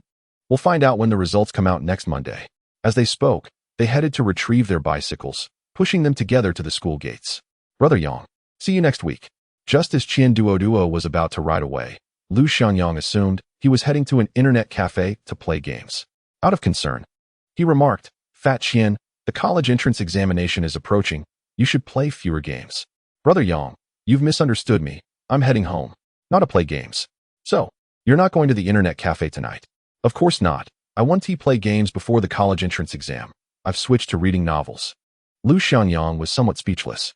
Isn't that just as unproductive as spending time on games? Suddenly, Qian Duoduo leaned closer to Lu Xiangyang and whispered, I've recently discovered an extraordinary masterpiece. It's incredibly captivating. Oh, what is it? It's a fantasy novel titled Heaven's Veil. Lu Xiangyang. What a coincidence. My deskmate has become my fan. Chapter 37, A Peerless Genius. At Yunhai No. 7 High School, 9 p.m. Today is Saturday. Yet, the teachers of the third year have yet to finish their work. The first mock examination has concluded, and now all subjects need personnel to grade the papers. The aim is to compile and report all data to the Municipal Education Committee before noon on Sunday. There will be a unified ranking across the city. This will allow for a comprehensive understanding of the situation of third-year students citywide. Historically, universities in Yunhai City have admissions quotas. For instance, the top 20 students in the city generally gain entry to prestigious institutions such as Tsinghua and Peking University. Those ranked within the top 600 are often admitted to 985 universities, while the top 1,500 can secure spots in 211 universities. For Lu Xiangyang, aiming for a rank within the top 1,500 is essential for hope. Naturally, the admission criteria do vary each year, but the general proportions remain consistent. Thus, through the citywide rankings, one can estimate the enrollment rates for Yunhai No. 7 High School. In the mathematics office, Li Damao sat in a chair, reviewing the scores from the recent mathematics examination. Li Yuhang scored 146, Lu Xiangyang 144, and Gu Yixin 136. These were the top 3 mathematics scores in the entire Yunhai No. 7 high school. For Li Damao, these results were already quite remarkable. After all, 2 of his students were among them. Out of over 1,200 third-year students in the school, only 3 scored above 130. Previously, there was only 1 student who scored above 140, but this time, an additional student emerged, and it was Lu Xiangyang, whom Li Damao had previously found most troublesome. 144 points. Li Damao couldn't help but smile as he lit a cigarette, feeling a sense of gratification. He had already reviewed the mathematics papers of Li Yuhang and Lu Xiangyang. Both of them had failed to score on the final, most challenging question. Li Yuhang managed to earn 2 points for his reasoning process, yet ultimately received a deduction of 4 points due to an incorrect answer.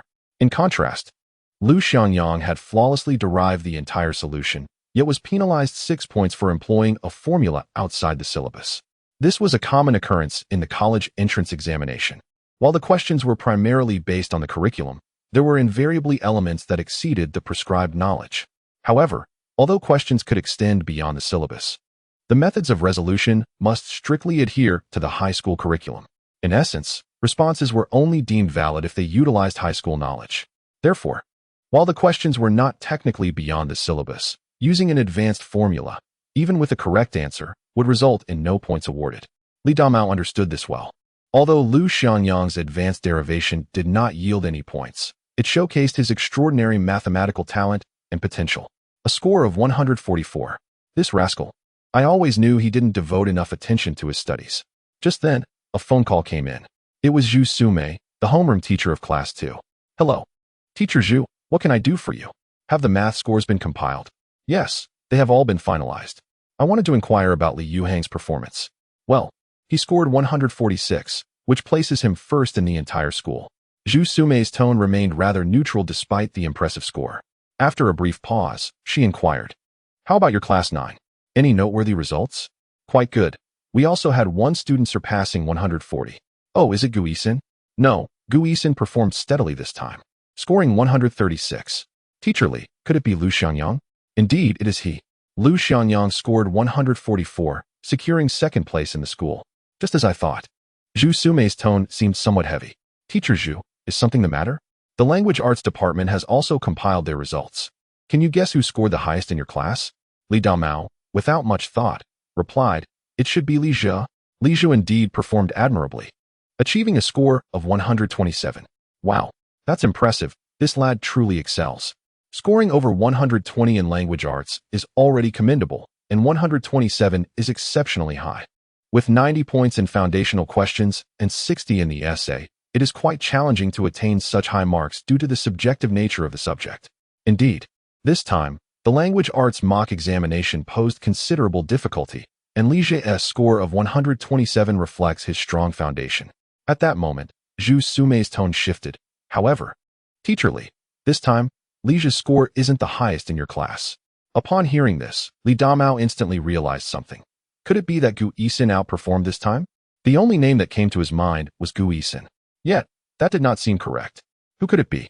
It was Lu Xiangyang, who scored 141 in language arts, ranking 1st in the entire school. What? Li Damao abruptly sat up, his cigarette slipping from his grasp and landing on his lap, causing a flurry of panic. Are you all right, Teacher Li? Zhu Sumei inquired with concern upon hearing the commotion on the line. I'm fine. Li Damao replied, extinguishing the cigarette and disposing of it in the trash. He then asked, Teacher Zhu, there hasn't been an error in the statistics, has there? Can one truly score 141 in Chinese? Achieving 140 in mathematics doesn't astonish me, but this is Chinese. Scoring above 120 already sets one apart from the rest. 141 is nothing short of miraculous.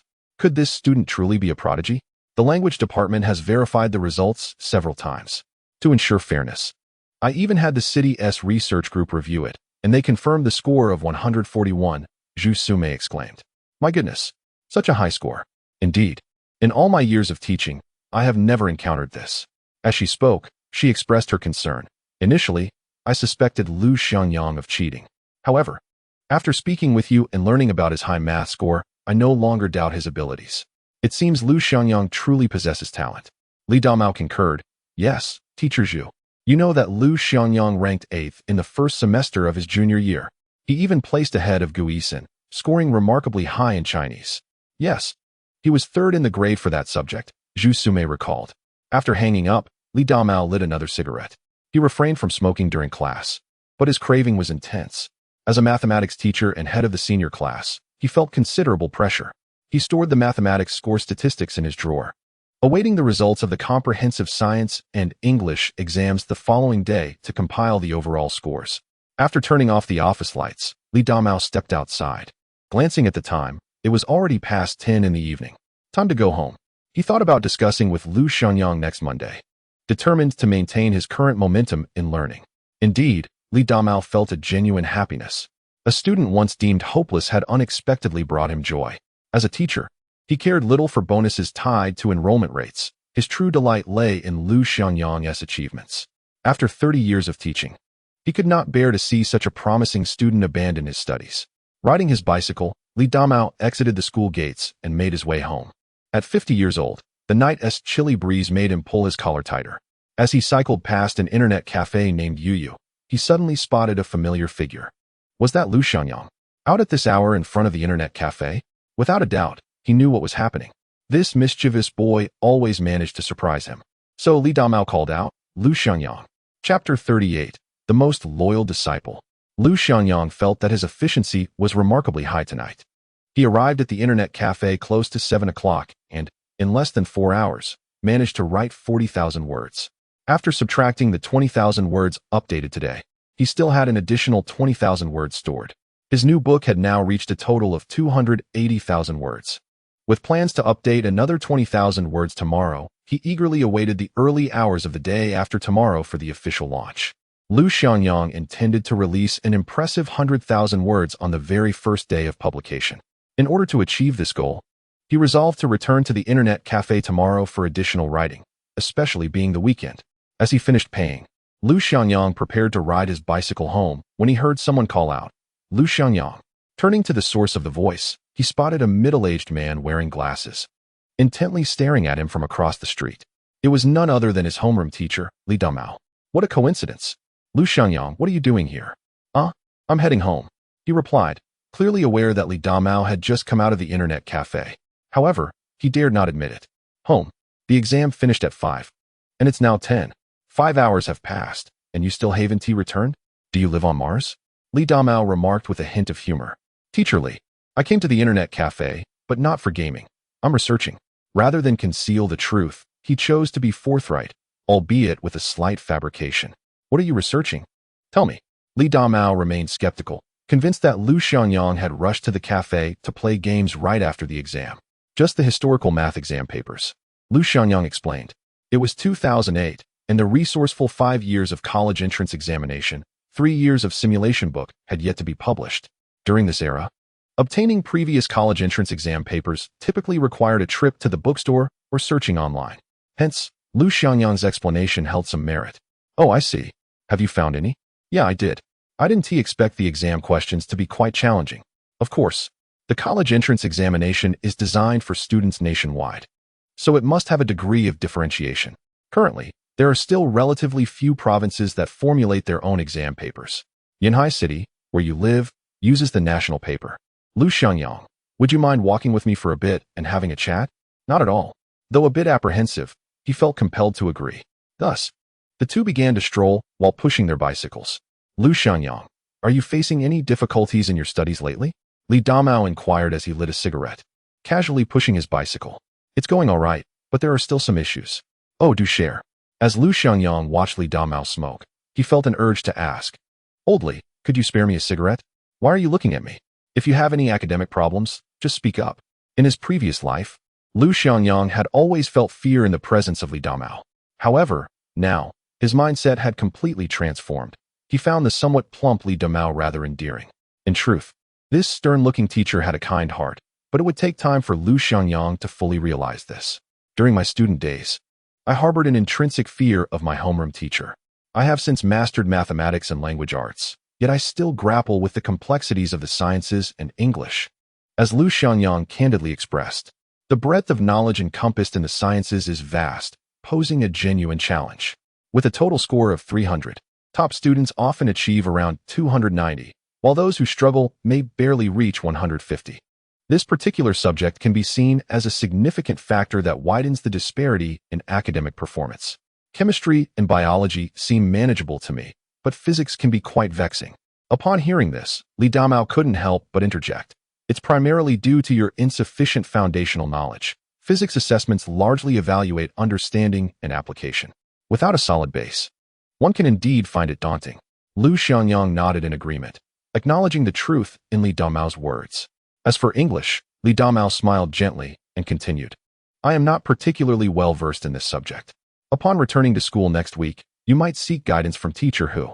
Furthermore, Gu Yixin has been assisting you with your studies. You should feel free to consult her as well. Certainly, teacher Li. Lu Xiangyang replied earnestly, taking a deep breath. The two pushed their bicycles to a crossroads. Li Damao glanced at the traffic light and asked, if I recall correctly, you live in the eastern suburbs, correct? Yes, came the reply. Then we must part ways here. I will go this way. Lu Xiangyang looked up and noticed it was green. Oh, very well. Farewell, teacher Li.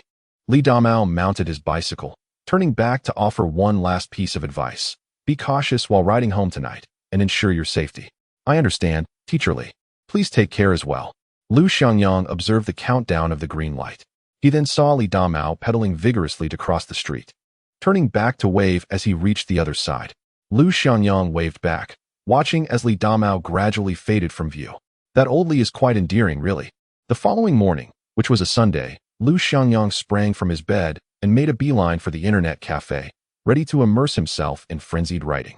His goal for the day was a staggering 100,000 words, aiming to achieve in a day what others might take a month to complete. After all, come midnight, his work would need to be available for readers. A little hardship is a small price to pay in the adult world, where ease is a rarity, even if it's for the sake of financial gain. Before diving into writing, Lu Xiangyang first uploaded the 20,000 words he had completed the previous day. The author Chasing Wind Youth has updated Chapter 91, Chapter 92, Chapter 97, Chapter 98, and Chapter 101. His total word count now stands at an impressive 300,000 words, with a generous 30,000 words available for free. This reflects a considerable level of commitment, especially since many authors begin charging after just 150,000 words. Lu Xiangyang directly completed 300,000 words before officially launching his work. Remarkably, only 10 days had elapsed since the release, which translates to an astonishing daily average of 30,000 words. This is indeed a formidable feat. Without further ado, he resolved to immerse himself in his writing endeavor, setting a goal of 100,000 words for the day. With his mind focused, Lu Xiangyang delved completely into the task at hand. At this moment, following the publication of his latest 20,000 word update, the comments section erupted with excitement. Grasping a blade of grass, the great chase wind is simply terrifying. In just 10 days, 300,000 words. The quality is so high. Can this truly be human? No wonder he is destined to become a supreme deity of web literature. His prowess is simply extraordinary.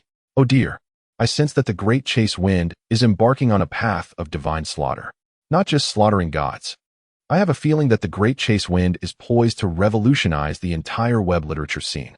Indeed, with such a prolific output, other authors are left crippled in comparison. Great chase wind, you are destined for greatness. Haha, I share your sentiments. You are phenomenal. Great chase wind, you are leaving other authors with no escape. Before long, the comment section was overwhelmed with readers' exuberant reactions. Great chase wind, you are truly a legend in the realm of web literature. Great chase wind, you are an unparalleled master. Great chase wind, you are the epitome of excellence. Great chase wind, you are an authority in web literature. Great chase wind, you are an absolute genius.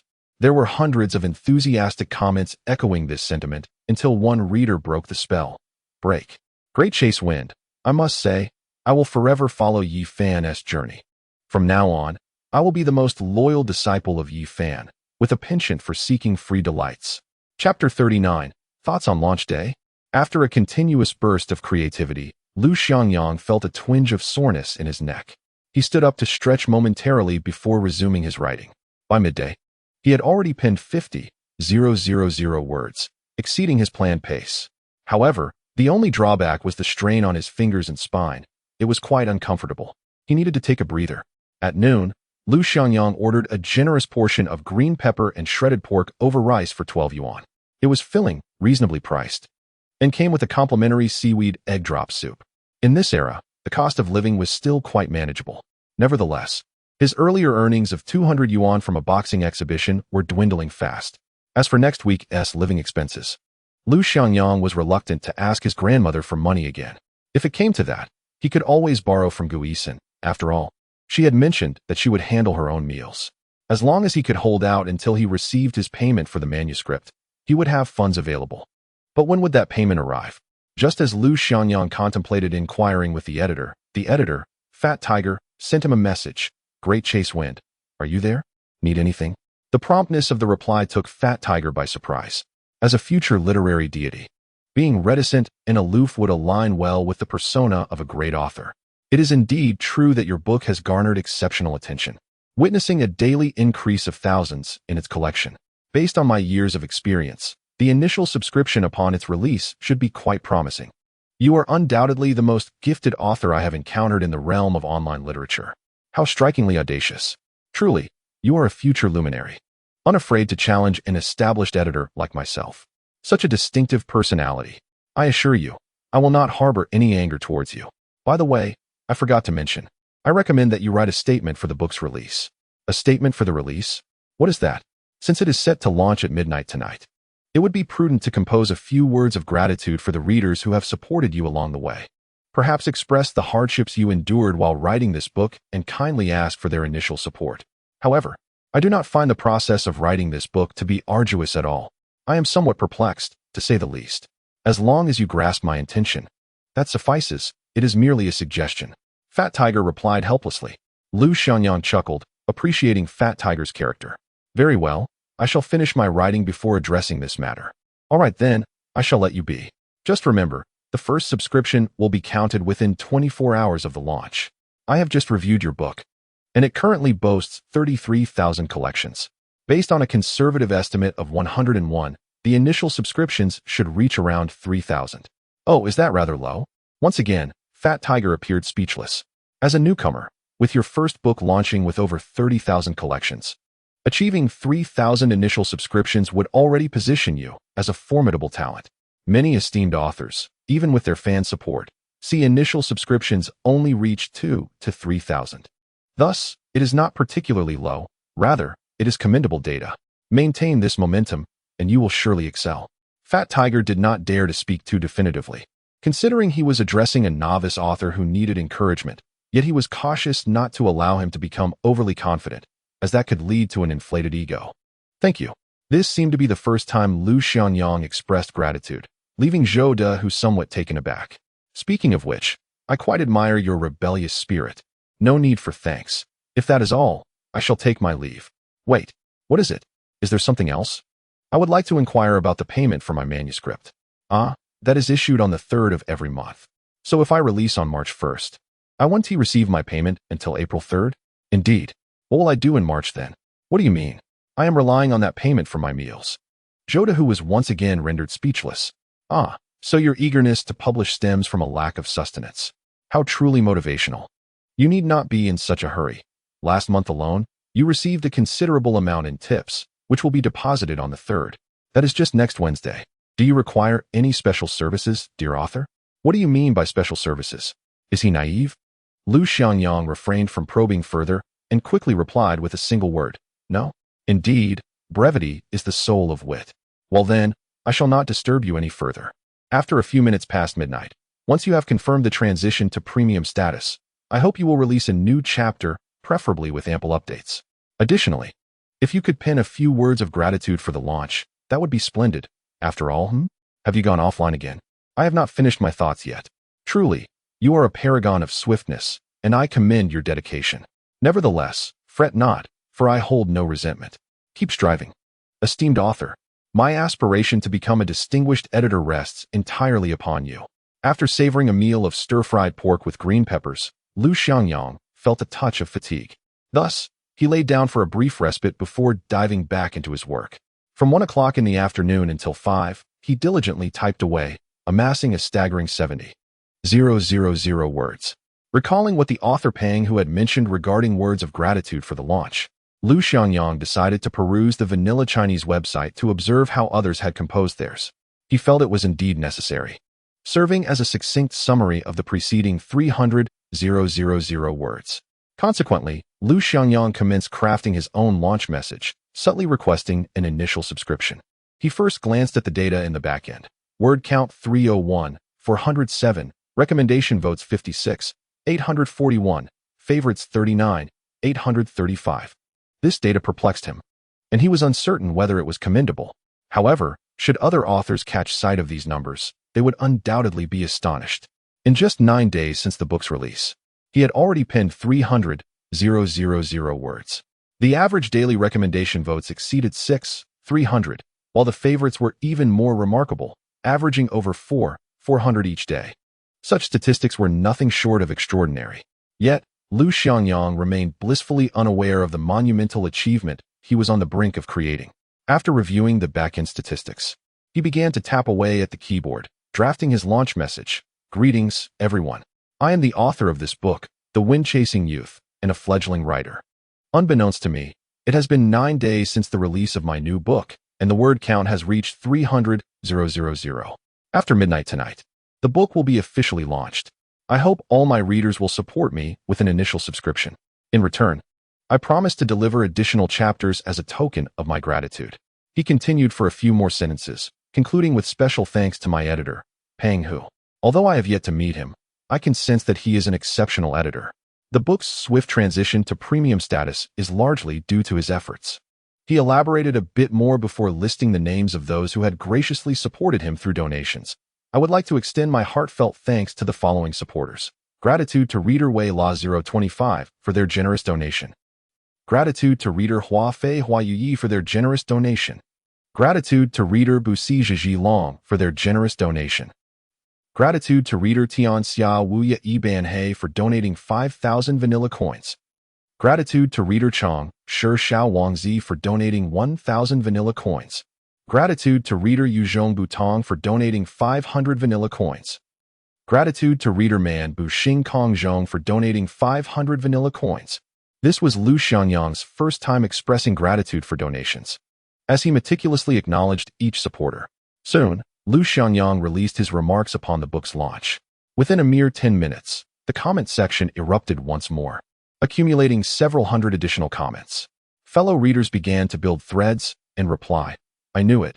Zhuifeng is indeed a newcomer. This is astonishing. I have never encountered a debut this impressive within just 9 days. What do you mean you haven't seen it? Even as a decade-long bookworm, I have never witnessed such a phenomenon.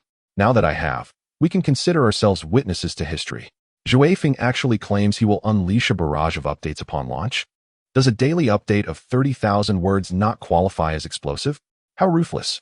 My goodness, the web literature sphere is about to undergo a transformation. Chapter 40, A Frenzied Generosity. After publishing his launch remarks, Lu Xiangyang resumed his writing mode. In essence, it boiled down to one word: persist. With unwavering determination, Lu Xiangyang diligently penned over 40,000 words. Coupled with the preceding 70,000 words, he had written a total of 120,000 words that day. Lu Xiangyang was utterly astounded. He had never imagined he could produce such a volume in a single day. Although these words were drawn from the depths of his memory, the speed at which he typed was undeniably tangible. It was grueling.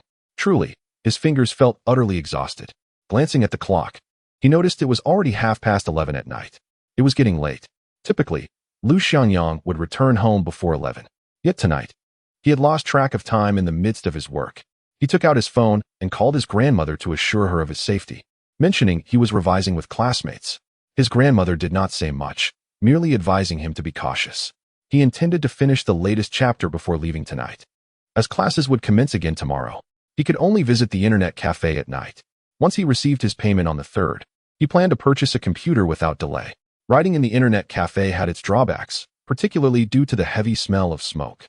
If he stayed any longer, he would surely succumb to dizziness.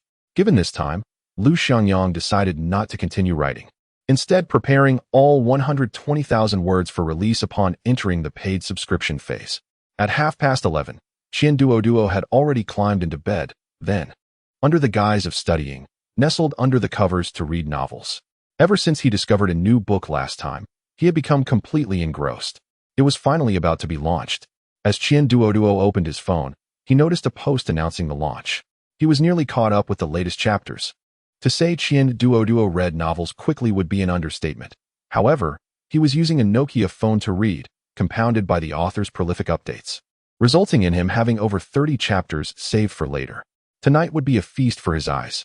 He thought, after midnight, this book would be officially launched. As a loyal reader, Qian Duo prepared to stay up late to make the first subscription. He was eager to support this rookie author he had watched grow. With such talent, he could only wonder what miracles would unfold. Lying in bed, Qian Duo's eyes were glued to the screen of his phone, flipping through page after page. It was simply captivating, so exhilarating. Qian Duo was thoroughly immersed, unable to extricate himself. Meanwhile, in the city of Yanhai, as well as across the nation, numerous book enthusiasts are presently perusing the heartfelt words of gratitude penned by Lu Xiangyang upon the release of his latest work. I wager that the initial subscriptions for this book will surpass 3,000. In fact, I foresee it reaching at least 5,000. 5,000 may seem exaggerated, for even the illustrious Qing Yang's The Eternal Emperor on Xiangcao Chinese Network garnered just about 3,000 subscriptions, half of which were from loyal fans, suggesting the actual figure may be below 2,000. Regardless, I am determined to stay up late tonight in support. At precisely 12:05 a.m., Lu Xiangyang finds himself nestled in a corner of an internet cafe, surrounded by the cacophony of clattering keyboards. Suddenly, a message pops up from his editor. Fat Tiger, Chasing Wind, it has gone live. You may now publish your chapters. Lu Xiangyang is taken aback, pleasantly surprised by the editor's thoughtfulness. Still awake at this late hour, attending to the matters of his new book's launch. Without hesitation, he refreshes the page and confirms that it is indeed live. Let the miracles unfold. A warm surge of emotion envelopes him as he begins to release the chapters in succession. Author Chasing Wind Youth has updated Chapter 102. Author Chasing Wind Youth has updated Chapter 103.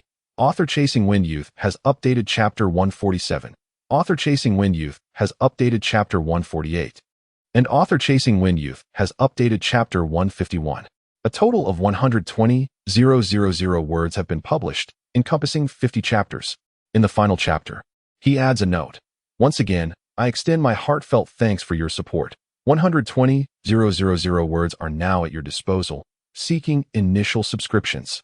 Upon completing the publication, Lu Xiangyang settles his bill and exits the internet cafe, cycling home through the quiet streets of Yanhai, where only the distant neon lights continue to shimmer. Meanwhile, Zhou, who has yet to retire for the night, after settling down with his 2 children, his wife, clad in alluring sleepwear, approaches him for a conversation about life aspirations. However, Zhou, who is entirely preoccupied with thoughts of Chasing Wind's new book launch. A literary legend may very well be born tonight. He realizes that this could potentially be a momentous occasion in the annals of online literature. Launching with 120,000 words is undoubtedly a record-breaking feat. What manner of person is this? Zhou, who remains fixated on his computer screen. Never mind, as an editor, I too shall stay up late to follow this work. In stark contrast to Zhou, whose astonishment, the review section has erupted with fervor. I have never seen anything like this. Launching with 120,000 words is utterly astounding. This will surely put pressure on other authors. Brothers, remember to give your initial subscriptions. We must wholeheartedly support this fine work and join hands with Chasing Wind to reach the pinnacle. Indeed, let's get those initial subscriptions rolling. I have school tomorrow. Otherwise, I'd be up all night reading. Beyond the review section, various author groups have also exploded with chatter. However, the sentiment from fellow authors is far from complimentary. They are rife with criticism. Who is this Chasing Wind Youth? Is this some sort of stunt? 9 days after its launch, with daily updates exceeding 30,000 words, the release boasted an astonishing 12,000 words. Meanwhile, I find myself struggling to muster a mere 50,000 words in an entire month. The pressure is overwhelming. My readers berate me incessantly, urging me to emulate the prolific author, Chasing Wind, who updates at least 30,000 words daily. I am utterly exasperated. I, too, face a dire predicament. I used to update 2,000 words each day, but now I am compelled to produce 4,000, and yet my readers remain dissatisfied, chastising me daily. If this continues, I fear my readers will become spoiled, leaving little hope for those of us who once comfortably maintained a 2,000-word daily regimen. This individual is akin to an octopus, seemingly endowed with at least 8 hands. Previously, I would comfortably update 2 chapters a day, and my readers regarded me as diligent. Yet now they label me a lazy donkey. They even claim that not even the donkeys in production teams would dare to rest so much. I am left speechless. This chasing wind youth is a menace to my livelihood. Enough of this idle chatter. It's time to write. Starting tomorrow, I too shall endeavor to update 4,000 words daily. 4,000 words a day? That seems extraordinarily daunting. In countless author groups tonight, the conversation revolves around lamenting this predicament. Each member harbors an unspoken grievance towards Lu Xiangyang. This individual has single-handedly instilled fear in the hearts of lazy authors throughout the internet literature realm. Soon, I fear that a daily output of 4,000 words will become the new standard. Chasing Wind, You Wretched Soul. Chapter 41, Truly Impressive. The following day, at dawn. At 6:15 a.m., Lu Xiangyang rose and pedaled furiously to school, arriving in just 20 minutes. The time was 6:35 a.m. With only 5 minutes remaining before the early self-study session at 6:40 a.m. Upon arriving at the bicycle parking area, he spotted Gu Yixin standing there, visibly irked. Beside a pink bicycle. Gu Yixin, why are you riding a bicycle today? Lu Xiangyang recalled that Gu Yixin usually took a car home after school. Indeed, I've decided to ride my bicycle to school starting today. Then hurry and park it. Early study is about to commence. I know, but there's no place to park. Lu Xiangyang glanced at the crowded bicycle rack, realizing there was no space left. This is simple enough. Lu Xiangyang first leaned his bicycle against the side, then pushed Gu Yixin's bicycle over to lean against his. Amidst Gu Yixin's puzzled gaze, he locked the 2 bicycles together and then secured them to a black bicycle as well. They are all set. Lu Xiangyang, this isn't ideal. What's wrong? Just come early after school to unlock them. After saying this, Lu Xiangyang shouldered his backpack and turned to leave, only to find Gu Yixin still standing there, looking somewhat guilty. My dear teacher, there are only 3 minutes until early study begins. Without further hesitation, Gu Yixin turned and followed Lu Xiangyang as they hurried towards Class 9 of the 3rd year. The 3rd year classes at Yunhai Qizhong were arranged on the 5th and 6th floors. The purpose of this approach is to prevent disturbances from the 1st and 2nd year students. The 3rd year Class 9 is located on the 6th floor. A swift ascent to the 6th floor in 3 minutes is entirely feasible, particularly for Lu Xiangyang, who can bound up the stairs, effortlessly leaping 4 steps at a time, much like a hurdler. Gu Yixin, trailing behind, was unable to keep up, and in mere moments, Lu Xiangyang had vanished from sight. This fellow was akin to a monkey, moving with astonishing speed. Just as she pondered this internally, she spotted Lu Xiangyang rushing back. Peering around the stairwell, Gu Yixin, with legs as long as yours, why are you so slow? My grandmother could reach the 6th floor faster than you. Fuming, Gu Yixin stamped her foot, realizing that Lu Xiangyang had hit the nail on the head. She had always lacked athletic prowess. However, she had no choice but to quicken her pace to avoid being late. As she ran, she grumbled, Lu Xiangyang, you absolute monkey. Hurry up, or you'll be late. The sounds of their footsteps echoed in the stairwell. By the time Gu Yixin arrived at the door of Class 9, the morning reading bell rang precisely. 3 minutes to ascend 6 floors is merely a normal pace for the boys. Yet for Gu Yixin, it was evidently a considerable effort. Gasping for breath, beads of sweat dotted her forehead. Meanwhile, Lu Xiangyang was already seated, looking utterly relaxed, as if his earlier sprint had merely served as a warm-up. His athleticism was nothing short of remarkable. Unable to restrain her thoughts, Gu Yixin returned to her seat, pulling out a tissue to dab at her perspiration. The early morning study session is crucial for students, characterized by autonomous learning. Some recite classical Chinese poetry, others memorize English vocabulary, while a few endeavor to learn the periodic table, Qing Hai Li Pai, Peng Tan Dan, Yang Fu Nai. The atmosphere was brimming with vigor.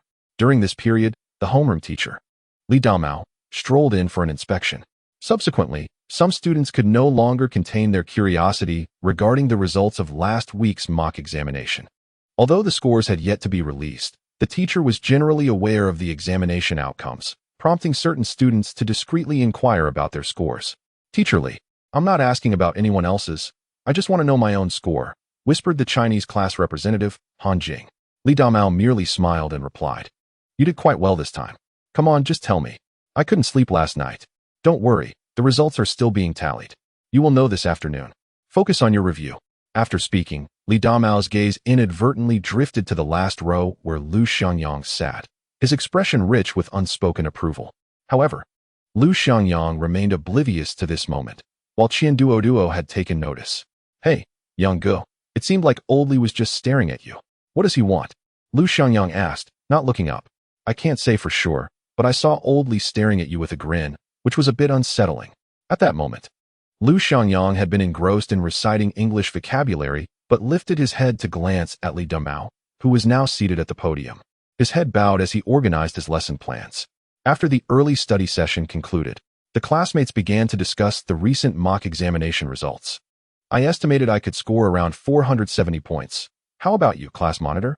If I got the penultimate math question right, I should easily surpass 600 points. Wow, the class monitor is indeed impressive. A prestigious university is surely within reach. However, Lijia's language score remains unrivaled. Not even Gu Yixin can surpass him. By the way, Chen Xing, how did you fare in math this time? I should be around 100 points. And you, Jiangyu? I estimate I scored 88. Shall we seek out Teacher Li to review the math paper? Let us go. I'll join as well. The students were all engrossed in discussing their scores. In fact, more than 10 classmates formed a group to head to the office to see Teacher Li Damao about the exam papers. Lu Xiangyang, however, showed little interest. He was confident in his Chinese and math scores, believing they would not be low. It was the comprehensive science and English subjects that posed a challenge for him. Particularly English. Mere vocabulary memorization was far from sufficient for overall improvement. He glanced toward Gu Yixin, who was immersed in her world, headphones on. Yet, when Lu Xiangyang averted his gaze, he inadvertently locked eyes with Li Jia, who emanated an air of arrogance, looking down upon Lu Xiangyang. With a dismissive snort, Li Jia turned and strode away. Lu Xiangyang sighed and shook his head. This scene was also observed by Qian Duoduo. Yang Gu, how did your math exam go? It was okay. Not sure if I managed to get full marks. Qian Duoduo replied, You're quite the show-off. Forget it, I'm going back to sleep. I stayed up late reading novels last night. I'm exhausted. Meanwhile, in the math office, Teacher Li, may I see my math paper? Li Jia was the first to express his desire. Teacher Li Damao, in good spirits today, smiled and replied, You can look, but don't take it away. And be careful not to damage it. Rest assured I won T. No sooner had he spoken than several classmates rushed over excitedly. Wow, Chen Xing. You scored 108 in math. Really? Let me see. I actually scored 108. Haha. Gaopeng, what happened? You didn't even pass again. Whose paper is this? Zhao Gang. Be careful not to tear it. Jiangyu, you really are impressive. You actually scored 88. What about Li Jia? Let us see how much the class monitor scored. Li Jia, too, felt a surge of excitement. Chapter 42, Highest Math Score. Found it. I found Li Jia's paper. Let me see. Wow, 126 points. Despite the difficulty of this exam, Li Jia is still exceptional. Indeed, I heard from Zheng Jieji of Class 3 that less than 60 students scored above 120 in the entire grade, and fewer than 10 achieved above 130. Teacher Li, is that true? Teacher Li Damao nodded helplessly. I didn't expect your inside information to be quite accurate. Indeed, this math exam was quite challenging. Only 58 students scored above 120 in the entire grade. The representative of the Chinese language class, Han Jing, immediately responded, So, that means Li Jia has ranked within the top 60 in mathematics across the entire school. Truly befitting of our class leader, he has brought us great pride. With the praise of his classmates, Li Jia had already become quite self-satisfied. He was aware of the formidable difficulty of this mathematics paper, which was particularly comprehensive and riddled with traps, especially in the latter challenging questions, where scoring was no easy feat yet. Despite this, he managed to achieve a score of 126. While not exceptionally high, it was sufficient to create a noticeable gap between him and his peers. What about Gu Yixin? He wondered. Found it. 136 points. Truly impressive, our school beauty. His classmates showered her with admiration, even bordering on jealousy. Gu Yixin was not only beautiful, but also excelled academically, which left many speechless. However, Li Jia felt no such frustration. Although Gu Yixin had outscored him by 10 points in mathematics, he was confident in the knowledge that he consistently surpassed her in Chinese. Given the considerable difficulty of the exam, maintaining only a 10-point difference was, in fact, quite commendable. Li Xiangyang smiled with self-assurance, secretly thinking he had drawn closer to Gu Yixin once again. All right, enough of this. Let's hurry back to the classroom. I will distribute the test papers once class starts, announced Li Xiangyang. Upon hearing this, he quickly urged, classmates, let us return to the classroom. The others echoed his sentiment and made their way towards class 9 of their senior year. Along the way, Han Jing continued to extol, Li Xiangyang, you are incredible. You scored 126 on such a challenging paper. Internally pleased, Li Xiangyang feigned modesty, saying, actually, I performed quite ordinarily this time. I was a bit careless. Otherwise, I could have scored above 130. Upon returning to the classroom, word had already spread about Li Xiangyang's mathematics score. Those who had not gone to the office expressed their admiration upon hearing the news. In discussions about the difficulty of the college entrance examination subjects, mathematics was undoubtedly a formidable obstacle. For the top students, whether the exam was easy or difficult, their scores did not fluctuate significantly. However, for those of average ability, the impact was substantial. In this round of mock examinations, most students had performed poorly, making Li Xiangyang's score of 126 all the more remarkable. He claimed to have been somewhat careless, suggesting he could have easily surpassed 130, especially after they learned that Gu Yixin had scored 136. They regarded Li Xiangyang's performance as commendable, considering the narrow 10-point margin. As the discussions buzzed around him, Li Xiangyang approached the last row and stood in front of Lu Xiangyang's desk. He cleared his throat lightly. Lu Xiangyang looked up to see Li Xiangyang standing before him, his expression radiating pride. What is up? Lu Xiangyang asked, amused by Li Xiangyang's demeanor. The mathematics results are out. Aren't you going to take a look? Li Xiangyang inquired. What is there to see? Lu Xiangyang replied dismissively. Lu Xiangyang coldly replied and continued to memorize vocabulary, displaying a demeanor of complete indifference. Li Xiangyang initially intended to provoke a discussion, but to his surprise, his words fell flat, akin to striking a cotton ball, soft and devoid of impact. After all, as a student with poor grades, it made little difference whether he cared or not. What does it matter? He is just a slacker, Li Xiangyang remarked sarcastically, which instantly irked Qian Duo, who had been dozing off. Li Xiangyang scored full marks on the last math test. What gives you the right to act so superior? She retorted. Can a class quiz be compared to a preliminary exam? Li Xiangyang shot back immediately. Besides, he must have known the answers in advance to score so well. Lu Xiangyang shook his head in exasperation, truly feeling that this fellow was quite foolish. How could someone like him possibly be the class monitor? It was concerning. Li Xiangyang, class is about to begin. Return to your seat and stop your nonsensical chatter. Don't forget, we made a bet. If you fail to score at least 450 points, you'll have to leave class 9. Lu Xiangyang was momentarily bewildered. When did I ever agree to that? However, after a brief contemplation, he reassured himself that scoring 450 points should be manageable. Li Xiangyang, you better prepare to treat the entire class to Fanta. We shall see. With 3 minutes left until class, Li Damao cheerfully entered the classroom of senior year 3. Class 9, carrying a stack of test papers, undoubtedly the mathematics exam from last week's mock test. Look, Teacher Li is unusually cheerful today. Indeed. His smile is so broad that his eyes are nearly invisible. He looks rather endearing. This marked the first time the students of Class 9 witnessed such exuberance from Li Damao. Classmates, the results of last week's preliminary exams have been compiled, he announced. His voice laced with pride, clearly satisfied with the outcomes. The classroom fell silent. All attention focused on the test papers in his hands. Lu Xiangyang lifted his head, feeling a twinge of anxiety, especially regarding the last question in mathematics, which he found somewhat uncertain. Teacher Li, just announce the results. I've cleaned my neck for the occasion, exclaimed Qian Duo, prompting a wave of laughter from the entire class. Li Damao chuckled along, a clear indication of his good mood today. In the past, he would have likely scowled and reprimanded them. This math exam, I believe you all found it quite challenging. Didn't you? As soon as he finished speaking, the class responded in unison. Difficult. Exactly. Li Damao beamed with satisfaction. To be honest, the questions on this mock exam were exceptionally well crafted, with difficulty levels comparable to the college entrance examination. Hearing this, the students immediately began to lament. No way. Is the college entrance exam that tough? Isn't it said that the first mock exam is the hardest, more difficult than the actual exam?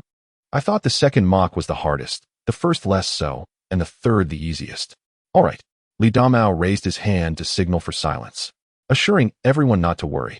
He explained that the purpose of this examination was to help everyone better understand their shortcomings and to adapt to the challenges of the college entrance examination in advance. With a sense of satisfaction, he patted the stack of test papers on the desk and remarked, "That being said, our class performed quite well this time." His gaze then fell upon Li Zhe.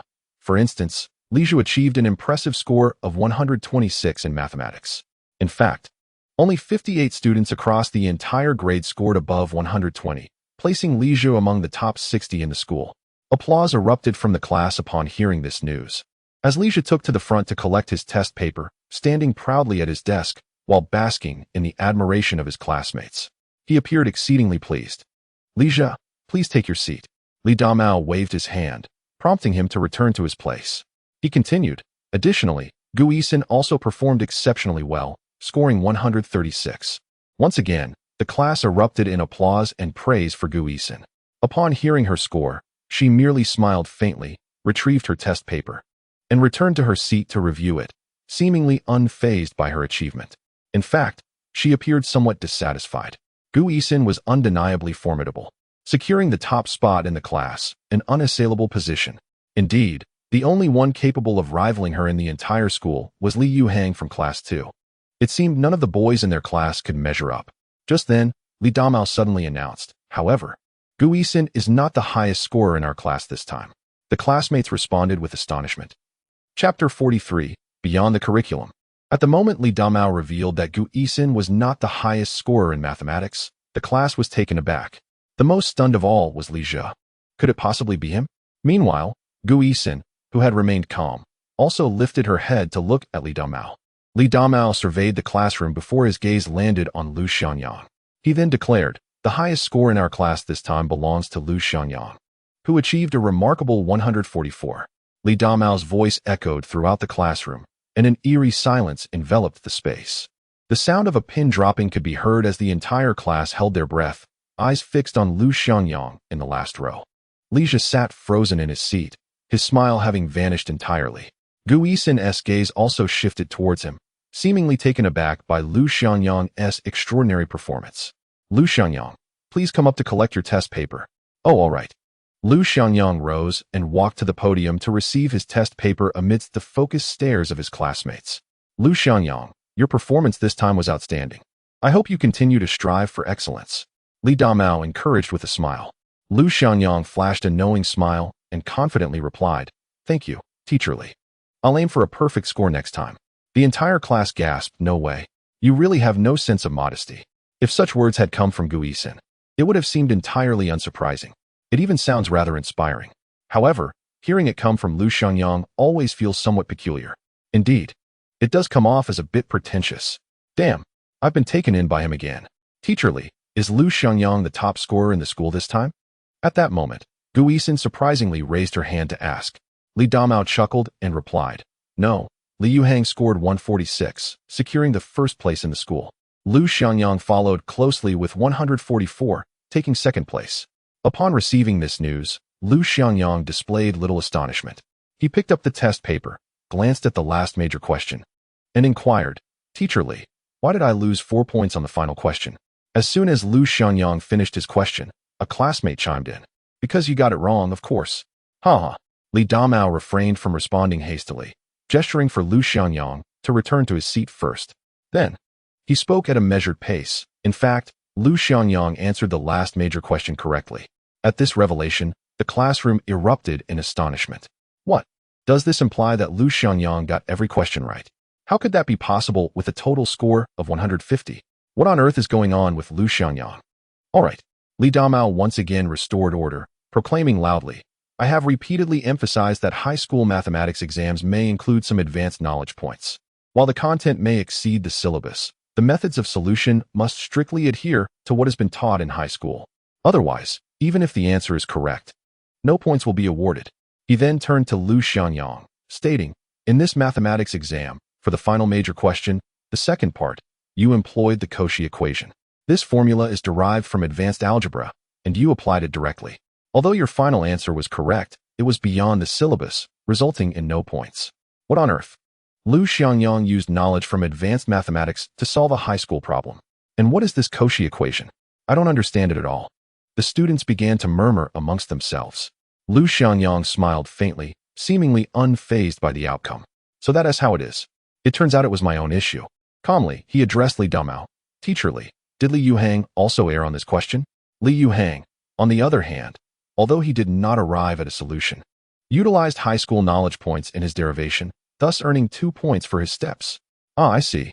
Lu Xiangyang nodded, as he had an inkling beforehand. After finishing the exam, he had gone for a run and encountered Li Yuhang. During their conversation, he had already suspected that his method of solving the question was beyond the syllabus. Nevertheless, losing just 6 points was still acceptable. Teacher, I understand now. I will pay more attention next time. Li Damao nodded and continued, classmates, although this mathematics exam was generally challenging, it ultimately boils down to a lack of solid foundational knowledge. For the next 2 mathematics classes, we will follow the usual routine. You will first redo the incorrect questions, and then I will explain the test paper. The students began to organize their incorrect answers. However, Gu Yixin slightly furrowed his brow, seemingly deep in thought. After 2 mathematics classes, numerous classmates rushed to inquire about Lu Xiangyang's study methods, eager for him to impart his wisdom. Yet, what experience could Lu Xiangyang possibly share?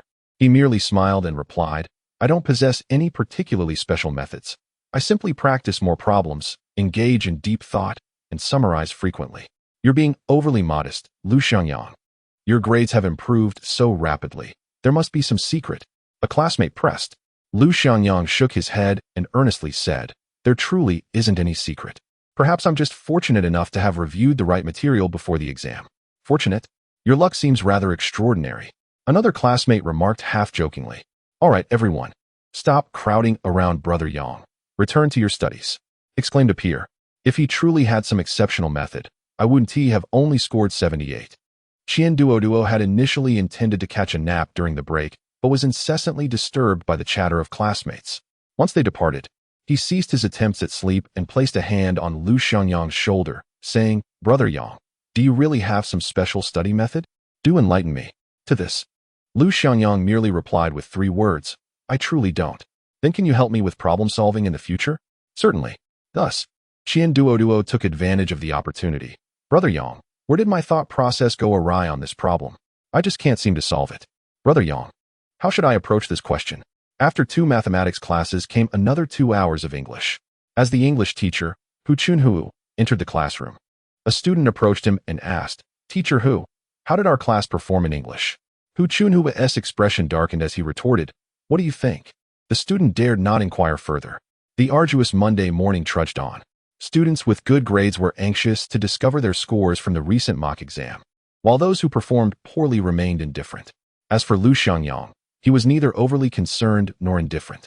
If anything, he was quite eager to know the first-order statistics of the newly launched novels on Xiangcao Chinese Network, but alas, he had no means to check. This was what he truly wished to learn, as it could lead to financial gain.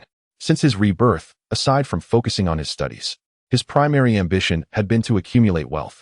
After lunch, he contemplated sneaking out to the internet cafe, but recalling his encounter with Li Damao the previous night, he resisted the urge. He thought it wiser to wait until tonight to visit the cafe, hoping for a delightful surprise. A first order of 3,000 should not be too difficult to achieve, right? Chapter 44, The First in the City. During the midday break, the statistical work regarding the first mock exam results for the senior year had been completely finalized. Since it pertained to the senior students, the efficiency was remarkable. Now, the scores of all senior students had been entered into the school system. Moreover, the results have been reported to the Municipal Education Commission. The rankings for the senior year of Yunhai No. 7 High School have been released. Simultaneously, the highest scores, average scores, and individual subject rankings for each class are now visible. Of course, this information is still limited to the homeroom teachers of each grade. Many subject teachers only know the scores for the subjects they teach. For instance, within the mathematics department of the senior year, a teacher inquired with Class 9's homeroom teacher, Li Damao, about the recent examination. Mr. Li, I heard that a student from your Class 9 scored 144 in mathematics. But it seems that the last question was beyond the syllabus, so no points were awarded. Indeed, replied Li. Is it Gu Yixin? No. Oh, then who is it? Lu Xiangyang. I have never heard of this name. Li Damao chuckled softly and remarked, Lu Xiangyang was once a promising student. He ranked 8th in the entire school during the first year when we split classes between arts and sciences. Oh, it's him. I've heard of this child. But it's a pity what happened later. Just as they were speaking, another teacher interjected, by the way, I heard there is a student in our school who scored 141 in Chinese. Who could it be? Could it be Zheng Jejia from class 3? I just checked Zheng Jejia's scores. It's not her. Then who is it? Could it be Zhou Ying from class 6? No, she is from the arts class. I heard from Zhu Sumei that it's someone from the science class. A science student scored 141 in Chinese? Is that true? Of course it is. Zhu Sumei wouldn't lie about such things. Let me look it up again. Several teachers gathered around the computer, their eyes fixed on the screen. They scrolled through the rankings, starting from the top student and going down dozens or even hundreds of names, yet they found nothing. Stop looking. I know who it is. Li Damao casually remarked from his seat. The other teachers turned their attention to him, intrigued. Who is it? Li Damao, somewhat resigned, replied. It's still Lu Xiangyang from class 9. What? The teachers looked at Li Damao in astonishment, clearly incredulous. It should be noted that Lu Xiangyang scored 144 in mathematics and now 141 in Chinese. Just these two subjects alone sum up to an astonishing 285 points. If only these two subjects were considered, he would undoubtedly rank among the top 3 in the city. Indeed, let us directly search for the highest score in Chinese to confirm. One teacher began typing on the keyboard, searching for the rankings in that subject. Soon, the teachers were stunned. Name, Lu Xiangyang. School, Yinhai No. 7 High School. Class, senior year, class 9. Chinese, 141 points. City ranking, 1. It truly is Lu Xiangyang. Mr. Li, your class 9 has the top city ranking in Chinese this time. The other teachers could hardly believe it. Since its establishment, Yinhai No. 7 High School had never achieved such high scores. Mr. Li, your class is indeed filled with hidden talents. I wonder how Shishir Middle School and the Normal University affiliated high school will respond now. Indeed, with the top score in the city revealed, we have certainly brought great honor. The teachers showered praises upon him, for after all, Li Damao was the class's homeroom teacher. Achieving such commendable results in the class was indeed a matter of great honor. However, it was evident that Li Damao was not as jubilant as one might expect. Why aren't you more cheerful, Teacher Li? One inquired. Indeed, don't feign modesty. With Gu Yixin and now Lu Xiangyang in your class, you could potentially aim for 2 spots at Qingbei. Li Damao shook his head, somewhat helplessly, and replied, you all have only considered Lu Xiangyang's scores in Chinese and mathematics. Have a look at his physics, chemistry, and English as well. Oh, what is the matter?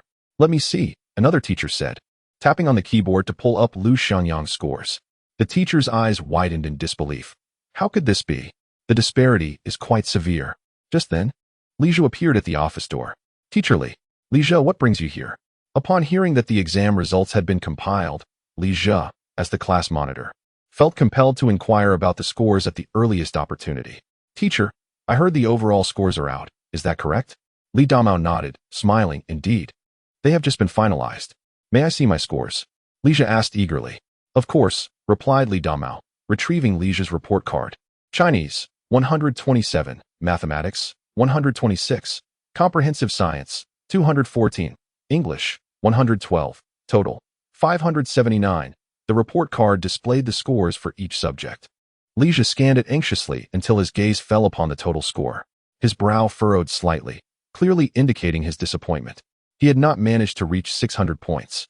After the exam, he had estimated his score to be around 609. Yet now, it was 30 points less than he had anticipated. The issue lay with his comprehensive science score, and his English was about 10 points lower than expected. Teacher, how did I rank this time?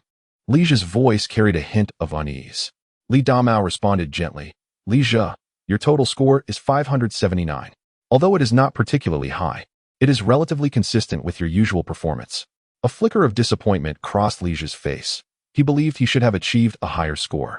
After a moment of silence, a determined look appeared in his eyes. I understand, Teacher Li.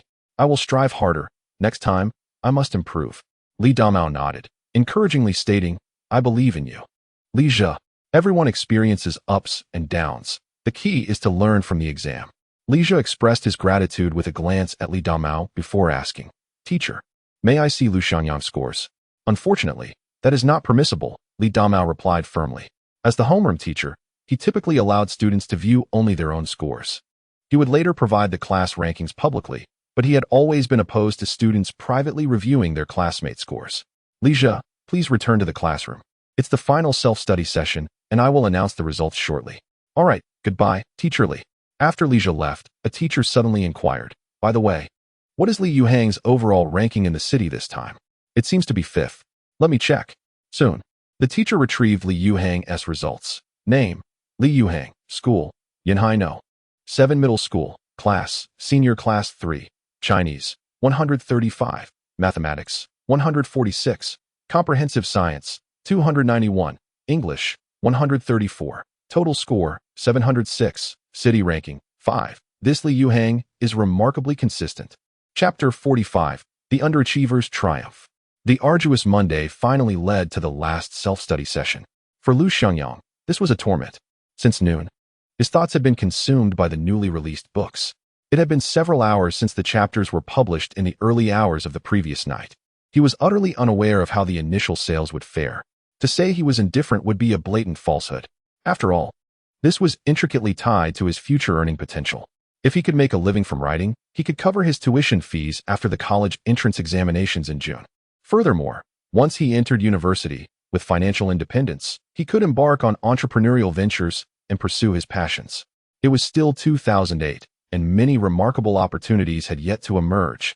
Lu Xiangyang, having experienced an explosion of information, was aware that concepts such as short videos had not yet materialized. Additionally, if a particular intellectual property became a sensation, it would lead to a series of copyright developments, including comics, animations, games, and film adaptations. A substantial IP could spawn an entire economic network. For Lu Xiangyang, these were abundant business opportunities. However, to venture into entrepreneurship, one required capital.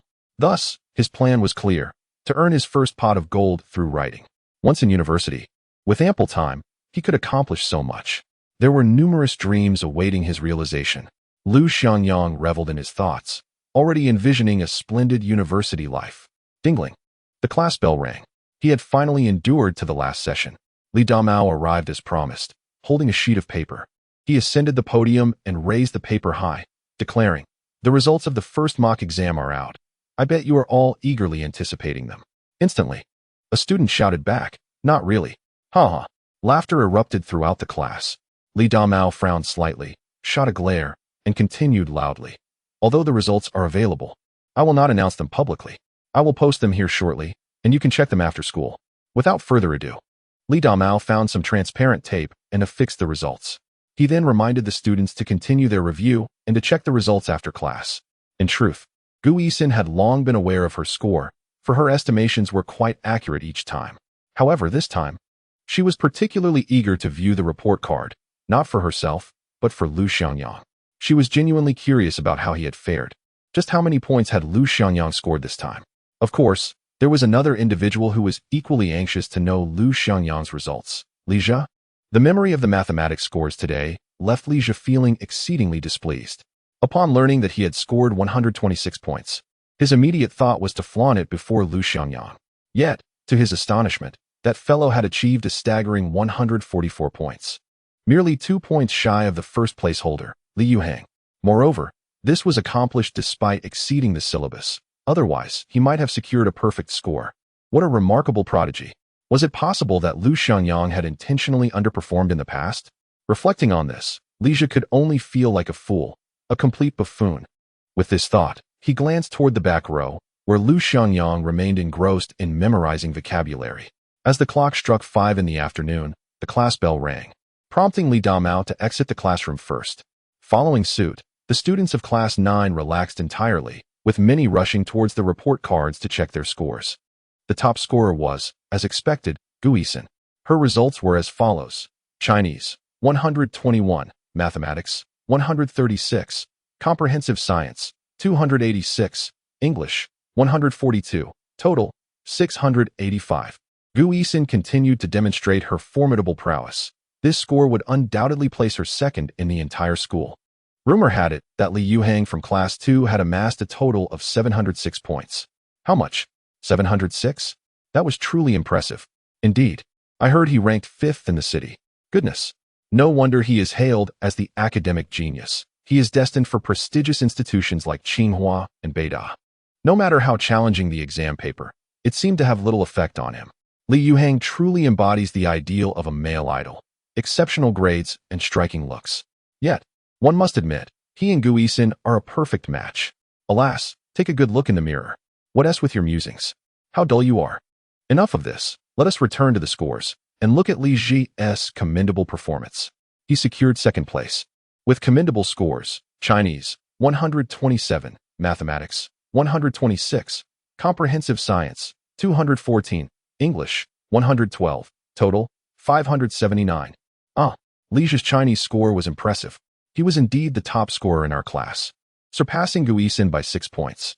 True, his comprehensive science and English scores were somewhat lacking. Lacking? Could you achieve such a score? Oh, indeed not. Li Zhi, you are quite remarkable. A prestigious university is certainly within your grasp. Indeed, class leader, you must tutor me. I too wish to improve. My expectations are modest. Merely to gain admission to a 2nd-tier university would suffice. Despite the congratulations from his classmates, Li Zhi felt no joy. Initially, he had estimated his score to be above 600. Little did anyone know, the estimated score had fallen short by approximately 30 points. Such a discrepancy was quite astounding. Yang, aren't you going to check your results? No, I have other matters to attend to. Just then, Qian Duo suddenly shouted, and they all observed Lu Xiangyang, with his backpack slung over his shoulder, hastily exiting the classroom. All right, I'll take a look for you. Could those who have seen the scores please step aside? Qian Duo squeezed past 2 classmates and began searching for names on the score sheet. At that moment, Li Zhi was equally eager to know Lu Xiangyang's score and stood up, awaiting the outcome. I found it. What the heck? 9th place. I saw it too. Lu Xiangyang actually ranked 9th in the class. Could someone read out the scores for each subject? I'll do it. Wow, Chinese scored 141. That must be the highest in our class, right? Not just that. With 141 in Chinese, it's undoubtedly the top in the entire school. You've never seen anything like it. This is Chinese, after all. A score of 141 must be the best in the city. No wonder. At that moment, the Chinese class representative, Han Jing, chimed in. No wonder what, Han Jing? I heard from a student in class 2 that Zhu Sumei mentioned that this year, the top scorer in Chinese in the city is from our school. No way, it must be Lu Xiangyang. With 141, it has to be him. What about Lu Xiangyang's other subjects? Mathematics is 144, huh? His comprehensive science score is surprisingly lower than mine, only 165. English is even worse, merely 62. Lu Xiangyang's total score is 522. Wow, the leaps in Chinese and mathematics are astonishing. No wonder Yang is so impressive. What do you mean, Yang? He is practically a study wizard. From now on, we should call him Lu Xiaowu. Haha, yes. From now on, he shall be known as Lu Xiaowu. The classmates began to chatter excitedly. It seemed that Lu Xiangyang, previously deemed a slacker, had truly made a remarkable comeback, achieving 522 points. He had transformed from 2nd to last to an impressive 9th place. Such a leap was extraordinary. Lu Xiangyang's performance in Chinese and mathematics was nothing short of exemplary, especially in Chinese, where he claimed the top score in the city. This achievement truly illuminated Yunhai No. 7 Middle School among all the schools in the city. His mathematics score was the 2nd highest in the school, falling just 2 points shy of Li Yuhang and surpassing Gu Yixin by 8 points, as well as outscoring Li Zhi by 18 points. However, the subjects of comprehensive science and English left much to be desired, particularly English, where he scored a mere 62. This disparity was quite severe. At this moment, Li Zhi felt as if he had been doused with a bucket of ice water in the midst of winter, leaving him utterly chilled. Previously, he had mocked Lu Xiangyang and wagered that he wouldn't score over 450 points. Yet now, he had achieved a remarkable 522 points. Impossible. Absolutely impossible. Li Zhi suddenly bellowed. The attention of his classmates was immediately drawn to him, and they recalled the bet he had made with Lu Xiangyang. Haha. Now, this is going to be entertaining. Chapter 46 was simply bursting with excitement.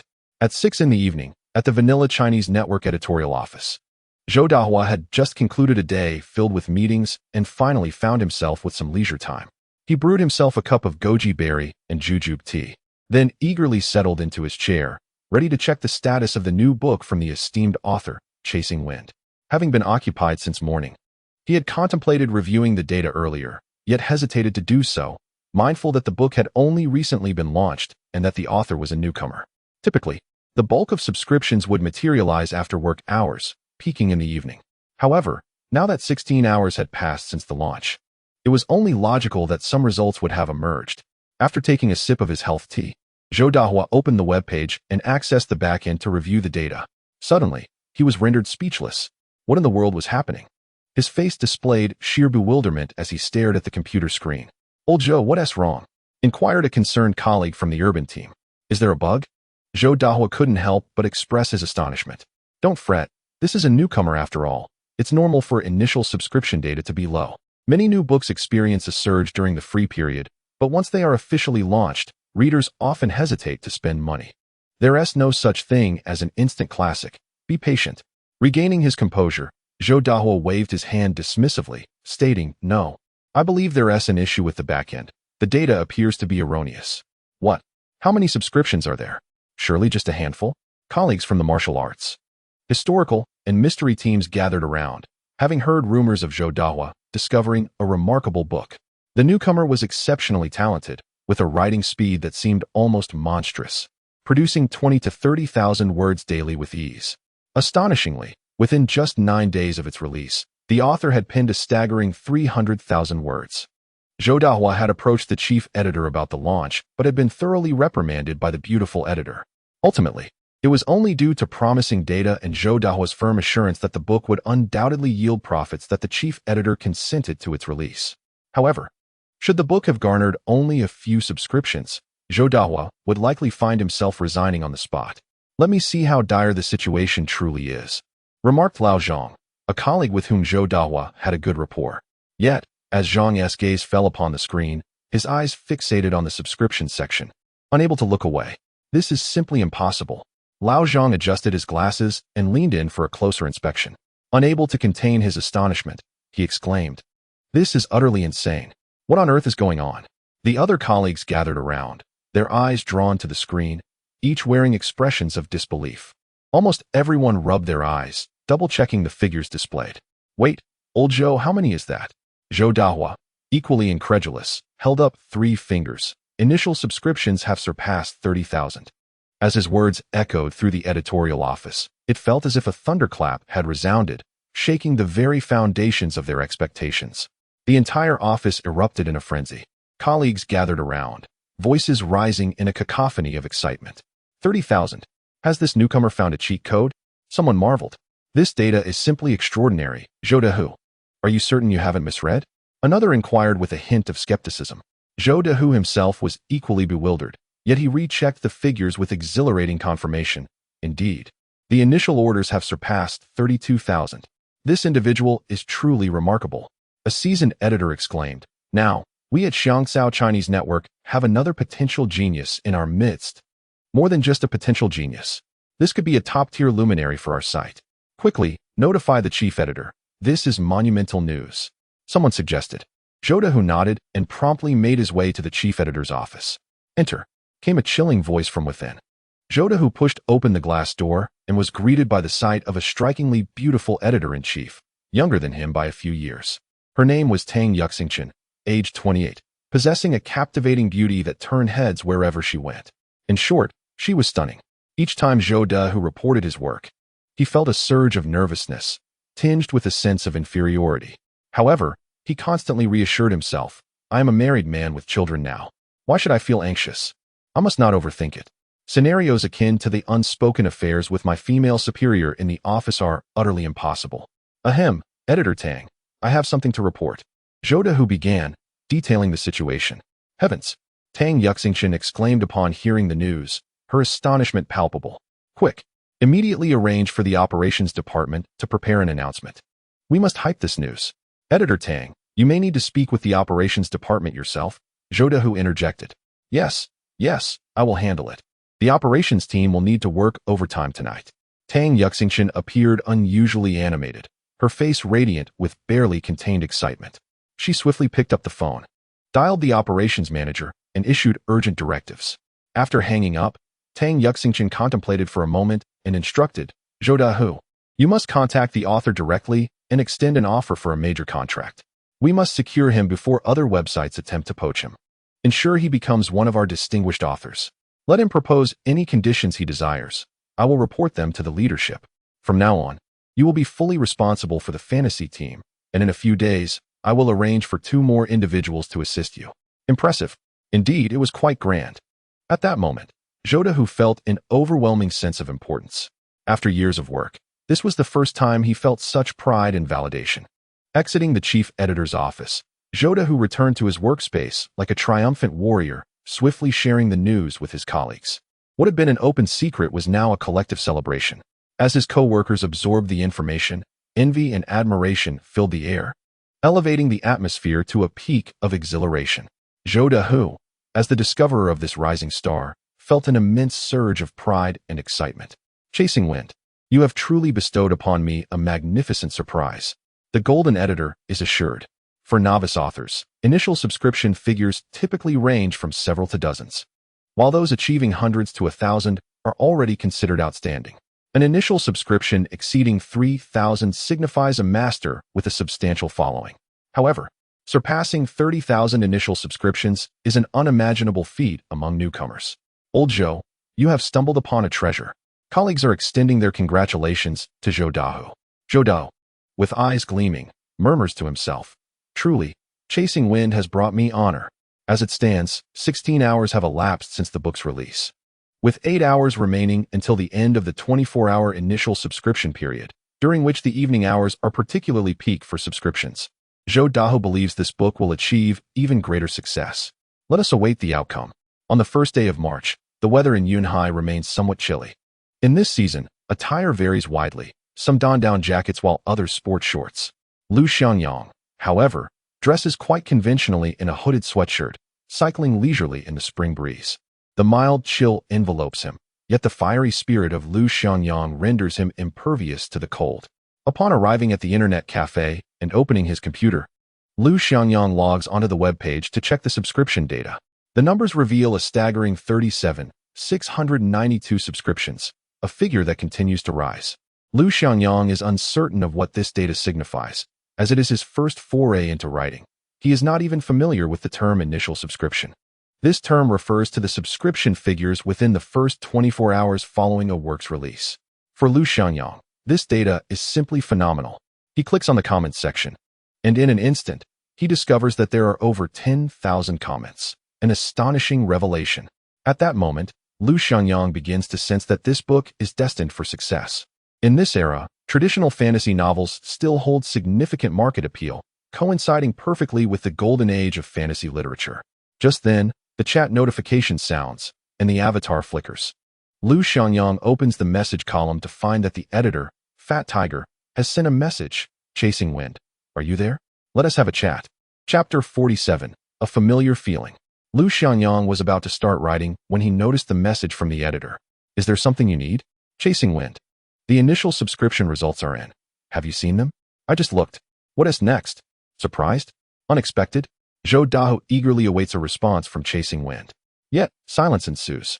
"Chasing Wind, there are still over 7 hours remaining until the end of the initial subscription period. I estimate we may surpass 50,000 subscriptions." "Oh, did I not meet your expectations?" Zhou Dahu, upon reading the message, finds himself caught between laughter and tears. 50,000 subscriptions. Do you know what that signifies? This is divine. An absolute pinnacle of achievement. Chasing Wind, you have truly enhanced my reputation this time. Ah, that is splendid. Following this, Lu Xiangyang sent another message. "Is there anything else? If not, I shall commence my writing." "There is indeed something. I have already consulted with the chief editor. The company wishes to offer you a grandmaster contract." The moment the information was dispatched, Zhou Dahu silently mused. "Chasing Wind, are you not overjoyed? As a novice author, having just launched your work, the company is eager to sign you to a grandmaster contract. Such an honor is exceedingly rare." Yet, little did he know, Lu Xiangyang quickly replied, "Sorry, I'm not interested." "What?" Zhou Dahu was instantly taken aback. "A grandmaster contract, and you are not interested? This is something many writers dream of throughout their lives. How could you so lightly reject it?" Lu Xiangyang's response left Li Damao utterly perplexed. He had anticipated the other party would be ecstatic. After all, A Grandmaster contract is a coveted honor for any writer, symbolizing industry recognition and immense potential for the future. However, Lu Xiangyang's reaction was unexpectedly tepid. Chasing wind. Are you certain? Zhou Dahua sought clarification, fearful of misinterpreting the message. Yes, I simply wish to focus on my writing without being bound by a contract. Lu Xiangyang's reply was succinct and unequivocal. Zhou Dahua remained silent for a moment before responding. All right, I understand. You may continue with your writing. We can always sign the Grandmaster contract later. If you change your mind, just let me know. Understood. Lu Xiangyang concluded the conversation with a brief response. He had no desire to enter into any fixed contracts. This was merely the beginning for him. In the future, he intended to embark on his own entrepreneurial journey. Take this novel, for instance. Once it becomes a sensation across the internet, it will undoubtedly evolve into a significant IP. There are countless avenues for development ahead. All of these will guide Lu Xiangyang's future entrepreneurial aspirations. Thus, establishing his own online literature platform forms part of his business strategy. Many popular films and television dramas later on have been developed from online literature IP. As such, Lu Xiangyang's ambitions are grand. In the time that followed, Lu Xiangyang continued to fervently strike the keys. His new book had already exceeded 420,000 words. He planned to ensure a daily update of 20,000 words by the end of the month, accumulating a reservoir of content. This way, as the college entrance examination approached, he would not have to devote excessive time to writing. After all, the examination must take precedence. After spending over 2 hours typing out 20,000 words, Lu Xiangyang uploaded everything and set it for timed release. Then, he shut down his computer, settled his accounts, and rode his bike home. Upon returning, Lu Xiangyang shared dinner with his grandmother. Afterwards, he retreated to his room and activated his study mode. In recent days, his grandmother had observed a remarkable transformation in her grandson. He was truly different from before. Now, she could sense that her grandson was genuinely dedicating effort to his studies. Grandma, when I get into university, will you come with me? I long to savor your cooking. Lu Xiangyang gnawed on a rib, smiling as he spoke to his grandmother. Huh. His grandmother looked astonished, but soon her face softened into a gentle smile. If you truly get into university, dear, I will have to earn your tuition. Her words clearly reflected a lack of belief in Lu Xiangyang's ability to be accepted into college. Nevertheless, her smile radiated joy. After all, her grandson's aspiration to attend university was indeed a source of comfort. Do not worry, Grandma. I will definitely get into college, and you need not fret about the tuition. I can manage it. Xiangyang, just focus on your studies for now. By the way, do you still have living expenses? Yes. The money you gave me last week is still unused. His grandmother smiled contentedly, saying nothing more. After dinner, Lu Xiangyang intended to help clear the table, but his grandmother insisted he focus on his studies and cautioned him not to put too much pressure on himself. Lu Xiangyang realized that his words that evening had inadvertently caused his grandmother concern. After all, he had just turned 18, still a child in her eyes. A child earning tuition would naturally provoke worry. Ding ding. Just as Lu Xiangyang was preparing to review his lessons, a text message arrived. The classic sound of a Nokia phone. He picked it up to check. It was a message from Gu Yixin. Lu Xiangyang, what are you up to? Just getting ready to study. Oh, how diligent. No wonder you performed so well this time. Let us chat on QQ to save on texting costs. No need to reply. In this era, text messaging packages existed, and any excess messages were charged 10 cents each. Thus, Gu Yixin was being considerate to help Lu Xiangyang save money. Little did she know, internet access also incurred data fees, and quite exorbitantly. Consequently, Lu Xiangyang rarely logged on. His mobile plan provided only 30 megabytes of data for 5 yuan a month, a stark contrast to today's multi-gigabyte offerings. As this was still the age of 2G networks. Ding ding ding. Upon logging into QQ, Gu Yixin quickly sent another message. Lu Xiangyang, why were you in such a rush after school today? Oh, I had an urgent matter. After sending that message, Lu Xiangyang recalled the bicycle. By the way, did you encounter any issues with your bike today? No, you unlocked it early, and when I arrived, the owner hadn't come yet. That's good. By the way, Gu Yixin, what score did you get this time? 685 points. Impressive. As always, you excel. Lu Xiangyang replied, feeling admiration for Gu Yixin's achievements. Scoring high once is commendable, but maintaining consistent performance is truly remarkable. Thank you for the compliment, but your improvement is what astonishes me. Indeed, how did I fare? Gu Yixin, on the other end, felt somewhat speechless. While others were preoccupied with their own scores post-exam, here he was, wholly unconcerned. Gu Yixin, with focused intent, relayed Lu Xiangyang's academic results. Chinese, 141, Mathematics, 144, Comprehensive Science, 165, English, 62. Total, 522. Lu Xiangyang scrutinized the figures, realizing they deviated significantly from his own estimations, which he had grossly underestimated. Particularly in comprehensive science, he had anticipated a score around 150, yet was pleasantly surprised to discover he had achieved 165. What a delightful surprise. This is indeed far above my expectations, he responded calmly. Soon, Gu Yixin replied, Lu Xiangyang, did you know? You ranked first in the city for your Chinese exam. You've truly impressed me. May I request your assistance in tutoring me in Chinese? Lu Xiangyang was taken aback. Did I hear you correctly? You want me to tutor you in Chinese? His astonishment was palpable. After all, Gu Yixin was an academic prodigy, while he considered himself a less diligent student. However, in this new life, he had benefited from a remarkable capacity for understanding, which afforded him an advantage in Chinese studies. Chinese language proficiency is typically accessible to anyone who speaks Mandarin, yet achieving high scores remains a formidable challenge due to the subjectivity and depth required in comprehension. Gu Yixin performed commendably across all subjects, yet consistently struggled to attain high marks in Chinese. Thus, her desire to enhance her skills was genuine. Lu Xiangyang, you heard me correctly. I am serious. But why me? Is it simply because your Chinese score is commendable? This was indeed a substantial rationale. Throughout his academic journey, Chinese had always been Lu Xiangyang's strong suit, dating back to his primary school days. With diligent review, he felt as though dormant knowledge was awakening within him. Particularly in essay writing, his perspective had evolved far beyond that of an 18-year-old. Yet, this did not imply that he could effectively impart his learning experiences to others. Gu Yixin, are you jesting with me? Absolutely not. I am earnest, she affirmed. After a moment of contemplation, Lu Xiangyang replied, Very well, I shall give it a try, though I cannot guarantee I will be of assistance. I believe you can help me break through my bottleneck, she asserted. Following this, Gu Yixin sent another message. Additionally, I must remind you that you are currently quite imbalanced in your studies. If you focus on strengthening your comprehensive science and English, you will undoubtedly secure admission to your desired university. The mention of university sparked a flicker of aspiration within Lu Xiangyang. He recalled that in his previous life, Gu Yixin had not attended Tsinghua or Peking University.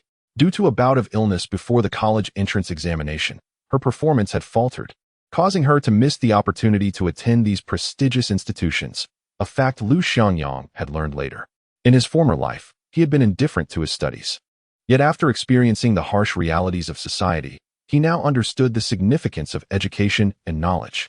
Gu Yixin, which university do you aspire to attend? Lu Xiangyang inquired directly. I long to attend a university in a city abundant with culinary delights. In that case, let us consider Rong City, where one can indulge in hot pot at any time. And what about you, Lu Xiangyang? Where do you wish to pursue your studies? Ah, well, I am inclined towards a city filled with beautiful women. Oh, then Rong City is indeed the place for you.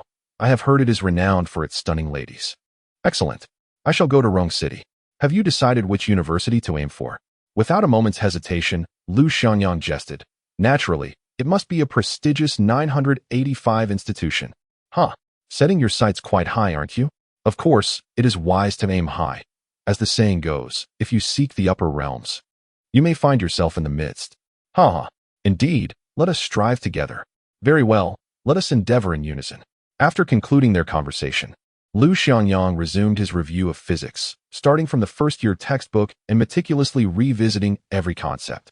He discovered an impressive aptitude for comprehension, with a noticeable enhancement in his grasp of scientific knowledge. It is often said that those adept in mathematics exhibit superior understanding abilities, especially when it comes to physics. Which benefits the most from such skills? Chemistry is moderate, while biology is scarcely touched upon, as high school biology largely falls under the realm of liberal arts, reliant chiefly on rote memorization, akin to geography. After all, geography is typically classified as a humanities subject in secondary education but transitions to a scientific discipline at the university level. He immersed himself in his studies, gradually absorbing and memorizing the material. Time flew by, and when his grandmother knocked and entered with a glass of milk, Lu Xiangyang realized it was already 10:30 in the evening. "Yang, you must rest early. Do not wear yourself down," his grandmother cautioned, torn between her concern for his studies and his late-night habits. "All right, Grandma, I understand." Lu Xiangyang reflected that his current late nights were incomparable to those of his past life, where he often retired well past midnight. However, his days now brimmed with fulfillment, diligently studying physics. As the formulas and theories settled into his mind, he experienced an overwhelming sense of accomplishment. Perhaps this is the joy of learning.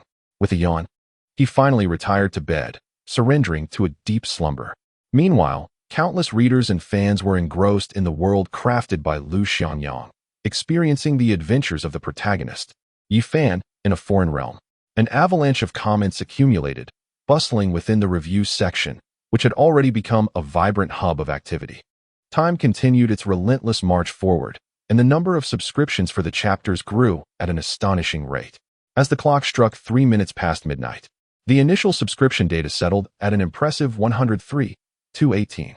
Thus, the first subscription count surpassed the monumental threshold of 100,000, establishing a new record for Xiangcao Chinese Network, a testament to the highest figures in the annals of online literature. This marked the emergence of the first book in the history of web fiction to achieve over 100,000 initial subscriptions, a true milestone in the chronicles of online literature. Lu Xiangyang had long since succumbed to a deep slumber, drifting into the realm of dreams. Meanwhile, seated before a computer screen, Zhou Dahua gazed at the subscription numbers, his heart racing with exhilaration. "Bravo, Chasing Wind. You've astonishingly surpassed 100,000 subscriptions. How incredible!" Shortly thereafter, the official website of Xiangcao Chinese Network announced, "Congratulations to the author Chasing Wind on the release of the new work Heaven's Veil, which has swiftly ascended to become a pinnacle of fantasy literature on our platform, shattering the highest subscription records both here and across the internet, ultimately exceeding 100,000 subscriptions." This news was soon seen by countless readers burning the midnight oil, effectively a station-wide recommendation. An overwhelming number of readers were eager to discover the essence of this remarkable book. Following this, a flurry of generous donations ensued. Emerald Whale donates 100,000 Xiangcao coins to Heaven's Veil, hoping Chasing Wind continues to produce more chapters. The Flourishing Mundane donates 100,000 Xiangcao coins to Heaven's Veil. The author asks how deep my love is. As a humble leader, I represent my heart. Flower Not Flower, Moonlit Night donates 50,000 Xiangcao coins to Heaven's Veil. No further words. Keep it up, Chasing Wind. The World as Crows Are All Black donates 20,000 Xiangcao coins to Heaven's Veil. Thank you for your hard work, Chasing Wind. Money Abundant Loves Freebies donates 3,000 Xiangcao coins, using my living expenses for the first time. Dear author, please add a chicken leg. And many more donations were in progress. The following day, Lu Xiangyang awoke, yawning. He seemed to have dreamt that his book had exploded in popularity, earning him a fortune. Sitting on the edge of his bed, he pondered for a moment before tapping his forehead, then lazily rose to his feet. After freshening up and having breakfast, he hopped on his bicycle, racing towards school. In early March, as spring began to awaken, everything was poised to embrace a new life in this season, including Lu Xiangyang's future. All would surely improve. With an eye towards this new life, he charged ahead. Chapter 49, The Interview. Good morning, Lu the Scholar. Upon arriving at school, a classmate from Class 9 greeted Lu Xiangyang. Good morning. Lu Xiangyang, still dazed, had yet to fully register the encounter and could not recall the classmate's name, only that they belonged to Class 9. Upon reaching the bicycle shed, he spotted Gu Yixin parking her bike. Good morning, Teacher Gu, he called out as he approached her. Initially, Lu Xiangyang intended to jest with Gu Yixin, thinking there was no one around. To his surprise, she responded with a warm smile. Good morning to you too, Lu the Scholar. Lu Xiangyang was momentarily speechless. What was happening? Why was this phrase recurring? Had they all conspired together? Gu Yixin laughed heartily, said nothing further, and walked away with her backpack. Lu Xiangyang pouted, secured his bicycle, and returned to his classroom. As soon as Qian Duoduo settled into his seat, he leaned over to tease. Good morning, Lu Shuaba? What the hell? You two? Prepare to meet your doom, Lu Xiangyang exclaimed, playfully gripping Qian Duoduo's neck as if ready to strike. Don't hit me. Spare my canine life. Qian Duo dramatically wailed, feigning sorrow. Give me a reason not to kill you? Lu Xiangyang inquired. Bro, let me tell you something, Qian Duo replied. What? Haven't you noticed that someone is missing today? Who? Our class monitor, Li Jia. Upon hearing this, Lu Xiangyang glanced toward the front row, where indeed, Li Jia's seat was conspicuously empty. It was well known that he usually arrived early to study. What is going on? Lu Xiangyang asked. I heard Li Jia is ill and has gone home. He lost a bet and clearly cannot afford to lose. The memory of the wager resurfaced in Lu Xiangyang's mind. Just yesterday afternoon, the results had been announced, and his score had significantly exceeded 450. This meant he had undoubtedly won. However, the consequence of losing was treating the entire class to Fanta. Surely, Li Jia could withstand such a loss, so it must be a matter of pride. Whatever. I just want to focus on studying and making money, Lu Xiangyang declared, pulling out his English dictionary and resuming his vocabulary memorization. Hey, Brother Yang, how did you manage to rise to 9th place in class? Qian Duo inquired. Just study hard. Lu Xiangyang replied without hesitation. But I've never seen you put in any effort, Qian Duo retorted. Lu Xiangyang rolled his eyes in response. Do you mean to say that my daily diligence goes unnoticed by your blind eyes? Qian Duo was left speechless. He observed Lu Xiangyang solving problems and reading, fervently memorizing from his English dictionary, and leaving right after school. Was this what constituted hard work? However, compared to the old Lu Xiangyang, it did seem like he was indeed applying himself. Yet, this was perplexing. Many classmates studied in a similar manner, yet saw no improvement in their grades. There must be some learning techniques at play. Regardless of how much Qian Duo probed, Lu Xiangyang would only respond with 4 words: read and practice. Throughout the morning self-study session, Lu Xiangyang continued his fervent memorization of English vocabulary, completely engrossed in his task, oblivious to the fact that outside the classroom, someone was stealthily capturing his study habits with a camera. This was a staff member from the campus broadcasting station, comprised mainly of second-year and first-year students. Additionally, Principal Ma Yuanxing and Director Sun Haiba were observing from outside the classroom. Principal Ma's gaze was fixed on Lu Xiangyang's every move, and he murmured, "This Lu Xiangyang is indeed diligent in his studies. Just look at his fervor for memorizing English vocabulary." Director Sun, standing beside him, quickly chimed in, "Indeed. I've seen this boy since first year. He is intelligent." It was only after a family crisis that he faltered. A prodigal son returning is worth more than gold. Students like this who achieve a remarkable turnaround should be upheld as exemplary figures. Indeed, Director Sun nodded in agreement with a smile. This time, Lu Xiangyang's overall score surged by 689 positions, placing him 9th in his class and 367th in the grade. In an ordinary class, this is undoubtedly a remarkable achievement, especially with a language score of 141, ranking 1st in the entire city. This brought great pride to Principal Ma Yuanxing, who attended a meeting at the Municipal Education Commission and allowed Yunhai No. 7 Middle School to make a significant impression in Yunhai City. Upon returning, Principal Ma sought out Director Sun and called in the broadcasting station to prepare a special interview to highlight Lu Xiangyang's academic accomplishments. After all, as the principal, fostering a spirit of learning is paramount. This recent mock examination not only served as an encouragement for the school, but also provided a positive example for other students. He hoped that Lu Xiangyang would share his study methods and insights, inspiring more students to discover their own effective paths to learning. Principal Ma, Director Sun, what brings you here?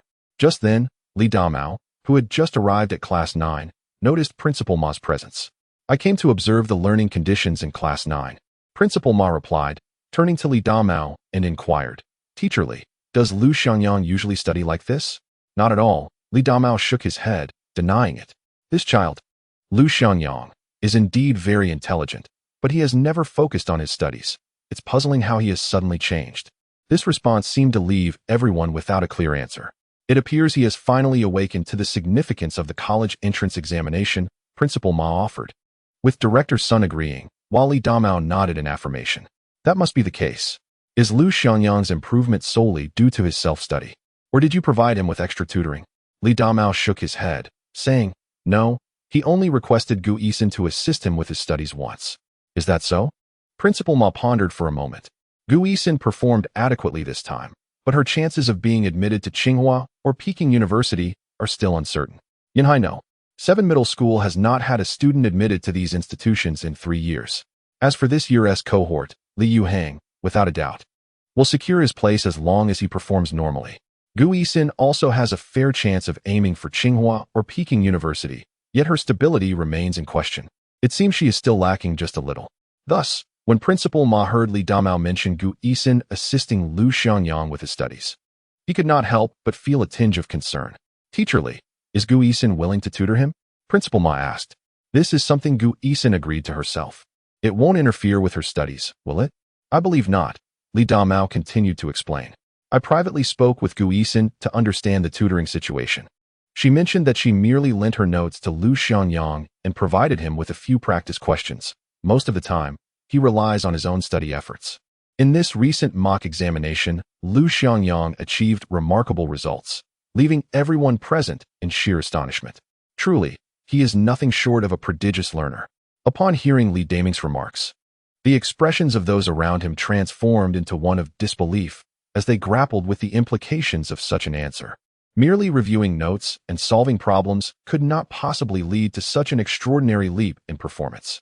This could either be attributed to exceptional talent or some unique study techniques. Otherwise, such rapid progress would be inconceivable.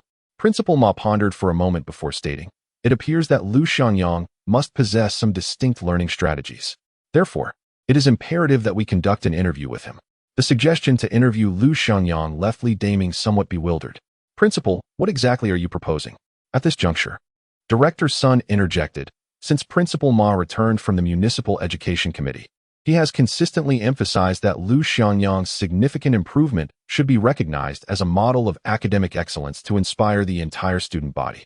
After all, achieving such results in the first mock examination undoubtedly indicates that he possesses valuable study techniques that can be shared as experiences. Furthermore, publicizing Lu Xiangyang's academic achievements could motivate other students, reinforcing the notion that the desire to learn renders any effort timely. Upon hearing Director Sun's words, Principal Ma expressed his agreement. Indeed, what Director Sun articulates aligns perfectly with my sentiments. Lu Xiangyang's academic ascent will undoubtedly inspire many. Li Daming hesitated for a moment, contemplating. Perhaps I should first discuss this matter with Lu Xiangyang to gauge his opinion, especially with the impending college entrance examination. We must not hinder his study time. That is certainly the case, Principal Ma affirmed. Not only must we refrain from impeding his learning, but we must also cultivate an optimal educational environment for our students. He then turned to Director Sun. Isn't there an award for the most improved student at the school? Lu Xiangyang's situation aligns perfectly with that, does it not? Absolutely. Lu Xiangyang's case fits perfectly. What is the scholarship amount? 200 yuan? That is insufficient. Given the remarkable nature of his progress, let's approve 500 instead. Agreed. No problem. Principal Ma then designated Director Sun to oversee the arrangements and expedite the interview process. Very well. Understood. Director Sun nodded in affirmation.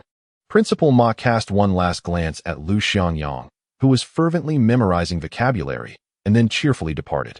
Li teacher, please summon Lu Xiangyang. It will only take a moment to complete the interview. All right. Although Li Daming harbored some reservations, he refrained from expressing further dissent upon witnessing the principal and director's earnestness. He entered class 9, first glancing at Li Zhe's vacant seat before surveying the classroom. Slowly, he ambled to the last row, where Lu Xiangyang was engrossed in his vocabulary study, completely oblivious to his surroundings, until Qian Duo nudged him with an elbow. It was then that Lu Xiangyang noticed Teacher Li standing beside him. Li teacher, is there something you need? I have a matter on which I would like to seek your opinion. What is it? Your recent examination results have shown remarkable improvement, and the school wishes to conduct an interview with you, inviting you to share your learning experiences. Following this, Li Damao elaborated extensively, conveying that due to your swift academic progress, the school intends to establish you as a model student. Lu Xiangyang undoubtedly perceived this underlying implication. Of course, should you wish to decline, you are free to do so. I agree. Lu Xiangyang promptly responded as soon as Li Damao finished speaking. Why not? It's merely an interview. What could possibly warrant disagreement? Teacher Li, should we proceed with the interview now? Yes, let us complete it promptly so as not to disrupt your study time. Understood. Lu Xiangyang replied, and then rose to exit the classroom. Many classmates turned their attention towards him. Gu Yixin also glanced up and spotted Director Sun standing in the corridor. along with personnel from the campus broadcasting station, quickly grasping the situation, a faint smile gracing her lips. "Director Sun, you sought me?" Upon reaching the corridor, Lu Xiangyang noticed Sun Haiba, recalling the previous oath-taking ceremony, where he had entered the school without wearing the uniform. Lu Xiangyang felt apprehensive about whether Director Sun would confront him regarding that incident. There was no escaping it. During his student years, Director Sun, with his black-rimmed glasses and small eyes, bore a plump face, his figure somewhat indulgent, giving him a festive appearance, though he often wore a serious expression that instilled fear among the students. "Lu Xiangyang, come here quickly." Director Sun cheerfully beckoned him closer. He then proceeded to speak at length about the interview. "Your recent progress has been particularly significant, bringing great honor to Yunhai No. 7 Middle School and contributing to the school's reputation. Therefore, the school has decided to award you a scholarship for your improvement." Lu Xiangyang was instantly elated. Wow, a scholarship for improvement. He realized that throughout his academic journey, he had never received a scholarship before. "Director Sun, my diligent studies are motivated by the aspiration to gain admission to a prestigious university, thereby enabling me to give back to society in the future. It is indeed a tremendous honor for me to bring glory to the school. All credit goes to Principal Ma and your commendable leadership." Director Sunday, Lu Xiangyang spoke sincerely, maintaining a humble yet confident demeanor. It must be said, his attitude had transformed. He had become quite adept at expressing himself. "Well said." Director Sun nodded approvingly, clearly pleased with Lu Xiangyang's attitude. He had not anticipated that this young student could speak so confidently and eloquently. "Lu Xiangyang, this interview is intended to set a commendable example for your peers. Your dedication and progress are worthy of emulation. Therefore, you must share your learning experiences thoroughly." Lu Xiangyang nodded. "Rest assured, Director Sun, I will share without reservation." Director Sun patted Lu Xiangyang's shoulder with satisfaction and then turned to the campus broadcasting staff, saying, "All right, let us head to the broadcasting room for the interview." The group swiftly made their way to the campus broadcasting studio. After the morning self-study session, the interviews commenced. Broadcast live by the school radio. "Greetings, Senior Lu. May I inquire about the essence of this interview?" It is quite straightforward. How does Lu Xiangyang allocate his study time? What learning techniques does he employ for each subject? Particularly noteworthy is Lu Xiangyang's remarkable achievement of scoring 141 in Chinese, securing the top position in the city. Hence, I focused my questions on his methods of studying Chinese. Lu Xiangyang emphasized that the crux of mastering the language lies in comprehension, accumulation, and introspection. Firstly, one must read extensively and diversely, which enriches vocabulary and sentence structures, thereby enhancing literary appreciation. Secondly, it is crucial to focus on regular accumulation of knowledge, such as memorable phrases, idioms, and classical references, all of which prove invaluable in writing. Lastly, one should engage in thoughtful reflection and profound understanding. Language is not merely a collection of words. It is an expression of emotions and thoughts. While reading, one must endeavor to grasp the author's feelings and the deeper meanings within the text to discern the examiner's intentions. Of course, consistent practice is also paramount. Solving exercises and writing frequently are vital to elevate one's proficiency in Chinese. In essence, learning the language is a long-term process of accumulation and continuous practice. Only through perseverance can one achieve commendable results. He elaborated at length. And while some might dismiss his insights as trivial, they undeniably possess merit. Conversely, one might find them lacking in practicality. Indeed, this encapsulates the methodology of studying Chinese. When asked how to excel in essay writing to attain high scores, a common response is, "It's simple. Just adhere to the topic and write beautifully." Thus, the principles of language learning are universally acknowledged, yet seldom realized in practice. "May I inquire, Senior Lu, do you have any suggestions for studying English?" Lu Xiangyang cleared his throat and calmly retorted, "My dear classmate, do you exhibit politeness? Huh, what's the matter? I scored 62 in English this time. Do you honestly believe I possess any wisdom to share?" Laughter erupted throughout Yunhai No. 7 Middle School. In Class 9, Gu Yixin couldn't help but burst into laughter, while Qian Duo slammed the table in amusement. "Classmate, do you exhibit politeness? Ha ha ha, Yang Gu, you are simply hilarious." Chapter 51 concludes. I have attracted the attention of the teachers. Oh, my apologies. The student from the broadcasting station, a sophomore, clearly was unacquainted with Lu Xiangyang's academic record. mistakenly believing him to be a polymath. Noticing Director Sun signaling him, he hastily endeavored to steer the conversation to a close. Senior Lu, do you have any words of encouragement for everyone, particularly for the younger students? After a moment of contemplation, Lu Xiangyang replied, a lackluster performance does not stem from inadequate talent, but rather from insufficient effort. As long as one persists in learning, one must strive relentlessly. Without madness, there is no survival. Upon hearing this, the students erupted once more. Wow, that is indeed intense. Truly a scholarly demon. The young boy at the broadcasting station chuckled awkwardly and asked, well, Senior Lu, do you have anything else to say? Let me share a poem with everyone. Oh, sure. Go ahead. He recited, if one wishes to soar like the clouds, dare to laugh at Huang Chao's lack of manliness. The students at the broadcasting station looked utterly perplexed. Senior Lu, what is the title of this poem? I have never encountered it before. Ah, this poem is called Ahem. At that moment, Director Sun hurried over, saying, let us conclude the interview here. Thank you, classmate Lu Xiangyang, for your sharing. It was evident that Director Sun recognized the source of the poem. As the head of the guidance department, he promptly wrapped up the interview. The interview lasted a mere 10 minutes. Subsequently, the campus broadcasting station would compile a concise news report to be published on the campus website and bulletin board. Lu Xiangyang followed Director Sun to the office. Shortly thereafter, he received a scholarship of 500 yuan and a certificate for best improvement. While this sum may not seem substantial to Lu Xiangyang, it held profound significance for him, as it was the first scholarship he had ever received in his academic journey. This was indeed a momentous occasion. Before long, Lu Xiangyang's name spread throughout the entire school. Many students began to emulate his study strategies. His influence gradually expanded, and he became a celebrated star student, inspiring numerous classmates to strive for excellence. Upon returning to Class 9, Lu Xiangyang immediately sensed a distinct atmosphere. All eyes in the classroom were focused intently on him. He stroked his chin and remarked, what are you all staring at? Have you never seen such a handsome guy before? Instantly, a chorus of boos erupted. Then why are you all looking at me? How embarrassing. The students then erupted into lively chatter. Lu Xiangyang, you're amazing. You truly bring glory to Class 9. What do you mean by glory? Was Class 9 previously without it? In the entire senior year, aside from Li Yuhang and Gu Yixin, it seemed only Lu Xiangyang had been interviewed. Indeed, Class 9 has 2 representatives. Incredible. You've surpassed expectations. From now on, Brother Yang is my idol. Brother Yang, I bow to you. The students began to tease and express their admiration. However, most of the comments were congratulations directed at Lu Xiangyang. As members of Class 9, they truly felt a sense of pride. Lu Xiangyang, may I seek your guidance if I have questions in the future?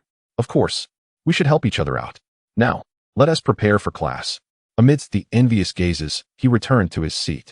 Shortly after, the English teacher, Hu Chunhu, entered the classroom, exclaiming, what is going on here? A rebellion? Class 9 immediately fell silent, all thinking they had performed exceptionally well, without reflecting on their actual scores. Teacher Hu Chunhu always bore a fierce demeanor. Lu Xiangyang, how could you shamelessly mention on the broadcast that you scored only 62 in English? Teacher Li, what is there to be embarrassed about? I improved by over 20 points compared to last time. Lu Xiangyang had scored 41 in English previously, making his improvement a remarkable 21 points this time. It can be said that there has been a remarkable improvement. However, Hu Chunhu was left speechless. In the past, Lu Xiangyang consistently ranked at the bottom during exams, garnering little attention. But now, he has suddenly ascended to the 9th position in his class. Notably, his scores in Chinese and mathematics shone brightly. While English has unfortunately become his weakest subject, now the most concerning area of academic deficiency, Principal Ma summoned her to the office early in the morning, instructing her to place greater emphasis on English instruction. Lu Xiangyang, are you satisfied with your English score this time? Hu Chunhua's tone carried a hint of sternness. Not at all. Teacher Hu, Lu Xiangyang replied earnestly. I wish to improve my English scores, but I find the language exceedingly difficult. No worries. I will pay more attention to you moving forward. Hu Chunhu emphasized the need for increased attention. The other students, upon overhearing this, understood the implication. Lu Xiangyang had caught Hu Chunhua's scrutiny. All right, let's begin the lesson. 5 minutes later, Hu Chunhu called out, Lu Xiangyang, please tell me, what is the meaning of the word epitome in the context of literature? Lu Xiangyang stood up, utterly bewildered. Oh my goodness, must it be this way? Hu Chunhu urged. Please answer the question. Lu Xiangyang stammered. Just a moment, I need to think. Hu Chunhuo insisted, right now? And speak in English. Okay. Lu Xiangyang thought to himself. This is truly the moment when the English teacher has set her sights on me. Following this was the biology class. Lu Xiangyang, please answer. What is the role of chlorophyll in cells? Oh no. Has the biology teacher also turned her attention towards me? Fortunately, this question was not overly complicated. Lu Xiangyang stood, striving to recall the knowledge from his textbook, and replied, chlorophyll is a crucial pigment for photosynthesis in plants. It absorbs light energy and converts carbon dioxide and water into organic matter and oxygen. Teacher Zhang nodded, indicating for Lu Xiangyang to sit down, then continued, very good. It seems you possess a certain understanding of biology. She then addressed the rest of the class. The total score in the science subjects is 300, physics 116, chemistry 100, and biology, at the very least, should be 84. However, I wish to emphasize that excelling in biology is equally vital for gaining admission to prestigious universities. Moreover, biology is one of the subjects in the science curriculum where high scores can be readily achieved. The biology teacher then turned her gaze back to Lu Xiangyang. Therefore, I hope that biology will not be your weakest subject in the science curriculum. That look was all too familiar to Lu Xiangyang, akin to that of the English teacher. Little did he know, the biology teacher had also been summoned to the principal's office for a discussion. Next came the chemistry and physics classes. As expected, Lu Xiangyang found himself under the watchful eyes of his subject teachers once more. Currently, Lu Xiangyang's weakest subjects are integrated science and English. It is evident that these two disciplines require urgent improvement. Consequently, the teachers of physics, chemistry, biology, and English have all turned their attention to him. Lu Xiangyang feels utterly overwhelmed. I will no longer strive to be an academic overachiever. He laments internally. He never anticipated that a single interview would attract such significant attention. Of course, the primary reason lies in the brilliance of his Chinese and mathematics scores, casting a stark contrast to his performance in other subjects. Naturally, Li Damao would not let such a student slip by unnoticed. Thus, not only did the principal personally intercede, but even Li Damao sought assistance from subject teachers to help Lu Xiangyang elevate his grades. Subsequently, all 4 subject teachers assigned him homework, which would be checked the following day at school. It was as if they had conspired together. Oh my goodness, must it be this synchronized? He thought. Had he known, he would have declined the invitation to participate in the campus broadcasting station interview. All he desired was to study in peace. Chapter 52, The Third Handshake at 5 p.m. After school, Lu Xiangyang did not rush home as usual. Instead, he remained in the classroom, preparing to tackle the reading comprehension assigned by his English teacher. So, Lu Xiangyang, how does it feel to be a top student? He heard Gu Yixin approach him. Please, no jesting.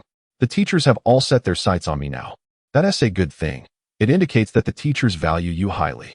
Oh, spare me. I would rather remain an inconspicuous underachiever. With a playful tone, Gu Yixin continued. I have a Chinese question I'd like to ask you, may I? Without a second thought, Lu Xiangyang replied, of course. Gu Yixin nodded and handed him the paper. Is it this one? Lu Xiangyang glanced at it.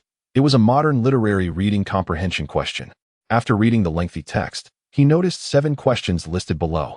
Gu Yixin inquired about the third question. The first and last paragraphs of this passage both emphasize the beauty of the moonlight scenery. Please analyze it from the perspective of composition, 5 points. The score is quite substantial. Most Chinese exam questions are like this, entirely subjective responses. Yet, candidates must interpret the author's intent, not the original text's author. Often, the original author may not have intended that meaning at all. This is where the difficulty of Chinese lies. Lu Xiangyang quickly finished reading the article and began to formulate his thoughts. Gu Yixin, look here. The article describes the moonlight at the beginning and the end. From these 2 depictions, in conjunction with the entire text, it accentuates the serene beauty of the moonlight. This aligns with the solitude expressed in the article and creates a strong contrast with the magpie mentioned. It subtly reveals the author's compassion, leading to the theme of the relationship between humanity and nature, showcasing the cleverness of the composition. The echoing of the beginning and end not only cultivates a tranquil atmosphere, but also deepens the reader's understanding of the article's theme. This leads to a deeper contemplation of the relationship between humanity and nature. Lu Xiangyang, while speaking, sketched key sentences on the test paper to facilitate Gu Yixin's understanding. Upon hearing this, a glimmer of admiration flashed in Gu Yixin's eyes. I see. Hearing you say this has enlightened me. Lu Xiangyang smiled and continued to elucidate. In fact, the crux of comprehension questions in language studies lies in grasping the essence of the text and the intentions of the examiner. Gu Yixin gently nodded and replied with a smile. I am aware of this. However, I often feel that I am unable to delve as deeply as required. This, indeed, represents one of the most challenging aspects of language studies. In mathematics or other quantitative subjects, the answers are generally standardized and singular. However, language is distinct. The answers are merely reference points. What does a reference point signify? It indicates that each teacher may offer a different interpretation. Consequently, when different individuals tackle the same question, their thought processes must converge, which is undeniably challenging. Lu Xiangyang pondered briefly and remarked, in many instances, when encountering such questions, one can analyze from various perspectives, such as conceptualization, expressive techniques, and emotional nuances. As long as we can grasp the thread of the article and comprehend the message it seeks to convey, we can respond accordingly. Gu Yixin listened attentively, occasionally nodding in understanding. She felt an immense respect for Lu Xiangyang's analytical prowess. She had not anticipated that he excelled not only in mathematics, but also demonstrated such proficiency in language studies. Indeed, individuals with strong reading comprehension are remarkably exceptional. Thank you, Lu Xiangyang. Your insights have been tremendously helpful, Gu Yixin expressed gratefully. No need to mention it. We are classmates, after all. And I will need your assistance with my studies as well. Lu Xiangyang humbly replied. Are you working on English? Yes. Teacher Li assigned a reading comprehension task that I must submit to her office first thing in the morning. All right then, please continue. After Gu Yixin finished speaking, she returned to her seat with the test paper. Lu Xiangyang resumed his focus on the questions. Engaging with language comprehension felt quite pleasant. Yet English reading comprehension proved to be exceedingly difficult, primarily due to the multitude of unfamiliar words. He found himself frequently consulting the dictionary while reading. By the time Lu Xiangyang completed his work, the classroom's light began to dim, and some classmates had started arriving for evening study sessions. He thought about heading to the internet cafe later to write. After organizing his test paper and tidying his backpack, he prepared to leave. Just as he stood up, he noticed that Gu Yixin had not yet departed. He had been so engrossed in his work that he assumed she had already left. Observing her immersed in her studies with headphones on, Lu Xiangyang refrained from calling out to her and exited the classroom with his backpack. However, when Lu Xiangyang reached the bike shed to retrieve his bicycle, Gu Yixin approached. Oh, Gu Yixin, I saw you at your desk and almost called out to you. Have you finished for the day? Gu Yixin nodded and then said, Lu Xiangyang, there is something I would like to discuss with you. Oh, what is it? Lija took a leave today and did not come, likely due to the embarrassing bet with you. Lu Xiangyang furrowed his brow, sensing that Gu Yixin seemed inclined to defend Lija. And then, Gu Yixin blinked and replied, in truth, Lija is not a bad person by nature. He is just particularly competitive. With the college entrance examination approaching, I hope this matter does not affect you. Oh, to his surprise, Gu Yixin was concerned about him. Naturally, Lu Xiangyang would not let this incident disturb him. As for Lija, he harbored no ill intentions. After all, they were just high school students. Who doesn't know the ways of youth? Rest assured, it won't affect me. That's good. Gu Yixin nodded, a smile gracing her face. Moreover, Lu Xiangyang, your English listening skills could use some improvement. You should listen more to cultivate your language sense. Indeed, Lu Xiangyang suddenly felt the necessity of acquiring a portable music player. In this era, most people use portable devices for music. The more affordable option is a cassette player, while a better choice would be an MP3 player, though it requires internet access to download content. Do you have a portable player at home? No, I cannot afford one. Although it was merely a jest, Gu Yixin seemed to take it seriously. How about I lend you my MP3? Huh, such a generous offer. Of course, I would be delighted. Lu Xiangyang eagerly nodded in response. Thank you so much. I can borrow it, but please take care not to break it. Rest assured, I will treat it with utmost care, Lu Xiangyang assured solemnly. Gu Yixin nodded in satisfaction, then retrieved a pink MP3 player from her backpack and handed it to him. Here, use it for now. I've already organized the materials for you. Lu Xiangyang nodded, carefully placing the MP3 into his backpack. He then extended his hand, gratefully saying, Gu Yixin, you are truly wonderful. May I shake your hand? Gu Yixin paused for a moment, then quickly responded with a wary expression, Lu Xiangyang. Are you trying to bully me again? Not at all. I merely wish to express my gratitude with a handshake. After a moment of hesitation, Gu Yixin extended her fair hand. They shook hands amicably. Then, Lu Xiangyang bowed slightly and said earnestly, "Thank you, Gu Yixin. I shall see you tomorrow." With that, he mounted his bicycle and departed. "See you tomorrow," Gu Yixin murmured in response. Reflecting on the moment, she realized this was actually the third time she had shaken hands with Lu Xiangyang. Chapter 53, Skillful Actions That Tug at One's Heartstrings. At the UU Internet Cafe, Lu Xiangyang sat in a chair, entering a frenzied writing mode. He continued until he had typed out 20,000 words. Deciding to call it a night, he prepared to return home early and devote himself to studying. He logged into his QQ account to check for messages from editor Pang Hu. Sure enough, there were already dozens of messages waiting for him. Lu Xiangyang quickly skimmed through them. Then he grasped the most significant piece of news: Chasing Wind. Your new book has already become a sensational hit in the online literature realm. We would like to invite you to our company for an interview. When would you be available? Seriously? Another interview? To be frank, Lu Xiangyang was quite reluctant to participate in any interviews. Moreover, it seemed that the headquarters of Vanilla Chinese Network was rather far away, wasn't it? Where is your company located? Lu Xiangyang tapped away at the keyboard, replying to the editor, Fat Tiger. Before long, the response came, "I will send you the address." Lu Xiangyang glanced at it. Kyoto? That was too far. He would have to take a flight. That was certainly out of the question. He could hardly spare the time. Chasing Wind. What is the interview about? Editor Fat Tiger. Well, since the website is currently promoting it vigorously, your book has the highest potential to win this year's Best Newcomer Award in the fantasy genre. The chief editor suggests conducting a special interview to build momentum for your new book and discuss the specifics of the Great God contract. Chasing Wind. I can't make it. Editor Fat Tiger. Rest assured, the company will cover the airfare and accommodation. You won't have to spend a dime. Chasing Wind. That's not the point. I simply don't have the time. Editor Fat Tiger. Are you very busy with work? Can't you take a day off? Chasing Wind. I'm still in my senior year of high school. Editor Fat Tiger. What? This is a bit hard to believe. Editor Fat Tiger. You mean you're still in high school? Chasing Wind.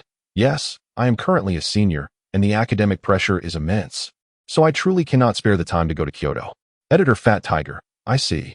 In that case, we can arrange a remote interview on the weekend or whenever is convenient for you. Would that work? Chasing Wind. A remote interview sounds appealing. But I don't have a computer at home. I write at internet cafes. Damn.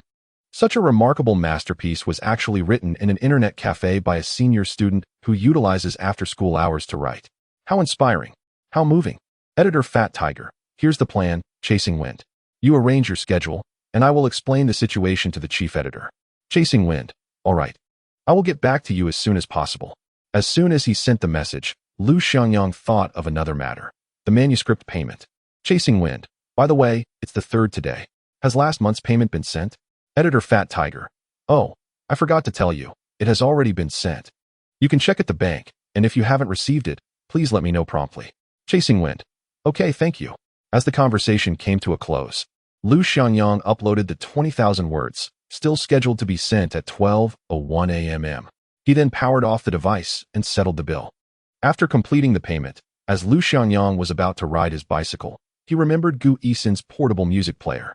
He took it out, put on the headphones, and gently pressed the play button. A soothing piano melody began to waft through the air. The moment the prelude began, Lu Xiangyang felt an odd sense of familiarity. It was this very piece. With a fleeting glance, he recognized the familiar melody of Wedding in a Dream. This piece had been a particular favorite of Lu Xiangyang in his previous life, to the extent that he would often hum along to its tune. To his surprise, Gu Yixin also cherished this composition. As Lu Xiangyang cycled home, he savored the piano's notes. Upon arriving, he retrieved his bank card and sought out an ATM nearby. He inserted his card, entered his password, and confirmed his request. As he awaited the balance inquiry, a few moments passed before the screen displayed 284,375 yuan.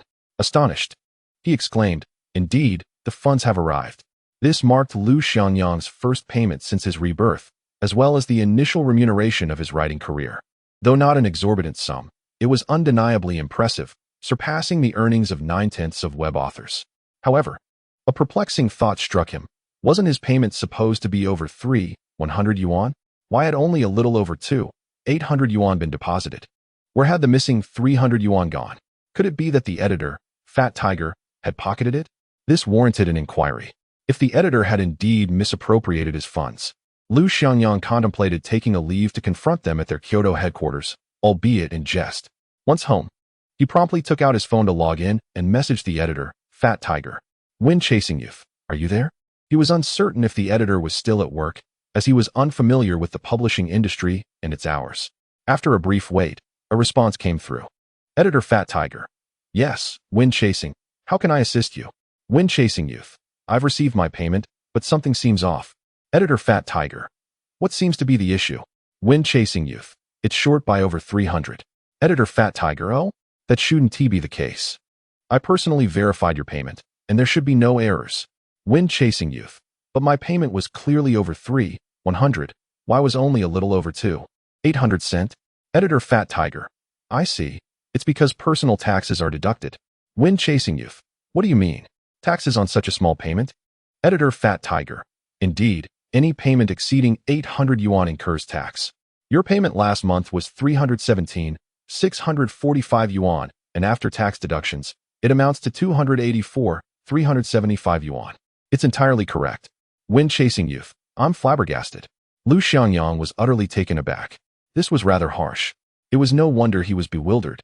Being a newcomer to the industry and unaware of the high taxation rates, especially that tax deductions apply only to amounts exceeding 800 yuan. Editor Fat Tiger. Rest assured. Wind-chasing, we are a legitimate site. Our payments are transparent, and we would never shortchange our authors, nor would we engage in manual payment adjustments. Wind-chasing youth. All right then. It seems I misunderstood. Editor Fat Tiger. No problem at all. Feel free to reach out with any questions. I am available around the clock to assist you. As the conversation concluded, Lu Xiangyang disconnected from the internet, mindful that saving even a little could be beneficial, as exceeding his data limit would be exorbitantly costly. Having glanced at the clock, it was already past 9 in the evening. Where could Grandma be? Perhaps I should prepare dinner tonight. Without hesitation, Lu Xiangyang exited his room and searched the kitchen. He found potatoes and eggplants, yet there was no meat in the refrigerator. Thus, he decided to make spicy and sour shredded potatoes, accompanied by braised eggplant. Donning an apron, he set to work. In his previous life, he had been quite the culinary expert, and in this new existence, he was undeterred. First, he steamed rice, preparing enough for 4 people. Then, he began peeling and slicing the potatoes. In no time, a plate of spicy and sour shredded potatoes was ready. Following that, he tended to the braised eggplant. Just as he was about to finish reducing the sauce, the door swung open, and Grandma returned, carrying a box of marinated pig's head meat. Upon catching sight of Lu Xiangyang cooking in the kitchen, she exclaimed, "Yang, what are you doing?" Turning to glance at her, he continued to stir the pan. "Grandma, I'm cooking. It's all ready. You can wash your hands and eat." The proficient movements in the kitchen stirred a sense of tenderness in Grandma. Chapter 54. The Discovery of Gu Yixin's Secret. What? Yang, how can you cook? Grandma had never anticipated that her grandson could prepare a meal with such skill. Hastily, she set down the marinated meat and ventured into the kitchen, where she indeed found the dishes prepared. "Yang, did you make all this?" "Oh, hurry. Wash your hands and let us eat."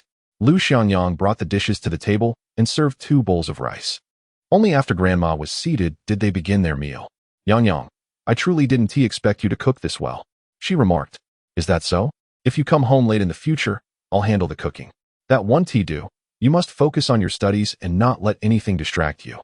Especially with the college entrance examination approaching, Grandma replied, her expression serious and resolute. "Grandma, you needn't worry about my studies.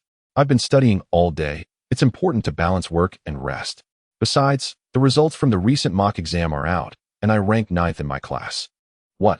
You placed 9th in the entire class?" Grandma's expression was one of disbelief. She seemed more inclined to believe he had ranked 39th. Lu Xiangyang affirmed, "Really, Grandma, I did quite well this time, and I'm confident I can achieve even better results next time." "That is good to hear. When it comes to your studies, it's solely up to you. I can't assist with that. Rest assured, I can manage without your help." As they enjoyed their meal together, a warm atmosphere enveloped them. Although it was an ordinary dinner, Lu Xiangyang savored every bite. Besides the bowl of rice that Grandma consumed, he devoured 3 large bowls himself, feeling a sense of satisfaction he hadn't experienced in a long time. "By the way, Grandma, have you gone for that health checkup I mentioned last time?" "Not yet. Let me accompany you this weekend." "No need. I'll go by myself when the time comes. Lu Xiangyang could discern that Grandma was reluctant to undergo the health examination, ultimately motivated by a desire to save money. In the eyes of these elderly individuals, one would never visit a hospital unless afflicted by illness. By the way, Grandma, today I happened to receive a scholarship. Shall I use it to cover your medical examination expenses? You received a scholarship? Grandma appeared somewhat incredulous. Wait a moment. Lu Xiangyang rushed to his room, opened his backpack, and retrieved a certificate along with 500 yuan in scholarship funds. Upon seeing this, Grandma's eyes widened slightly, her disbelief palpable. Yangyang, you truly ranked 9th in your class? Of course, and my aspirations extend beyond merely the 9th position. Splendid, Grandma responded, though she still found it somewhat surreal. After dinner, while Grandma washed the dishes in the kitchen, Lu Xiangyang returned to his room to study. He first reviewed the knowledge points assigned by his biology teacher, followed by chemistry, and finally physics, where he encountered 2 challenging problems. Lu Xiangyang referred to his textbook to locate the relevant knowledge points, successfully solving both questions. Mathematics and physics operate in a straightforward manner. One either comprehends the material or does not, with no middle ground. However, once understood, one can typically secure points. Thus, after mathematics examinations, estimated scores rarely vary significantly. Lu Xiangyang immersed himself in his studies. At some point, Grandma knocked on the door, bringing him a cup of warm milk. Yangyang, do not place such immense pressure on yourself. Attending a vocational college is also commendable. Lu Xiangyang glanced at Grandma and perceived the concern in her eyes. It seemed that his current transformation had inadvertently caused her unease. Indeed, the old version of himself would likely have been spending this time in an internet cafe, engrossed in video games. Now he returned home every day, adhering to a disciplined study routine after dinner. To Grandma, this behavior inevitably appeared somewhat unusual. Do not worry, Grandma, Lu Xiangyang reassured her. I must set my sights high, though I doubt I can aim for Tsinghua or Beta Ha. He chuckled, lifting the atmosphere. He continued, Grandma, you should go to bed now. I will review for a while longer, and do not exhaust yourself. I can manage my university tuition during the summer break. Grandma was momentarily taken aback by her grandson's sudden transformation. How had he become so well-behaved? She felt a touch disoriented. By the way, Yangyang, do you still have living expenses? Lu Xiangyang replied cheerfully. Yes, I have enough funds. Then you should rest, and after completing your studies, retire early. All right. Grandma cast one last glance at her grandson, who was diligently reviewing, then turned to leave the room, closing the door behind her. Standing by the door, she discreetly wiped her eyes before returning to her own room to rest. As night deepened, Lu Xiangyang completed the assignments set by his teachers, then lay down on his bed, retrieving Gu Yixin's MP3 player. This compact and exquisite device, in a delightful shade of pink, appeared quite new, likely a recently launched model. Its superb quality suggested it must have been rather expensive. In those years, Lu Xiangyang harbored a fervent desire to acquire an MP3 player, yet his aspirations remained unfulfilled. After all, it was already a formidable challenge for his grandmother to support his education, though he may have lacked understanding in his youth. His profound affection for his grandmother was ever present. He would never impose upon her the burden of purchasing an MP3 player, a sentiment he grasped clearly. Such is the nature of youth. The objects of desire in one's adolescent years, though later attainable, lose their allure over time. However, he now finds himself in a position to afford one. Yet, at this moment, Lu Xiangyang contemplated that securing a laptop should take precedence. To excel in one's craft, one must first possess the right tools. Having resolved to write a novel, acquiring a notebook was imperative, especially as it would serve him well in his future university endeavors. Even before the college entrance examination, Lu Xiangyang was already contemplating his university aspirations. As night enveloped the world in silence, Lu Xiangyang powered on the MP3 player and began to browse its contents. To his surprise, he discovered a plethora of English listening exercises alongside numerous classical piano compositions. Among them was a folder filled with pieces by Bandari, including titles such as Dream of Snow, First Snow, Misty Water Drops, Sunny Coast, and Annie's Wonderland. Continuing his exploration, he stumbled upon a multitude of English songs, including timeless classics like The Sound of Silence, Yesterday Once More, Should It Matter, As Long As You Love Me, and God Is a Girl, as well as 500 Miles. He had not anticipated that Gu Yixin possessed such a passion for music. These revelations were indeed her secrets. Selecting a particular English song, He gently pressed the play button. A soft melody flowed through his headphones, prompting him to close his eyes and let his thoughts drift far away. If you miss the train I'm on, you will know that I am gone. You can hear the whistle blow 100 miles, 100 miles. Night deepened, and gradually, Lu Xiangyang succumbed to slumber. Chapter 55. A model student of the entire school. In the blink of an eye, Saturday arrived once more. Over the past few days, Lu Xiangyang had found himself under the watchful eyes of various subject teachers. His primary task at school had become one of relentless practice, endlessly solving problems, particularly in English. Hu Chunhui seemed resolute in her determination to elevate Lu Xiangyang's English proficiency, ensuring that it would not remain his weakest subject. There was no other way. Now, Lu Xiangyang has become a paragon of academic excellence throughout the school. This phenomenon can be traced back to the campus broadcasting station. Following the conclusion of an interview, the station published the content in the school journal and disseminated it across the campus network and notice boards. While many classes typically distribute the journal, the response to Lu Xiangyang's interview was exceptionally positive. Thus, after consulting with the academic director, the broadcasting station decided to increase the print run. Now, students from the first to the third year, regardless of whether they are in the arts or sciences, are aware of Lu Xiangyang's remarkable transformation from an underachiever to an exemplary student. It is rumored that even the city television station expressed interest in conducting an interview.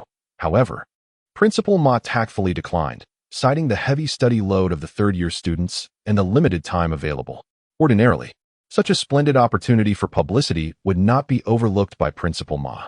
In reality, the city's education committee had advised against excessive publicity for the time being, emphasizing the importance of practicality in education. The news of this event catapulted Lu Xiangyang into the limelight. It is worth noting that even the academic prodigy Li Yuhang had not received such acclaim. Especially memorable was Lu Xiangyang's remark, "Without passion, one cannot thrive," which resonated widely among his peers, earning him the moniker of academic demon. Consequently, Yinhai No. 7 High School now boasts not only the top scholar Gu Yixin and the genius Li Yuhang, but also the academic demon Lu Xiangyang. Look, isn't that Lu the academic demon? What is that term? Academic demon? Early in the morning, Lu Xiangyang rode his bicycle to the school entrance. As he dismounted and pushed his bike, he overheard students discussing him. That's him, who managed to leap hundreds of ranks. How did he do it? Didn't he say, "As long as you don't die from studying, just study with all your might"? He's a tough one. Lu Xiangyang noticed that the gazes of his classmates were somewhat unusual, not only from the third year, but also from the first and second years. As high school students, their primary focus is on academics. They, too, toiled diligently, yet their grades do not reflect significant improvement. This is one of the most agonizing aspects of studying, making considerable efforts but reaping scant rewards, or even none at all. Lu Xiangyang's determination has illuminated a path of hope for them, prompting a deeper self-reflection. It seems they must strive harder. Your grades are not poor due to a lack of talent, but rather because you have yet to apply yourself sufficiently. Such words surely breed resentment. However, Lu Xiangyang paid little mind to it. After parking his bicycle, he returned to the classroom and glanced at Li's seat. The fellow had yet to arrive and had already been absent for 3 days. Could something have happened? It was unlikely that he resorted to any desperate measures due to a bet with himself, was it? Surely not. Once seated, Qian Duo approached him, exclaiming, "Brother Yang, you are now a sensation. All the students are privately referring to you as the academic demon." Having already heard this title, Lu Xiangyang was not particularly intrigued. Let them call him what they wish. It was beyond his concern. Qian Duo sighed and remarked, "This is nothing. The crux of the matter lies in your assertion that my grades are not a reflection of my innate abilities, but rather a consequence of my insufficient effort. What is wrong with that? There is nothing amiss. Yet, is there truly nothing?" Qian Duo shot a glare at Lu Xiangyang, exclaiming, "Brother Yang, your words are rather provocative. Oh, so according to your perspective, my lackluster performance is solely due to my inadequate diligence?" Lu Xiangyang gazed calmly at Qian Duo and replied, "Is it not so? It appears to be the case for me." Qian Duo swallowed hard and countered, "But do you not realize? I just saw several students from Class 8 bringing pins to school. What is the purpose of such items?" "Humph. Isn't it precisely because you said they were not trying hard enough? Thus, they decided to administer themselves a pinprick whenever they felt fatigued from studying." Good heavens. Is it really that extreme? I merely mentioned it in passing. You all took it seriously?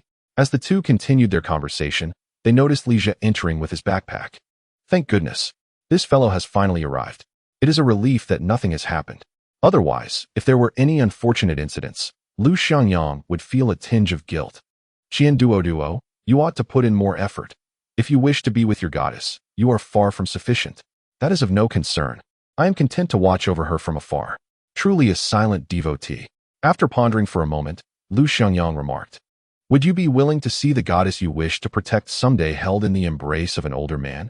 Qian Duo paused, clearly taken aback by Lu Xiangyang's candor. After a brief silence, he replied somewhat helplessly, of course, I would not wish for that. But, Lu Xiangyang interrupted. But you feel that your efforts do not merit her affection, correct? Qian Duo nodded. Lu Xiangyang continued, you must understand that love requires strength to safeguard it. If you do not strive now, you might not even qualify to protect her in the future. Qian Duo lowered his head, seemingly contemplating Lu Xiangyang's words. Continuing, Lu Xiangyang added, in truth, your foundation is stronger than mine. Therefore, I believe that if you are willing to exert yourself, you can undoubtedly draw closer to your goddess. Only by becoming stronger can you earn the right to pursue what you desire. Qian Duo raised his head, a glimmer of determination in his eyes. Brother Yang. You are right. I have made my decision. Lu Xiangyang smiled and patted Qian Duo's shoulder. It is good that you have decided. Now, strive diligently. No, I have resolved that I must also procure a pin. Lu Xiangyang. Just then, the class bell rang. The vibrant sounds of students studying once again filled the air. In the office, Principal Ma looked anxiously at Director Sun Haiba. Director Sun, I have heard that among the students in our school, those with poor grades believe it is due to their lack of effort. Ever since the broadcasting station released the newsletter, this notion has spread throughout the school. Initially, Director Sun thought little of it. However, in recent days, while welcoming students at the school gate, he noticed many students arriving with pins in tow. Upon inquiring about the situation, it became clear that it was spurred by a remark made by Lu Xiangyang. Oh, your grades are poor, and you blame your lack of talent? Wrong. It is evidently due to your insufficient effort. This statement resonated throughout the school, prompting many students to engage in serious self-reflection. Ultimately, they concluded that their disappointing academic performance stemmed from a lack of diligence. Coughing softly, Director Sun cleared his throat and expressed his concerns. Indeed, I have heard about this matter as well. Rest assured, Principal, this issue has been addressed commendably. Initially, Director Sun anticipated the principal would be furious, but to his surprise, the principal broke into a smile, expressing his satisfaction. It appears that your interview was conducted thoroughly. This is precisely what we need, to instill in the students the understanding that success in the college entrance examination relies not on innate talent, but predominantly on hard work. Effort is the ladder to success. Without dedication, there can be no rewards. Our institution, Yinhai No. 7 Middle School, has always advocated for diligent study. And Lu Xiangyang's words align perfectly with our educational philosophy. Where there is a will, there is a way. Director Sun exhaled a sigh of relief, feeling a weight lifting from his shoulders. Well done, Lu Xiangyang. You have certainly earned my admiration. In Chapter 56, a chicken leg, please. A bottle of Fanta appeared mysteriously. Who brought this Fanta? I have some too, exclaimed several classmates. Oh, I see. After the lunch bell rang, many students hurried to the cafeteria to grab their meals. A few who finished early returned to the classroom to revise, only to discover a bottle of Fanta on the desk. They immediately suspected it was placed there by Li Jia. Consequently, during the lunch break, the classmates enjoyed their Fanta, while Li Jia remained seated, his head bowed, engrossed in solving problems, seemingly oblivious to the festivities. The classmates appeared to respect the class monitor's dignity, refraining from revealing the source of the drink. However, Qian Duo, with a hint of sarcasm, loudly declared, "Thank you for the Fanta, Yang Gu." Everyone in the class was aware that Li Jia had lost a bet to Lu Xiangyang. So Qian Duo's gratitude towards Lu Xiangyang was clearly an indirect jab at Li Jia. Li Jia's head sunk even lower in response. "Come on. I'll buy you another bottle," Lu Xiangyang offered, handing over his own Fanta. This is delightful." They laughed heartily. Before the first afternoon class commenced, Li Damao entered the classroom to announce an important notice. Next Wednesday, the school will hold a parent-teacher meeting, inviting the parents of all students to attend. All third-year students will enjoy a half-day off. Upon hearing this news, the students felt a mix of emotions, elation at the prospect of a rare break, yet trepidation about the impending parent-teacher meeting. During student life, nothing is more daunting than such gatherings. It was likely that those with good grades did not share the same apprehension. However, Lu Xiangyang felt a twinge of anxiety regarding the meeting. Nonetheless, what was done, they would have to endure it. After the first class in the afternoon, feeling somewhat fatigued from studying, Lu Xiangyang decided to take advantage of the break to run 3 laps around the playground, holding Qian Duoduo's English dictionary in his hand. On the playground, Lu Xiangyang was seen jogging while reciting vocabulary words. Although his body swayed during the run, and the task of memorization posed its own challenges, he soon found his rhythm. Wasn't he that Lu, the academic prodigy from class 9? What was he doing on the field? It appeared he was memorizing words, jogging while studying. How utterly audacious. It was reminiscent of a scene from a fervent English learning session. Some might say he had lost his mind. After all, it said that one cannot thrive without a touch of madness. As long as there is a will to learn, one must pursue knowledge relentlessly. How infuriating. Just as Lu Xiangyang stepped out of the classroom, Li Yuhang arrived. He stood outside class 9, peering inside, evidently searching for someone. Wow. That Li Yuhang from the elite class? What brings him here? Could he be looking for me? Don't flatter yourself. He is likely seeking Gu Yixin. Several female classmates buzzed with chatter. One couldn't deny that despite wearing a school uniform, Li Yuhang still exuded charm and poise, embodying the quintessential protagonist of a novel. With excellent academic performance, a prosperous background, and striking good looks, he was indeed a formidable presence. What business does the academic deity have in class 9? At that moment, a male classmate could not restrain himself from inquiring. Hello, is Lu Xiangyang from your class here? You're looking for Lu the prodigy? Let me check, he is not here. Where did he go? Qian Duoduo, where's your deskmate? Qian Duoduo, who had been secretly reading a novel with his head down, glanced up and, upon recognizing Li Yuhang, exclaimed loudly, he is on the playground, jogging and reciting vocabulary. Oh wow. Upon hearing this, the classmates gasped in unison. Li Yuhang smiled slightly and turned to leave. 1 lap, 2 laps, 3 laps. He completed a full 3 laps in a mere 8 minutes and memorized 56 words. Impressive. This level of efficiency was commendable. Lu Xiangyang realized that jogging while reciting vocabulary was indeed quite engaging. He decided to continue this routine in the future. With class about to commence, he ceased his running and jogged toward class 9. Along the way, several classmates observed him and began to murmur amongst themselves. Is he really that diligent? The underachiever's resurgence is quite frightening. With less than 100 days left, I doubt any effort will suffice. Not necessarily. Lu the prodigy improved hundreds of ranks in just a week. Are we still playing basketball? Forget it. I'm heading back to study. All right, I'll skip basketball too. Everyone was aware of his slightly obsessive approach to studying. Who would have thought he could memorize words while running? Truly remarkable. It seemed this individual had genuinely transformed. Of course, several classmates believed he was merely putting on a show, inviting their mockery. Yet, Lu Xiangyang paid little heed to their opinions. After all, the pursuit of knowledge is a personal endeavor. Pretending to strive is futile. The outcome will not indulge in the pretense. In the corridor of the classroom, Li Yuhang's gaze drifted toward the playground. He had observed Lu Xiangyang running and reciting vocabulary just moments ago. Suddenly, a surge of competitive spirit welled up within him. It had been a long time since he stood atop the peak. Alas, the beauty of that summit could not be shared with others. How lonely it was. Why did Li Yuhang seek me out? Just as he returned to his seat, Qian Duoduo recounted the earlier events. How could I possibly know? Is it within my reach to inquire about the academic prodigy? Qian Duoduo pouted. Then he tugged at Lu Xiangyang. Brother Yang, what is up? Didn't I mention it before? I discovered a novel that is utterly captivating. Oh, Lu Xiangyang responded with a lack of emotion. At that moment, Qian Duoduo leaned closer to Lu Xiangyang, lowering his voice. Brother Yang, I remember your QQ number is Chasing Wind Youth, right? What about it? The author of this book goes by the name Chasing Wind Youth. Lu Xiangyang furrowed his brow slightly. What a coincidence. Indeed. I even suspect it might be you who wrote it. Impossible. I lack that talent. Lu Xiangyang waved his hand, attempting to shift the topic. This matter was bound to come to light. The homeroom teacher, Li Damao, would surely want to converse with him. Consequently, the situation would inevitably reach his grandmother. Given Lu Xiangyang's understanding of her, he anticipated her worries about his lack of diligence. For his grandmother, the only task Lu Xiangyang should focus on now was to study diligently in preparation for the college entrance examination. Really, Brother Yang, I swear, this novel is superb. I have this feeling that it's your work, Qian Duo stated earnestly. You are mistaken. Lu Xiangyang chuckled, saying no more.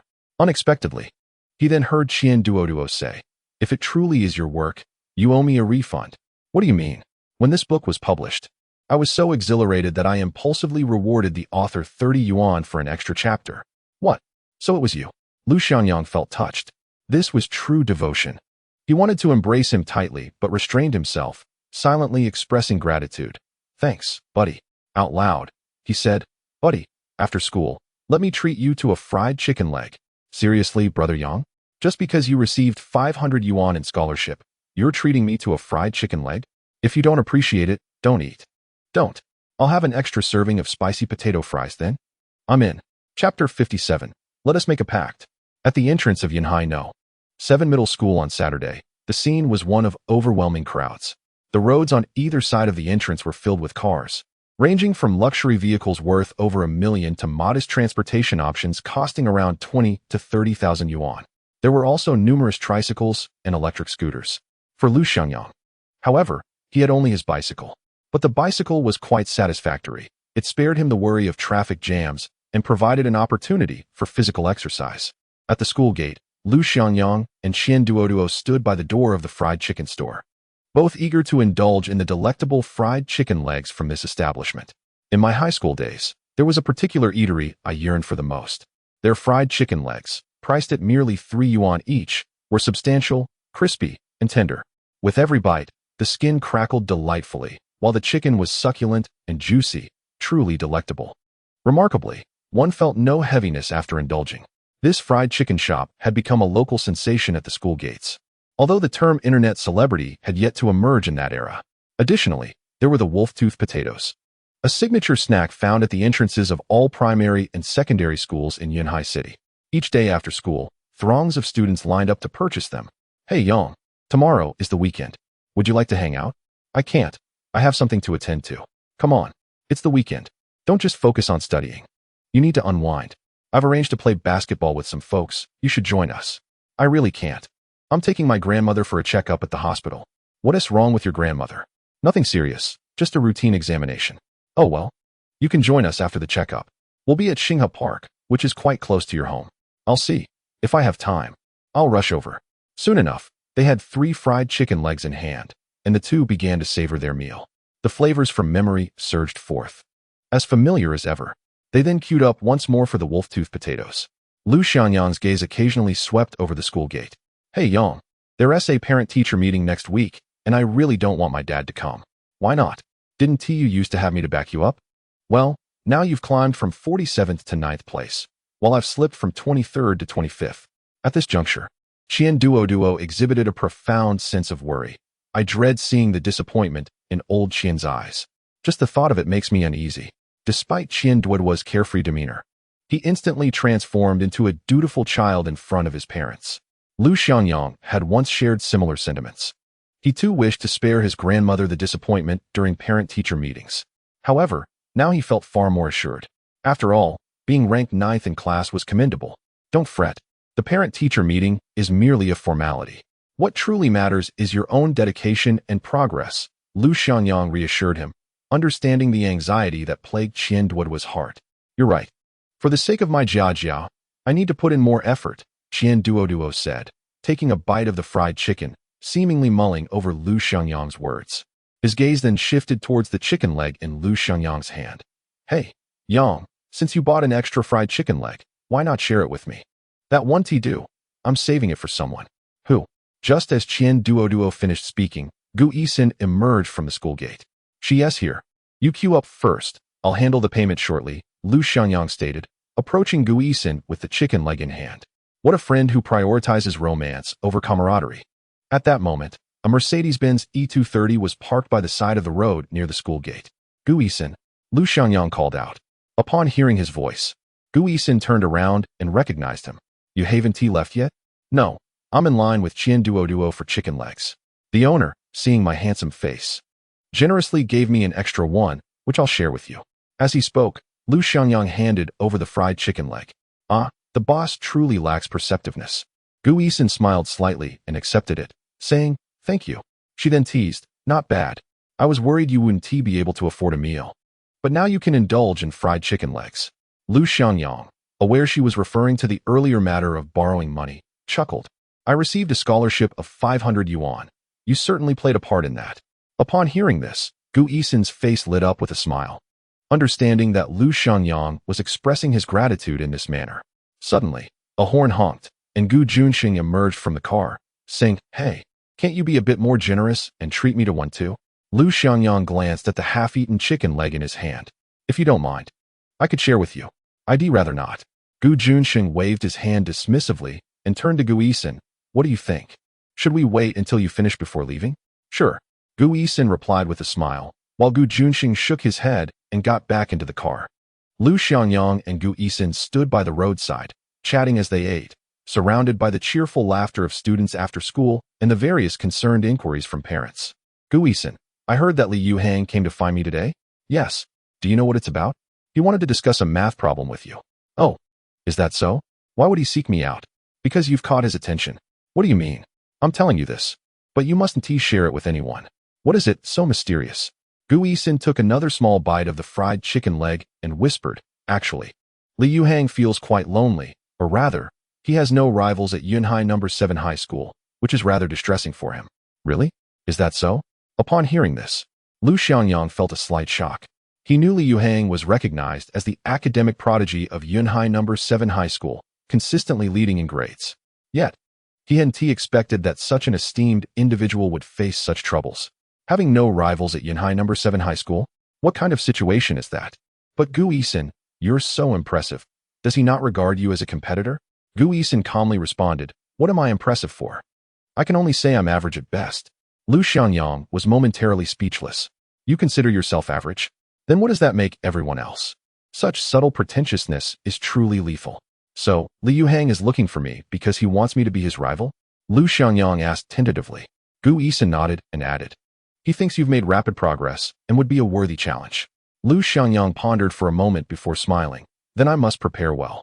In the next mock exam, I aim to surpass him and must not disappoint. Oh, you really dare to climb the ladder I've provided. Without a moment's hesitation, Lu Xiangyang declared, Of course, I aspire to be the strongest male student at Yunhai No. 7 High School. Ha ha, you have quite the ambition. Gu Yixin chuckled, thinking Lu Xiangyang was joking. However, I must inform you that Li Yuhang has been the top student for 3 consecutive years, unchallenged. Then she added, Moreover, in this mock exam, I ranked 5th in the city. Hee. I even achieved the highest score in a single subject. Lu Xiangyang brimmed with confidence and declared emphatically, Let us make a pact. In the next mock exam, I shall strive to be closer to him. Gu Yixin chuckled again, thinking he might actually surpass Li Yuhang. Though in reality, he merely aimed to close the gap. Yang Gu, enough chatter, hurry over and pay. Qian Duo could no longer contain himself. You promised to treat us. Yet you scurry off to indulge Gu Xiaohua with chicken legs while I'm left waiting in line. This is quite enough. Gu Yixin, I'm off. See you next week. See you next week. Lu Xiangyang hurried to pay for the wolf-tooth potatoes, but when he turned back to look at Gu Yixin, the car had already veered onto the main road and departed. Yang Gu, you truly prioritize beauty over friendship. I scorn you. Qian Duo muttered while munching on the potatoes. Damn. Suddenly, these potatoes don't taste so good anymore. Then don't eat them. Let me have them all. No way. Qian Duo hastily grabbed a toothpick and began to eat voraciously. Lu Xiangyang chuckled and patted his shoulder. Stop complaining. Just enjoy. Soon there might be nothing left to savor. Qian Duo shrugged helplessly. The two continued to relish their delightful time with the wolf-tooth potatoes. Don't hog them. Leave me some of that herb root. Chapter 58. The Physical Examination. At the entrance of Yunhai No. 7 Middle School, there was an abundance of delectable street food. In addition to fried chicken legs and wolf-tooth potatoes, there were fried chicken fillets, stinky tofu, and spicy shredded potato pancakes. Many who had graduated from high school still occasionally returned to savor these long-craved delicacies.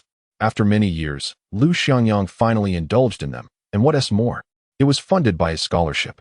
The sensation was truly delightful. After eating, Lu Xiangyang headed to the internet cafe and entered his writing mode. He typed out 20,000 words as usual, then settled the bill and left. To be honest, the cafe's environment was quite poor. The noise level was one thing, but the heavy smell of smoke and the poor air quality were particularly bothersome. Lu Xiangyang could hardly fathom how he managed to pull all-nighters in such conditions back then. Tomorrow, after dealing with his grandmother's physical examination, he planned to look for a laptop. He currently had 2,800 yuan, which was sufficient to purchase a laptop with slightly inferior specifications, especially since he only intended to use it for writing, not gaming. There was no need for high-end configurations. He could always upgrade later when finances allowed. However, how could he explain this expenditure to his grandmother? While cycling home, Lu Xiangyang pondered this dilemma. He certainly couldn't say he earned the money himself. His grandmother would undoubtedly worry. Ultimately, he decided to say it was borrowed from a classmate. That excuse seemed plausible enough. Upon returning home, he found that his grandmother had already prepared dinner. "Yang, you must be hungry. Go wash your hands and eat." In truth, Lu Xiangyang wasn't particularly hungry. The wolf-tooth potatoes had more than satisfied him. Nonetheless, he proceeded to wash up, served himself, and sat down to enjoy the meal with his grandmother. "Grandma, shall we head out early tomorrow?" Grandma paused, momentarily taken aback. "Where to?" "For a health checkup," I replied after a brief reflection. "It's the weekend, and I would like to accompany you." "Yang, perhaps we should reconsider. Such a checkup costs several hundred yuan." As expected, she was still concerned about the expense. This was something I had anticipated. In my previous life, Grandma had only discovered her illness when it had already reached an advanced stage. "Since I recently received a scholarship, I can use that for your checkup. It's money I earn myself, so please agree to it, Grandma." After a moment of hesitation and seeing my earnest plea, she finally relented. "All right, I will listen to you. But I am certain this checkup will be an unnecessary expense." "If it turns out to be unnecessary, that would be for the best," I replied, my face beaming with a smile. "Grandma, let's eat some vegetables. Yang, make sure you eat plenty too." As night fell, I delved back into my study routine, preparing for the second mock examination scheduled for early next month. With less than a month remaining, surpassing Li Yuhang within that time frame seemed utterly impossible. Although I did not exceed his total score in the first mock exam, I did manage to outscore him in Chinese. In mathematics, I narrowly lost by 2 points, which could be considered a tenuous draw. Moving forward, the comprehensive science section was my only opportunity to catch up to Li Yuhang. As for English, I would leave it to fate. I had come to realize that English is not inherently difficult. It simply demands a substantial investment of time. In addition to memorizing vocabulary, one must also cultivate a sense of language. The English examination is divided into several sections. The listening comprehension, worth 30 points, poses challenges for many students. Following that are the multiple choice questions and closed tests, totaling 45 points, which I could manage to score in this time. The third section consists of reading comprehension, with a maximum of 40 points, where I also found some success. Surprisingly, I discovered that English reading comprehension is relatively straightforward, far simpler than that of Chinese. The only hurdle lies in the dense array of English words. The fourth section involves writing. The first exercise, correcting a short passage, is worth 10 points, where one must identify a mistake in each of 10 lines and correct it on the provided lines. If there are no errors, one simply marks it with a tick. This is the part that currently troubles me, as I can only manage to score 2 or 3 points. The second exercise requires writing a composition of approximately 100 words, worth 25 points, in which I can only achieve 4 or 5 points. Thus, overall, English presents the most significant obstacle in my studies. After completing the comprehensive science questions, I prepared to take out my MP3 player to practice listening. At that moment, a text message from Qian Duoduo arrived. "Yang Gu, remember to come play basketball after you finish tomorrow. I need your support." I knew that this chubby Qian had likely gathered others to show off. Alas, he was just that kind of person. Just as I was about to reply, I suddenly remembered I needed to buy a notebook tomorrow. In the current market, he is completely oblivious to the trends of notebook sales in the city, especially after so many years have passed. Tomorrow, after accompanying my grandmother for her health checkup, I will come over. By the way, my friend, do you know where one can purchase a laptop? Oh, are you planning to buy a computer? Are we going to team up for some gaming? Certainly not. I intend to buy it for academic purposes. As you mentioned, you are not well versed in this matter, right? Indeed, I am not familiar with it at all. You might want to consult Gu Yixin. I heard Chen Xing mention that Gu Yixin has a relative who sells computers in the digital city. Gu Yixin, you say? I shall inquire. Lu Xiangyang promptly sent a message to Gu Yixin. Before long, she responded, confirming that she indeed has a cousin who runs a shop in the digital city. What is this? Lu Xiangyang, are you still planning to buy a laptop? Yes, I am. What will you use it for? Are you going to play games at home all day? Of course not. It is for my studies. That is good to hear. Soon, Gu Yixin sent him her cousin's contact number and address, allowing him to visit directly tomorrow. Subsequently, Gu Yixin inquired, Lu Xiangyang, do you practice your English listening skills in the evenings? Certainly, I am doing so right now. That is great. My cousin's shop also sells MP3 players. If you're interested, I can ask him to give you a discount. Lu Xiangyang felt a warmth in his heart, pleasantly surprised by Gu Yixin's thoughtfulness. He replied, I certainly need one, but I can't afford it. No worries, I can lend you mine. You may return it after the college entrance examination. However, it is essential that you use it for studying. Absolutely. I utilize it for my studies every evening. I must say, the English songs you downloaded are quite delightful. How does it feel? Have you noticed any improvement in your sense of language? Lu Xiangyang chuckled softly. Despite his diligent efforts, progress remained elusive. I am still striving. It feels quite challenging. Do not lose heart. Learning English is a gradual process. Take it one step at a time. All right. Thank you. No need for formalities. Once you achieve good results, treat me to a couple of fried chicken legs. Definitely. I will save the leftover bones for you. Wait, are you calling me a little dog? The next day, as dawn broke, Lu Xiangyang accompanied his grandmother to the municipal hospital. They opted for a comprehensive package. After payment, Lu Xiangyang began the series of examinations with his grandmother: blood tests, urine tests, electrocardiogram, blood pressure, and blood sugar, culminating in a chest CT scan, which was of utmost concern to Lu Xiangyang and a specific request of his. The total cost for all examinations amounted to 699 yuan. Lu Xiangyang paid the fee on behalf of his grandmother, stating it was 499 yuan, just enough to cover by his scholarship. Once the examinations were completed, he urged his grandmother to sit and rest while she had something to eat, whereas he proceeded to wait for the results outside the CT room. Is the family of Luo Meiwan present? Is the family of Luo Meiwan here? Luo Meiwan. Suddenly, Lu Xiangyang realized that his grandmother's name was indeed Luo Meiwan. Yes. The nurse, slightly annoyed, remarked, how could you not respond after calling for so long? Lu Xiangyang smiled apologetically, saying, I just couldn't recall my grandmother's name. The nurse returned a gentle smile and replied, oh, it's quite all right. There are likely not many who can still remember their grandmother's name these days. The people present quietly lowered their heads. Chapter 59, The First Laptop. Who is Luo Meiwan to you? Asked a middle-aged doctor in a white coat and glasses in the infirmary. She is my grandmother, Lu Xiangyang replied, then inquired, Doctor, is there an issue with my grandmother's health report? The doctor nodded and, glancing at the X-ray film, stated, the CT scan has revealed a small nodule in her lung. It's not very pronounced, approximately 10 millimeters in diameter, right here. The doctor pointed to the image and continued. Pulmonary nodules are relatively common in clinical practice and can arise from various causes, including benign lesions, inflammation, or even early-stage lung cancer. However, your grandmother's situation does not appear to be severe at this point. Further observation and regular checkups are warranted. The doctor patiently elucidated while handing Lu Xiangyang a medical report. As Lu Xiangyang took the report, a weight settled in his heart. Indeed, it seemed that there had been issues for quite some time. His grandmother had persistently suffered from a dry cough. Many nights, fearing it would disturb Lu Xiangyang's studies, she had deliberately coughed under the covers. Yet, he could always hear her. She had never undergone a medical examination, and by the time her illness manifested, it was already in its advanced stages. What should we do now? Does she need surgery? No, surgery is not necessary. The doctor shook his head and assured him, currently, there is no need for surgery, as the nodule is small and lacks significant malignant characteristics. However, for safety's sake, we recommend regular follow-up examinations, such as a CT scan every 3 or 6 months, to promptly detect any changes. Also, may I ask if your grandmother experiences coughing regularly? Yes, especially noticeable at night, Lu Xiangyang replied candidly.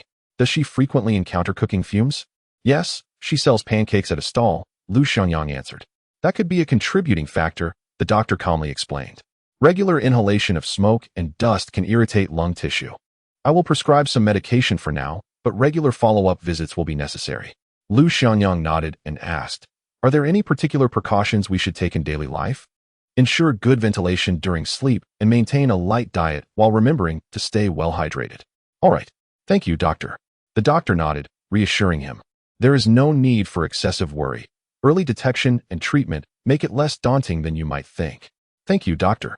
Without further ado, the doctor wrote out a prescription, directing Lu Xiangyang to settle the payment and collect the medication. Upon exiting the infirmary, Lu Xiangyang first paid the fee and then retrieved the medicine. When he emerged, he found that his grandmother had finished her meal. Yangyang, did you get the report? I did. Is there anything wrong? No problem. There is a small nodule on your lung. The doctor prescribed medication and advised you to avoid excessive fatigue and reduce exposure to cooking fumes. With that, Lu Xiangyang sat down in front of his grandmother and said, Grandma, please don't tire yourself out so much. Don't worry about funding my education. I can manage the tuition. His grandmother, however, seemed unconvinced, replying, I heard that university tuition can be quite substantial each year. If you truly get accepted into college, you cannot let tuition fees hinder your education. Don't worry, Grandma.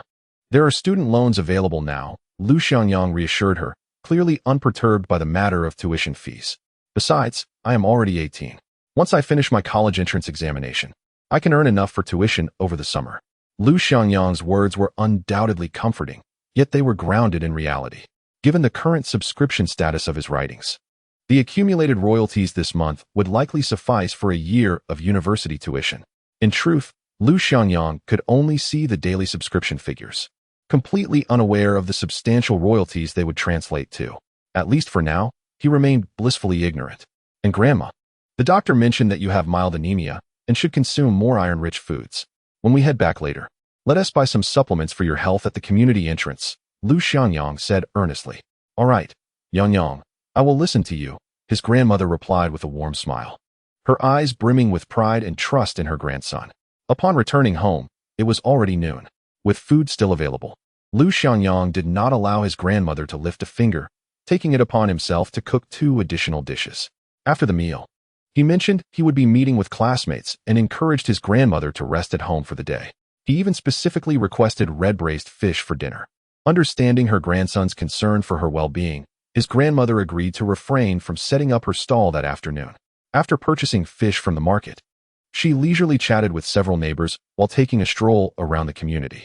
Lu Xiangyang rode his bicycle straight to the digital city and then called Gu Yixin's cousin. His cousin, Wang Xiyuan, had graduated from university and started his own computer shop, specializing in assembling desktop computers. He had already heard from Gu Yixin about a classmate intending to buy a computer and warmly welcomed Lu Xiangyang.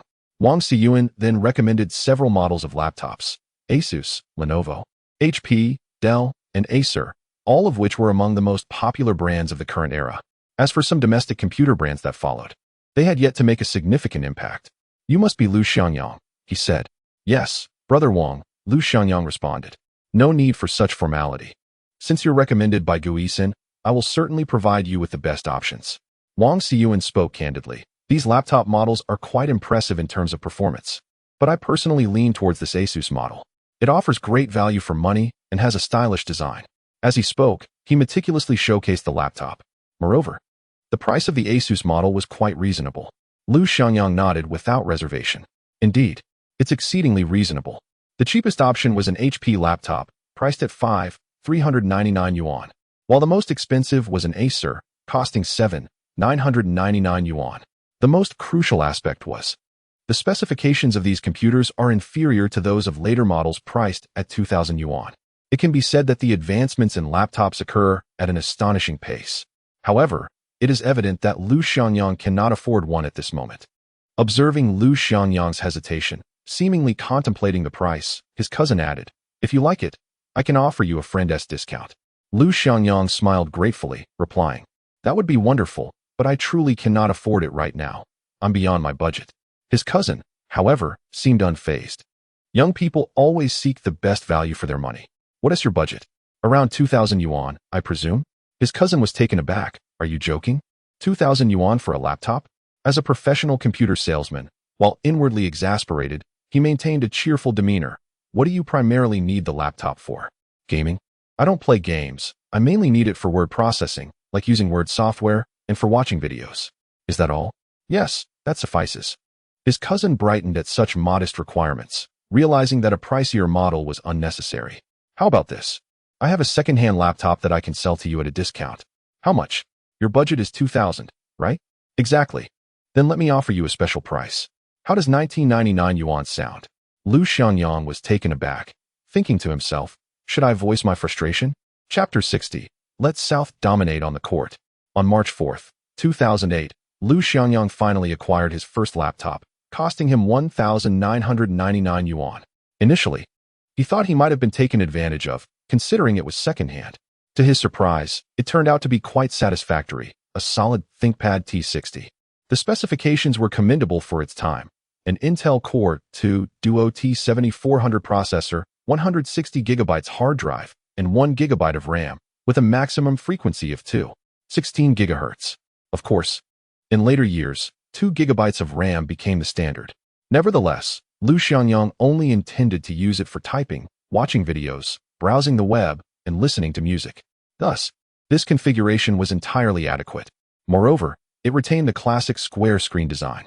Lu Xiangyang felt that the 1999 yuan he spent was worthwhile, regardless of the circumstances. He finally possessed his very first laptop, marking a significant milestone.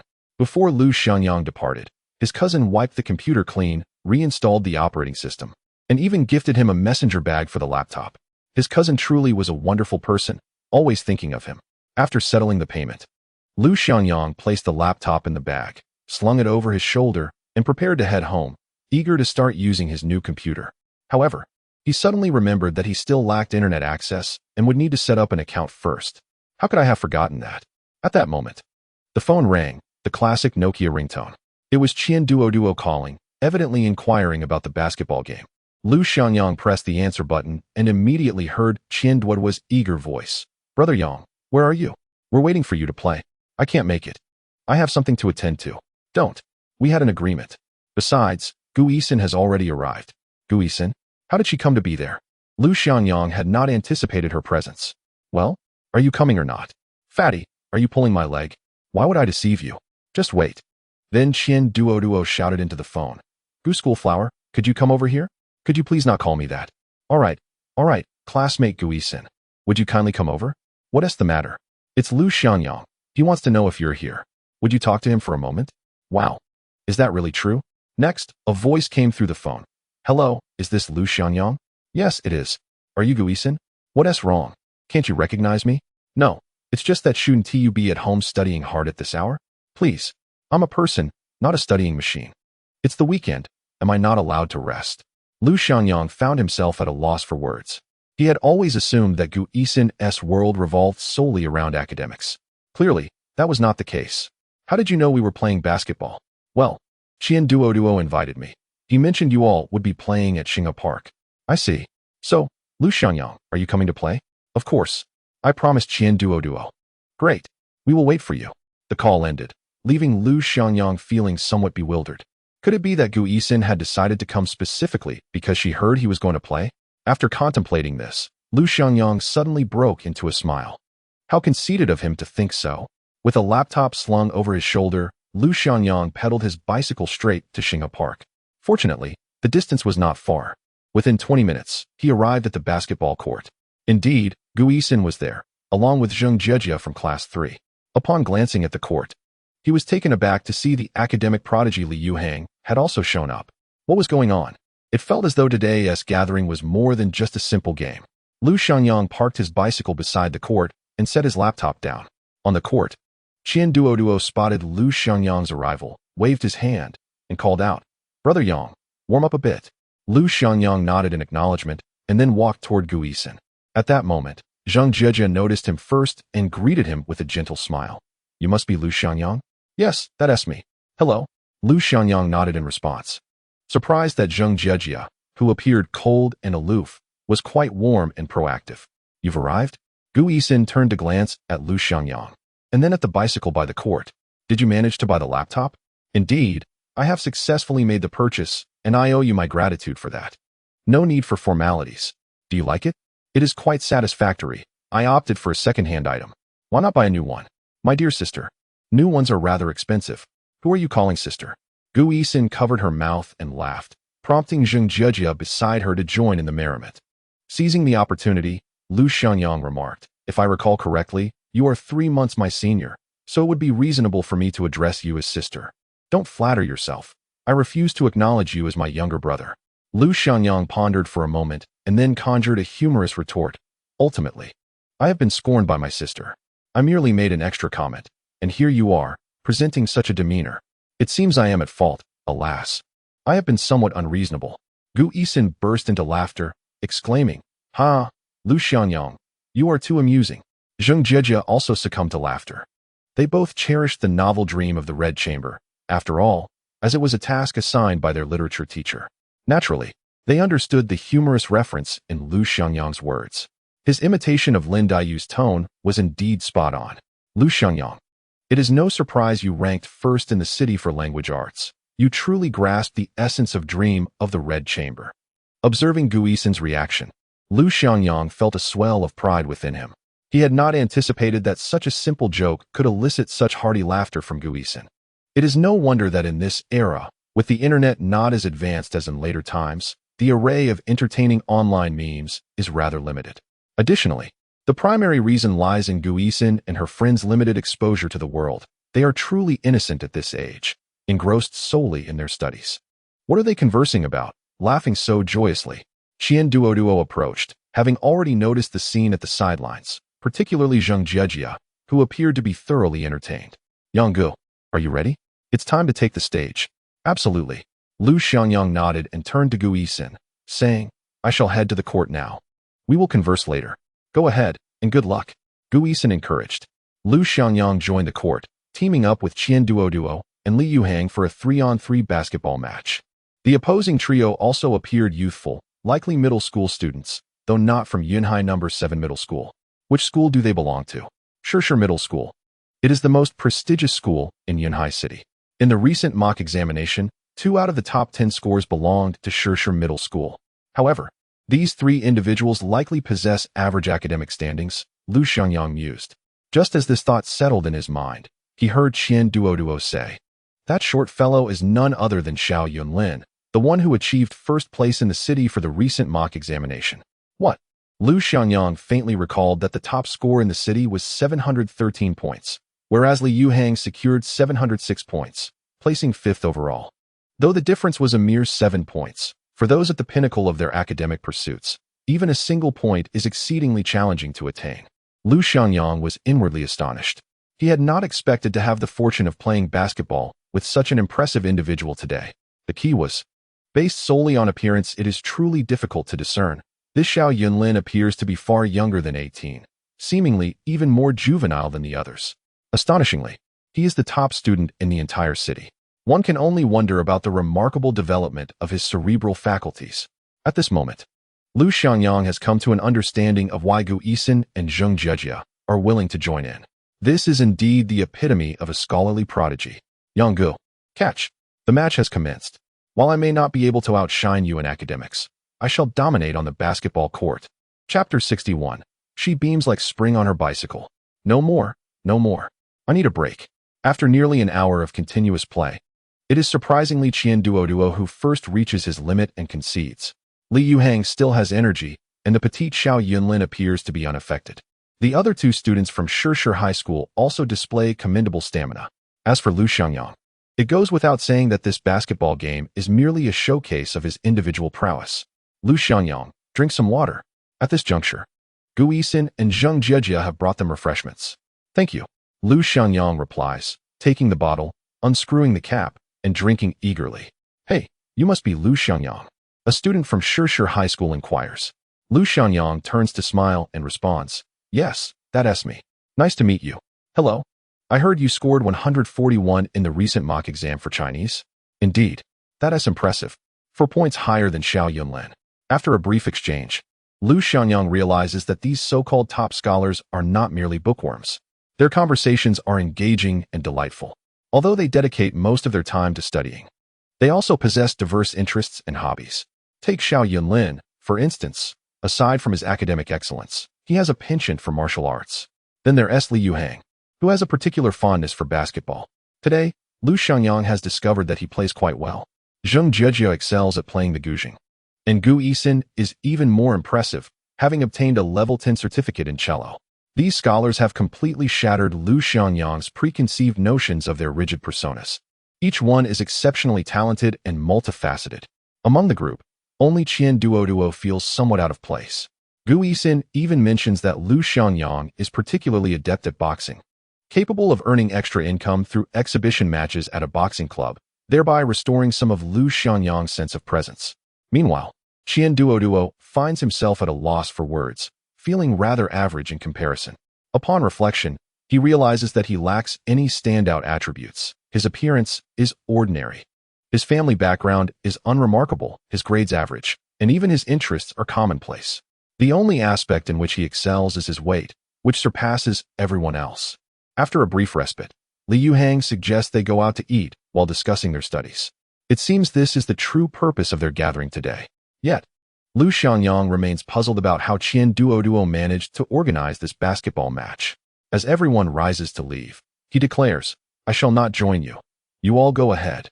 Lu Xiangyang was still contemplating inquiring about the matter of online account registration. Now that he possessed a laptop, it was imperative to establish an internet connection promptly. There would be no need to frequent the internet cafe daily to type away. As soon as he finished speaking, Gu Yixin chimed in, saying, "I have plans tonight, so I won't be going either." Zheng Jia exclaimed, "Yixin, didn't we agree to discuss our studies together later? It's such a wonderful opportunity." Gu Yixin smiled gently, responding, "There's nothing I can do. My dad is coming back tonight, and I need to return home early." "Very well then." Zheng Jia refrained from further persuasion, for she was keen to attend. After all, this was a once-in-a-lifetime opportunity. Qian Duoduo cast a glance at Zheng Jia and then added, "If you're discussing studies, then I see no reason to go." This fellow certainly possessed a sense of self-awareness, even though Qian Duoduo genuinely wished to attend, as it was a splendid chance to spend time with Zheng Jia outside of school. Lu Xiangyang could sense the disappointment, yet he had no further words to add. "All right then, let us go. I shall hail a taxi." Soon, he managed to secure a cab to send off Lu Xiangyang and the others. Only Lu Xiangyang, Qian Duoduo, and Gu Yixin remained. Among the trio, only Lu Xiangyang rode a bicycle. "How will you be traveling?" Lu Xiangyang inquired, to which Qian Duoduo promptly replied, "I'll just catch a bus at the corner up ahead. No need to worry about me." As he spoke, Qian Duoduo shot Lu Xiangyang a knowing look and waved goodbye while clutching his ball. "Take care of Gu Yixin on your way home." With that, he departed, leaving no accolades or recognition behind. That Qian Duoduo was quite the instigator. "Gu Yixin, where do you live?" "Huh? Why?" Gu Yixin suddenly appeared somewhat anxious. Lu Xiangyang found it amusing, saying, "I'm just offering to take you home." "Oh, I live on Xinhua Street. That's not far. Let me escort you. No need to trouble yourself. I can take a taxi." "Why take a taxi for a mere 2 kilometers? I'm headed that way myself." Lu Xiangyang pushed his bicycle to the roadside and slung the laptop bag around his neck. He then patted the back seat. "Hop on." Gu Yixin hesitated momentarily, but eventually mounted the bike. She reached for something, uncertain of where to grasp. Lu Xiangyang seemed to sense her discomfort and adjusted the strap of the laptop bag to the back. "Hold on tight. We're off." Gu Yixin then firmly clutched the strap of the laptop bag. As Lu Xiangyang pedaled, they glided through the evening streets, a gentle breeze caressing them. Gu Yixin's hair danced lightly in the wind, her heartbeat seemingly quickening with the rhythm of the wheels. She held onto the strap tightly, striving to appear composed despite a flutter of nervousness within her. After all, this was her first time spending such solitary moments with a boy. "Gu Yixin, living on Xinhua Street means you're quite close to school, isn't it?" Lu Xiangyang spoke casually, attempting to break the silence and ease the awkward atmosphere. "Yes, it is." Gu Yixin's voice was as soft as a whisper, and she inquired, "Lu Xiangyang, are you still residing near the old factory street?" "Indeed, that is my only home," he replied. "How is your grandmother's health checkup? Is everything all right?" Lu Xiangyang was taken aback that she knew about this matter. It was evident that Qian Duoduo had mentioned it. "It's manageable, nothing serious," he assured her. "That's good to hear," Gu Yixin responded quietly. Then, somewhat perplexed, asked Lu Xiangyang, "May I ask you something?" "Of course, feel free to inquire," he encouraged. "Why do I suddenly feel that you've changed? It's as if you've transformed completely, especially in your studies. Your improvement has been astonishing." "Because I have come to a realization," Lu Xiangyang replied earnestly. "I, Lu Xiangyang, was once a mediocre student. Yet I have always prided myself on my integrity and resilience. I have now found my way back, like a wayward son returning home, ready to face the world with a smile." Upon hearing this, Gu Yixin could not help but burst into laughter. "Your words sound like something out of a martial arts novel," she teased. Lu Xiangyang chuckled as well, sensing that the atmosphere had lightened considerably. By the way, Gu Yixin, aside from studying, what else do you enjoy doing? He asked, attempting to keep the conversation flowing. I love playing the cello, Gu Yixin replied, a hint of pride in her voice. Wow, that's impressive. I've heard that mastering the cello is quite challenging. It's not too bad. I've been learning since I was 3, she said, her tone revealing a sense of ease. Thus, the two continued their conversation as they rode up to Gu Yixin's home. Lu Xiangyang came to a halt, and Gu Yixin alighted from the back seat, feeling a bit shy as she said, "Thank you for bringing me back. There's no need for thanks. It was merely on my way." Lu Xiangyang smiled, then asked, "Are you free tomorrow? I would like to ask for your help with some English tutoring." Gu Yixin paused for a moment before nodding. "Sure, let's do it after school tomorrow." "Then it's settled. See you tomorrow." Lu Xiangyang waved as he mounted his bicycle and rode off. Gu Yixin stood at her doorstep, watching his receding figure, her heart swelling with an inexplicable emotion. Chapter 62, A Surprise. As night fell, Lu Xiangyang pedaled his bicycle back to the community. He consulted Grandpa He, the security guard, about setting up broadband. To his surprise, Grandpa He's son handled that matter. A quick phone call clarified the necessary documents. Before the office closed, Lu Xiangyang gathered his ID and bank card and headed to the service center to finalize the setup. Following that was the installation appointment. The service center informed him that he would have to wait 2 days. Ultimately, it was Grandpa He who personally called his son, and within 2 hours, Lu Xiangyang's internet was established. One cannot deny that connections matter. Moreover, having a resourceful grandfather is truly advantageous. After dinner, Lu Xiangyang locked himself in his room and began tinkering with his laptop. Although the bandwidth was only 4 M, it was still quite satisfactory overall. After all, a 4 M broadband connection costs 98 yuan per month, which is not inexpensive. Fortunately, upon hearing that her grandson was eager to pursue his studies, Grandma refrained from saying much. It seemed that she would unconditionally support anything beneficial to his education. He installed the Word software, completed the installation of the QQ account, and also downloaded a music player named Qian. Those who have lived through that era would likely be familiar with this music player, which was acquired by Baidu in 2006. In 2012, it was rebranded as Baidu Music, only to revert to its original name in 2018. Yet, it had undeniably lost its original charm. It was no longer the Qian of yesteryears. Lu Xiangyang opened the music player and played a piece of light music by Bandari. Influenced by Gu Yixin, he had also developed a fondness for light music. As he listened to the melodies, he began his writing work. Merely 2.5 hours later, Lu Xiangyang had produced 20,000 words. It must be said that a change of environment significantly enhanced his efficiency while writing at home. The only downside was his unfamiliarity with the laptop's keyboard. It seemed he would need to purchase an external keyboard. Taking advantage of the good productivity that evening, Lu Xiangyang wrote for over an additional hour, accumulating nearly 30,000 words in total. Glancing at the clock, he noted that it was already 9:30 in the evening. He concluded his writing session and opened the author dashboard to review the data. Word count, 312, 538, recommendations, 107, 159, favorites, 293, 189 goodness. The favorites were nearing 300,000. Although Lu Xiangyang did not fully comprehend the significance of the bookshelf, he sensed that it was an impressive achievement. He then checked the subscription section to see the latest subscription data. Yesterday's subscriptions, 23, 207. Total subscriptions, 178, 296. Average subscriptions per chapter, 9, 628. All metrics had risen. However, Lu Xiangyang was unaware of what this represented. Nonetheless, he was certain that the data was quite favorable. He then clicked into the review section, filled with densely packed posts. Besides short comments, there were numerous lengthy reviews spanning hundreds of words. Many readers had liked and replied to the posts. After years of reading, it was the first time he encountered such a formidable author, consistently delivering a minimum of 20,000 words daily. Indeed, he had recently been struggling to find good books and had subscribed to all based on recommendations. Was this a newcomer? Having read 100 chapters, he felt the writing surpassed that of many renowned authors. At least, there were no flaws in the narrative thus far. A little note, I added this book to my shelf right when it was released. Days passed, and to my surprise, it was already available on the shelves. With such a daily update volume, I truly need not worry about the book. The author, Chasing Wind, is incredibly impressive. I will always support chasing wind. Please, everyone, do not let this book languish. Pursue daily updates. Wow, the updates are astonishingly rapid. It's only been a couple of weeks, and there are already 320,000 words. Will this book be adapted into an anime? I'm quite looking forward to it.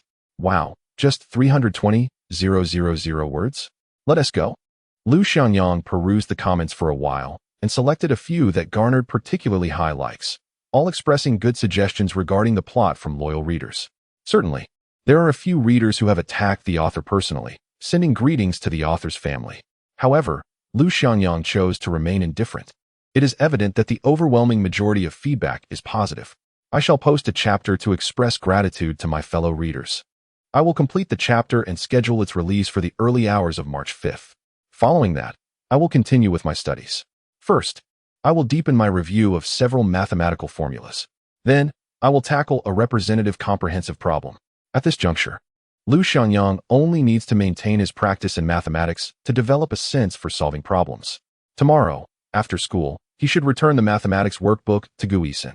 Speaking of which, Lu Xiangyang's swift grasp of mathematical concepts is largely attributed to the workbook meticulously organized by Gu Yixin, which encompasses all the critical points for high school examinations, along with supplementary knowledge beyond the syllabus. Truly, she is a remarkable academic achiever, possessing a distinct approach to learning. After reviewing mathematics, Lu Xiangyang once again delved into the comprehensive sciences. Ultimately, he dedicated all his remaining time to English, addressing any gaps in his knowledge through exercises, identifying unfamiliar vocabulary, and cultivating a sense of the English language. In the midst of his studies, his grandmother brought him a cup of warm milk. Observing her grandson's diligent pursuit of knowledge filled her heart with immense joy. By the way, grandmother, there is a parent-teacher meeting scheduled for next Wednesday. Just as she was about to step out, Lu Xiangyang recalled the meeting and informed her in advance, allowing her time to prepare. Oh, the parent-teacher meeting? Must we all attend? Mr. Li has announced that everyone should be present. All right, then I shall go as well, his grandmother replied, reminding Lu Xiangyang to sleep early before closing the door and leaving. Lu Xiangyang studied until 11:30 at night before preparing to listen to English audio and then retire for the night. At that moment, Qian Duoduo sent a message. Brother Yang, are you asleep? Not yet. Why? You took Gu Xiaohua home today, didn't you? Why do you ask that? I'm just concerned about you. I've created a splendid opportunity for you. Next time, remember to be generous and treat me to a couple of fried chicken legs. Reflecting on the day's events, Lu Xiangyang indeed had something to inquire.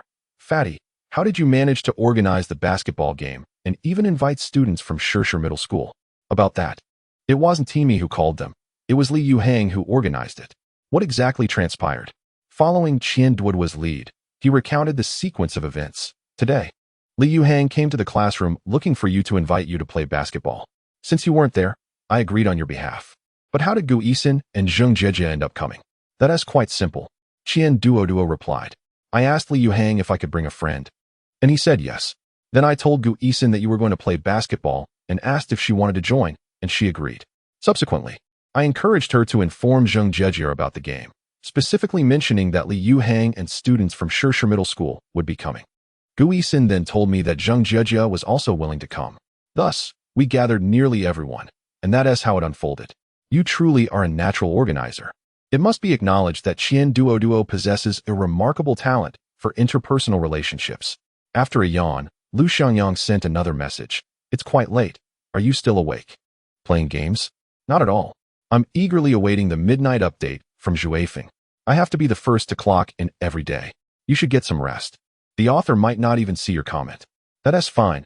I'll continue to support Zhuifeng silently. Impressive. Qian Duoduo truly is a devoted reader. All right. Tonight, I shall single you out. Chapter 63. The Beautiful Chief Editor, Tang Yuxingchen. On March 5th, just past 1 in the morning, Lu Xiangyang's newly set chapter was published. He specifically mentioned a reader. I have seen all your comments, and I am profoundly grateful for your support. I will strive to write better stories to repay you all. Thank you to my loyal readers for your unwavering support. In gratitude, I present a modest update of 30,000 words today. Additionally, he expressed particular thanks to the reader Qian Duoduo for being the first to clock in daily. Furthermore, I would like to clarify that if any of my readers are students, there is no need to use your living expenses to reward me. Your subscription and support are already deeply appreciated. Lu Xiangyang's mention of students clearly referred to individuals like Qian Duo, who might have been using their living expenses to support him. Such actions are truly unnecessary, as most students have limited finances. Being able to read and subscribe is commendable enough. As soon as Lu Xiangyang's chapter was updated, numerous readers quickly received the notification, and the comments section erupted with excitement. What a conscientious author! I've never seen one who advises readers against tipping. Indeed, it's not easy for students. I used to read pirated versions. I was in the same boat. I had no money for legitimate copies, yet I genuinely love reading.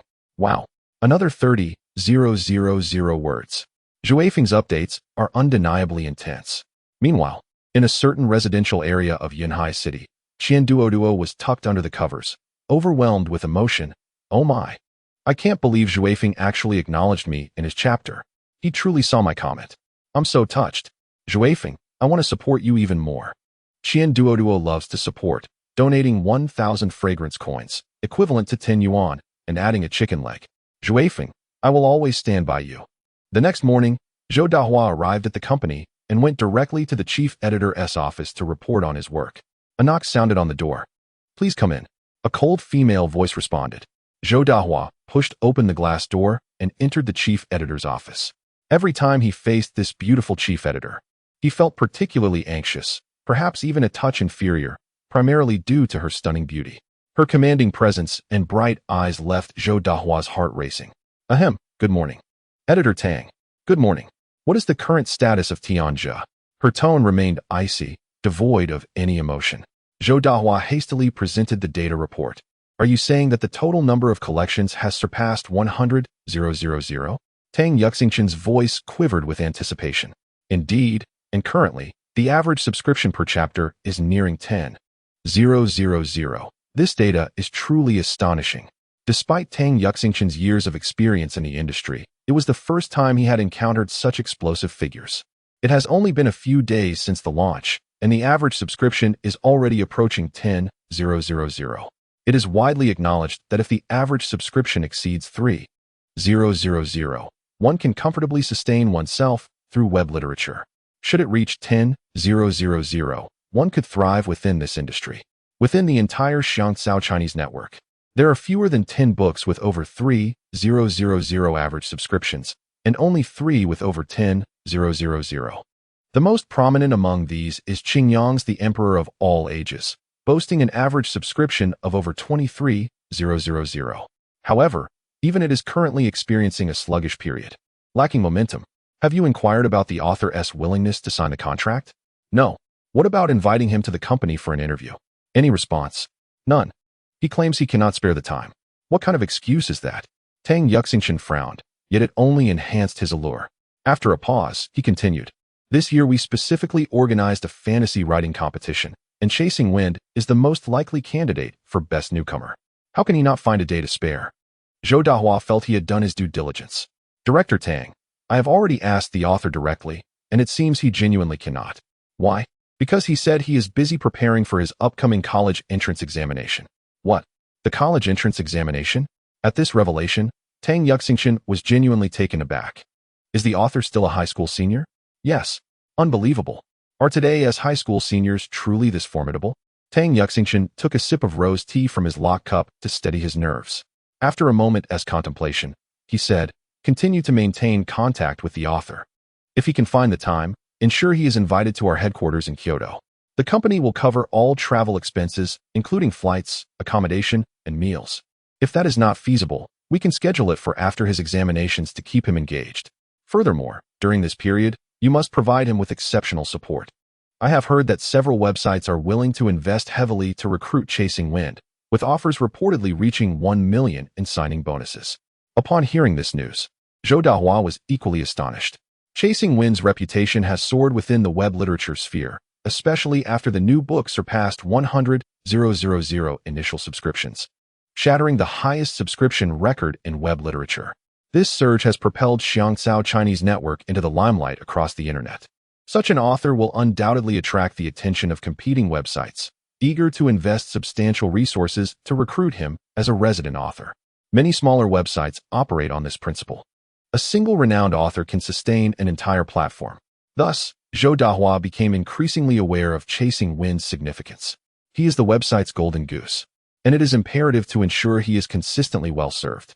Certainly, Mr. Tang. I shall continue to devote my utmost efforts to serve the esteemed Chase Wind, ensuring his comfort and satisfaction. Tang Yuxing nodded slightly, then recalled something. By the way, how is the recent update situation? Has there been any sign of decline?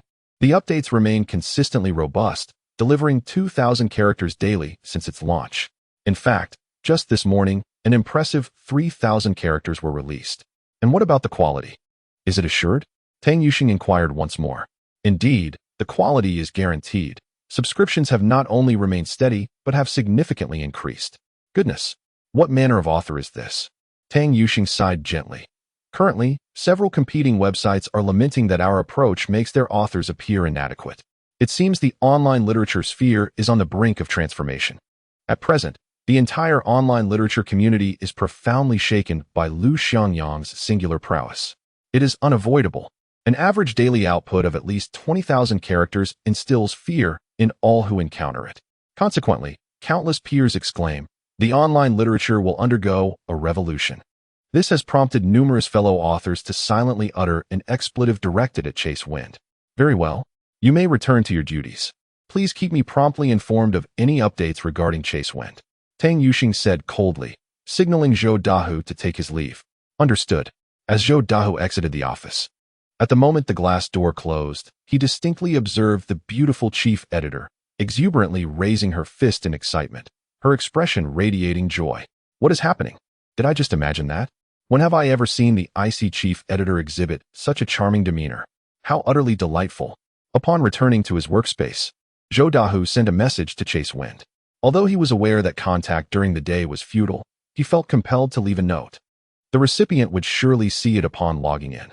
Chase Wind, please ensure to maintain your updates. Additionally, should any issues arise, do not hesitate to inform me. I am available to assist you around the clock. Furthermore, shortly after, a staggering 75 messages appeared. Chapter 64, The Parent-Teacher Conference. Over the next couple of days, Lu Xiangyang shattered the daily update record once again. On March 6th, at 1 minute past midnight, he released 38,000 characters. On March 7th, at 1 minute past midnight, he unveiled 46,000 characters. The volume of updates in just 2 days sent the entire reader community into a frenzy. Abundant content, coupled with high quality, was immensely gratifying. In the blink of an eye, Wednesday arrived.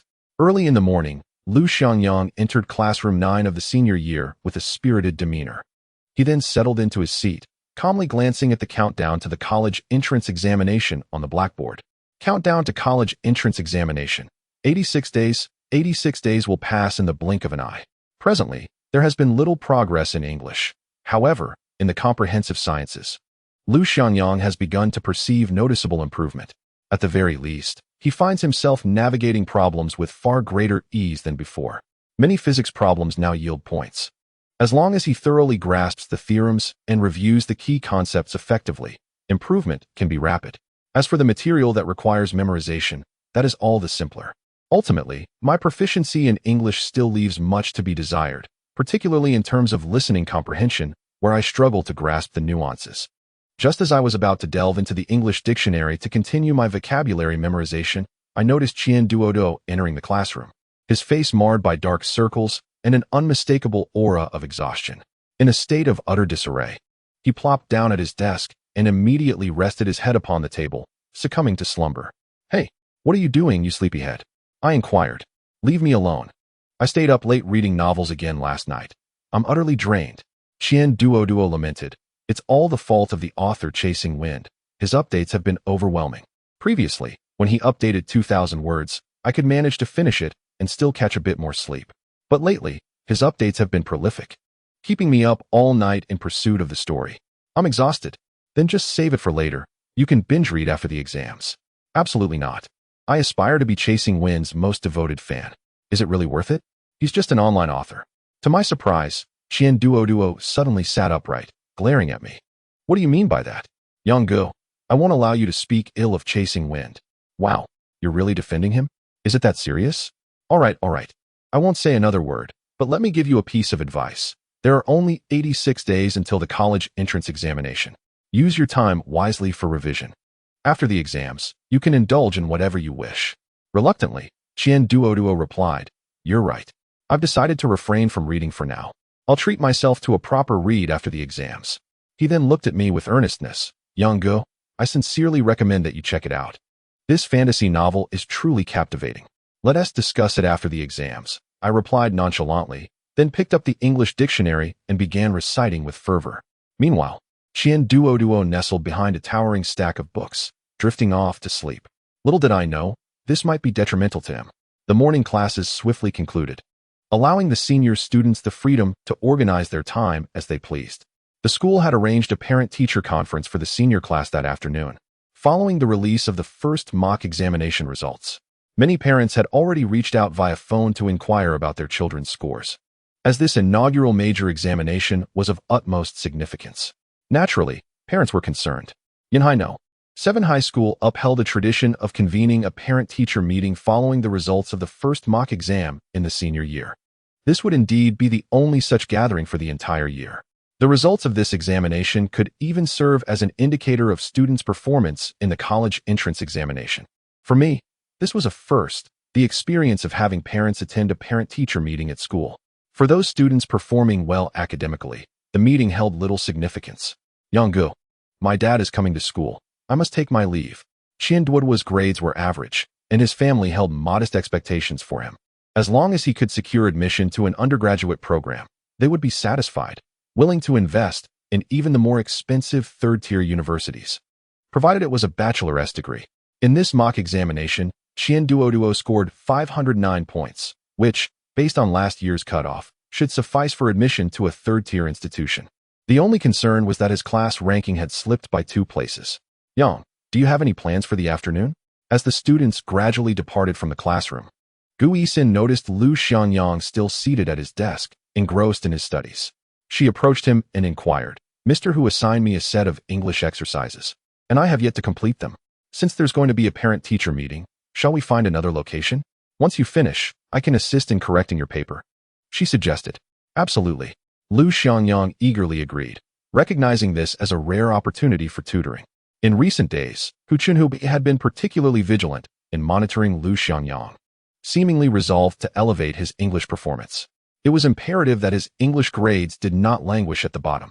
As for his standing in other subjects, that was beyond Hu Chunhua's concern. In essence, it was crucial that his English did not suffer. This sentiment was inadvertently expressed by Hu Chunhua during one of their tutoring sessions, revealing the immense pressure he felt. Equally dedicated was Gu Yixin, who tirelessly offered her assistance to Lu Xiangyang. "Gu Yixin, may I invite you to dine outside of school?" A grand feast. Although their assistance to one another was voluntary, it was customary to treat one another to meals. "Of course. What shall we eat? What do you desire?" A fast food restaurant had recently opened at the school entrance. "Perhaps we could dine there and continue our studies in the establishment." Lu Xiangyang agreed. After their meal and English tutoring, they could return home together after Gu Yixin's grandmother concluded the parent-teacher meeting. Both gathered their belongings, shouldered their backpacks, and exited the school. At that moment, a number of parents were already waiting outside, indicating a palpable anticipation for the meeting. At 1:30 in the afternoon, parents began to enter the school in succession, guided by the teachers to their respective classrooms. Luo Meiwan had evidently taken great care today, donning a bright red coat and styling her graying hair, which lent her an air of vitality. This was her first time attending her grandson's parent-teacher meeting, after all. After inquiring for directions, Luo Meiwan finally located her grandson's class and ascended 6 flights of stairs without much difficulty. "You must be Lu Xiangyang's grandmother." A cheerful voice greeted her as she entered classroom 9. "Ah, yes, I am Lu Xiangyang's grandmother. Greetings. I am Li Damao, the homeroom teacher for class 9. "Oh, you are Mr. Li. Yangyang often speaks highly of you. Please, come inside. The meeting is about to commence." Upon entering classroom 9, Luo Meiwan noticed several parents already seated, all of whom were middle-aged, with none appearing as elderly as herself. This realization caused her eyes to glisten with emotion. A table displayed the names of the students. After searching for a while, she couldn't find Lu Xiangyang's name until someone called out, "You must be Lu Xiangyang's grandmother. His seat is right here." Luo Meiwan lifted her gaze to see a portly middle-aged man in the last row beckoning to her. Approaching, she indeed found Lu Xiangyang's name on the table. So, Yangyang sits at the back of the classroom. You are Lu Xiangyang's grandmother, correct? Yes, I am. And you must be Qianduo's father? Indeed.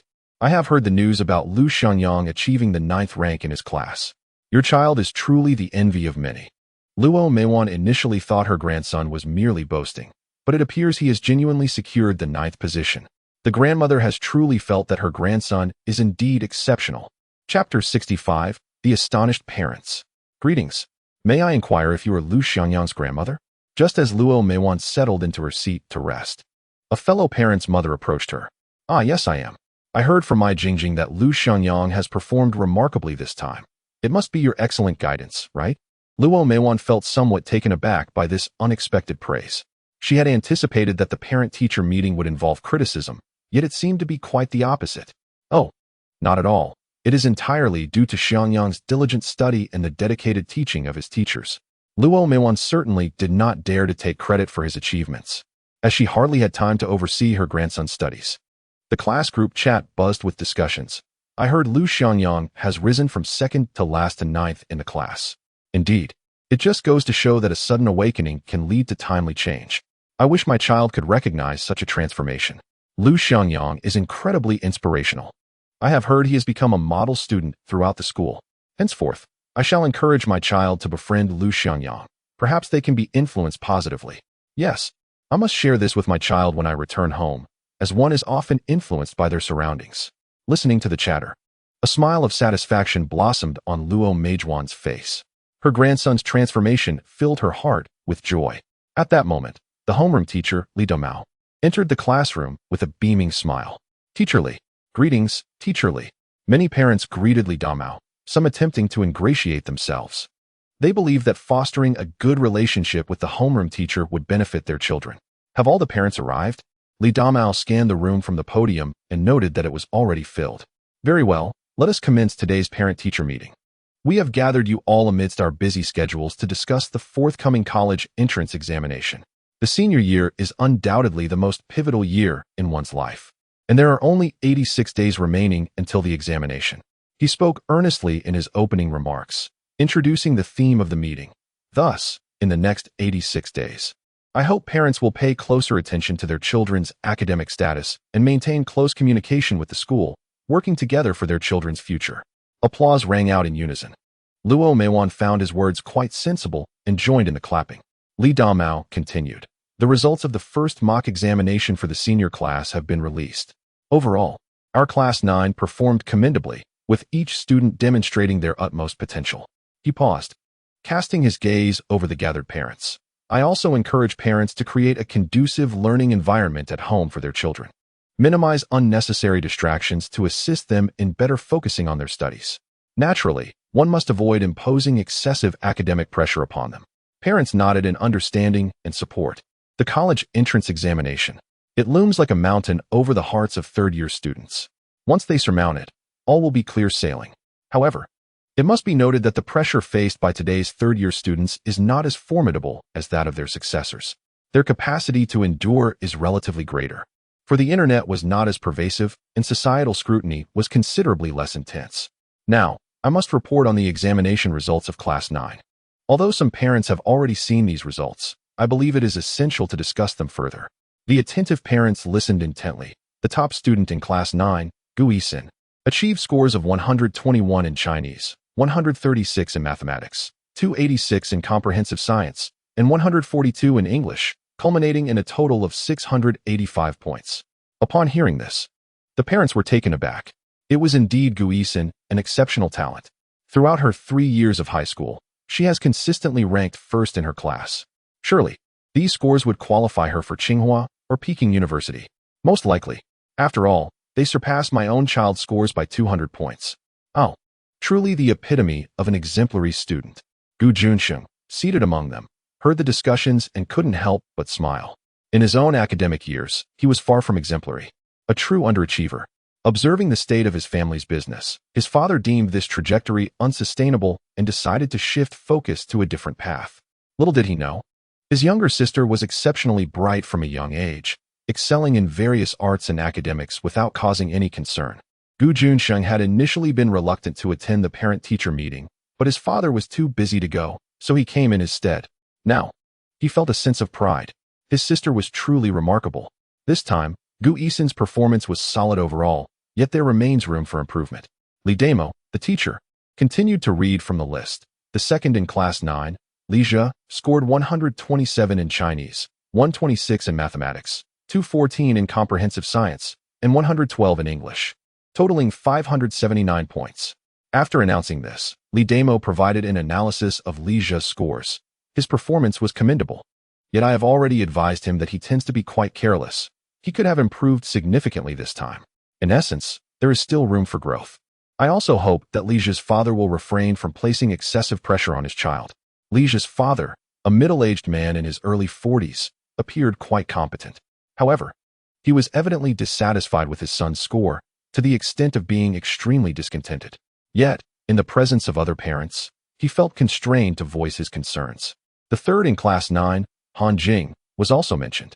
Li Damo diligently recounted the examination results of the classmates, and several parents were so incensed by the outcomes that they erupted in anger, due to the stark contrast between the scores reported by their child and the actual results. The father was understandably irate. This mischievous boy, who had earned a mere 410 points, audaciously deceived his father by claiming he had scored 510. How could he not expect a proper reprimand upon returning home? As for my own son, he too had inflated his score by 55 points, tricking me into purchasing a gaming console. This infuriated me. Amidst the anger, there were also moments of joy. Yet, at this moment, the father of Qiandodo felt a sense of relief. His son maintained an average performance in class, with only minor fluctuations in ranking. Although he had slipped 2 places since the previous month's examination, at least he had returned home with honesty, refraining from deceit. This trait deserved commendation, indeed. Honesty is a priceless virtue. Teacher Li, after announcing the student in the 8th position, you skipped directly to the 10th. What about the 9th? Many parents in the class noticed this discrepancy, yet no one inquired further. Now, I must emphasize the accomplishments of Lu Xiangyang, who had demonstrated remarkable progress. With a total score of 522 in this mock examination, he had ascended from 47th to 9th place in the class. Notably, he achieved a stunning 141 in Chinese, securing the top rank in the entire city. While some parents had heard rumors of a student performing exceptionally well, they were unaware of just how extraordinary the results were. The announcement of a perfect score in Chinese left all parents wide-eyed and incredulous. Could it truly be that someone scored 141 in Chinese? Was there a mistake? While a perfect score in mathematics might be believable, achieving over 140 in Chinese seemed implausible to most, leading to widespread skepticism. Chapter 66. Is this truly my grandson? Although some parents lacked even a high school diploma, they were certainly aware of the challenges in attaining high scores in Chinese, especially an astounding 141. Luo Meiwan, seated among them, could hardly believe that her grandson had achieved the highest score in the city. Parents, these results are genuine and beyond doubt, Li Damao assured, gesturing for silence. This was a citywide standardized examination, monitored rigorously following the college entrance examination protocols, with careful grading of the papers. Furthermore, Lu Xiangyang has been studying diligently, a fact evident to all in the class. I believe his grandmother is well aware of his commitment at home. Upon hearing this, Luo Meiwan found Li's words to be quite reasonable. Indeed, her grandson had transformed over the past few weeks. Upon returning home from school each day, he scarcely left his room except to eat, a transformation she had witnessed firsthand. She wholeheartedly agreed with Teacher Li. The other parents in the class expressed their astonishment. Could such a remarkable improvement be achieved in such a short span of diligent study? With only 86 days remaining before the college entrance examination, perhaps pushing my own child could also yield an improvement in scores. I concur. And I have also heard that Lu Xiangyang mentioned that poor grades are not indicative of a lack of talent, but rather a reflection of insufficient effort. Indeed, I have also learned about the notion that as long as one perseveres in their studies, they shall prevail. This child truly embodies tenacity. Speaking of which, it is still the excellent teaching of Mr. Li that deserves commendation. Mr. Li, I wish to inquire if our child can achieve similar improvements in grades as Lu Xiangyang has done in such a short span of time. Absolutely, Li Damao interjected, stating that the reason he highlighted Lu Xiangyang was to convey to all the parents that with diligence and a focused mindset on learning, significant improvement is indeed attainable. After all, Lu Xiangyang stands as a testament to this truth. The parents, upon hearing this, grew increasingly animated. Lu Xiangyang's dedication to his studies, resulting in such remarkable academic advancement in a brief period, seems almost dreamlike. Yet, these scores are undeniably a product of hard work. Undoubtedly, this has instilled hope within the parents. A student who once languished at the bottom has managed to elevate his performance through sheer effort. Surely, their own children are not far behind, as the crux lies in directing their focus towards learning. With merely 86 days remaining until the college entrance examination, a final push could potentially yield substantial improvements for my child as well. While the rationale is sound, effective study methods must accompany it. It appears I shall need to seek counsel from Lu Xiangyang. Indeed, I shall return home today and encourage my child to learn from Lu Xiangyang's approach. After much discussion, the parents seem to perceive a glimmer of hope for their own children through Lu Xiangyang's exemplary diligence. In their eyes, success is replicable. If Lu Xiangyang can enhance his grades, then certainly their children can as well, and perhaps even surpass Lu Xiangyang's achievements. This has seemingly become a case study for Mr. Li. After all, what a profound sense of accomplishment it must be for a teacher to guide a struggling student to the top ranks. Furthermore, I would like to emphasize once again that there are only 86 days remaining until the examination. I kindly urge all parents not to impose excessive pressure on their children. Following this, Mr. Li took the opportunity to impart heartfelt advice. The college entrance examination is not solely the responsibility of the teachers. Parents also play a crucial role in offering emotional and practical support. It is essential to ensure the well-being of the students.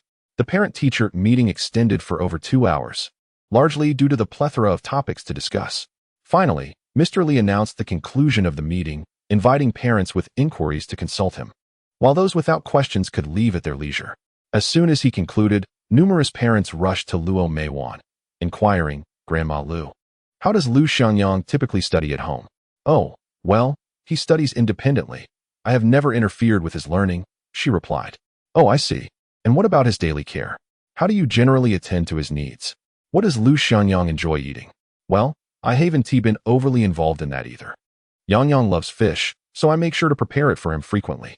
It turns out that consuming fish is indeed beneficial, as many say it enhances intelligence. I shall remember this.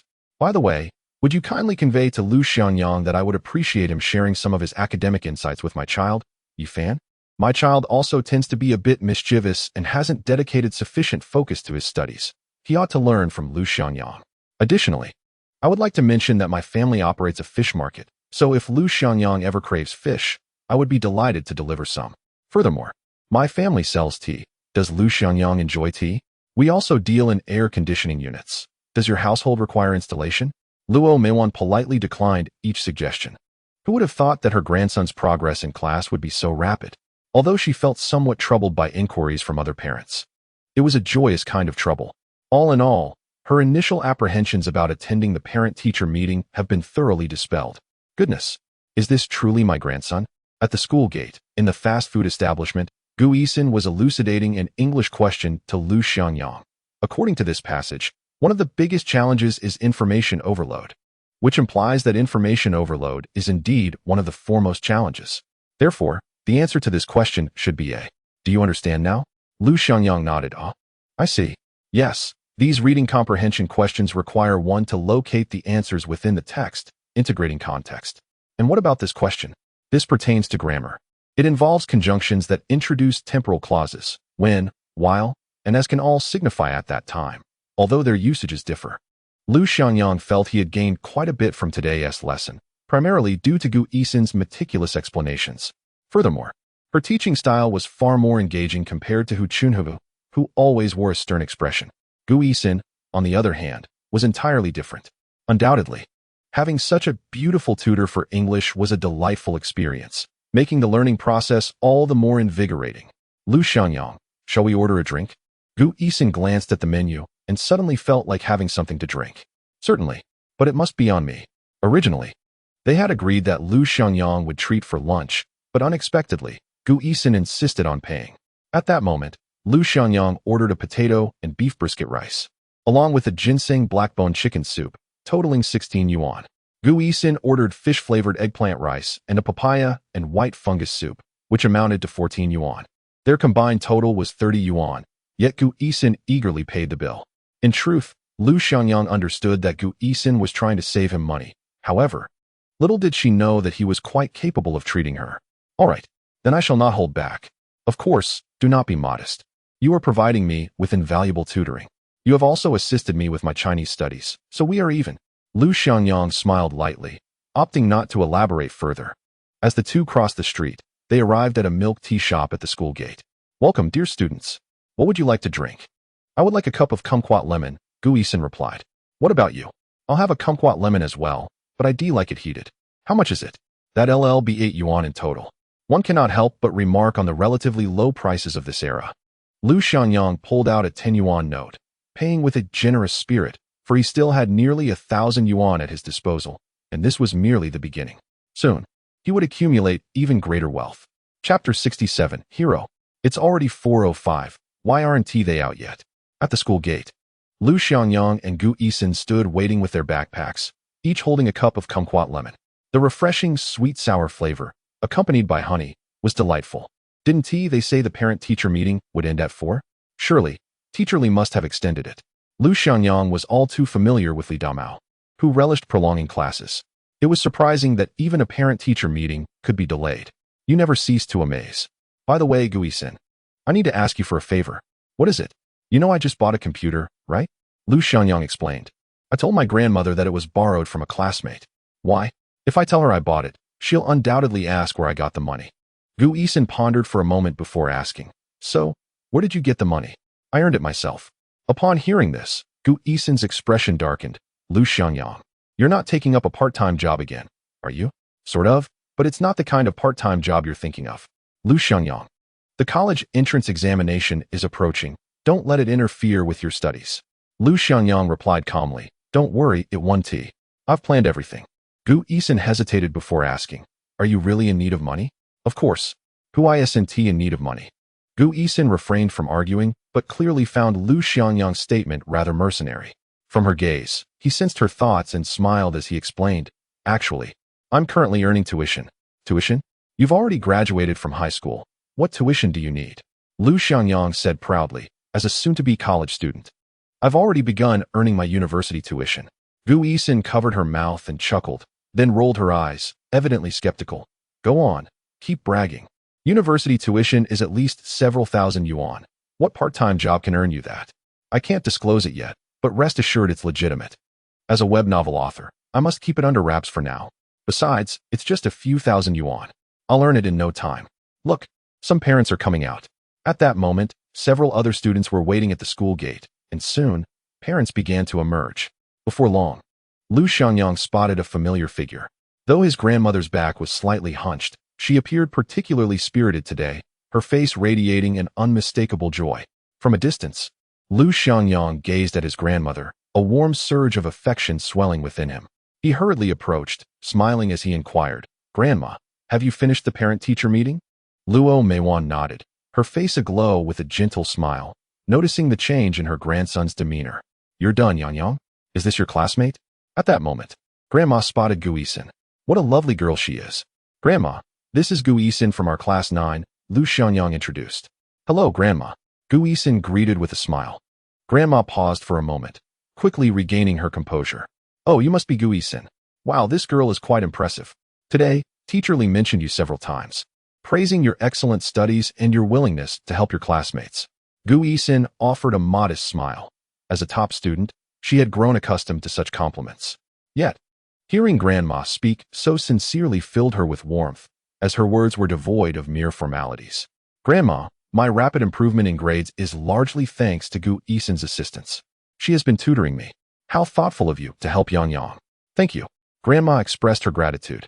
No need to be polite. Lu Xiangyang is quite intelligent. I merely offered him a bit of help. Besides, he has also aided me significantly. The two exchanged pleasantries, a delightful rapport blossoming between them. Seizing the moment, Lu Xiangyang added, by the way, my laptop was lent to me by Gu Yixin for studying. Oh, is that so? We must express our gratitude to your classmate then. Grandma's tone brimmed with appreciation. She had heard of laptops and knew they were not cheap. Gu Yixin, still processing the information. Finally caught Lu Xiangyang's meaningful glance and humbly replied, I already said it was nothing. Classmates should help each other, after all. Grandma, let us treat Gu Yixin to some jianbing guozi next time. Lu Xiangyang interjected, but Grandma dismissively replied, You child, what is so special about jianbing guozi? But Grandma, I really enjoy jianbing guozi. Just then, Gu Junxing strolled out casually, offering a brief greeting before calling, Yixin, let us go. Okay, coming. Gu Yixin responded, bidding farewell as she stepped to the street and entered the car. Moments later, the vehicle started and merged onto the main road. Grandma, let me ride my bike and take you home. Lu Xiangyang offered. No need. You should focus on your homework first. I'll take the bus to the market to buy some vegetables. What do you want to eat tonight? I love your braised perch. All right, I'll make it for you tonight. Meanwhile, in the car, Gu Yixin pulled out an MP3 player, donning white wired earphones and pressing the play button, immersing herself in the soothing melodies. Gu Junxing, driving, casually asked, Yixin, can you hear me? What is it? Why are you tutoring Lu Xiangyang? You know about that. After the parent-teacher meeting, I sought a private conversation with your homeroom teacher to gain insight into the situation, and then Mr. Li mentioned this matter. Gu Yixin initially hesitated to speak up, as her brother was always concerned about her getting too close to other boys. However, since the topic has been broached, she might as well confess. Yes, I am indeed tutoring Lu Xiangyang in his studies. Yixin, the college entrance examination is fast approaching, so you mustn't tea. Brother, I know what you want to say. Rest assured, I want to be in a relationship before I graduate from high school. Before Gu Junxing could finish his thought, Gu Yixin interrupted him. Brother, do you remember what I told you about that incident in the 2nd grade? Are you referring to when you were 7 and a group of little rascals surrounded you, and a certain gallant hero came to your aid? Yes. What about it? That hero was Lu Xiangyang. So it was him. Gu Yixin clearly remembers that year. She was 7, just starting the 2nd grade, when a gang of unruly boys cornered her. Just as she was about to be bullied, a male classmate rushed forward, fervently challenging the group of ruffians. With a reckless determination, he frightened them away. That boy was Lu Xiangyang. From that moment on, he became her invincible hero. Moreover, Lu Xiangyang has truly excelled. With your tutoring, he has made remarkable progress. Indeed, he achieved the highest score in the city for his Chinese exam. Yes, I was equally astonished when I heard that. Gu Junxing finds it hard to believe. Goodness, this is even more difficult than the national football team qualifying. Chapter 68. The Melancholy Cello. As night fell, Lu Xiangyang began his routine of writing. With a laptop at his disposal, the experience was entirely different. The only adjustment he had to make was to the keyboard, which lacked the tactile feedback of a mechanical one. The mechanical keyboard requires a greater force to strike the keys, but each keystroke produces a rapid impact accompanied by a satisfying click. Typing on it conveys a unique sensation that a membrane keyboard cannot replicate. The next time he receives his payment for submissions, he must invest in a top-notch mechanical keyboard. Following that, Lu Xiangyang delved into a fervent writing session, all the while playing English songs in the background, which served as a way to practice his listening skills. This technique was suggested by Gu Yixin. She mentioned that practicing with English songs could enhance one's fluency. Lu Xiangyang chose the song Should It Matter. I look at you, please don't walk away, I see you're about to, there is just something I'd really like to say, to be honest. This song sounds quite delightful. After a brief period of typing, a sudden knock echoed at the door. In that fleeting moment, Lu Xiangyang hastily grasped his English textbook. Feigning concentration, the door swung open, revealing his grandmother, who entered bearing a platter of fruit. Yang, enjoy the fruit, she said. Thank you, Grandma, he replied. After placing the fruit on the table, she promptly exited the room, eager not to disturb her grandson's studies. Following the recent parent-teacher meeting, she had begun to change her approach, realizing the importance of being more attentive to her grandson, even if she could not assist with his studies. Instead, she decided to care for him more in daily life. As the door closed, the room was filled with melodious English songs. Lu Xiangyang resumed his literary endeavors, enveloped in the tranquility of the space. Occasionally, distant sounds of horns and barking dogs from the neighborhood broke the silence. He relished the ambience of music and writing at home, completely immersed in his own world. At 10:03 p.m., he triumphantly completed the 2nd volume. One could not help but admire his diligence. He consistently wrote daily, with a minimum output of 20,000 words, and on good days, he could produce 30 or 40,000. For his fellow authors, such productivity was almost fearsome. Stretching his limbs, Lu Xiangyang stood and glanced out the window, his thoughts drifting far away. Life, at present, felt exceedingly monotonous, a mere routine of school and home, a reality shared by most high school students, especially those in their final year. In his previous life, he would have found such a routine intolerable, yet now, he cherished this simplicity. There were no tedious social interactions, nor was time squandered on short videos. Through study and writing, though mundane, he felt fulfilled. Moreover, he had a mere 86 days until the college entrance examination, after which a new chapter of life awaited him. Once in university, he envisioned unleashing his potential and introducing many innovations ahead of their time, such as the globally popular short videos that were to emerge in the future. If memory served him right, the launch of a certain short video platform was in 2011, just 3 years away. It was time to begin strategizing in the e-commerce sector, as vast opportunities awaited exploration. This was part of his aspirations for university life. However, before that, he needed to accumulate his first pot of gold. As a man, earning money and building a career were imperative. Yet, achieving admission to a reputable university was also among his goals. Isn't it just learning? Let us get to it. After a brief respite, Lu Xiangyang decided against continuing his writing. He set aside the 2,000 words he aimed to complete the following day and opened the review section. Perusing comments from fellow readers, a flurry of red text captured his attention. Side announcement. The Promise of the Gods has received a reward of 100,000 vanilla coins, becoming the alliance leader of this book. As the generous rewards poured in, including contributions of 100,000 vanilla coins from esteemed supporters, Lu Xiangyang found himself momentarily bewildered. What could have prompted such an unexpected influx of donations? Within a mere instant, 3 new leaders emerged, each contributing 1,000 yuan, allowing the author to share a gratifying sum of 500 yuan from each donation. The concept of rewarding web novel authors was first introduced by the Vanilla Chinese Network, establishing itself as a pioneer in the realm of online literature and remains one of the most reputable platforms. Donations could start as low as 1 yuan, equating to 100 vanilla coins, while the highest tier, the leader, required a contribution of 1,000 yuan. However, the donation feature was still in its infancy, with only a select few works on the site receiving such monetary appreciation. The reigning champion, Xinjiang's eternal emperor, boasted merely 11 leaders. Yet now, Lu Xiangyang had garnered 13, becoming the most rewarded author on the entire platform. Despite the fact that he only received half of the donations, this translated to an astonishing 500 yuan, a sum that seemed almost surreal. In this era, a fresh university graduate typically earned a mere 3,000 yuan upon entering the workforce. Thus, it appeared that he would soon amass enough to cover his college tuition. With aspirations to save enough funds, he began to envision his entrepreneurial journey. Excitement for university life began to bloom within him. However, he recognized that obtaining his driver's license was a priority post-college entrance exams. With a license in hand, acquiring a vehicle would certainly enhance his convenience. After perusing the comments and casually reviewing the back-end data, he noted a significant upward trend. His writing endeavors momentarily concluded. Lu Xiangyang redirected his focus entirely to his studies. He devoted 40 minutes to completing 2 closed tests and a reading comprehension exercise in English. Upon finishing, he meticulously compared his answers against the solutions, analyzing his errors. His vocabulary had evidently expanded, and his confidence in tackling English exercises had markedly improved. Previously, he felt utterly lost when faced with an English text. Although he recognized each individual letter, they eluded him when combined.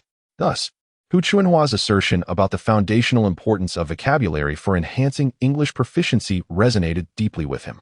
Likewise, Gu Yixin's perspective, that vocabulary serves merely as a cornerstone, necessitating extensive practice to master examination techniques, struck a chord.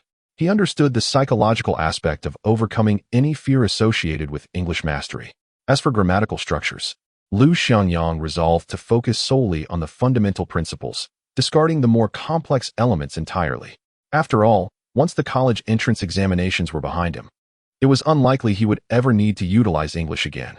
Presently, practicality took precedence in his academic pursuits.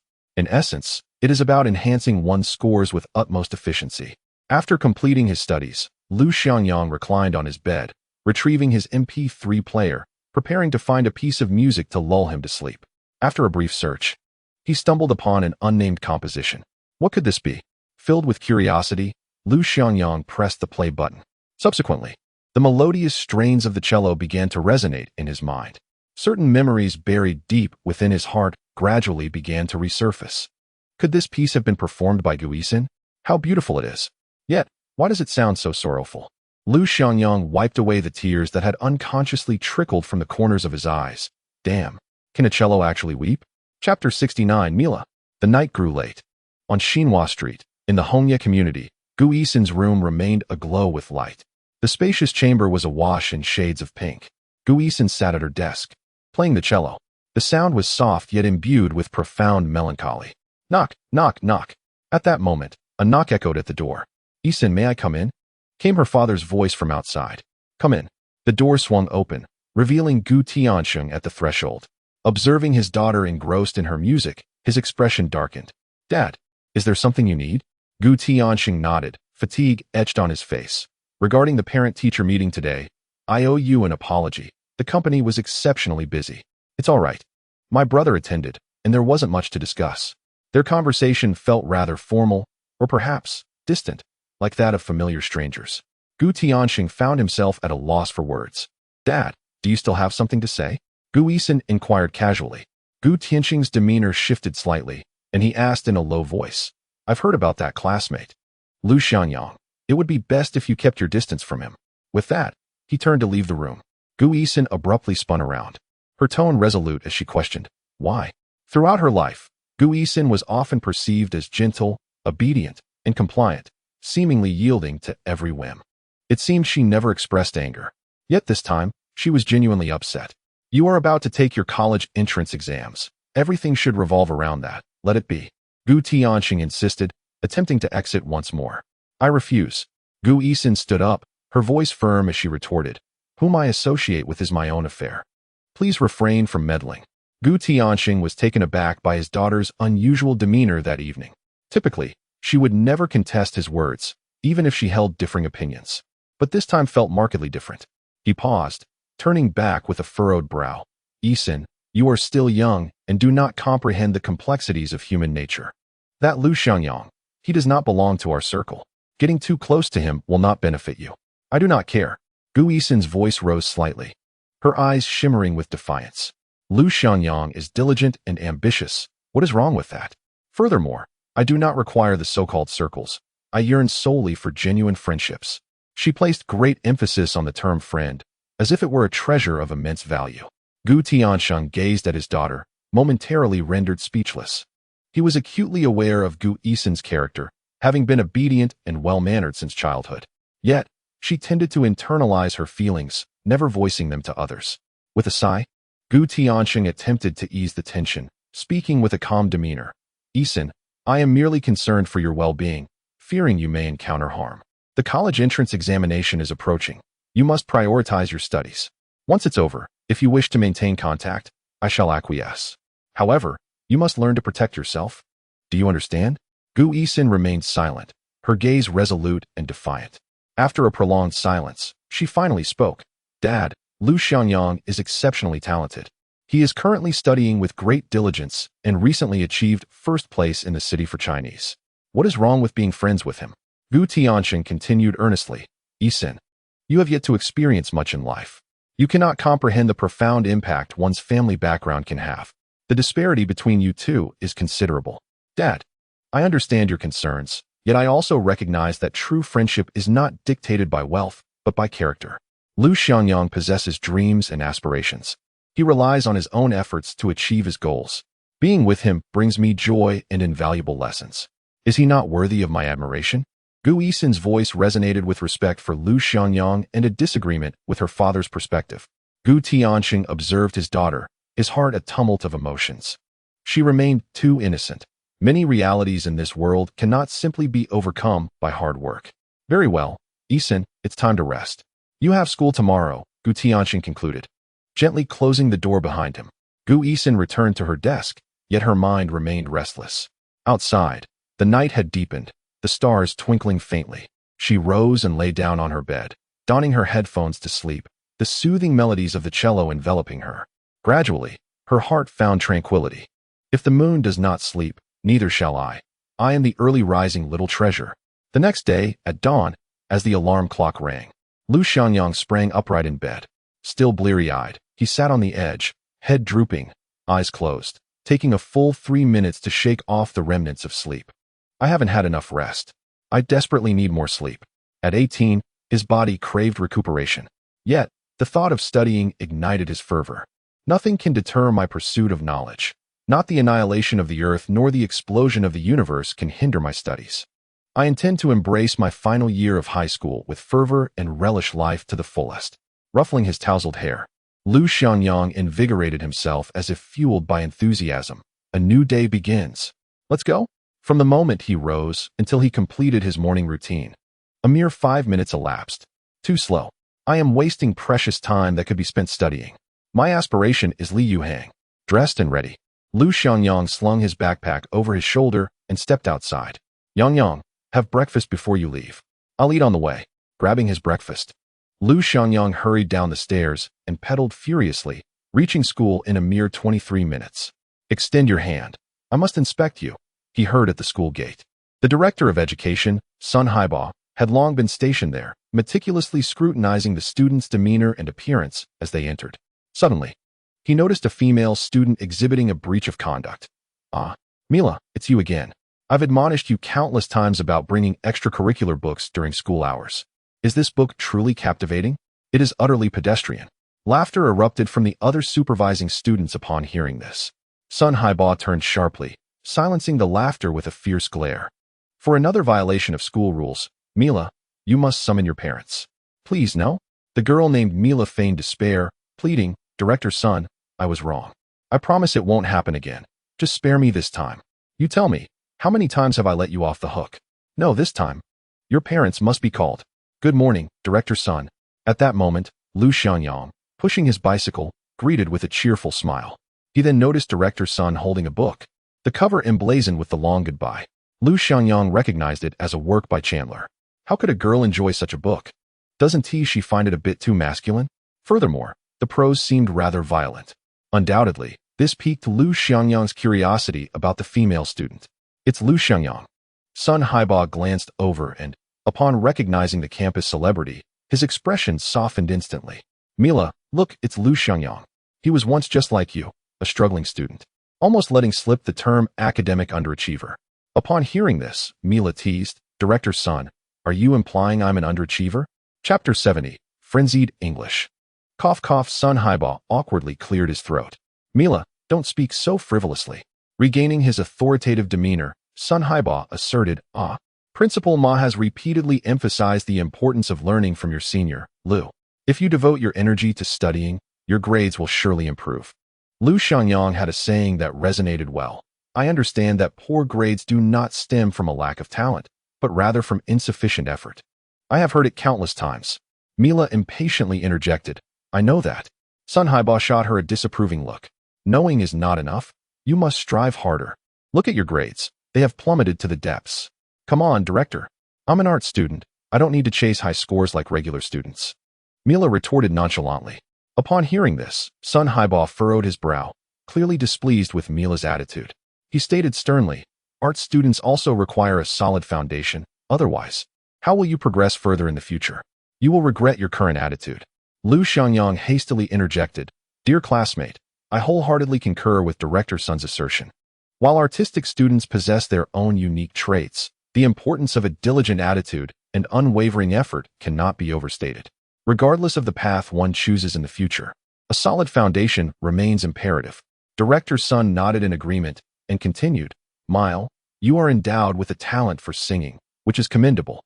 However, talent alone is insufficient. It is through relentless effort that one can transform potential into prowess. Just look at Lu Xiangyang. Did he not also begin from scratch and progress step by step to reach his current standing? Mao remained silent for a moment, a spark of determination flickering in her eyes. All right, I understand, she declared. If I comprehend this, shouldn't I hurry to class? This last remark came from Lu Xiangyang. Startled for a moment, Mao quickly regained her composure and bowed respectfully to Director Sun, saying, Goodbye, Director Sun. With that, she dashed away. A satisfied smile graced Director Sun's face seemingly devoid of any anger. This was uncharacteristic of him. Something was amiss. Lu Xiangyang swiftly grabbed his bicycle and made his escape. Upon reaching the bike shed and securing his bicycle, he heard someone emerge behind him. "Hey, senior, just finished your conversation?" Turning around, he found it was none other than Mile from earlier. Standing at approximately 1.65 meters, with beautifully styled short hair and a cherubic face. She wore her school uniform adorned with a petite Dormont pin at the collar, setting her apart from the crowd. "No need for thanks. Diligent study is the true path." Lu Xiangyang replied with a smile. "Uft, here we go again. What do you mean? I know you. You're the academic prodigy from the 7th high school, even memorizing vocabulary while running." Suddenly, Miles' eyes twinkled with mischief as she hesitantly asked, "Lu, I'm curious, do you even study while, Feigning shock, Lu Xiangyang responded, "No way. You know that too? Ugh, you can't be serious." "Gross." Mal burst into laughter, her eyes curving into crescent moons. Lu Xiangyang had merely been jesting, yet he had not anticipated encountering such a quirky girl at Yinhai 7th High. "You are Lu Xiangyang, right? Isn't that common knowledge throughout the school?" "Huh, how shameless. I'm Mile, from Class 5, Year 2. From now on, you shall be my big brother." "Why should I be your big brother?" "Hey, let me tell you, don't be ungrateful." "What? Do you intend to pick a fight?" "Humph, I can perform Bajiquan." "And what about you? Have you completed your homework? How did you fare in the last monthly exam? What is your class ranking? Why are you staring at me?" Lu Xiangyang maintained a serious demeanor, proclaiming, "High school is a pivotal juncture in life, and Year 2 is especially crucial for laying a foundation. If you don't study diligently now, how can you justify your future?" Mal found herself momentarily speechless. "Wow, no wonder you're an academic prodigy. I'm impressed. Goodbye." With that, Mal tossed her parting words and quickly made her way toward the teaching building. Lu Xiangyang smiled lightly and, facing the rising sun, walked towards the classroom. Classroom of Year 3, Section 9. As Lu Xiangyang entered the classroom, he noticed an unusual number of students present, many of whom were habitual latecomers. It seemed the parent-teacher meeting yesterday had proven remarkably effective. However, to his surprise, Gu Yixin had yet to arrive. Taking his seat, Lu Xiangyang retrieved his English dictionary, preparing to memorize vocabulary. Just then, Gu Yixin walked in, her appearance somewhat haggard, a rare sight indeed, suggesting she might not have slept well the previous night. Shortly thereafter, Hu Chunhua entered as well. "Classmates," she announced, "I have informed Teacher Li that this morning's self-study session will be replaced with an English reading class. All students are to study vocabulary independently. I will be calling on each of you for a quiz shortly." The early self-study period had been commandeered by the English teacher. It was evident that Hu Chunhua was under considerable pressure. Suddenly, Lu Xiangyang raised his hand. "Lu Xiangyang, what is it?" "Teacher Hu, I find it difficult to concentrate in the classroom. May I go to the playground to jog while memorizing the words?" "Is that so? Jogging on the playground to memorize vocabulary? Such a novel idea. The audacity to make such a request." Hu Chunhua had observed Lu Xiangyang's efforts during this period. After a brief pause, she seemed to have an epiphany. "I believe Lu Xiangyang's suggestion is excellent. Let us do this. Everyone bring your English books and gather on the playground." With her words, all eyes turned to Lu Xiangyang, not with anger, but with gratitude. Memorizing vocabulary on the playground was akin to gaining an extra physical education class. How delightful! Yet, among the students, only Li Zhu appeared displeased. "Teacher Hu, is it efficient to memorize vocabulary on the playground?" Without a moment's hesitation, Hu Chunhua replied, "It's certainly better than dozing off in the classroom. It will invigorate you. Everyone, hurry up. Let's head to the playground to study vocabulary." Her voice echoed throughout the classroom. The students rose excitedly and exited the room. Lu Xiangyang lagged at the back of the line, not holding an English book, but rather a dictionary. On the playground, the sun was rising, and a gentle breeze caressed their faces. The students scattered in small groups, some seated on the sports field, others leaning against trees, loudly reciting English words. "Gather round. Everyone assemble." Soon, the students congregated. "Listen closely. Today we will focus on memorizing the words and phrases we covered in the last lesson. You must master them all. If you cannot, you will need to run." As Hu Chunhua patrolled the area, she reminded them, "If you feel confident in your memorization, come to me for a quiz. Those who pass may return to the classroom. Those who do not must continue running and studying. I will excuse you from your other classes." "What?" The students' spirits drooped at this news. They had hoped for an extended physical education class, only to find it was merely running while memorizing vocabulary. Why are you still standing there? Stand up and follow Lu Xiangyang to run. Oh dear. I thought we were getting an extra PE class. This is exhausting. Yang, I despise you. And at that moment, Lu Xiangyang had already grasped an English dictionary and commenced his routine of jogging while reciting vocabulary. Honesty. Terrible. Abundant. Chapter 71. Is this the joy of learning? He clutched a blade of grass in disbelief. What was happening? Wasn't that the study prodigy Lu Xiangyang? Reciting words while running again? Wait, why were there so many people this time? All from class 9 of the senior year? Could it be that they were all memorizing vocabulary? This was madness. Led by Lu Xiangyang, the students of class 9 followed closely behind him, completing lap after lap. Soon, several classmates began to approach Hu Chunhua for vocabulary checks, and one by one, they successfully passed, returning to the classroom with cheerful expressions, liberated from their struggles.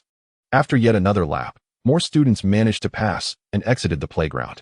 The students in class 9 of the senior year discovered that under such intense pressure, their efficiency in memorizing vocabulary was remarkably high.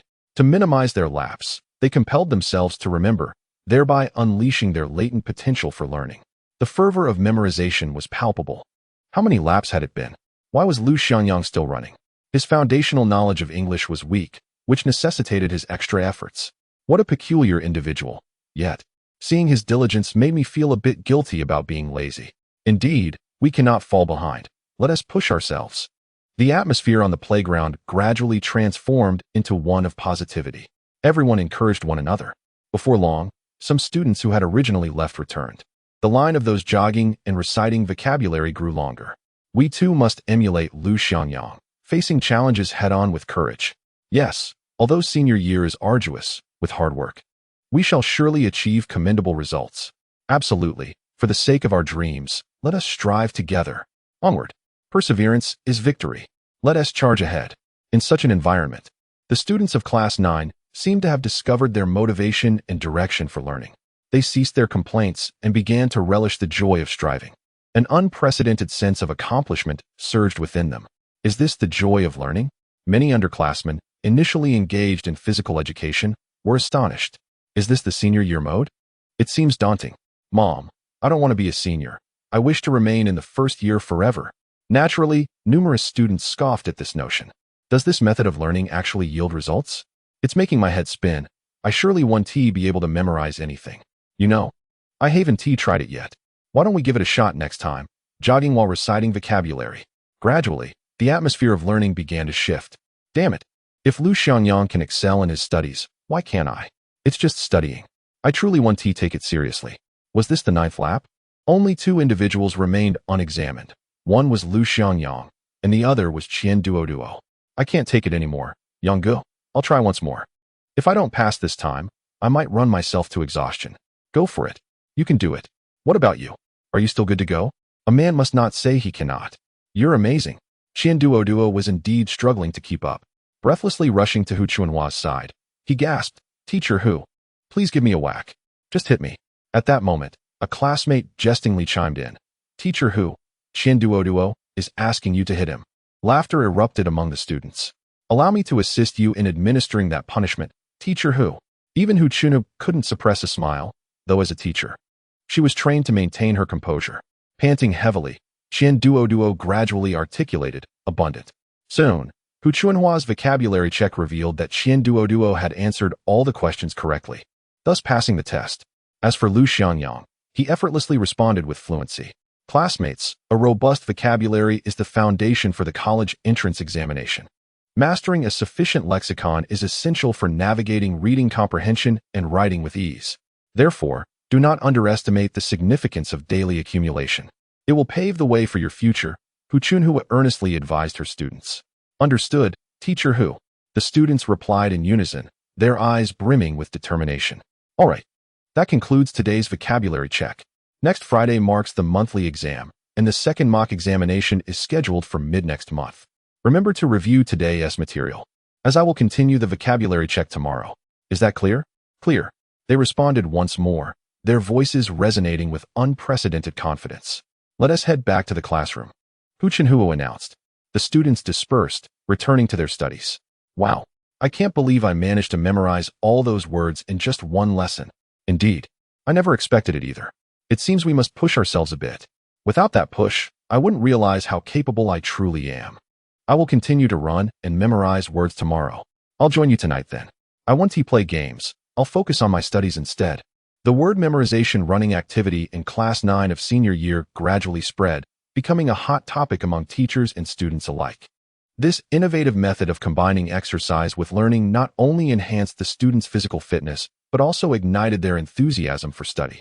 Eventually, it evolved into a cherished tradition at Yunhai No. 7 High School. As the school bell rang, signaling the end of another day of learning, they had drawn one step closer to the college entrance examination. Gu Yixin, could you help me with English after school today? Lu Xiangyang inquired. Approaching Gu Yixin's desk as classmates departed one by one, he had already reached a point in his comprehensive science studies where he could review independently, identifying gaps through practice.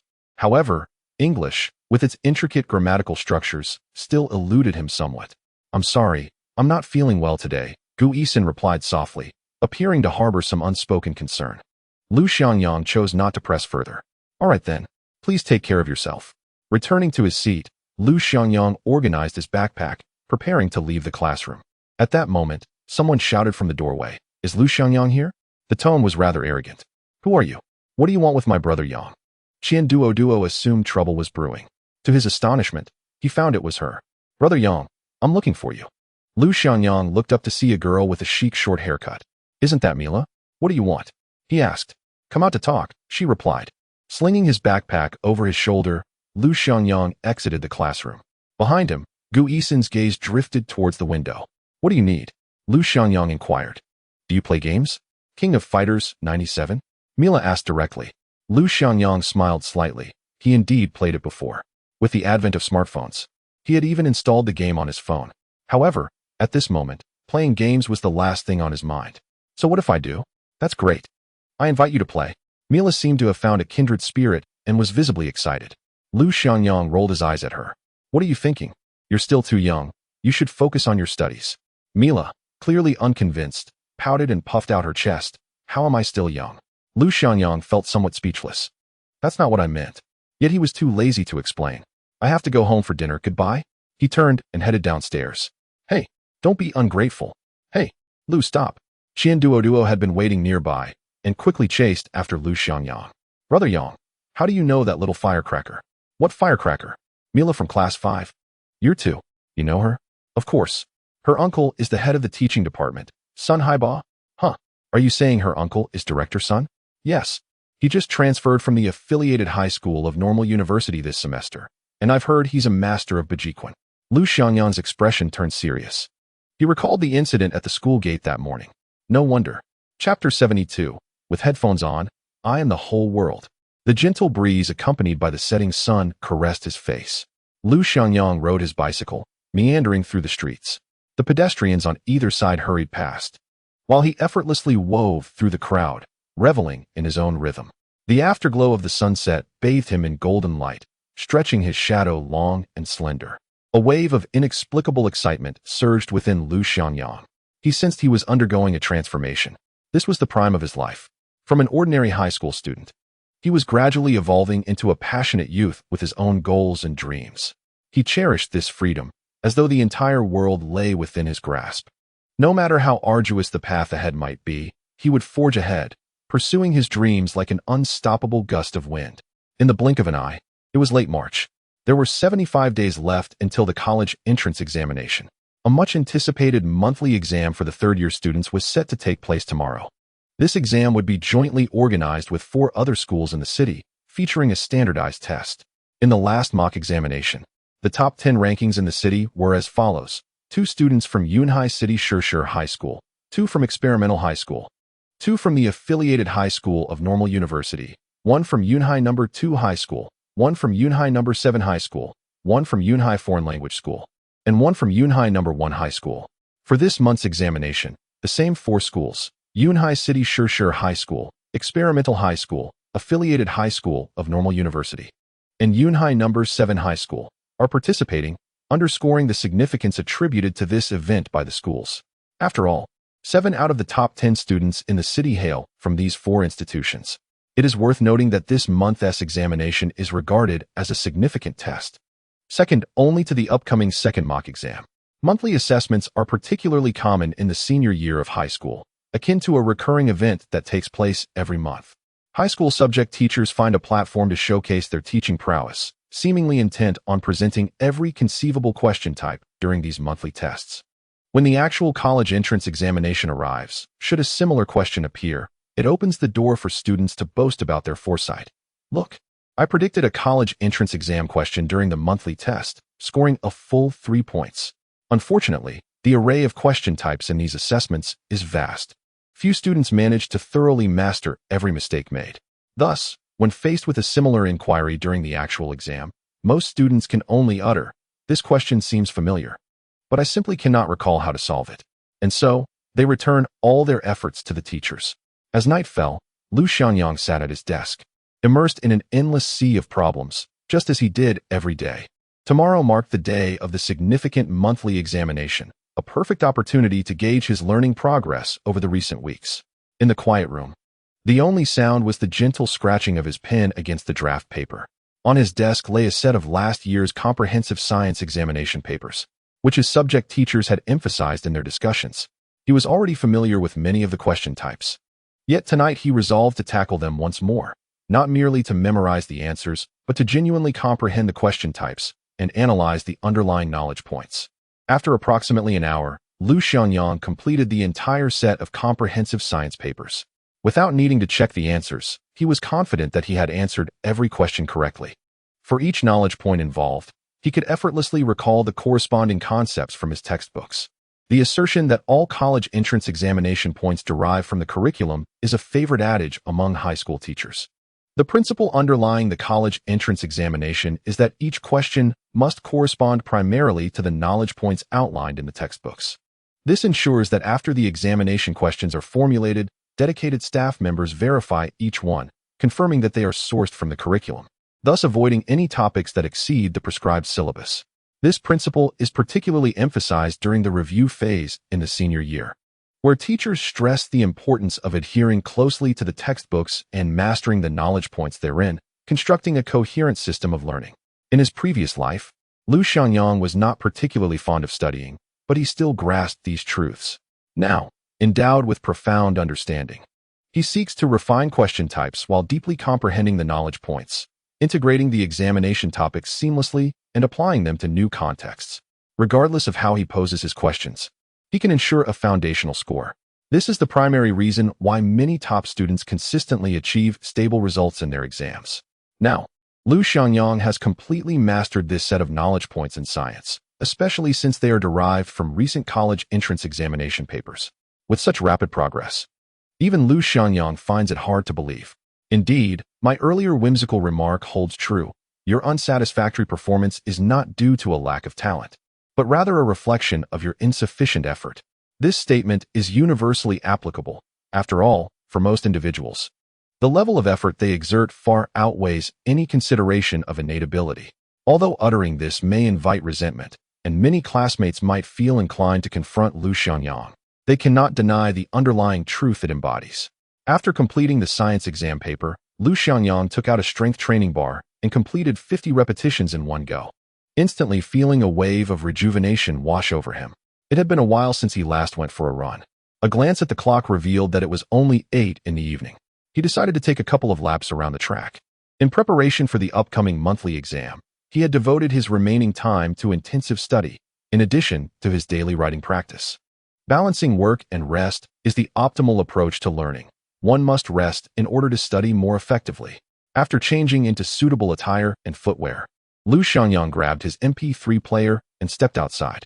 Exiting the residential complex, he made his way towards Binjiang Park, where several individuals were already engaged in night runs. This area, an old district, featured a square where enthusiastic elderly women were singing and dancing. In this era, square dancing had not yet reached its exaggerated heights, but the seeds of national popularity were already being sown. He considered inviting his grandmother to join in the dancing, as she enjoyed such activities. While running and listening to music through his MP3, Lu Xiangyang savored the refreshing night breeze that caressed his face, leaving him in high spirits. Especially in his current youthful body, The rhythm of his heart echoed with the vibrancy of youth. Being 18 is truly wonderful. For Lu Xiangyang, running serves not merely as a physical exercise, but also as a means of relaxation.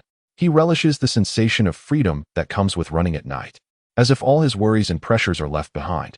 With headphones on, he felt, at that moment, that he was the center of the universe. After completing 2 laps, he returned home, his clothes drenched in sweat. He took a quick shower, changed into clean garments, and then sat at his desk, ready to resume his writing. With the college entrance examination drawing ever closer, each day felt incredibly precious. Consequently, Lu Xiangyang adjusted his study routine. He would first engage in rigorous learning while his energy was high, and once fatigue set in, he would shift to writing as a mental reprieve. This, too, is a form of balancing work and rest. Once again, he delved into his writing time. His manuscript had now accumulated a total of 110,000 words, with a daily output of 20,000 words. By the end of this month, the total word count would reach 600,000. Having published for a month and a half, achieving 600,000 words is nothing short of astonishing. This is truly remarkable. Of course, all of this presupposes a foundation of financial resources. Earning money is the sole motivation for writing. In the stillness of the room, the only sound is the crisp clicking of the keyboard. It's 11 at night. Lu Xiangyang has finally managed to type out 20,000 words. After proofreading for errors, he uploads the manuscript. The effort leaves his back aching and his neck sore. Even his fingers feel the strain. Writing is truly a laborious task. Stretching his back, he reaches for his water cup. Just then, a notification chimes. It's a message from his editor, Fat Tiger. Chasing wind, you're still awake, right? Damn. You know about that. Chapter 73. Am I really that famous? Reading the message from Fat Tiger, Lu Xiangyang furrows his brow. This Fat Tiger is quite the overachiever. Staying up late. Yet, since the editor is so dedicated, Lu Xiangyang feels a sense of gratitude. Fat Tiger must be a delightful person. Likely akin to the character in Doraemon. He just hopes he isn't too brash or impetuous. And remember to return borrowed items. Is there something you need? Yes. It's been a while since we last communicated. How have you been? All right then. Zhou, who intended to rekindle their rapport. But Chasing Wind is indeed a person of character. He never indulges in frivolities. He gets straight to the point. As I mentioned last time, the company wishes to sign you to a master contract. Zhou, who reiterated what the chief editor had instructed. With this contract, your earnings will shift from a 50-50 split with the website to a 60-40 division. Of course, if you have any objections to this arrangement, do voice them. I can discuss this with the chief editor. When do you think we can sign the contract? Lu Xiangyang isn't entirely familiar with this master contract. What benefits does it offer me? The benefits are considerable. Zhou, who quickly elaborated. Firstly, the website will grant you a master certification, a symbol of your prowess. Secondly, as I mentioned, the revenue split will favor you, allowing for a 60% share, potentially even 70-30, which is negotiable. Furthermore, when you release new works, the website will provide substantial support and recommendations. This includes future IP development, such as comics, animations, and film adaptations, where we will seek optimal collaborations. That sounds quite appealing. Lu Xiangyang feels a stir of excitement. This essentially means access to greater resources. Although he isn't deeply versed in the web literature industry, he understands enough. The essence of this industry lies in exposure, which is the most significant resource. In plain terms, without traffic, nothing matters. The master contract signifies enhanced resources and higher recognition. After a moment of contemplation, Lu Xiangyang recalls another matter. Will I retain the copyright of this book in the future? Zhou, who promptly replied, I'm afraid not. Currently, once the company signs the master contract, all copyrights will belong to the company. Lu Xiangyang frowned and responded, does this mean I will have no copyright for future IP development? Indeed, the author possesses only the right to authorship. Yet what do I care for mere authorship? What I seek is the intellectual property rights for development. I desire to earn. Lu Xiangyang has meticulously devised his plans. Once the intellectual property gains popularity, he intends to establish his own company for its development, encompassing realms such as comics, animations, and even film productions. These avenues are where substantial profits lie. Thus, Lu Xiangyang is resolute in his refusal. The contract with the minor deities is of little interest. However, he did not decline outright. Instead, he tactfully remarked, I need to ponder this matter. Very well. Zhou Dao naturally expressed his understanding.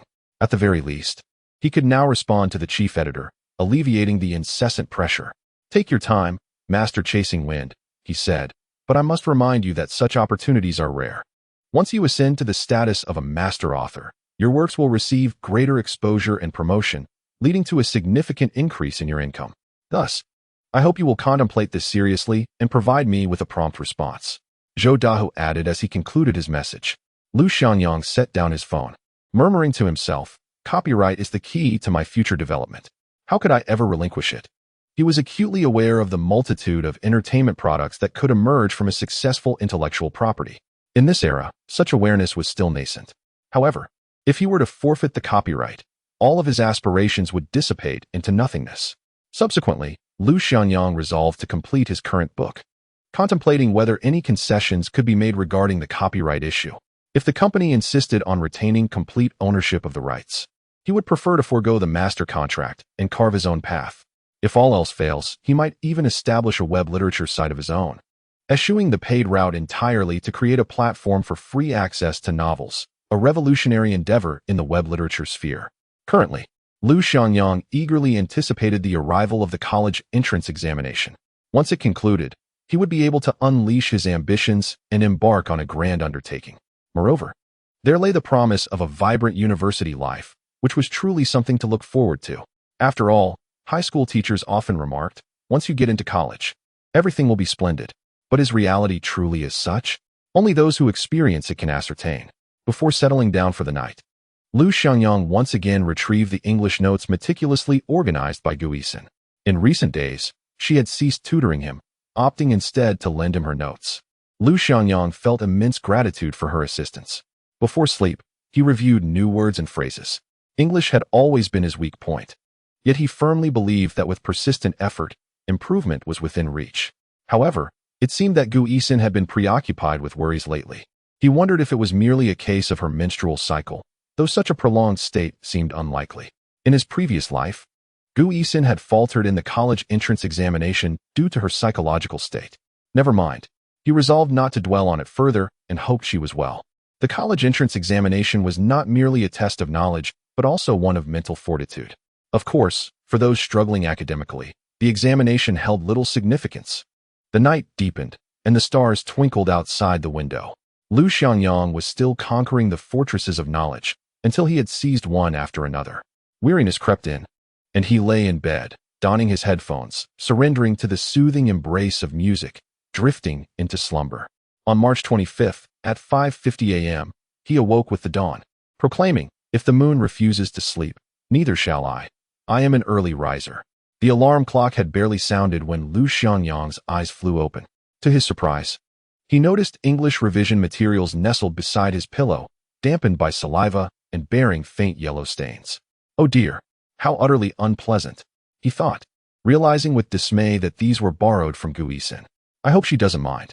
After completing his morning routine, Lu Xiangyang grabbed the breakfast prepared by his grandmother and ventured out on his bicycle, simultaneously munching on his food. The cool morning breeze enveloped him, and the streets were relatively deserted. Though the rush of commuters would soon commence, at this hour, the pace of life seemed languorous, devoid of the frenetic energy that would later prevail. Arriving at the school gate at 6:15, he had a full 25 minutes until early self-study commenced. I must say, rising early has its advantages. Lu Xiangyang had grown accustomed to this routine. Indeed, excellence is truly a habit. "Excuse me, are you Lu from class 9 of the senior year?" A girl on duty at the school gate inquired. Though it was still early, 2 duty students were already present, appearing youthful, likely freshmen. "Yes, I am Lu Xiangyang." The girl's excitement was palpable. "I knew it was you. Lu, we admire you immensely." The gazes of the 2 girls transformed into expressions of adoration. What on earth was happening? The other girl's eyes sparkled with a similar reverence. "Are you both freshmen?" Lu Xiangyang asked. "Yes. Did you notice us, Lu?" "Sorry, I did not." "Oh, that's all right." The girl continued, her enthusiasm unabated. "We've heard about your achievements. They are truly inspirational." "Indeed, Lu, good luck on today's monthly exam." A ZA fighting. Lu Xiangyang felt a twinge of embarrassment at their exuberance. Am I really that famous now? Chapter 74. Let me accompany you home. In class 9 of the senior year, the teacher addressed the students. please tidy up any items on your desks that are unrelated to the exam. Although it is merely a monthly test, we shall adhere strictly to the standards of the college entrance examination. In no time, the students cleared their desks of the mountain of books. The floor and corners brimmed with study materials, until the entire classroom appeared neat and orderly. The difficulty of the monthly exam was evidently less than that of the mock tests. The exam was conducted in their regular seats. "Brother Yang, I feel a bit uneasy," Qian Duo confessed, displaying signs of nervousness. For an average student, exam results were entirely contingent upon the difficulty of the questions. Of course, there was also the matter of one's performance on the day itself. After all, every year there are students who perform exceptionally well in the college entrance examination, while others falter due to their mindset. Lu Xiangyang calmly remarked, "Do not be anxious. As long as one harbors no lofty expectations, disappointment shall not follow." Qian Duo replied, "There seems to be some truth in that. Regardless, it is merely a monthly test. If I maintain no expectations, I shall not be disappointed." Indeed, there is wisdom in that. To save time, the students began their preparations from the early study session. They faced 4 subjects in a day, interspersed with breaks and meal times. By the time the examinations concluded, it was already evening. The moon hung high, and the classroom was illuminated. One by one, the students began to return their books and materials to their respective desks. Soon, the classroom resumed its usual state, with each desk once again a mountain of books and a sea of questions. Some students had already gathered to discuss their examination experiences. "How did you fare?" "Not too bad. I feel it went better than the first mock exam." "Lija, how about you?" "Do I even need to say? This time, surpassing 600 points is a certainty." "Wow, Lija is truly becoming more impressive. I wonder how many points Gu Yixin will score this time. Should we even care? I am quite curious about how Lu Xiangyang will perform. Indeed, I too am eager to know how he will fare. After all, he is our representative for academic excellence." Yet, none of the students dared to inquire about Lu Xiangyang. At that moment, Qian Duo had finished packing his belongings and, watching Lu Xiangyang prepare to head home, felt a pang of envy. "Brother Yang, I truly envy your ability to commute. I have pleaded with my father countless times, yet he remains unyielding." Lu Xiangyang smiled faintly. "That's because not everyone possesses my level of self-discipline. If you were allowed to commute, you'd likely spend every after-school hour in an internet cafe." "Keep dreaming." Qian Duo rolled his eyes and then asked, "By the way, Brother Yang, how did you do this time?" "It was just a minor test, nothing special." Lu Xiangyang casually replied as he picked up his English revision notes and made his way towards Gu Yixin. "Gu Yixin, I have finished memorizing everything." Thus, Lu Xiangyang thought it was time to return the notes to her. Gu Yixin, who had been tidying her desk, looked up to see Lu Xiangyang's radiant face. "Thank you. Your help has been invaluable. Have you finished reading it?" "I remember everything." "No way, Lu Xiangyang. You are quite the overachiever." This exclamation came from Han Jing, Gu Yixin's desk mate. Had Lu Xiangyang made such a statement in the past, she would have scoffed, uttering merely 2 words, "show off." However, now she felt compelled to say 4 words. What a weirdo. Gu Yixin reached out to take the notes, only to discover a yellow stain on them. "What is this?" "Oh, I apologize. I drooled while sleeping last night." "Huh." Han Jing seized the opportunity to interject, exclaiming in surprise, "Lu Xiangyang, is this drool? That's quite disgusting." "Wait. You didn't sleep with Gu Yixin's notes in your arms, did you? What on earth is going on?" Han Jing's loud voice attracted a few curious classmates who gathered around. The examination has concluded, and the taut nerves have suddenly relaxed. "Don't overthink it. It's merely idle chatter," Lu Xiangyang patiently elucidates. Yet the onlookers remain indifferent to the truth. They seek only the satisfaction of their emotional values. Gu Yixin's assistance in tutoring Lu Xiangyang is common knowledge among the entire class, and now, as Lu Xiangyang accelerates towards academic improvement at an astonishing pace, many gaze upon him with a mixture of envy and admiration. Seizing such a rare opportunity, they indulge in gossip for amusement, without any ulterior motives. However, they remain blissfully unaware that during high school, the psychological resilience of most individuals is rather fragile, particularly when their focus is solely on their studies. The subsequent online bullying can drive many to unleash their emotions upon the innocent, sometimes leading to tragic outcomes such as suicide. In the end, those keyboard warriors express no remorse, often callously asserting, they must have had something to hide. Otherwise, why would they take their own life? Behold, this is the essence of human nature. Lu Xiangyang, however, remains unfazed, treating it all as just among those who have lived before. In stark contrast, Gu Yixin evidently struggles to cope. I no longer want this. You can have it. Her tone is frigid, and those present can sense her rising anger. With that, Gu Yixin packs her bag in silence and exits the classroom. Oh no, has Gu Yixin truly become upset? Someone muses. Honestly, I merely found the exam tedious and was only joking. Hadn't Gu Yixin enjoyed a good laugh in the past? Why does she seem so discontent lately? Lu Xiangyang. I was just joking. Han Jing adopts an innocent expression, the quintessential bystander. When events take an unexpected turn, they often exclaim, I was merely jesting. Lu Xiangyang, however, does not take offense. There is no need for that. Yet, within her words, he discerns a crucial point. Han Jing, has Gu Yixin been troubled by something recently? I'm not sure. Gu Yixin never confides in anyone, but she has been rather downcast lately. Lu Xiangyang concludes that Gu Yixin must indeed be preoccupied with some hidden concern. After all, in his memory, she has always been particularly sweet and cheerful. This scene today seems out of character for her. Without further ado, Lu Xiangyang returns to his seat, grabs his backpack, and exits the classroom. A rumble of thunder echoes from the heavens. Rain is imminent. Lu Xiangyang realizes he has forgotten his umbrella. Then, he ponders another individual. Surely, Gu Yixin has not brought an umbrella either? Upon returning to the classroom, he inquires of Qian Duo, do you have an umbrella? I do. May I borrow it? You can, but how will I return to the dormitory? Figure it out. I understand. Young Gu, you intend to deliver an umbrella to her, right? A mischievous grin spreads across Qian Duo's face. Will you lend it or not?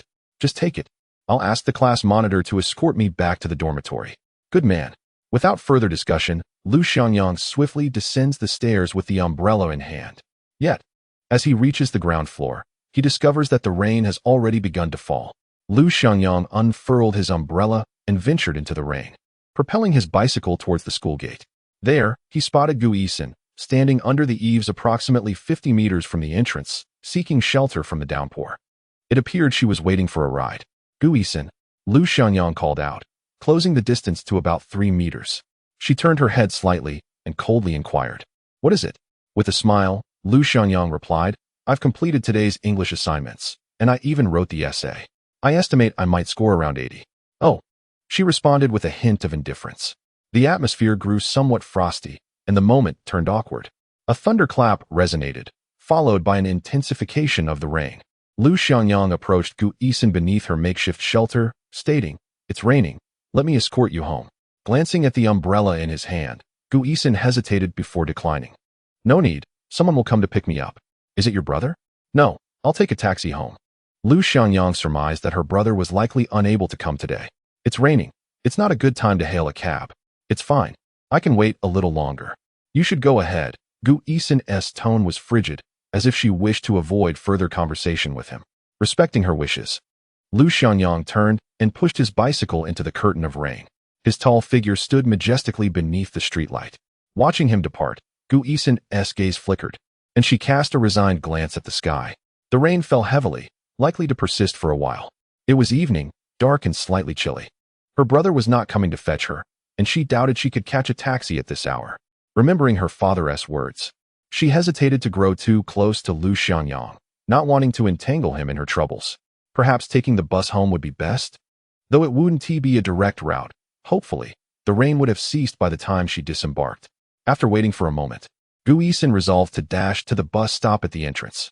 Gritting her teeth, she held her backpack above her head and sprinted toward the school gate. Braving the rain, the misty rain blurred her vision, splashing water around her as the sound of raindrops echoed in her ears. In her haste, she inadvertently collided with someone. Oh, I'm so sorry. It's all right. I forgive you. Recognizing the familiar voice, Gu Yixin looked up to find herself in the embrace of Lu Xiangyang. What are you doing here? Her cheeks flushed. Lu Xiangyang, didn't you leave? Lu Xiangyang maintained his calm smile. I intended to leave, but then I remembered my tutoring teacher hadn't departed yet. I must honor my mentors. A smile finally graced Gu Yixin's face. Have you become so accomplished that you still acknowledge me as your tutor? Of course. Once a teacher, always a father figure. Gu Yixin burst into laughter, finding his response delightful. What is so amusing? Lu Xiangyang inquired, a hint of confusion in his eyes. It is nothing, merely that I find your words quite reasonable. Gu Yixin wiped the rainwater from her face and jested. Oh, then why don't you call out my name for me to hear? What should you say? You mentioned being a father for life, so it must be Dad. How obedient. Ah, Lu Xiangyang, you shameless scoundrel. To her surprise, she found herself outwitted. At that moment, Lu Xiangyang, adopting a particularly serious tone, asked, Teacher Gu, may I escort you home? Is it on your way? You live on Xinhua Street, right? Of course it's on my way. Well then, I appreciate it. No need for such politeness. Not everyone has such an opportunity. Lu Xiangyang pushed his bicycle and muttered once more. What did you say? I said, hold the umbrella tightly, sit steadily, and let us be off. The rain showed no signs of abating. Rather, it intensified. Lu Xiangyang mounted his bicycle, and the rain soaked his clothes. Yet he remained indifferent. Gu Yixin held the umbrella, carefully tilting it to shelter Lu Xiangyang as well. However, the small umbrella could hardly accommodate the two of them. Lu Xiangyang, this umbrella is far too small. It can't cover us both. It's all right. As long as you are sheltered, that suffices. Lu Xiangyang teased, his voice warm amidst the cold rain. Gu Yixin chose not to speak further, tightly gripping the umbrella handle. Thus, the two proceeded slowly through the rain. The bicycle tires left faint traces on the slick pavement. The raindrops pattered against the umbrella, creating a crisp sound, as if nature itself were orchestrating a harmonious accompaniment to their silent understanding. We're going downhill. Hold on tight. Gu Yixin, seated on the back, clutched Lu Xiangyang's shirt with one hand, which was already thoroughly soaked. Lu Xiangyang's silhouette appeared particularly resolute in the rain. A wave of inexplicable emotion surged within Gu Yixin, and tears unexpectedly welled in her eyes. At that moment, she realized, why should one care so much about others' opinions? She felt she had been overly concerned, even if it was her father who could not fully comprehend. This truly was the purest friendship between classmates. Lu Xiangyang, thank you. Gu Yixin's voice seemed faint amidst the rain, yet Lu Xiangyang heard her. He had long sensed that Gu Yixin had been somewhat evasive towards him. Surely, someone must have said something to her. Please, is there truly someone who questions the purity of friendship? No need to thank me, Teacher Gu. It is I who should be grateful for your assistance. Lu Xiangyang's tone carried a hint of resolve as he attempted to steer the conversation in a lighter direction, not wishing for the atmosphere to become too heavy. Gu Yixin, I am unaware of your recent troubles, but I hope to be your friend. Regardless of how others perceive us, I shall cherish the purity of our friendship. Lu Xiangyang spoke sincerely, his voice remarkably clear amidst the downpour. As Gu Yixin listened, warmth flooded her heart. His candidness provided her with solace, and the rain of the night seemed to soften. Aren't you afraid of what others might say? Gu Yixin inquired with curiosity. Fear not.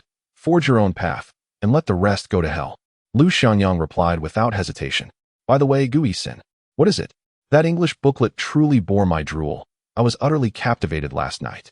Gu Yixin chuckled but offered no response. What else? Don't take Han Jing's words to heart. She's merely a blabbermouth, deserving of a slap. Uffed. In the back seat, Gu Yixin erupted in laughter once more. In her excitement, the bicycle began to wobble. Hey, don't laugh so exaggeratedly. We almost toppled over. Lu Xiangyang remarked in jest. Ha ha, you are simply hilarious. Yet, Gu Yixin laughed even more joyously. The rain gradually subsided. Gu Yixin's hand remained tightly clasped around Lu Xiangyang's shirt, her thoughts drifting far away. She had never experienced such a night before. It turns out that rain can be quite delightful. Until Lu Xiangyang's voice brought her back to reality. We've arrived at your home. Gu Yixin snapped back to attention. The bicycle came to a gentle halt at the entrance of Honya community. Gu Yixin dismounted, holding the umbrella aloft to hand it to Lu Xiangyang. Thank you, Lu Xiangyang. Lu Xiangyang declined to take the umbrella. You should take it back. I'm already drenched. Preserving one is a victory. Just remember to bring it to school tomorrow. It's borrowed. Huh? Whose is it? Hurry back. Meng Duo. Change your clothes, take a hot shower, and get some rest. Lu Xiangyang replied with a smile, then turned to leave. Lu Xiangyang, what is it? Could you recommend a book for me? What are you interested in? I seek something motivational. I need energy. Lu Xiangyang pondered seriously for a moment before exclaiming. Then read how the steel was tempered. Utterly speechless. Chapter 76. My Life, My Own Plan.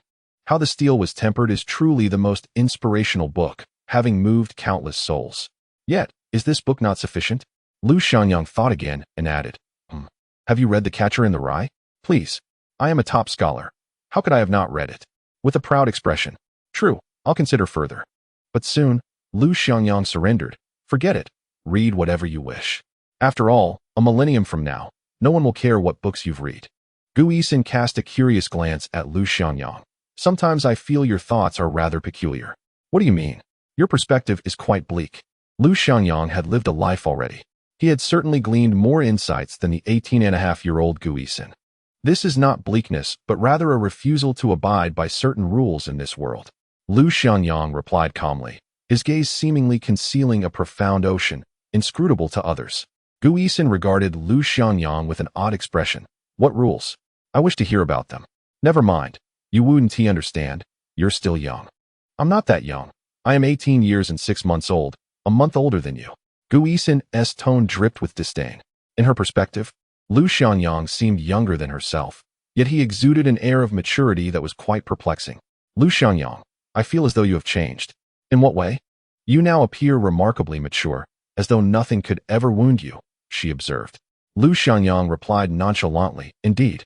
I simply wish to relish my senior year and embrace my youth. All those wretched rules can go to hell. Exactly. You bear no resemblance to a high school student, but rather to a middle-aged man, she remarked. Lu Xiangyang chuckled softly, choosing not to pursue the topic further. Instead, he stated, but I am indeed a high school student. A bona fide one, poised to welcome a splendid future. Gu Yixin let out a light laugh before earnestly saying, Lu Xiangyang, I truly envy you. You seem to have everything in your life well planned. Of course, my life is my own to orchestrate, he responded. Oh, what plans do you have? After a moment of contemplation, Lu Xiangyang replied, to love others, one must first love oneself.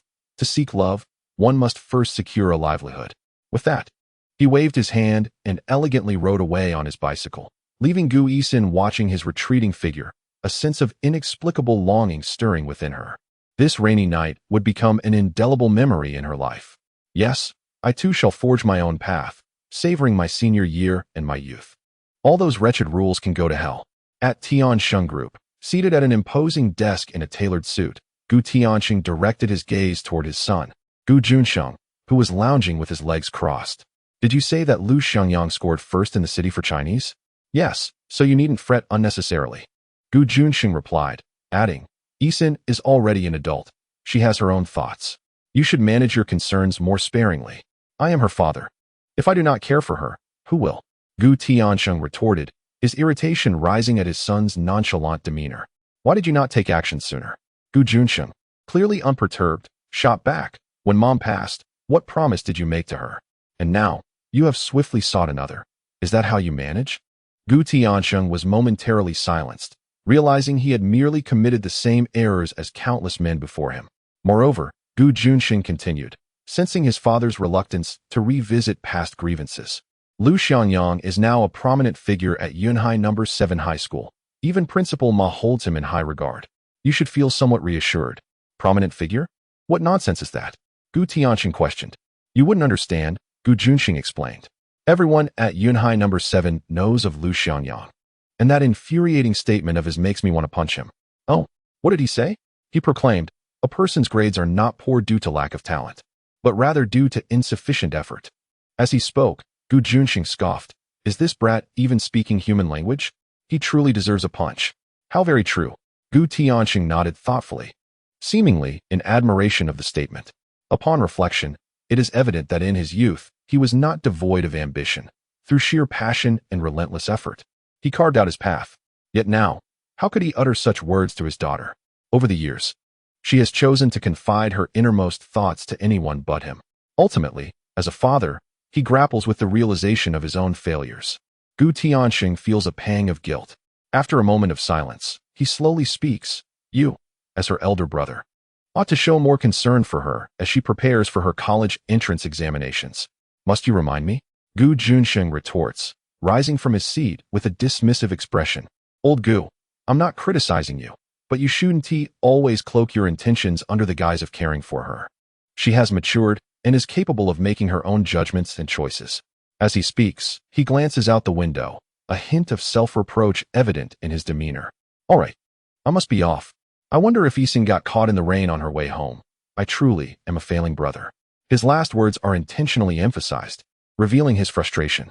With that, he strides towards the door. You little rascal, how long do you plan to indulge in this? Gu Yixin shrugs, responding, come on. I'm currently embarking on a venture. This is hardly mere play. Is engaging in fights considered entrepreneurship?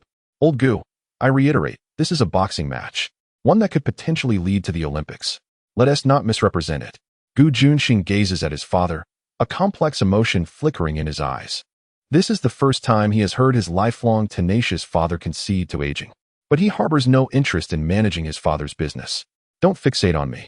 Labor for a few more years, and once Yixin graduates from university, you can hand it over to her. Suddenly, he is struck by an idea. Then perhaps she could find you a suitable son-in-law, allowing you to retire comfortably. And what about you? Will you squander your life in this manner? I've already stated my intentions. Stop watching me. My life is mine to orchestrate. And let me reiterate. I have no plans to marry. Impudent child, hurry and leave. Gu Yixin quickly exits. Gu Tianxing lights a cigarette, taking a deep draw before rising and walking to the window, gazing into the night, lost in thought. Achoo! Lu Xiangyang secures his bicycle and strides into the apartment building. Feeling as disheveled as he once appeared dapper. Never again will I flaunt. He mutters, shivering from the cold. Even at 18, his youthful vigor cannot withstand such chill. As he reaches the 6th floor, he prepares to knock and call for his grandmother to open the door, only to discover it ajar, with voices emanating from within.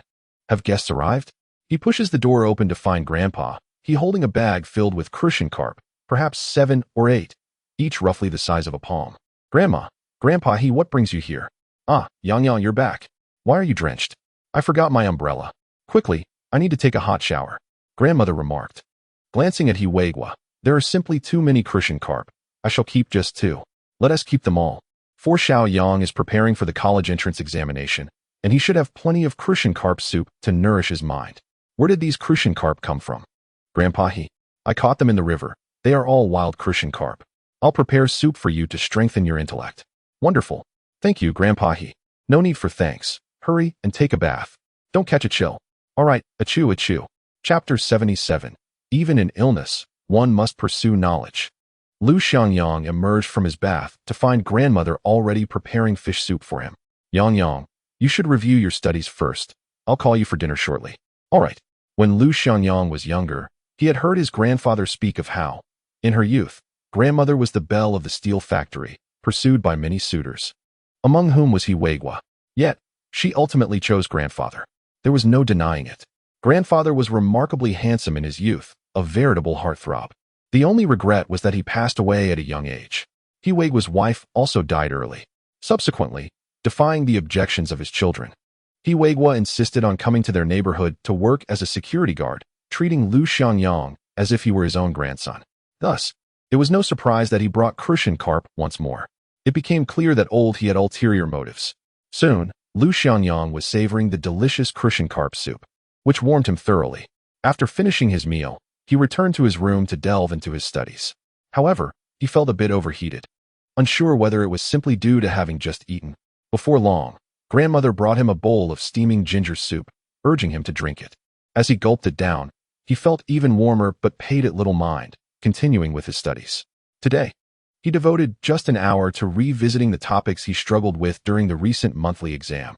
Then he began his writing endeavor. Half an hour passed, and he had managed to type around 2,000 words, his efficiency at an all-time low. He felt a chill enveloping him, as though coldness seeped into his very bones. And he couldn't stop shivering. Touching his forehead, he found it burning hot. Oh no, surely I'm not coming down with a cold? Lu Xiangyang ceased his writing, relieved that he had some drafts saved. He set up his work for the following day and stepped out for a cup of hot water, only to find grandmother already asleep. After drinking the hot water, he returned to his room, powered off his device, and went to bed. At that moment, his phone buzzed with a message from Gu Yixin. Lu Xiangyang, are you home yet? Sorry for not messaging you earlier. I arrived a while ago. Lu Xiangyang replied promptly. Ding, ding, ding. A response came swiftly. You aren't coming down with a cold, are you? Lu Xiangyang felt a bit dazed, replying, I shouldn't be. My grandmother made me ginger soup. After sending that, he inquired, what about you? Are you all right? I'm fine, just got my shoes wet. Otherwise, I'm all good. Following this, Gu Yixin sent another message. By the way, do you think you can score 80 in this month's English exam? Yes, he replied. I didn't perform well this time. I estimate my results will be quite poor. Lu Xiangyang forced himself to respond. It's not the college entrance examination. Revealing issues early is beneficial. I think so too. Let us not discuss this anymore. You should rest early. Lu Xiangyang did not reply further and set his phone aside. Closing his eyes, he finally succumbed to fatigue. The results of the monthly exam were released promptly. As Gu Yixin had anticipated, she scored a total of 657, placing third in her grade. The top scorer was still Lu Xiangyang, who achieved 709 points, ranking 5th citywide, demonstrating consistent excellence. The second in the school was Ma Qi from Class 1, with a total score of 681, having previously ranked 7th in the school's mock exam. Lija had also performed admirably this time, scoring 609, maintaining his position as second in class, yet climbing 31 spots to rank 22nd in the grade. This was Lija's first significant examination surpassing the 600-point threshold, marking his highest citywide ranking to date, which filled him with immense joy. However, this elation was fleeting, as he soon discovered that the individual he had been closely monitoring had placed just behind him, none other than Lu Xiangyang. In this examination, Lu Xiangyang's scores were as follows: Chinese, 139, Mathematics, 146, Comprehensive Science, 237, English, 79, totaling 601 points, ranking 3rd in class and 75th in the entire grade. He was also the last student from Yunhai 7th Middle School to surpass the 600-point mark. Notably, his performance in Chinese remained the highest in the city. This time, those who had previously doubted Lu Xiangyang ceased their skepticism, including Li Zhe, who, despite feeling deeply dissatisfied, had to concede that these were indeed scores earned through genuine capability. He felt as though a relentless wolf was pursuing him from behind.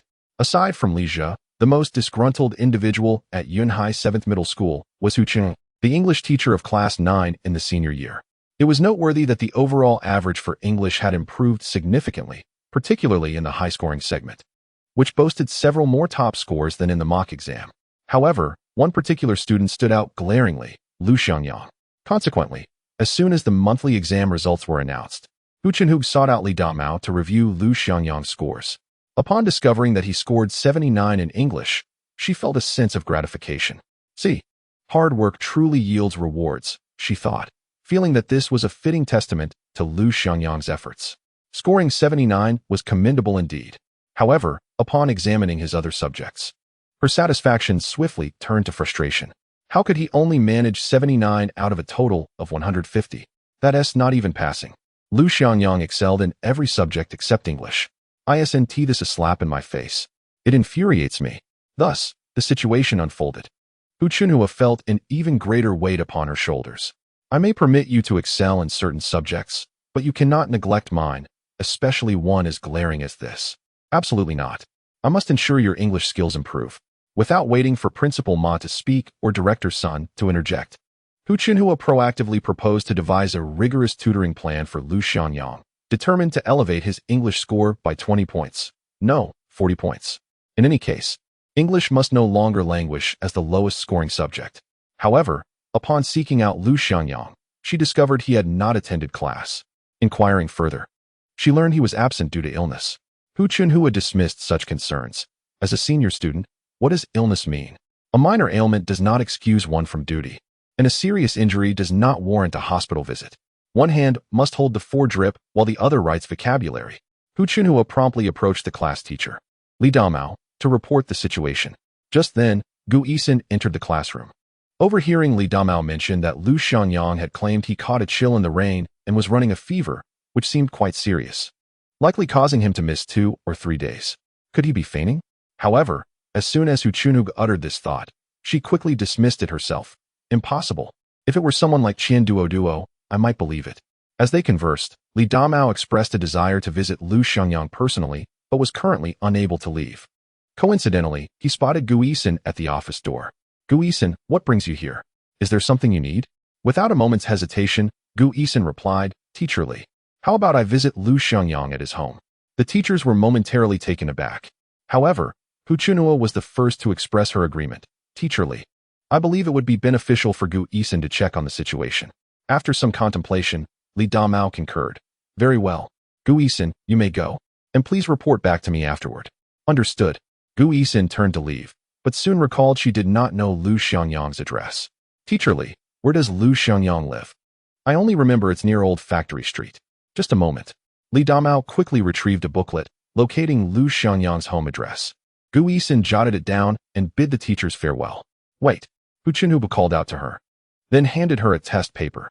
Take this to Lu Xiangyang and tell him that even when unwell, he must focus on his studies.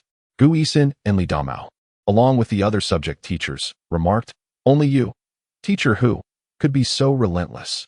Truly formidable. Chapter 78. Gu Yixin, why did you appear in my dreams? Is this the place?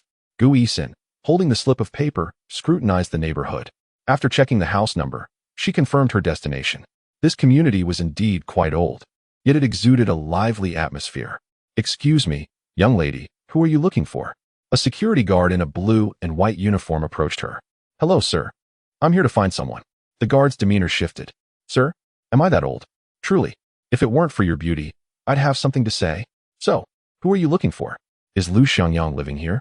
Oh, you are looking for Xiaoyang.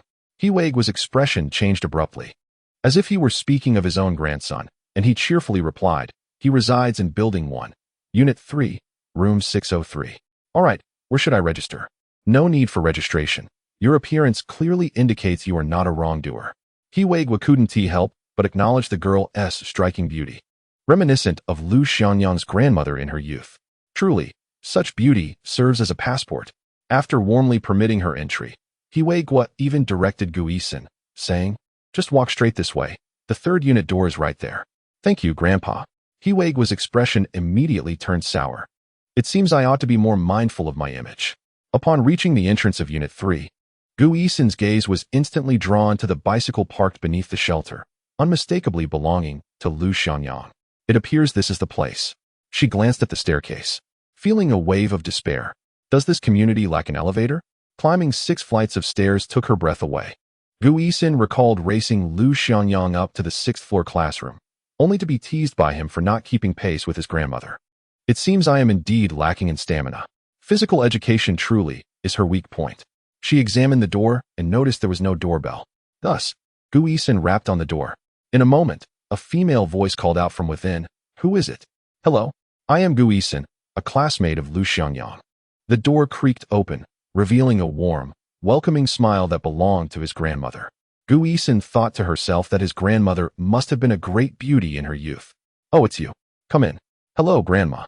The teacher heard that Lu Xiangyang is unwell and asked me to check on him. Yes, Yang has a cold. Please, come inside. Gu Yixin stepped into the home, observing that while it was not large, it exuded a cozy atmosphere, especially with everything neatly organized. It seemed his grandmother was quite industrious. Yang is sleeping inside. Would you like to sit for a moment while I wake him? No, Grandma, I will go check on him myself. All right then, I shall get you a glass of water. Gu Yixin nodded and moved toward the door. It was ajar. As she approached, she could see Lu Xiangyang sprawled on the bed, half of his head sunk into the pillow. His hair was tousled, and he appeared somewhat haggard, revealing a well-defined cheek. One hand rested on the quilt, his nose seemingly blocked, breathing through his mouth, his chest rising and falling with each breath. An earbud dangled from his ear, clearly belonging to him. This fellow is quite restless in his sleep. Gu Yixin took a moment to survey the room. The walls were adorned with numerous posters, the handsome Ruko phone, the goofy Sakuraji Hanamichi. To her surprise, there were even Inuyasha and Ollie, along with her favorite, Kikyo. She then noticed a laptop on the desk, and the shelves were filled with an array of books, all novels. A quick glance revealed that they were all foreign works. With the likes of Calvino, Marquez, Hemingway, Faulkner, Borges, Nabokov, and Murakami, one might wonder if this fellow has truly delved into so many literary works. No wonder his command of language is so commendable. Gu Yixin seemed to realize for the first time that her previous understanding of Lu Xiangyang had been rather superficial. Classmate, please take a seat. Grandmother approached, holding a cup of water, and handed it to Gu Yixin. Here, have some water. It's kind of you to make this trip. Gu Yixin accepted the cup, smiling as she said to her grandmother, it's no trouble at all. Lu Xiangyang is my classmate. And it's only natural for classmates to care for one another. You are such a thoughtful child. At that moment, the person on the bed stirred, blinking sleepily as he opened his eyes. With a look of mild astonishment, he exclaimed, Gu Yixin, why have you come into my dream? Gu Yixin chuckled softly. This fellow truly was still half asleep. Yang, are you still dreaming? Is it your classmate who has come to see you? Grandmother responded with a smile, gently touching Lu Xiangyang's forehead. It's no longer warm. Let us check your temperature again. With that, she turned to fetch the thermometer. Lu Xiangyang, have you awakened from your dream? Lu Xiangyang rubbed his eyes, still gazing at Gu Yixin in disbelief. It's really you. I thought I was indeed dreaming. It seemed he had never anticipated that one day, Gu Yixin would visit his room. This was undoubtedly a surprising turn of events. You haven't attended class for 2 days. The teachers sent me to check on you because they said you had a cold, Gu Yixin explained, her expression betraying a hint of nervousness. She then placed the English test paper beside him and added, and here's this. Teacher who said that even when you're unwell, you must continue your studies. Lu Xiangyang felt somewhat speechless. No wonder the English teacher was known to be the most prone to high blood pressure. With a dry cough, he remarked, I appreciate your concern and the effort you've made to come here.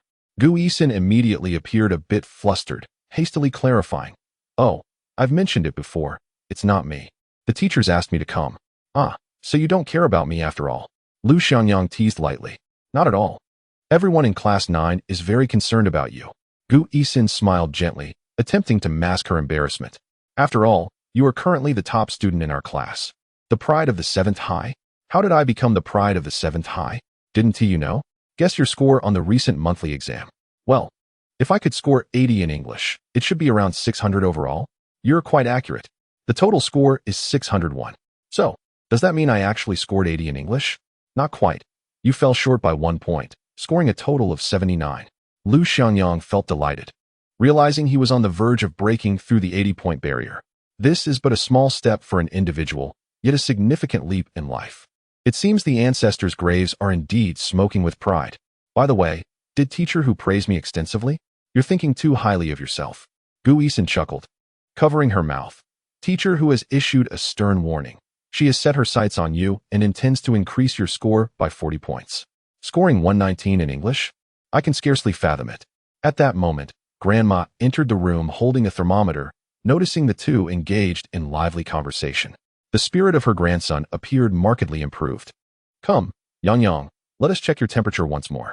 Lu Xiangyang propped himself up against the headboard, accepting the thermometer from his grandmother. As he measured his temperature, he remarked, I'm fine, just a bit congested. Upon completion, the thermometer confirmed he was free from fever. Grandma then fetched the medication and turned to pour some water. Seizing the opportunity, Gu Yixin extended her cup of water. Use this one. I haven't touched it yet. No need. Grandma, I'm not thirsty, Lu Xiangyang replied, showing no hesitation as he took the pills and gulped them down with the water. In his haste, some water spilled from the corner of his mouth. But he paid it no mind, casually wiping it away. Don't you need a tissue? This fellow truly seems indifferent to the finer details. Chapter 79. But isn't youth meant to be marred by wounds? Are you feeling better? After consuming the medication, Lu Xiangyang placed the cup on the bedside table and sat up, tousling his disheveled hair. I'm fine now. I can return to school tomorrow. Gu Yixin nodded gently, her voice soft. I'm sorry. It was the rain from seeing me home that made you sick. I was overthinking. It's nothing to worry about, Lu Xiangyang replied casually. We are classmates. Helping each other is only natural. I did the same for leisure last night.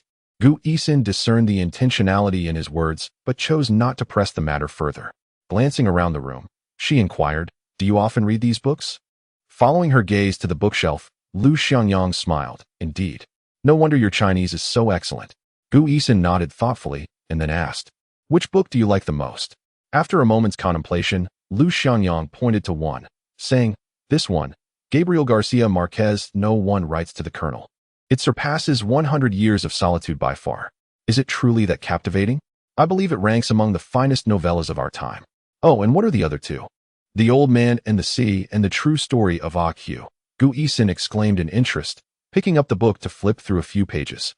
It sounds intriguing. I would love to read it. Lu Xiangyang smiled. I can lend it to you, but don't blame me if it impacts your studies. All right then. I shall truly borrow it.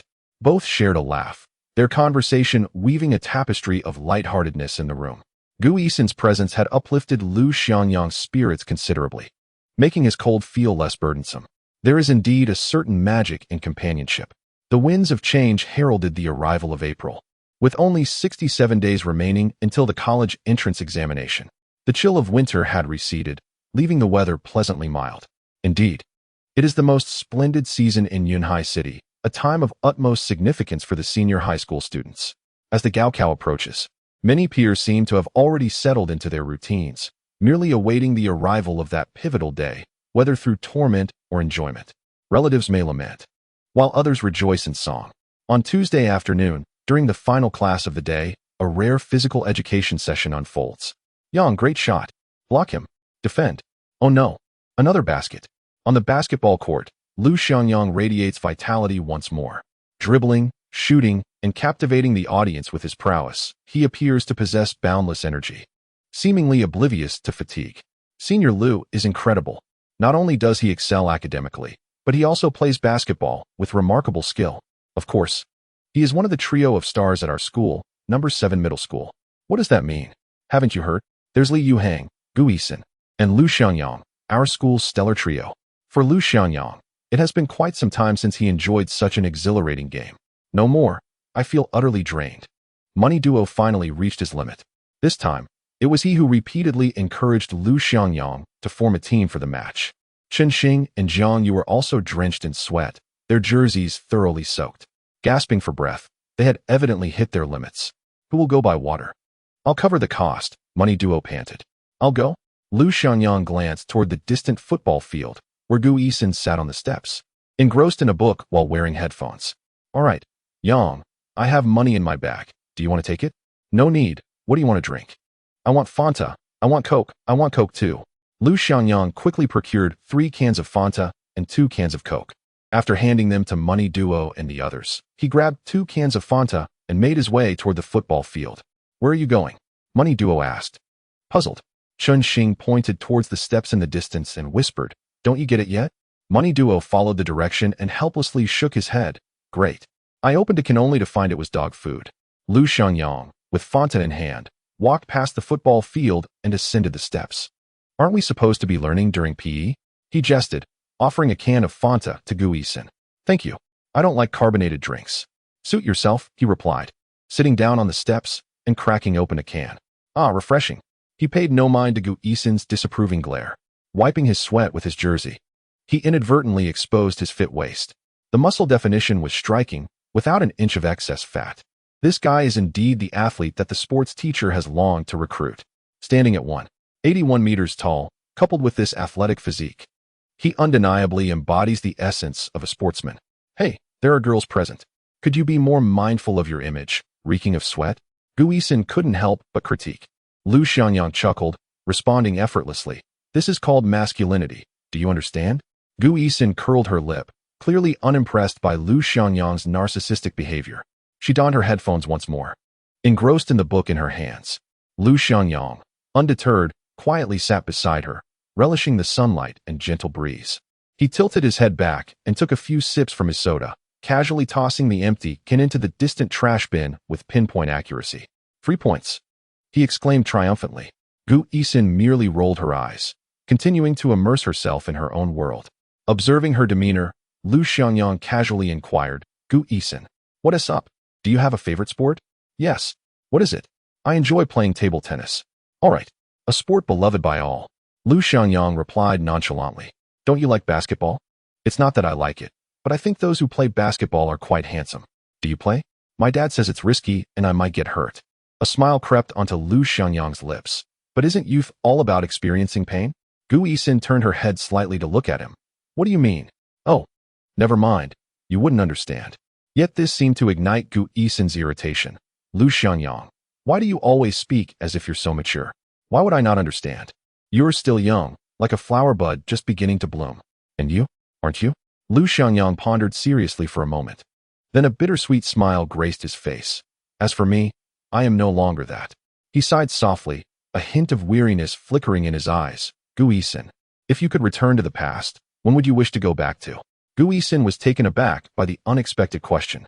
She contemplated earnestly, then shook her head. I've never thought about it. What about you? Lu Xiangyang gazed at her, his expression resolute as he uttered 4 words. This very moment. With that, he rose, dusted off his pants, and departed. Gu Yixin was left even more bewildered. Chapter 80. The fees for manuscripts are astronomical. The second mock exam was approaching. Lu Xiangyang was wholly absorbed in his studies, particularly in English. With Hu Chuanhua's rigorous training backing him, he exhibited remarkable enthusiasm. He recited vocabulary not only in class, but also while walking and eating. His peers at the 7th middle school dubbed him the walking prince of vocabulary.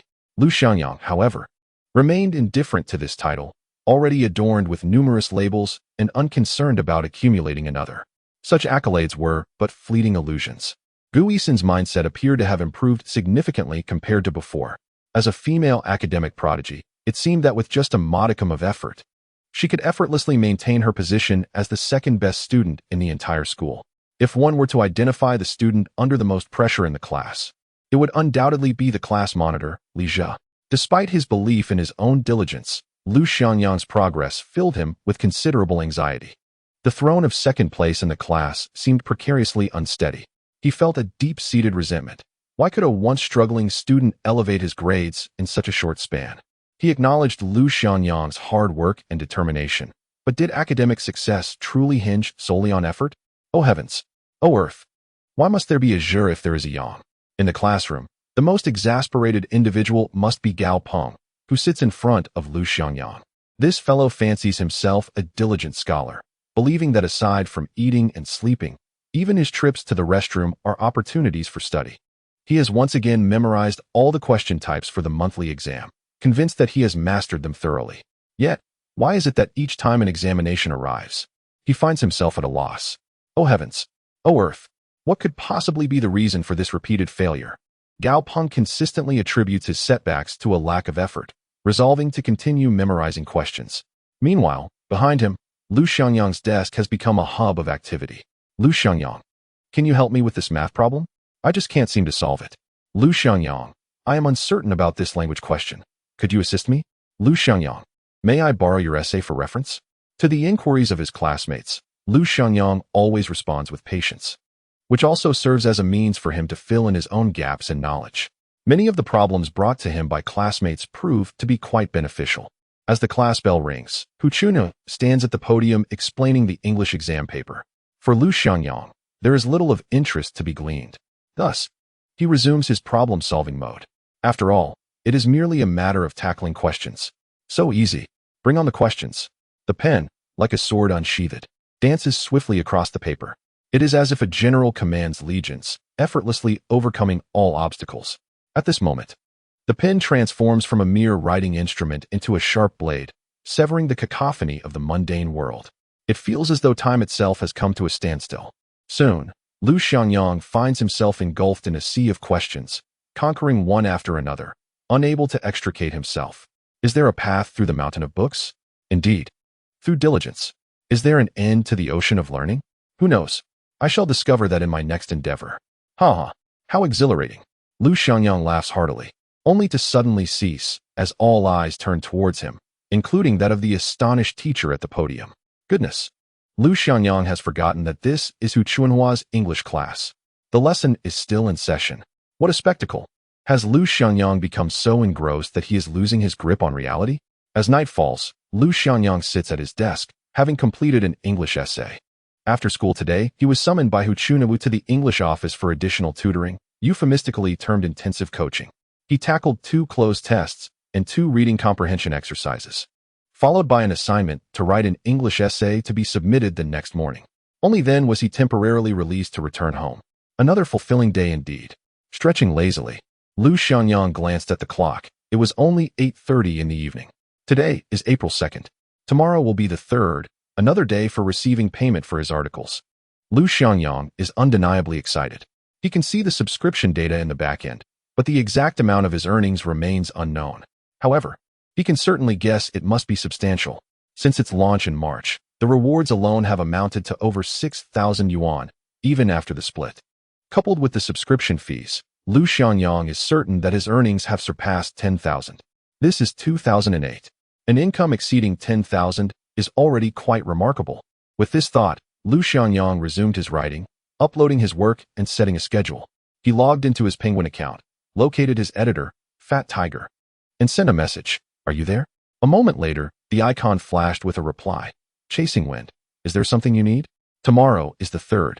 When can I expect to see my payment? After midnight tonight. The back end will reflect it. So that's how it is. I shall wait. After midnight, I will know the extent of my earnings. Lu Xiangyang prepared to log off when Fat Tiger sent another message, chasing wind. Have you given any thought to signing the Grandmaster contract? Ah, yes. I had yet to respond to that matter. Lu Xiangyang typed a reply. I shall not sign.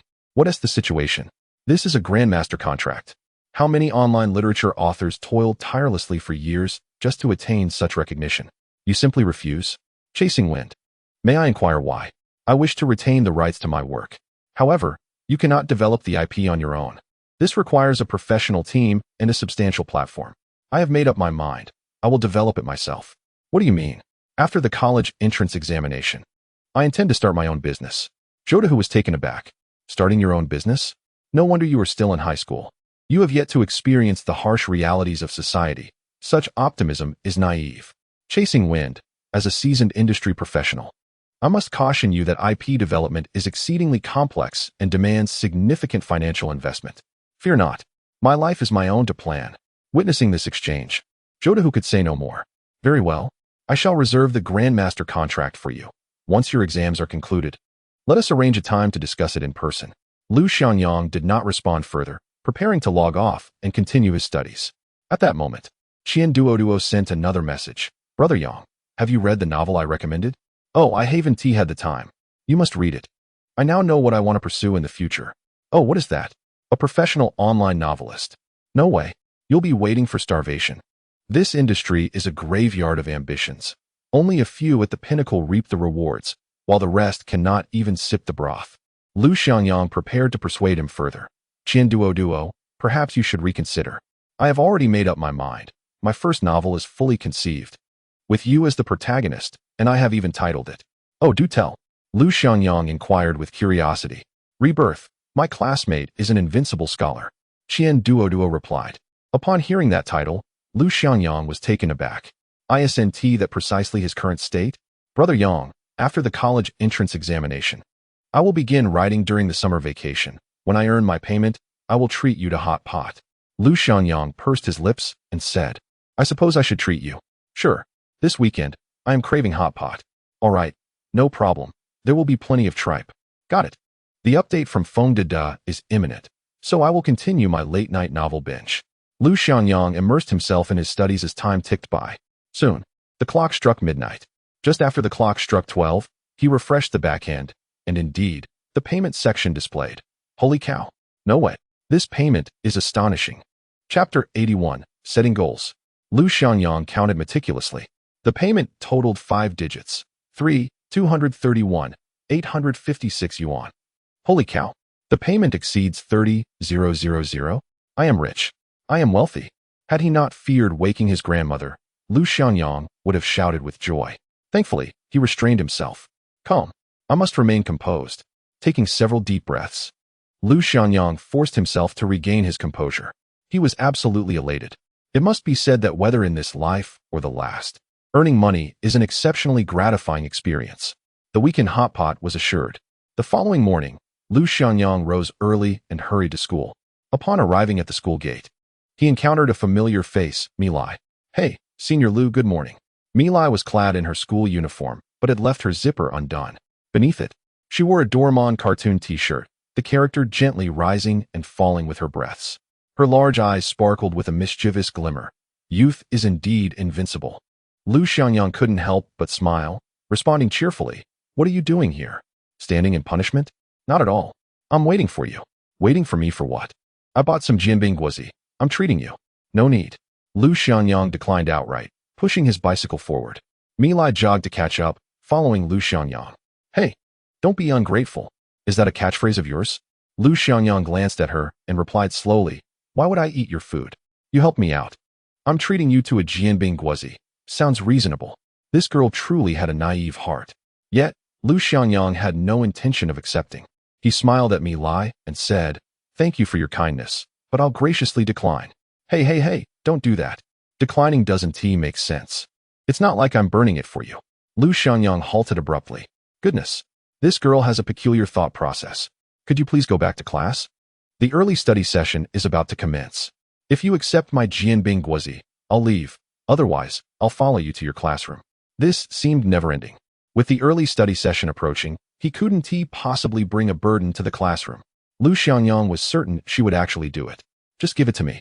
Lu Xiangyang extended his hand and accepted the jianbing guozi. Milai immediately displayed a look of delight, urging, "Quick, eat it while it's hot." I searched high and low to find this jianbing guozi. Lu Xiangyang smiled faintly, then took a bite and chewed slowly. "How is it? Isn't it delicious?" "Well, it's tolerable," he replied. "Humph." Milai shot him a glance. "I still don't believe you can find anything tastier." Lu Xiangyang smiled calmly, knowing well that nothing could compare to his grandmother's cooking. Her jianbing guozi was, without a doubt, the most delectable dish in his heart. However, he said no more and turned to leave. "Hey, Senior Lu. What now? I'll bring you jianbing guozi again tomorrow. Is this never-ending?" Upon returning to the classroom, everyone had already immersed themselves in their morning reading. Only Lu Xiangyang continued to eat his jianbing guozi. Luckily, everyone was accustomed to his ways, and no one commented further. As he settled into his seat, Qian Duo leaned over, licking his lips. "Hey, Yang Gu, your jianbing guozi looks really appetizing. Can you bring one for me tomorrow?" Suddenly, Lu Xiangyang had an idea and nodded cheerfully. "No problem." Saying that, he unexpectedly handed over the jianbing guozi he was holding. "I've only had a few bites. Do you want it?" Qian Duo wrinkled his nose in disdain and shook his head. "Let's skip it for today." Meanwhile, in the faculty meeting room, Principal Ma sat at the head of a large round table, with Director Sun seated beside him. The remaining class teachers of the senior year surrounded the table, along with various subject teachers, including the physical education instructor. "Everyone, there are merely 64 days left until the college entrance examination. Time flies." Principal Ma set a serious tone early in the morning, casting a somber atmosphere over the meeting. The class teachers in the front bowed their heads, each lost in their own thoughts. Li Damao sat to the right of Class 2's teacher, Zhu Sumei, and both appeared somewhat grave, as the top two students in the school were in their class. Although Gu Yixin had performed poorly in this month's exam, the teachers still regarded her as the second-best student in the school. This Friday marks the second mock exam. This simulated examination will be crucial. "I hope everyone takes it seriously," Principal Ma continued. At this moment, Director Sun interjected, "Rest assured, Principal Ma, we will certainly approach every exam with strict seriousness." Principal Ma nodded, his gaze shifting to Zhu Sumei. "I won't say much about Class 2. Teacher Zhu has led many graduating classes and is experienced. Please pay special attention to Li Yuhang and address any needs promptly." Zhu Sumei nodded in acknowledgement. Next, Principal Ma's gaze fell upon Li Damao, his expression turning somewhat grave. "Class may 9th not be an elite class, but it is one I particularly focus on." Li Damao nodded, fully aware that it was due to Gu Yixin's remarkable performance. Her achievements were brilliant. Otherwise, Class 9 would be utterly inconspicuous. Now, with Lu Xiangyang added to the mix, it shone even brighter. "Teacher Li, what happened with Gu Yixin in this month's exam? She performed worse than the first mock." Li Damao felt compelled to speak, clearing his throat as he explained. "Gu Yixin possesses considerable talent, yet her psychological resilience tends to fluctuate significantly at times. Take this recent monthly exam as an example. I have inquired about the situation after the fact. It just so happened that she was feeling unwell during this period." Upon hearing this, Principal Ma refrained from further commentary. Noticing the somewhat somber atmosphere among the teachers present, he softened his tone, stating, "Although our number 7 high school does not rank highly in the city overall, this year's students have certainly distinguished themselves. Take Li Yuhang, for instance. Throughout his 3 years in high school, he consistently placed within the top 10 citywide, especially during his senior year, where he stabilized around the 5th position. Such achievements are remarkable." After a brief pause, Principal Ma continued, "Moreover, this cohort also includes Gu Yixin, who shows great promise in aiming for Tsinghua or Peking University. If our school were to produce 2 students who gain admission to these prestigious institutions, it would significantly bolster our chances of being recognized as a provincial-level demonstration key school. Currently, there are only 13 such schools in the city, while Yunhai No. 7 high school remains at the municipal level. Therefore, we must seize this opportunity." Suddenly, Principal Ma's gaze shifted to Li Damao as he pondered. "What score did Lu Xiangyang achieve this time? What is his ranking?" Li Damao replied. "He scored a total of 601 points, ranking 3rd in his class and 75th in the entire grade." Upon hearing this, Principal Ma was overjoyed and repeatedly expressed his approval. "Excellent. Excellent. Truly, he is a shining example of our number 7 high school." Director Sun, You have done a commendable job with this campus interview. Oh, not at all. Director Sun quickly responded with a smile, humbly attributing the success to Principal Ma's guidance. Nodding, Principal Ma inquired further, what was Lu Xiangyang's score in English? Li Damao glanced at Hu Chunhu, who was seated across from him. Their eyes met, and Hu Chunhu suddenly stood up. Lu Xiangyang scored a commendable 82 in English. She emphasized the word commendable. However, Principal Ma's expression changed dramatically upon hearing this. How could it be only? Before he could finish, Hu Chunhu immediately interjected. Rest assured, Principal, I will strive to ensure Lu Xiangyang's English scores improve. The teachers present exchanged glances, feeling as though the situation resembled a student answering questions. Even Li Damao, with 30 years of teaching experience, felt a chill run down his back. Lu Xiangyang could truly be described as a remarkable talent, yet alas, he was like a horse with a limp. Chapter 82, Deskmate. Lu Xiangyang's performance in all subjects could be deemed exemplary. Principal Ma examined the report card that Director Sun had just handed over, quickly locating Lu Xiangyang's scores. Look here. He scored 139 in Chinese. Is that not the top in the city? Indeed, Director Sun promptly affirmed. The second place is Zhao Shiyin from Shishir High School with 136 points. Very good. Principal Ma then glanced at the mathematics score, 146. Following that was the comprehensive science score of 234. While not exceptionally high, it represented significant progress compared to the previous results.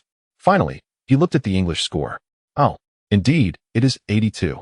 In comparison to the last time, there has indeed been considerable progress. However, when it comes to various subjects, the disparity is quite glaring. With a total score of 150, they have only achieved 82, which is still below passing.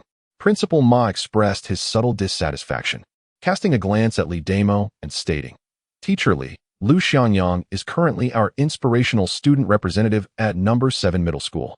He is the face of the school. If he manages to improve his English score, even by just 20 points, it would be remarkable. Li Damao nodded in agreement, assuring, rest assured, Principal Ma. I have already collaborated with Teacher Hu to devise a specialized English tutoring plan for Lu Xiangyang. Very well.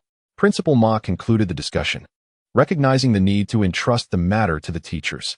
Subsequently, all subject teachers prepared earnestly for the upcoming second mock examination, determined to achieve even greater success. Director Sun was the first to initiate applause, though the other teachers were slow to follow his lead. In the entire conference room, only his clapping resonated. Principal Ma gestured for silence, picked up a teacup from the table, and then turned to leave. Following him, Director Sun, also holding a teacup, remarked, As Principal Ma has stated, we must devote ourselves fully to preparing for the second mock examination. All matters unrelated to studying must be set aside. Our school is on the verge of being selected as a provincial-level demonstration key school, making this year's college entrance examination results particularly significant. At that moment, a physical education teacher raised his hand to speak. Does Teacher Han Fei have something to say? The teacher, Han Fei, stood up and declared, Director Sun. Will the senior students participate in the upcoming school basketball league? Certainly, the seniors cannot participate, came the response. However, this league is organized by the Municipal Education Committee, and our performance in sports will be related to the selection of provincial demonstration key schools. Indeed, we now advocate for comprehensive development in morality, intellect, physical fitness, aesthetics, and labor. If this school halts all sports activities for the seniors, it will undoubtedly create resistance among the students. This is precisely why Principal Ma has repeatedly emphasized the importance of retaining physical education classes for the senior students. How about this, Teacher Han Fei? Let us go to Principal Ma's office to discuss this matter. All right, then today's meeting is adjourned. Let us disperse. Director Sun concluded, picking up his teacup and leading Han Fei away. Congratulations, Teacher Li. As soon as Director Sun departed, another teacher approached to speak. We truly need to learn from you, never giving up on any student. You managed to turn Lu Xiangyang's situation around. That's impressive. Indeed, pulling a student back from the brink of despair is no small feat. I am genuinely in awe of you. The teachers expressed their respect in unison. Li Damao smiled modestly and stepped out of the classroom, intending to check on the morning study session in Class 9. At that moment, Hu Chunhua followed him, saying, Teacher Li, there is something I wish to discuss with you. Oh, what is it? It concerns Lu Xiangyang and Gu Yixin. Meanwhile, the morning study session in Class 9 continued, and unbeknownst to them, a pair of eyes appeared by the window outside the classroom. After a careful observation, Li Damao finally emerged with an air of confidence. He sauntered into classroom 9, where the atmosphere of learning was remarkably vibrant. Even Qian Duoduo, who typically settled for the status quo, had transformed into a completely different individual.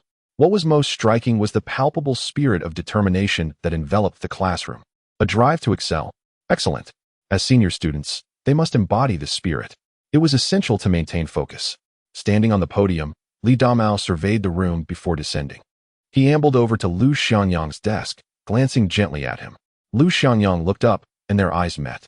Li Damao gestured slightly, instructing, "Please wait for me outside the classroom." "Oh," Lu Xiangyang responded, rising to leave the room. Li Damao then approached Gu Yixin in the third row. Following suit, Gu Yixin stood and exited the classroom alongside Li Damao. The remaining students remained engrossed in their morning reading, seemingly oblivious to the unfolding exchange, except for Li Jia, who glanced up momentarily. In the corridor, Lu Xiangyang and Gu Yixin stood side by side, facing Li Damao. "Lu Xiangyang, are you encountering any difficulties in your studies?" Lu Xiangyang nodded, replying, "Yes, primarily in English. I can manage the other subjects on my own." Li Damao appeared to have anticipated this. "Teacher who has already devised a tutoring plan for you. I would like to discuss something with you." He turned his gaze toward Gu Yixin. "I recall you are assisting Lu Xiangyang with his English, correct?" Gu Yixin affirmed, "Yes." Li Damao nodded and continued. "Teacher who approached me with a suggestion that I find quite promising. Gu Yixin's English proficiency is commendable, albeit her Chinese is somewhat lacking. It seems you two would complement each other perfectly. Therefore, I propose that you share a desk to facilitate your tutoring sessions." Both Lu Xiangyang and Gu Yixin appeared taken aback by the suggestion. "I have no objections, Teacher Li," Gu Yixin promptly stated.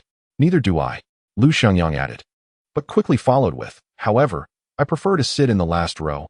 I have no intention of changing my seat." Gu Yixin was not pleased with this stipulation. "That won't do. If you are to be my desk partner, you must sit in front." Lu Xiangyang retorted, "I cannot agree to that. I am accustomed to sitting in the last row." Gu Yixin countered, "Then I am unwilling to sit there." Lu Xiangyang pressed, "So there's no room for negotiation?"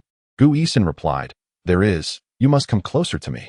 Lu Xiangyang asserted, "That still leaves no room for negotiation." Gu Yixin concluded, "Then let's leave it at that." Lu Xiangyang responded, "Fine, let's leave it at that." The two exchanged intense glares, each unwilling to yield. Ultimately, they both bowed deeply to Li Damao and stormed off in frustration. As they reached the doorway of classroom 9, Gu Yixin pushed past Lu Xiangyang, entering first. "Her temper seems to have grown," Lu Xiangyang remarked, shaking his head. "Never mind. A gentleman does not quarrel with a lady." Li Damao was utterly bewildered. These two seemed to treat his presence as if he were invisible. Moreover, Gu Yixin, how does it seem as though she has transformed into an entirely different person? She appears so much more cheerful. Is she actually engaging in banter with others now? Lu Xiangyang returned to his seat, and Qian Duoduo, ever the gossip enthusiast, approached him eagerly.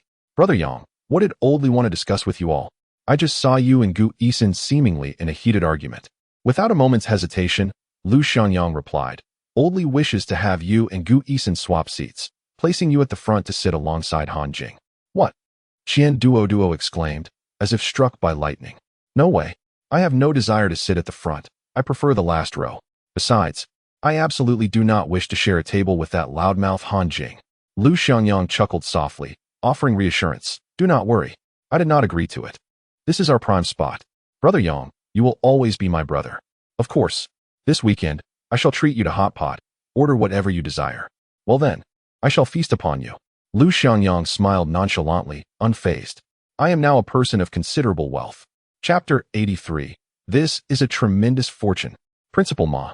The situation is as such. Whether or not the senior students participate is entirely up to your discretion. In the principal's office, Director Sun, accompanied by physical education teacher Han Fei, elaborated on the details of the school basketball tournament. High school physical education classes are exceedingly precious, especially in the senior year, where it is not uncommon for subject teachers to encroach upon physical education time for their own lessons, or to impose consecutive examinations. While the teachers may enjoy this arrangement, it is quite detrimental for the students, who are left with merely one physical education class per week, an indulgence, indeed. Many high schools, upon reaching the senior year, have completely abolished physical education. Principal Ma furrowed his brow, pondering for a prolonged moment before articulating, "Director Sun, what is your opinion?" Director Sun was, of course, opposed to the idea. He had consistently advocated for the cancellation of all physical education classes for the seniors, arguing that every moment should be devoted to preparing for the college entrance examination, with an unwavering focus on academic performance. However, he was aware that Principal Ma was steadfast in retaining physical education classes for the seniors. Hence, he cautiously suggested, if it serves to enhance our provincial evaluation criteria, then it is indeed necessary for the senior students to participate. However, with the imminent college entrance examination, the parents may object. This was a concern that had always weighed heavily on Han Fei's mind. Otherwise, he would have organized training sessions long ago, without needing to seek the principal's approval. Principal Ma, what do you think? Participation is imperative. Principal Ma lit a cigarette, contemplating for a moment before resolutely stating, "You are the coach of the school basketball team. This matter shall be entrusted to you. It is essential to showcase the essence of our institution." Understood, but what of the personnel issue? Many seniors have already withdrawn from the team, and they may be reluctant to participate. Principal Ma responded, "As for personnel, you are responsible for selecting them. Regarding whether the seniors wish to participate, that is a task for you to undertake." Principal Ma, this signifies the school's trust in you. Director Sun seized the opportunity to interject, "Teacher Han, you must strive to accomplish this honorable yet challenging task, showcasing the spirit of our students at 7th High. Best of luck." Han Fei left feeling somewhat disheartened. The few proficient players from the senior class had long since withdrawn from the team. Among the athletes, only Han Xiaohu and a couple of others perform adequately. In the first and second years of high school, it is challenging to find even 2 decent players. A standard basketball team requires 12 members, 5 starters, and 7 substitutes. Currently, we cannot even assemble 5 starters. It is impossible to form a team on short notice. What should we do? As Han Fei walked, he pondered rapidly. Soon, he thought of someone. Why not give him a try? In classroom 9 of the 3rd year, Lu Xiangyang had spent the entire day working on practice tests. Taking a break, he decided to go for a run on the playground to relieve his fatigue. As the school bell rang, Lu Xiangyang prepared to leave for the day, eager to check at the bank if his manuscript payment had arrived. Just as he descended the school building to retrieve his bicycle, someone called out to him, "Lu Xiangyang." Turning around, he saw a physical education teacher dressed in athletic attire, notably adorned with a silver whistle around his neck. He appeared quite young, likely a newcomer, as Lu Xiangyang did not recall such a teacher. "Are you looking for me?" "Yes, I am the physical education teacher, Han Fei." Lu Xiangyang recognized the silver whistle as a standard accessory for PE instructors, coupled with the athletic apparel and professional sneakers clearly indicative of his role. "Is there something you need?" "Indeed, there is a basketball tournament in the city, and our school, number 7, must participate. And then, currently, the school basketball team is short on players, and I would like to invite you to join. I'm sorry, but I don't have the time. Rest assured, it won't interfere with your studies. Training and competing take time, don't they?" Lu Xiangyang countered. "Given that time, wouldn't it be better to focus on personal matters? Why participate in some competition?" Han Fei appeared a bit perplexed. After some contemplation, he replied, "I am also new this year, and the principal has entrusted me with significant responsibilities. Since I am unfamiliar with the situation here, could you help me recommend some players?" Lu Xiangyang couldn't help but chuckle inwardly. "You are unfamiliar? Please, I am the one who is. Having returned after more than a decade, I remember nothing. Even during my previous senior year, I had never encountered this physical education teacher named Han Fei. He looks just like a recent college graduate. Why did you think to approach me? I noticed your basketball skills during gym class. Your pull-up jump shot resembles that of Tracy McGrady," he said, giving a thumbs up, his eyes reflecting genuine admiration. Lu Xiangyang found this physical education teacher rather intriguing. "I believe you should first obtain the roster of the school team. Then gather players based on that list to see who is eligible to compete. I already have the list, but many from last year have graduated. Currently, there are only 2 main players, let alone substitutes." After a moment of thought, Lu Xiangyang suggested, "I have an idea. You should casually stroll around the basketball court. If you spot any students who play well, ask them to join the team." Han Fei suddenly realized the merit in this suggestion. Indeed, that is a splendid idea. Although I am not well acquainted with the students who play basketball, selecting players directly from the court seems quite sensible. Those who enjoy playing basketball and have the time certainly frequent the courts. It is, after all, the most cherished pastime for individuals of their age. Mr. Han, school is out now. The basketball court should be bustling with people. You can go take a look, one said. All right, I shall go now, responded Han Fei, who then turned to leave. After taking a couple of steps, he paused and called back, Lu Xiangyang, thank you. No need for pleasantries. With that, Lu Xiangyang swiftly went to retrieve his bicycle and strolled to the school gate before pushing it out, as the school regulations prohibited riding within the premises. Once outside, Lu Xiangyang mounted his bicycle and sped homeward. Upon arriving, he fetched his bank card and prepared to witness a miracle at the ATM located outside his community. He inserted the card, entered his password, and clicked on Inquiry. The screen displayed querying, please wait. After approximately 7 or 8 seconds, the interface revealed, your account balance, 888 yuan. Lu Xiangyang was momentarily stunned. Why had such a significant amount been deducted? He remembered his royalties were indicated as 856 yuan. Had they directly withheld 600 yuan in taxes? How could it be so much? His spirits dipped slightly, but he quickly composed himself. After all, earning this money had not been overly difficult, and there was little to lament. This was indeed the first substantial sum he had acquired since his rebirth. After all, it was 2008. At present, Lu Xiangyang was merely a high school student, and this amount had the potential to transform his life. Moreover, the money would only continue to grow. Lu Xiangyang withdrew 1,000 yuan in cash. Upon returning to the community, he spotted the security guard, He Weigua, peering intently at the glass of the security booth. Old He, what are you looking at? Ah, Xiaoyang, what do you think of my hair? Oh, you dyed it? Hee. Does it not make me look much younger? Absolutely. At least 20 years younger. He Weigua chuckled heartily, then soon opened his mouth to inquire, how about my teeth? Are they all right? Oh, did you have dental work done? Indeed, I had 3 gold crowns placed. That must have cost quite a bit. He Weigua replied calmly. Not too bad, just around 60,000 yuan. Utterly speechless. That is quite a fortune.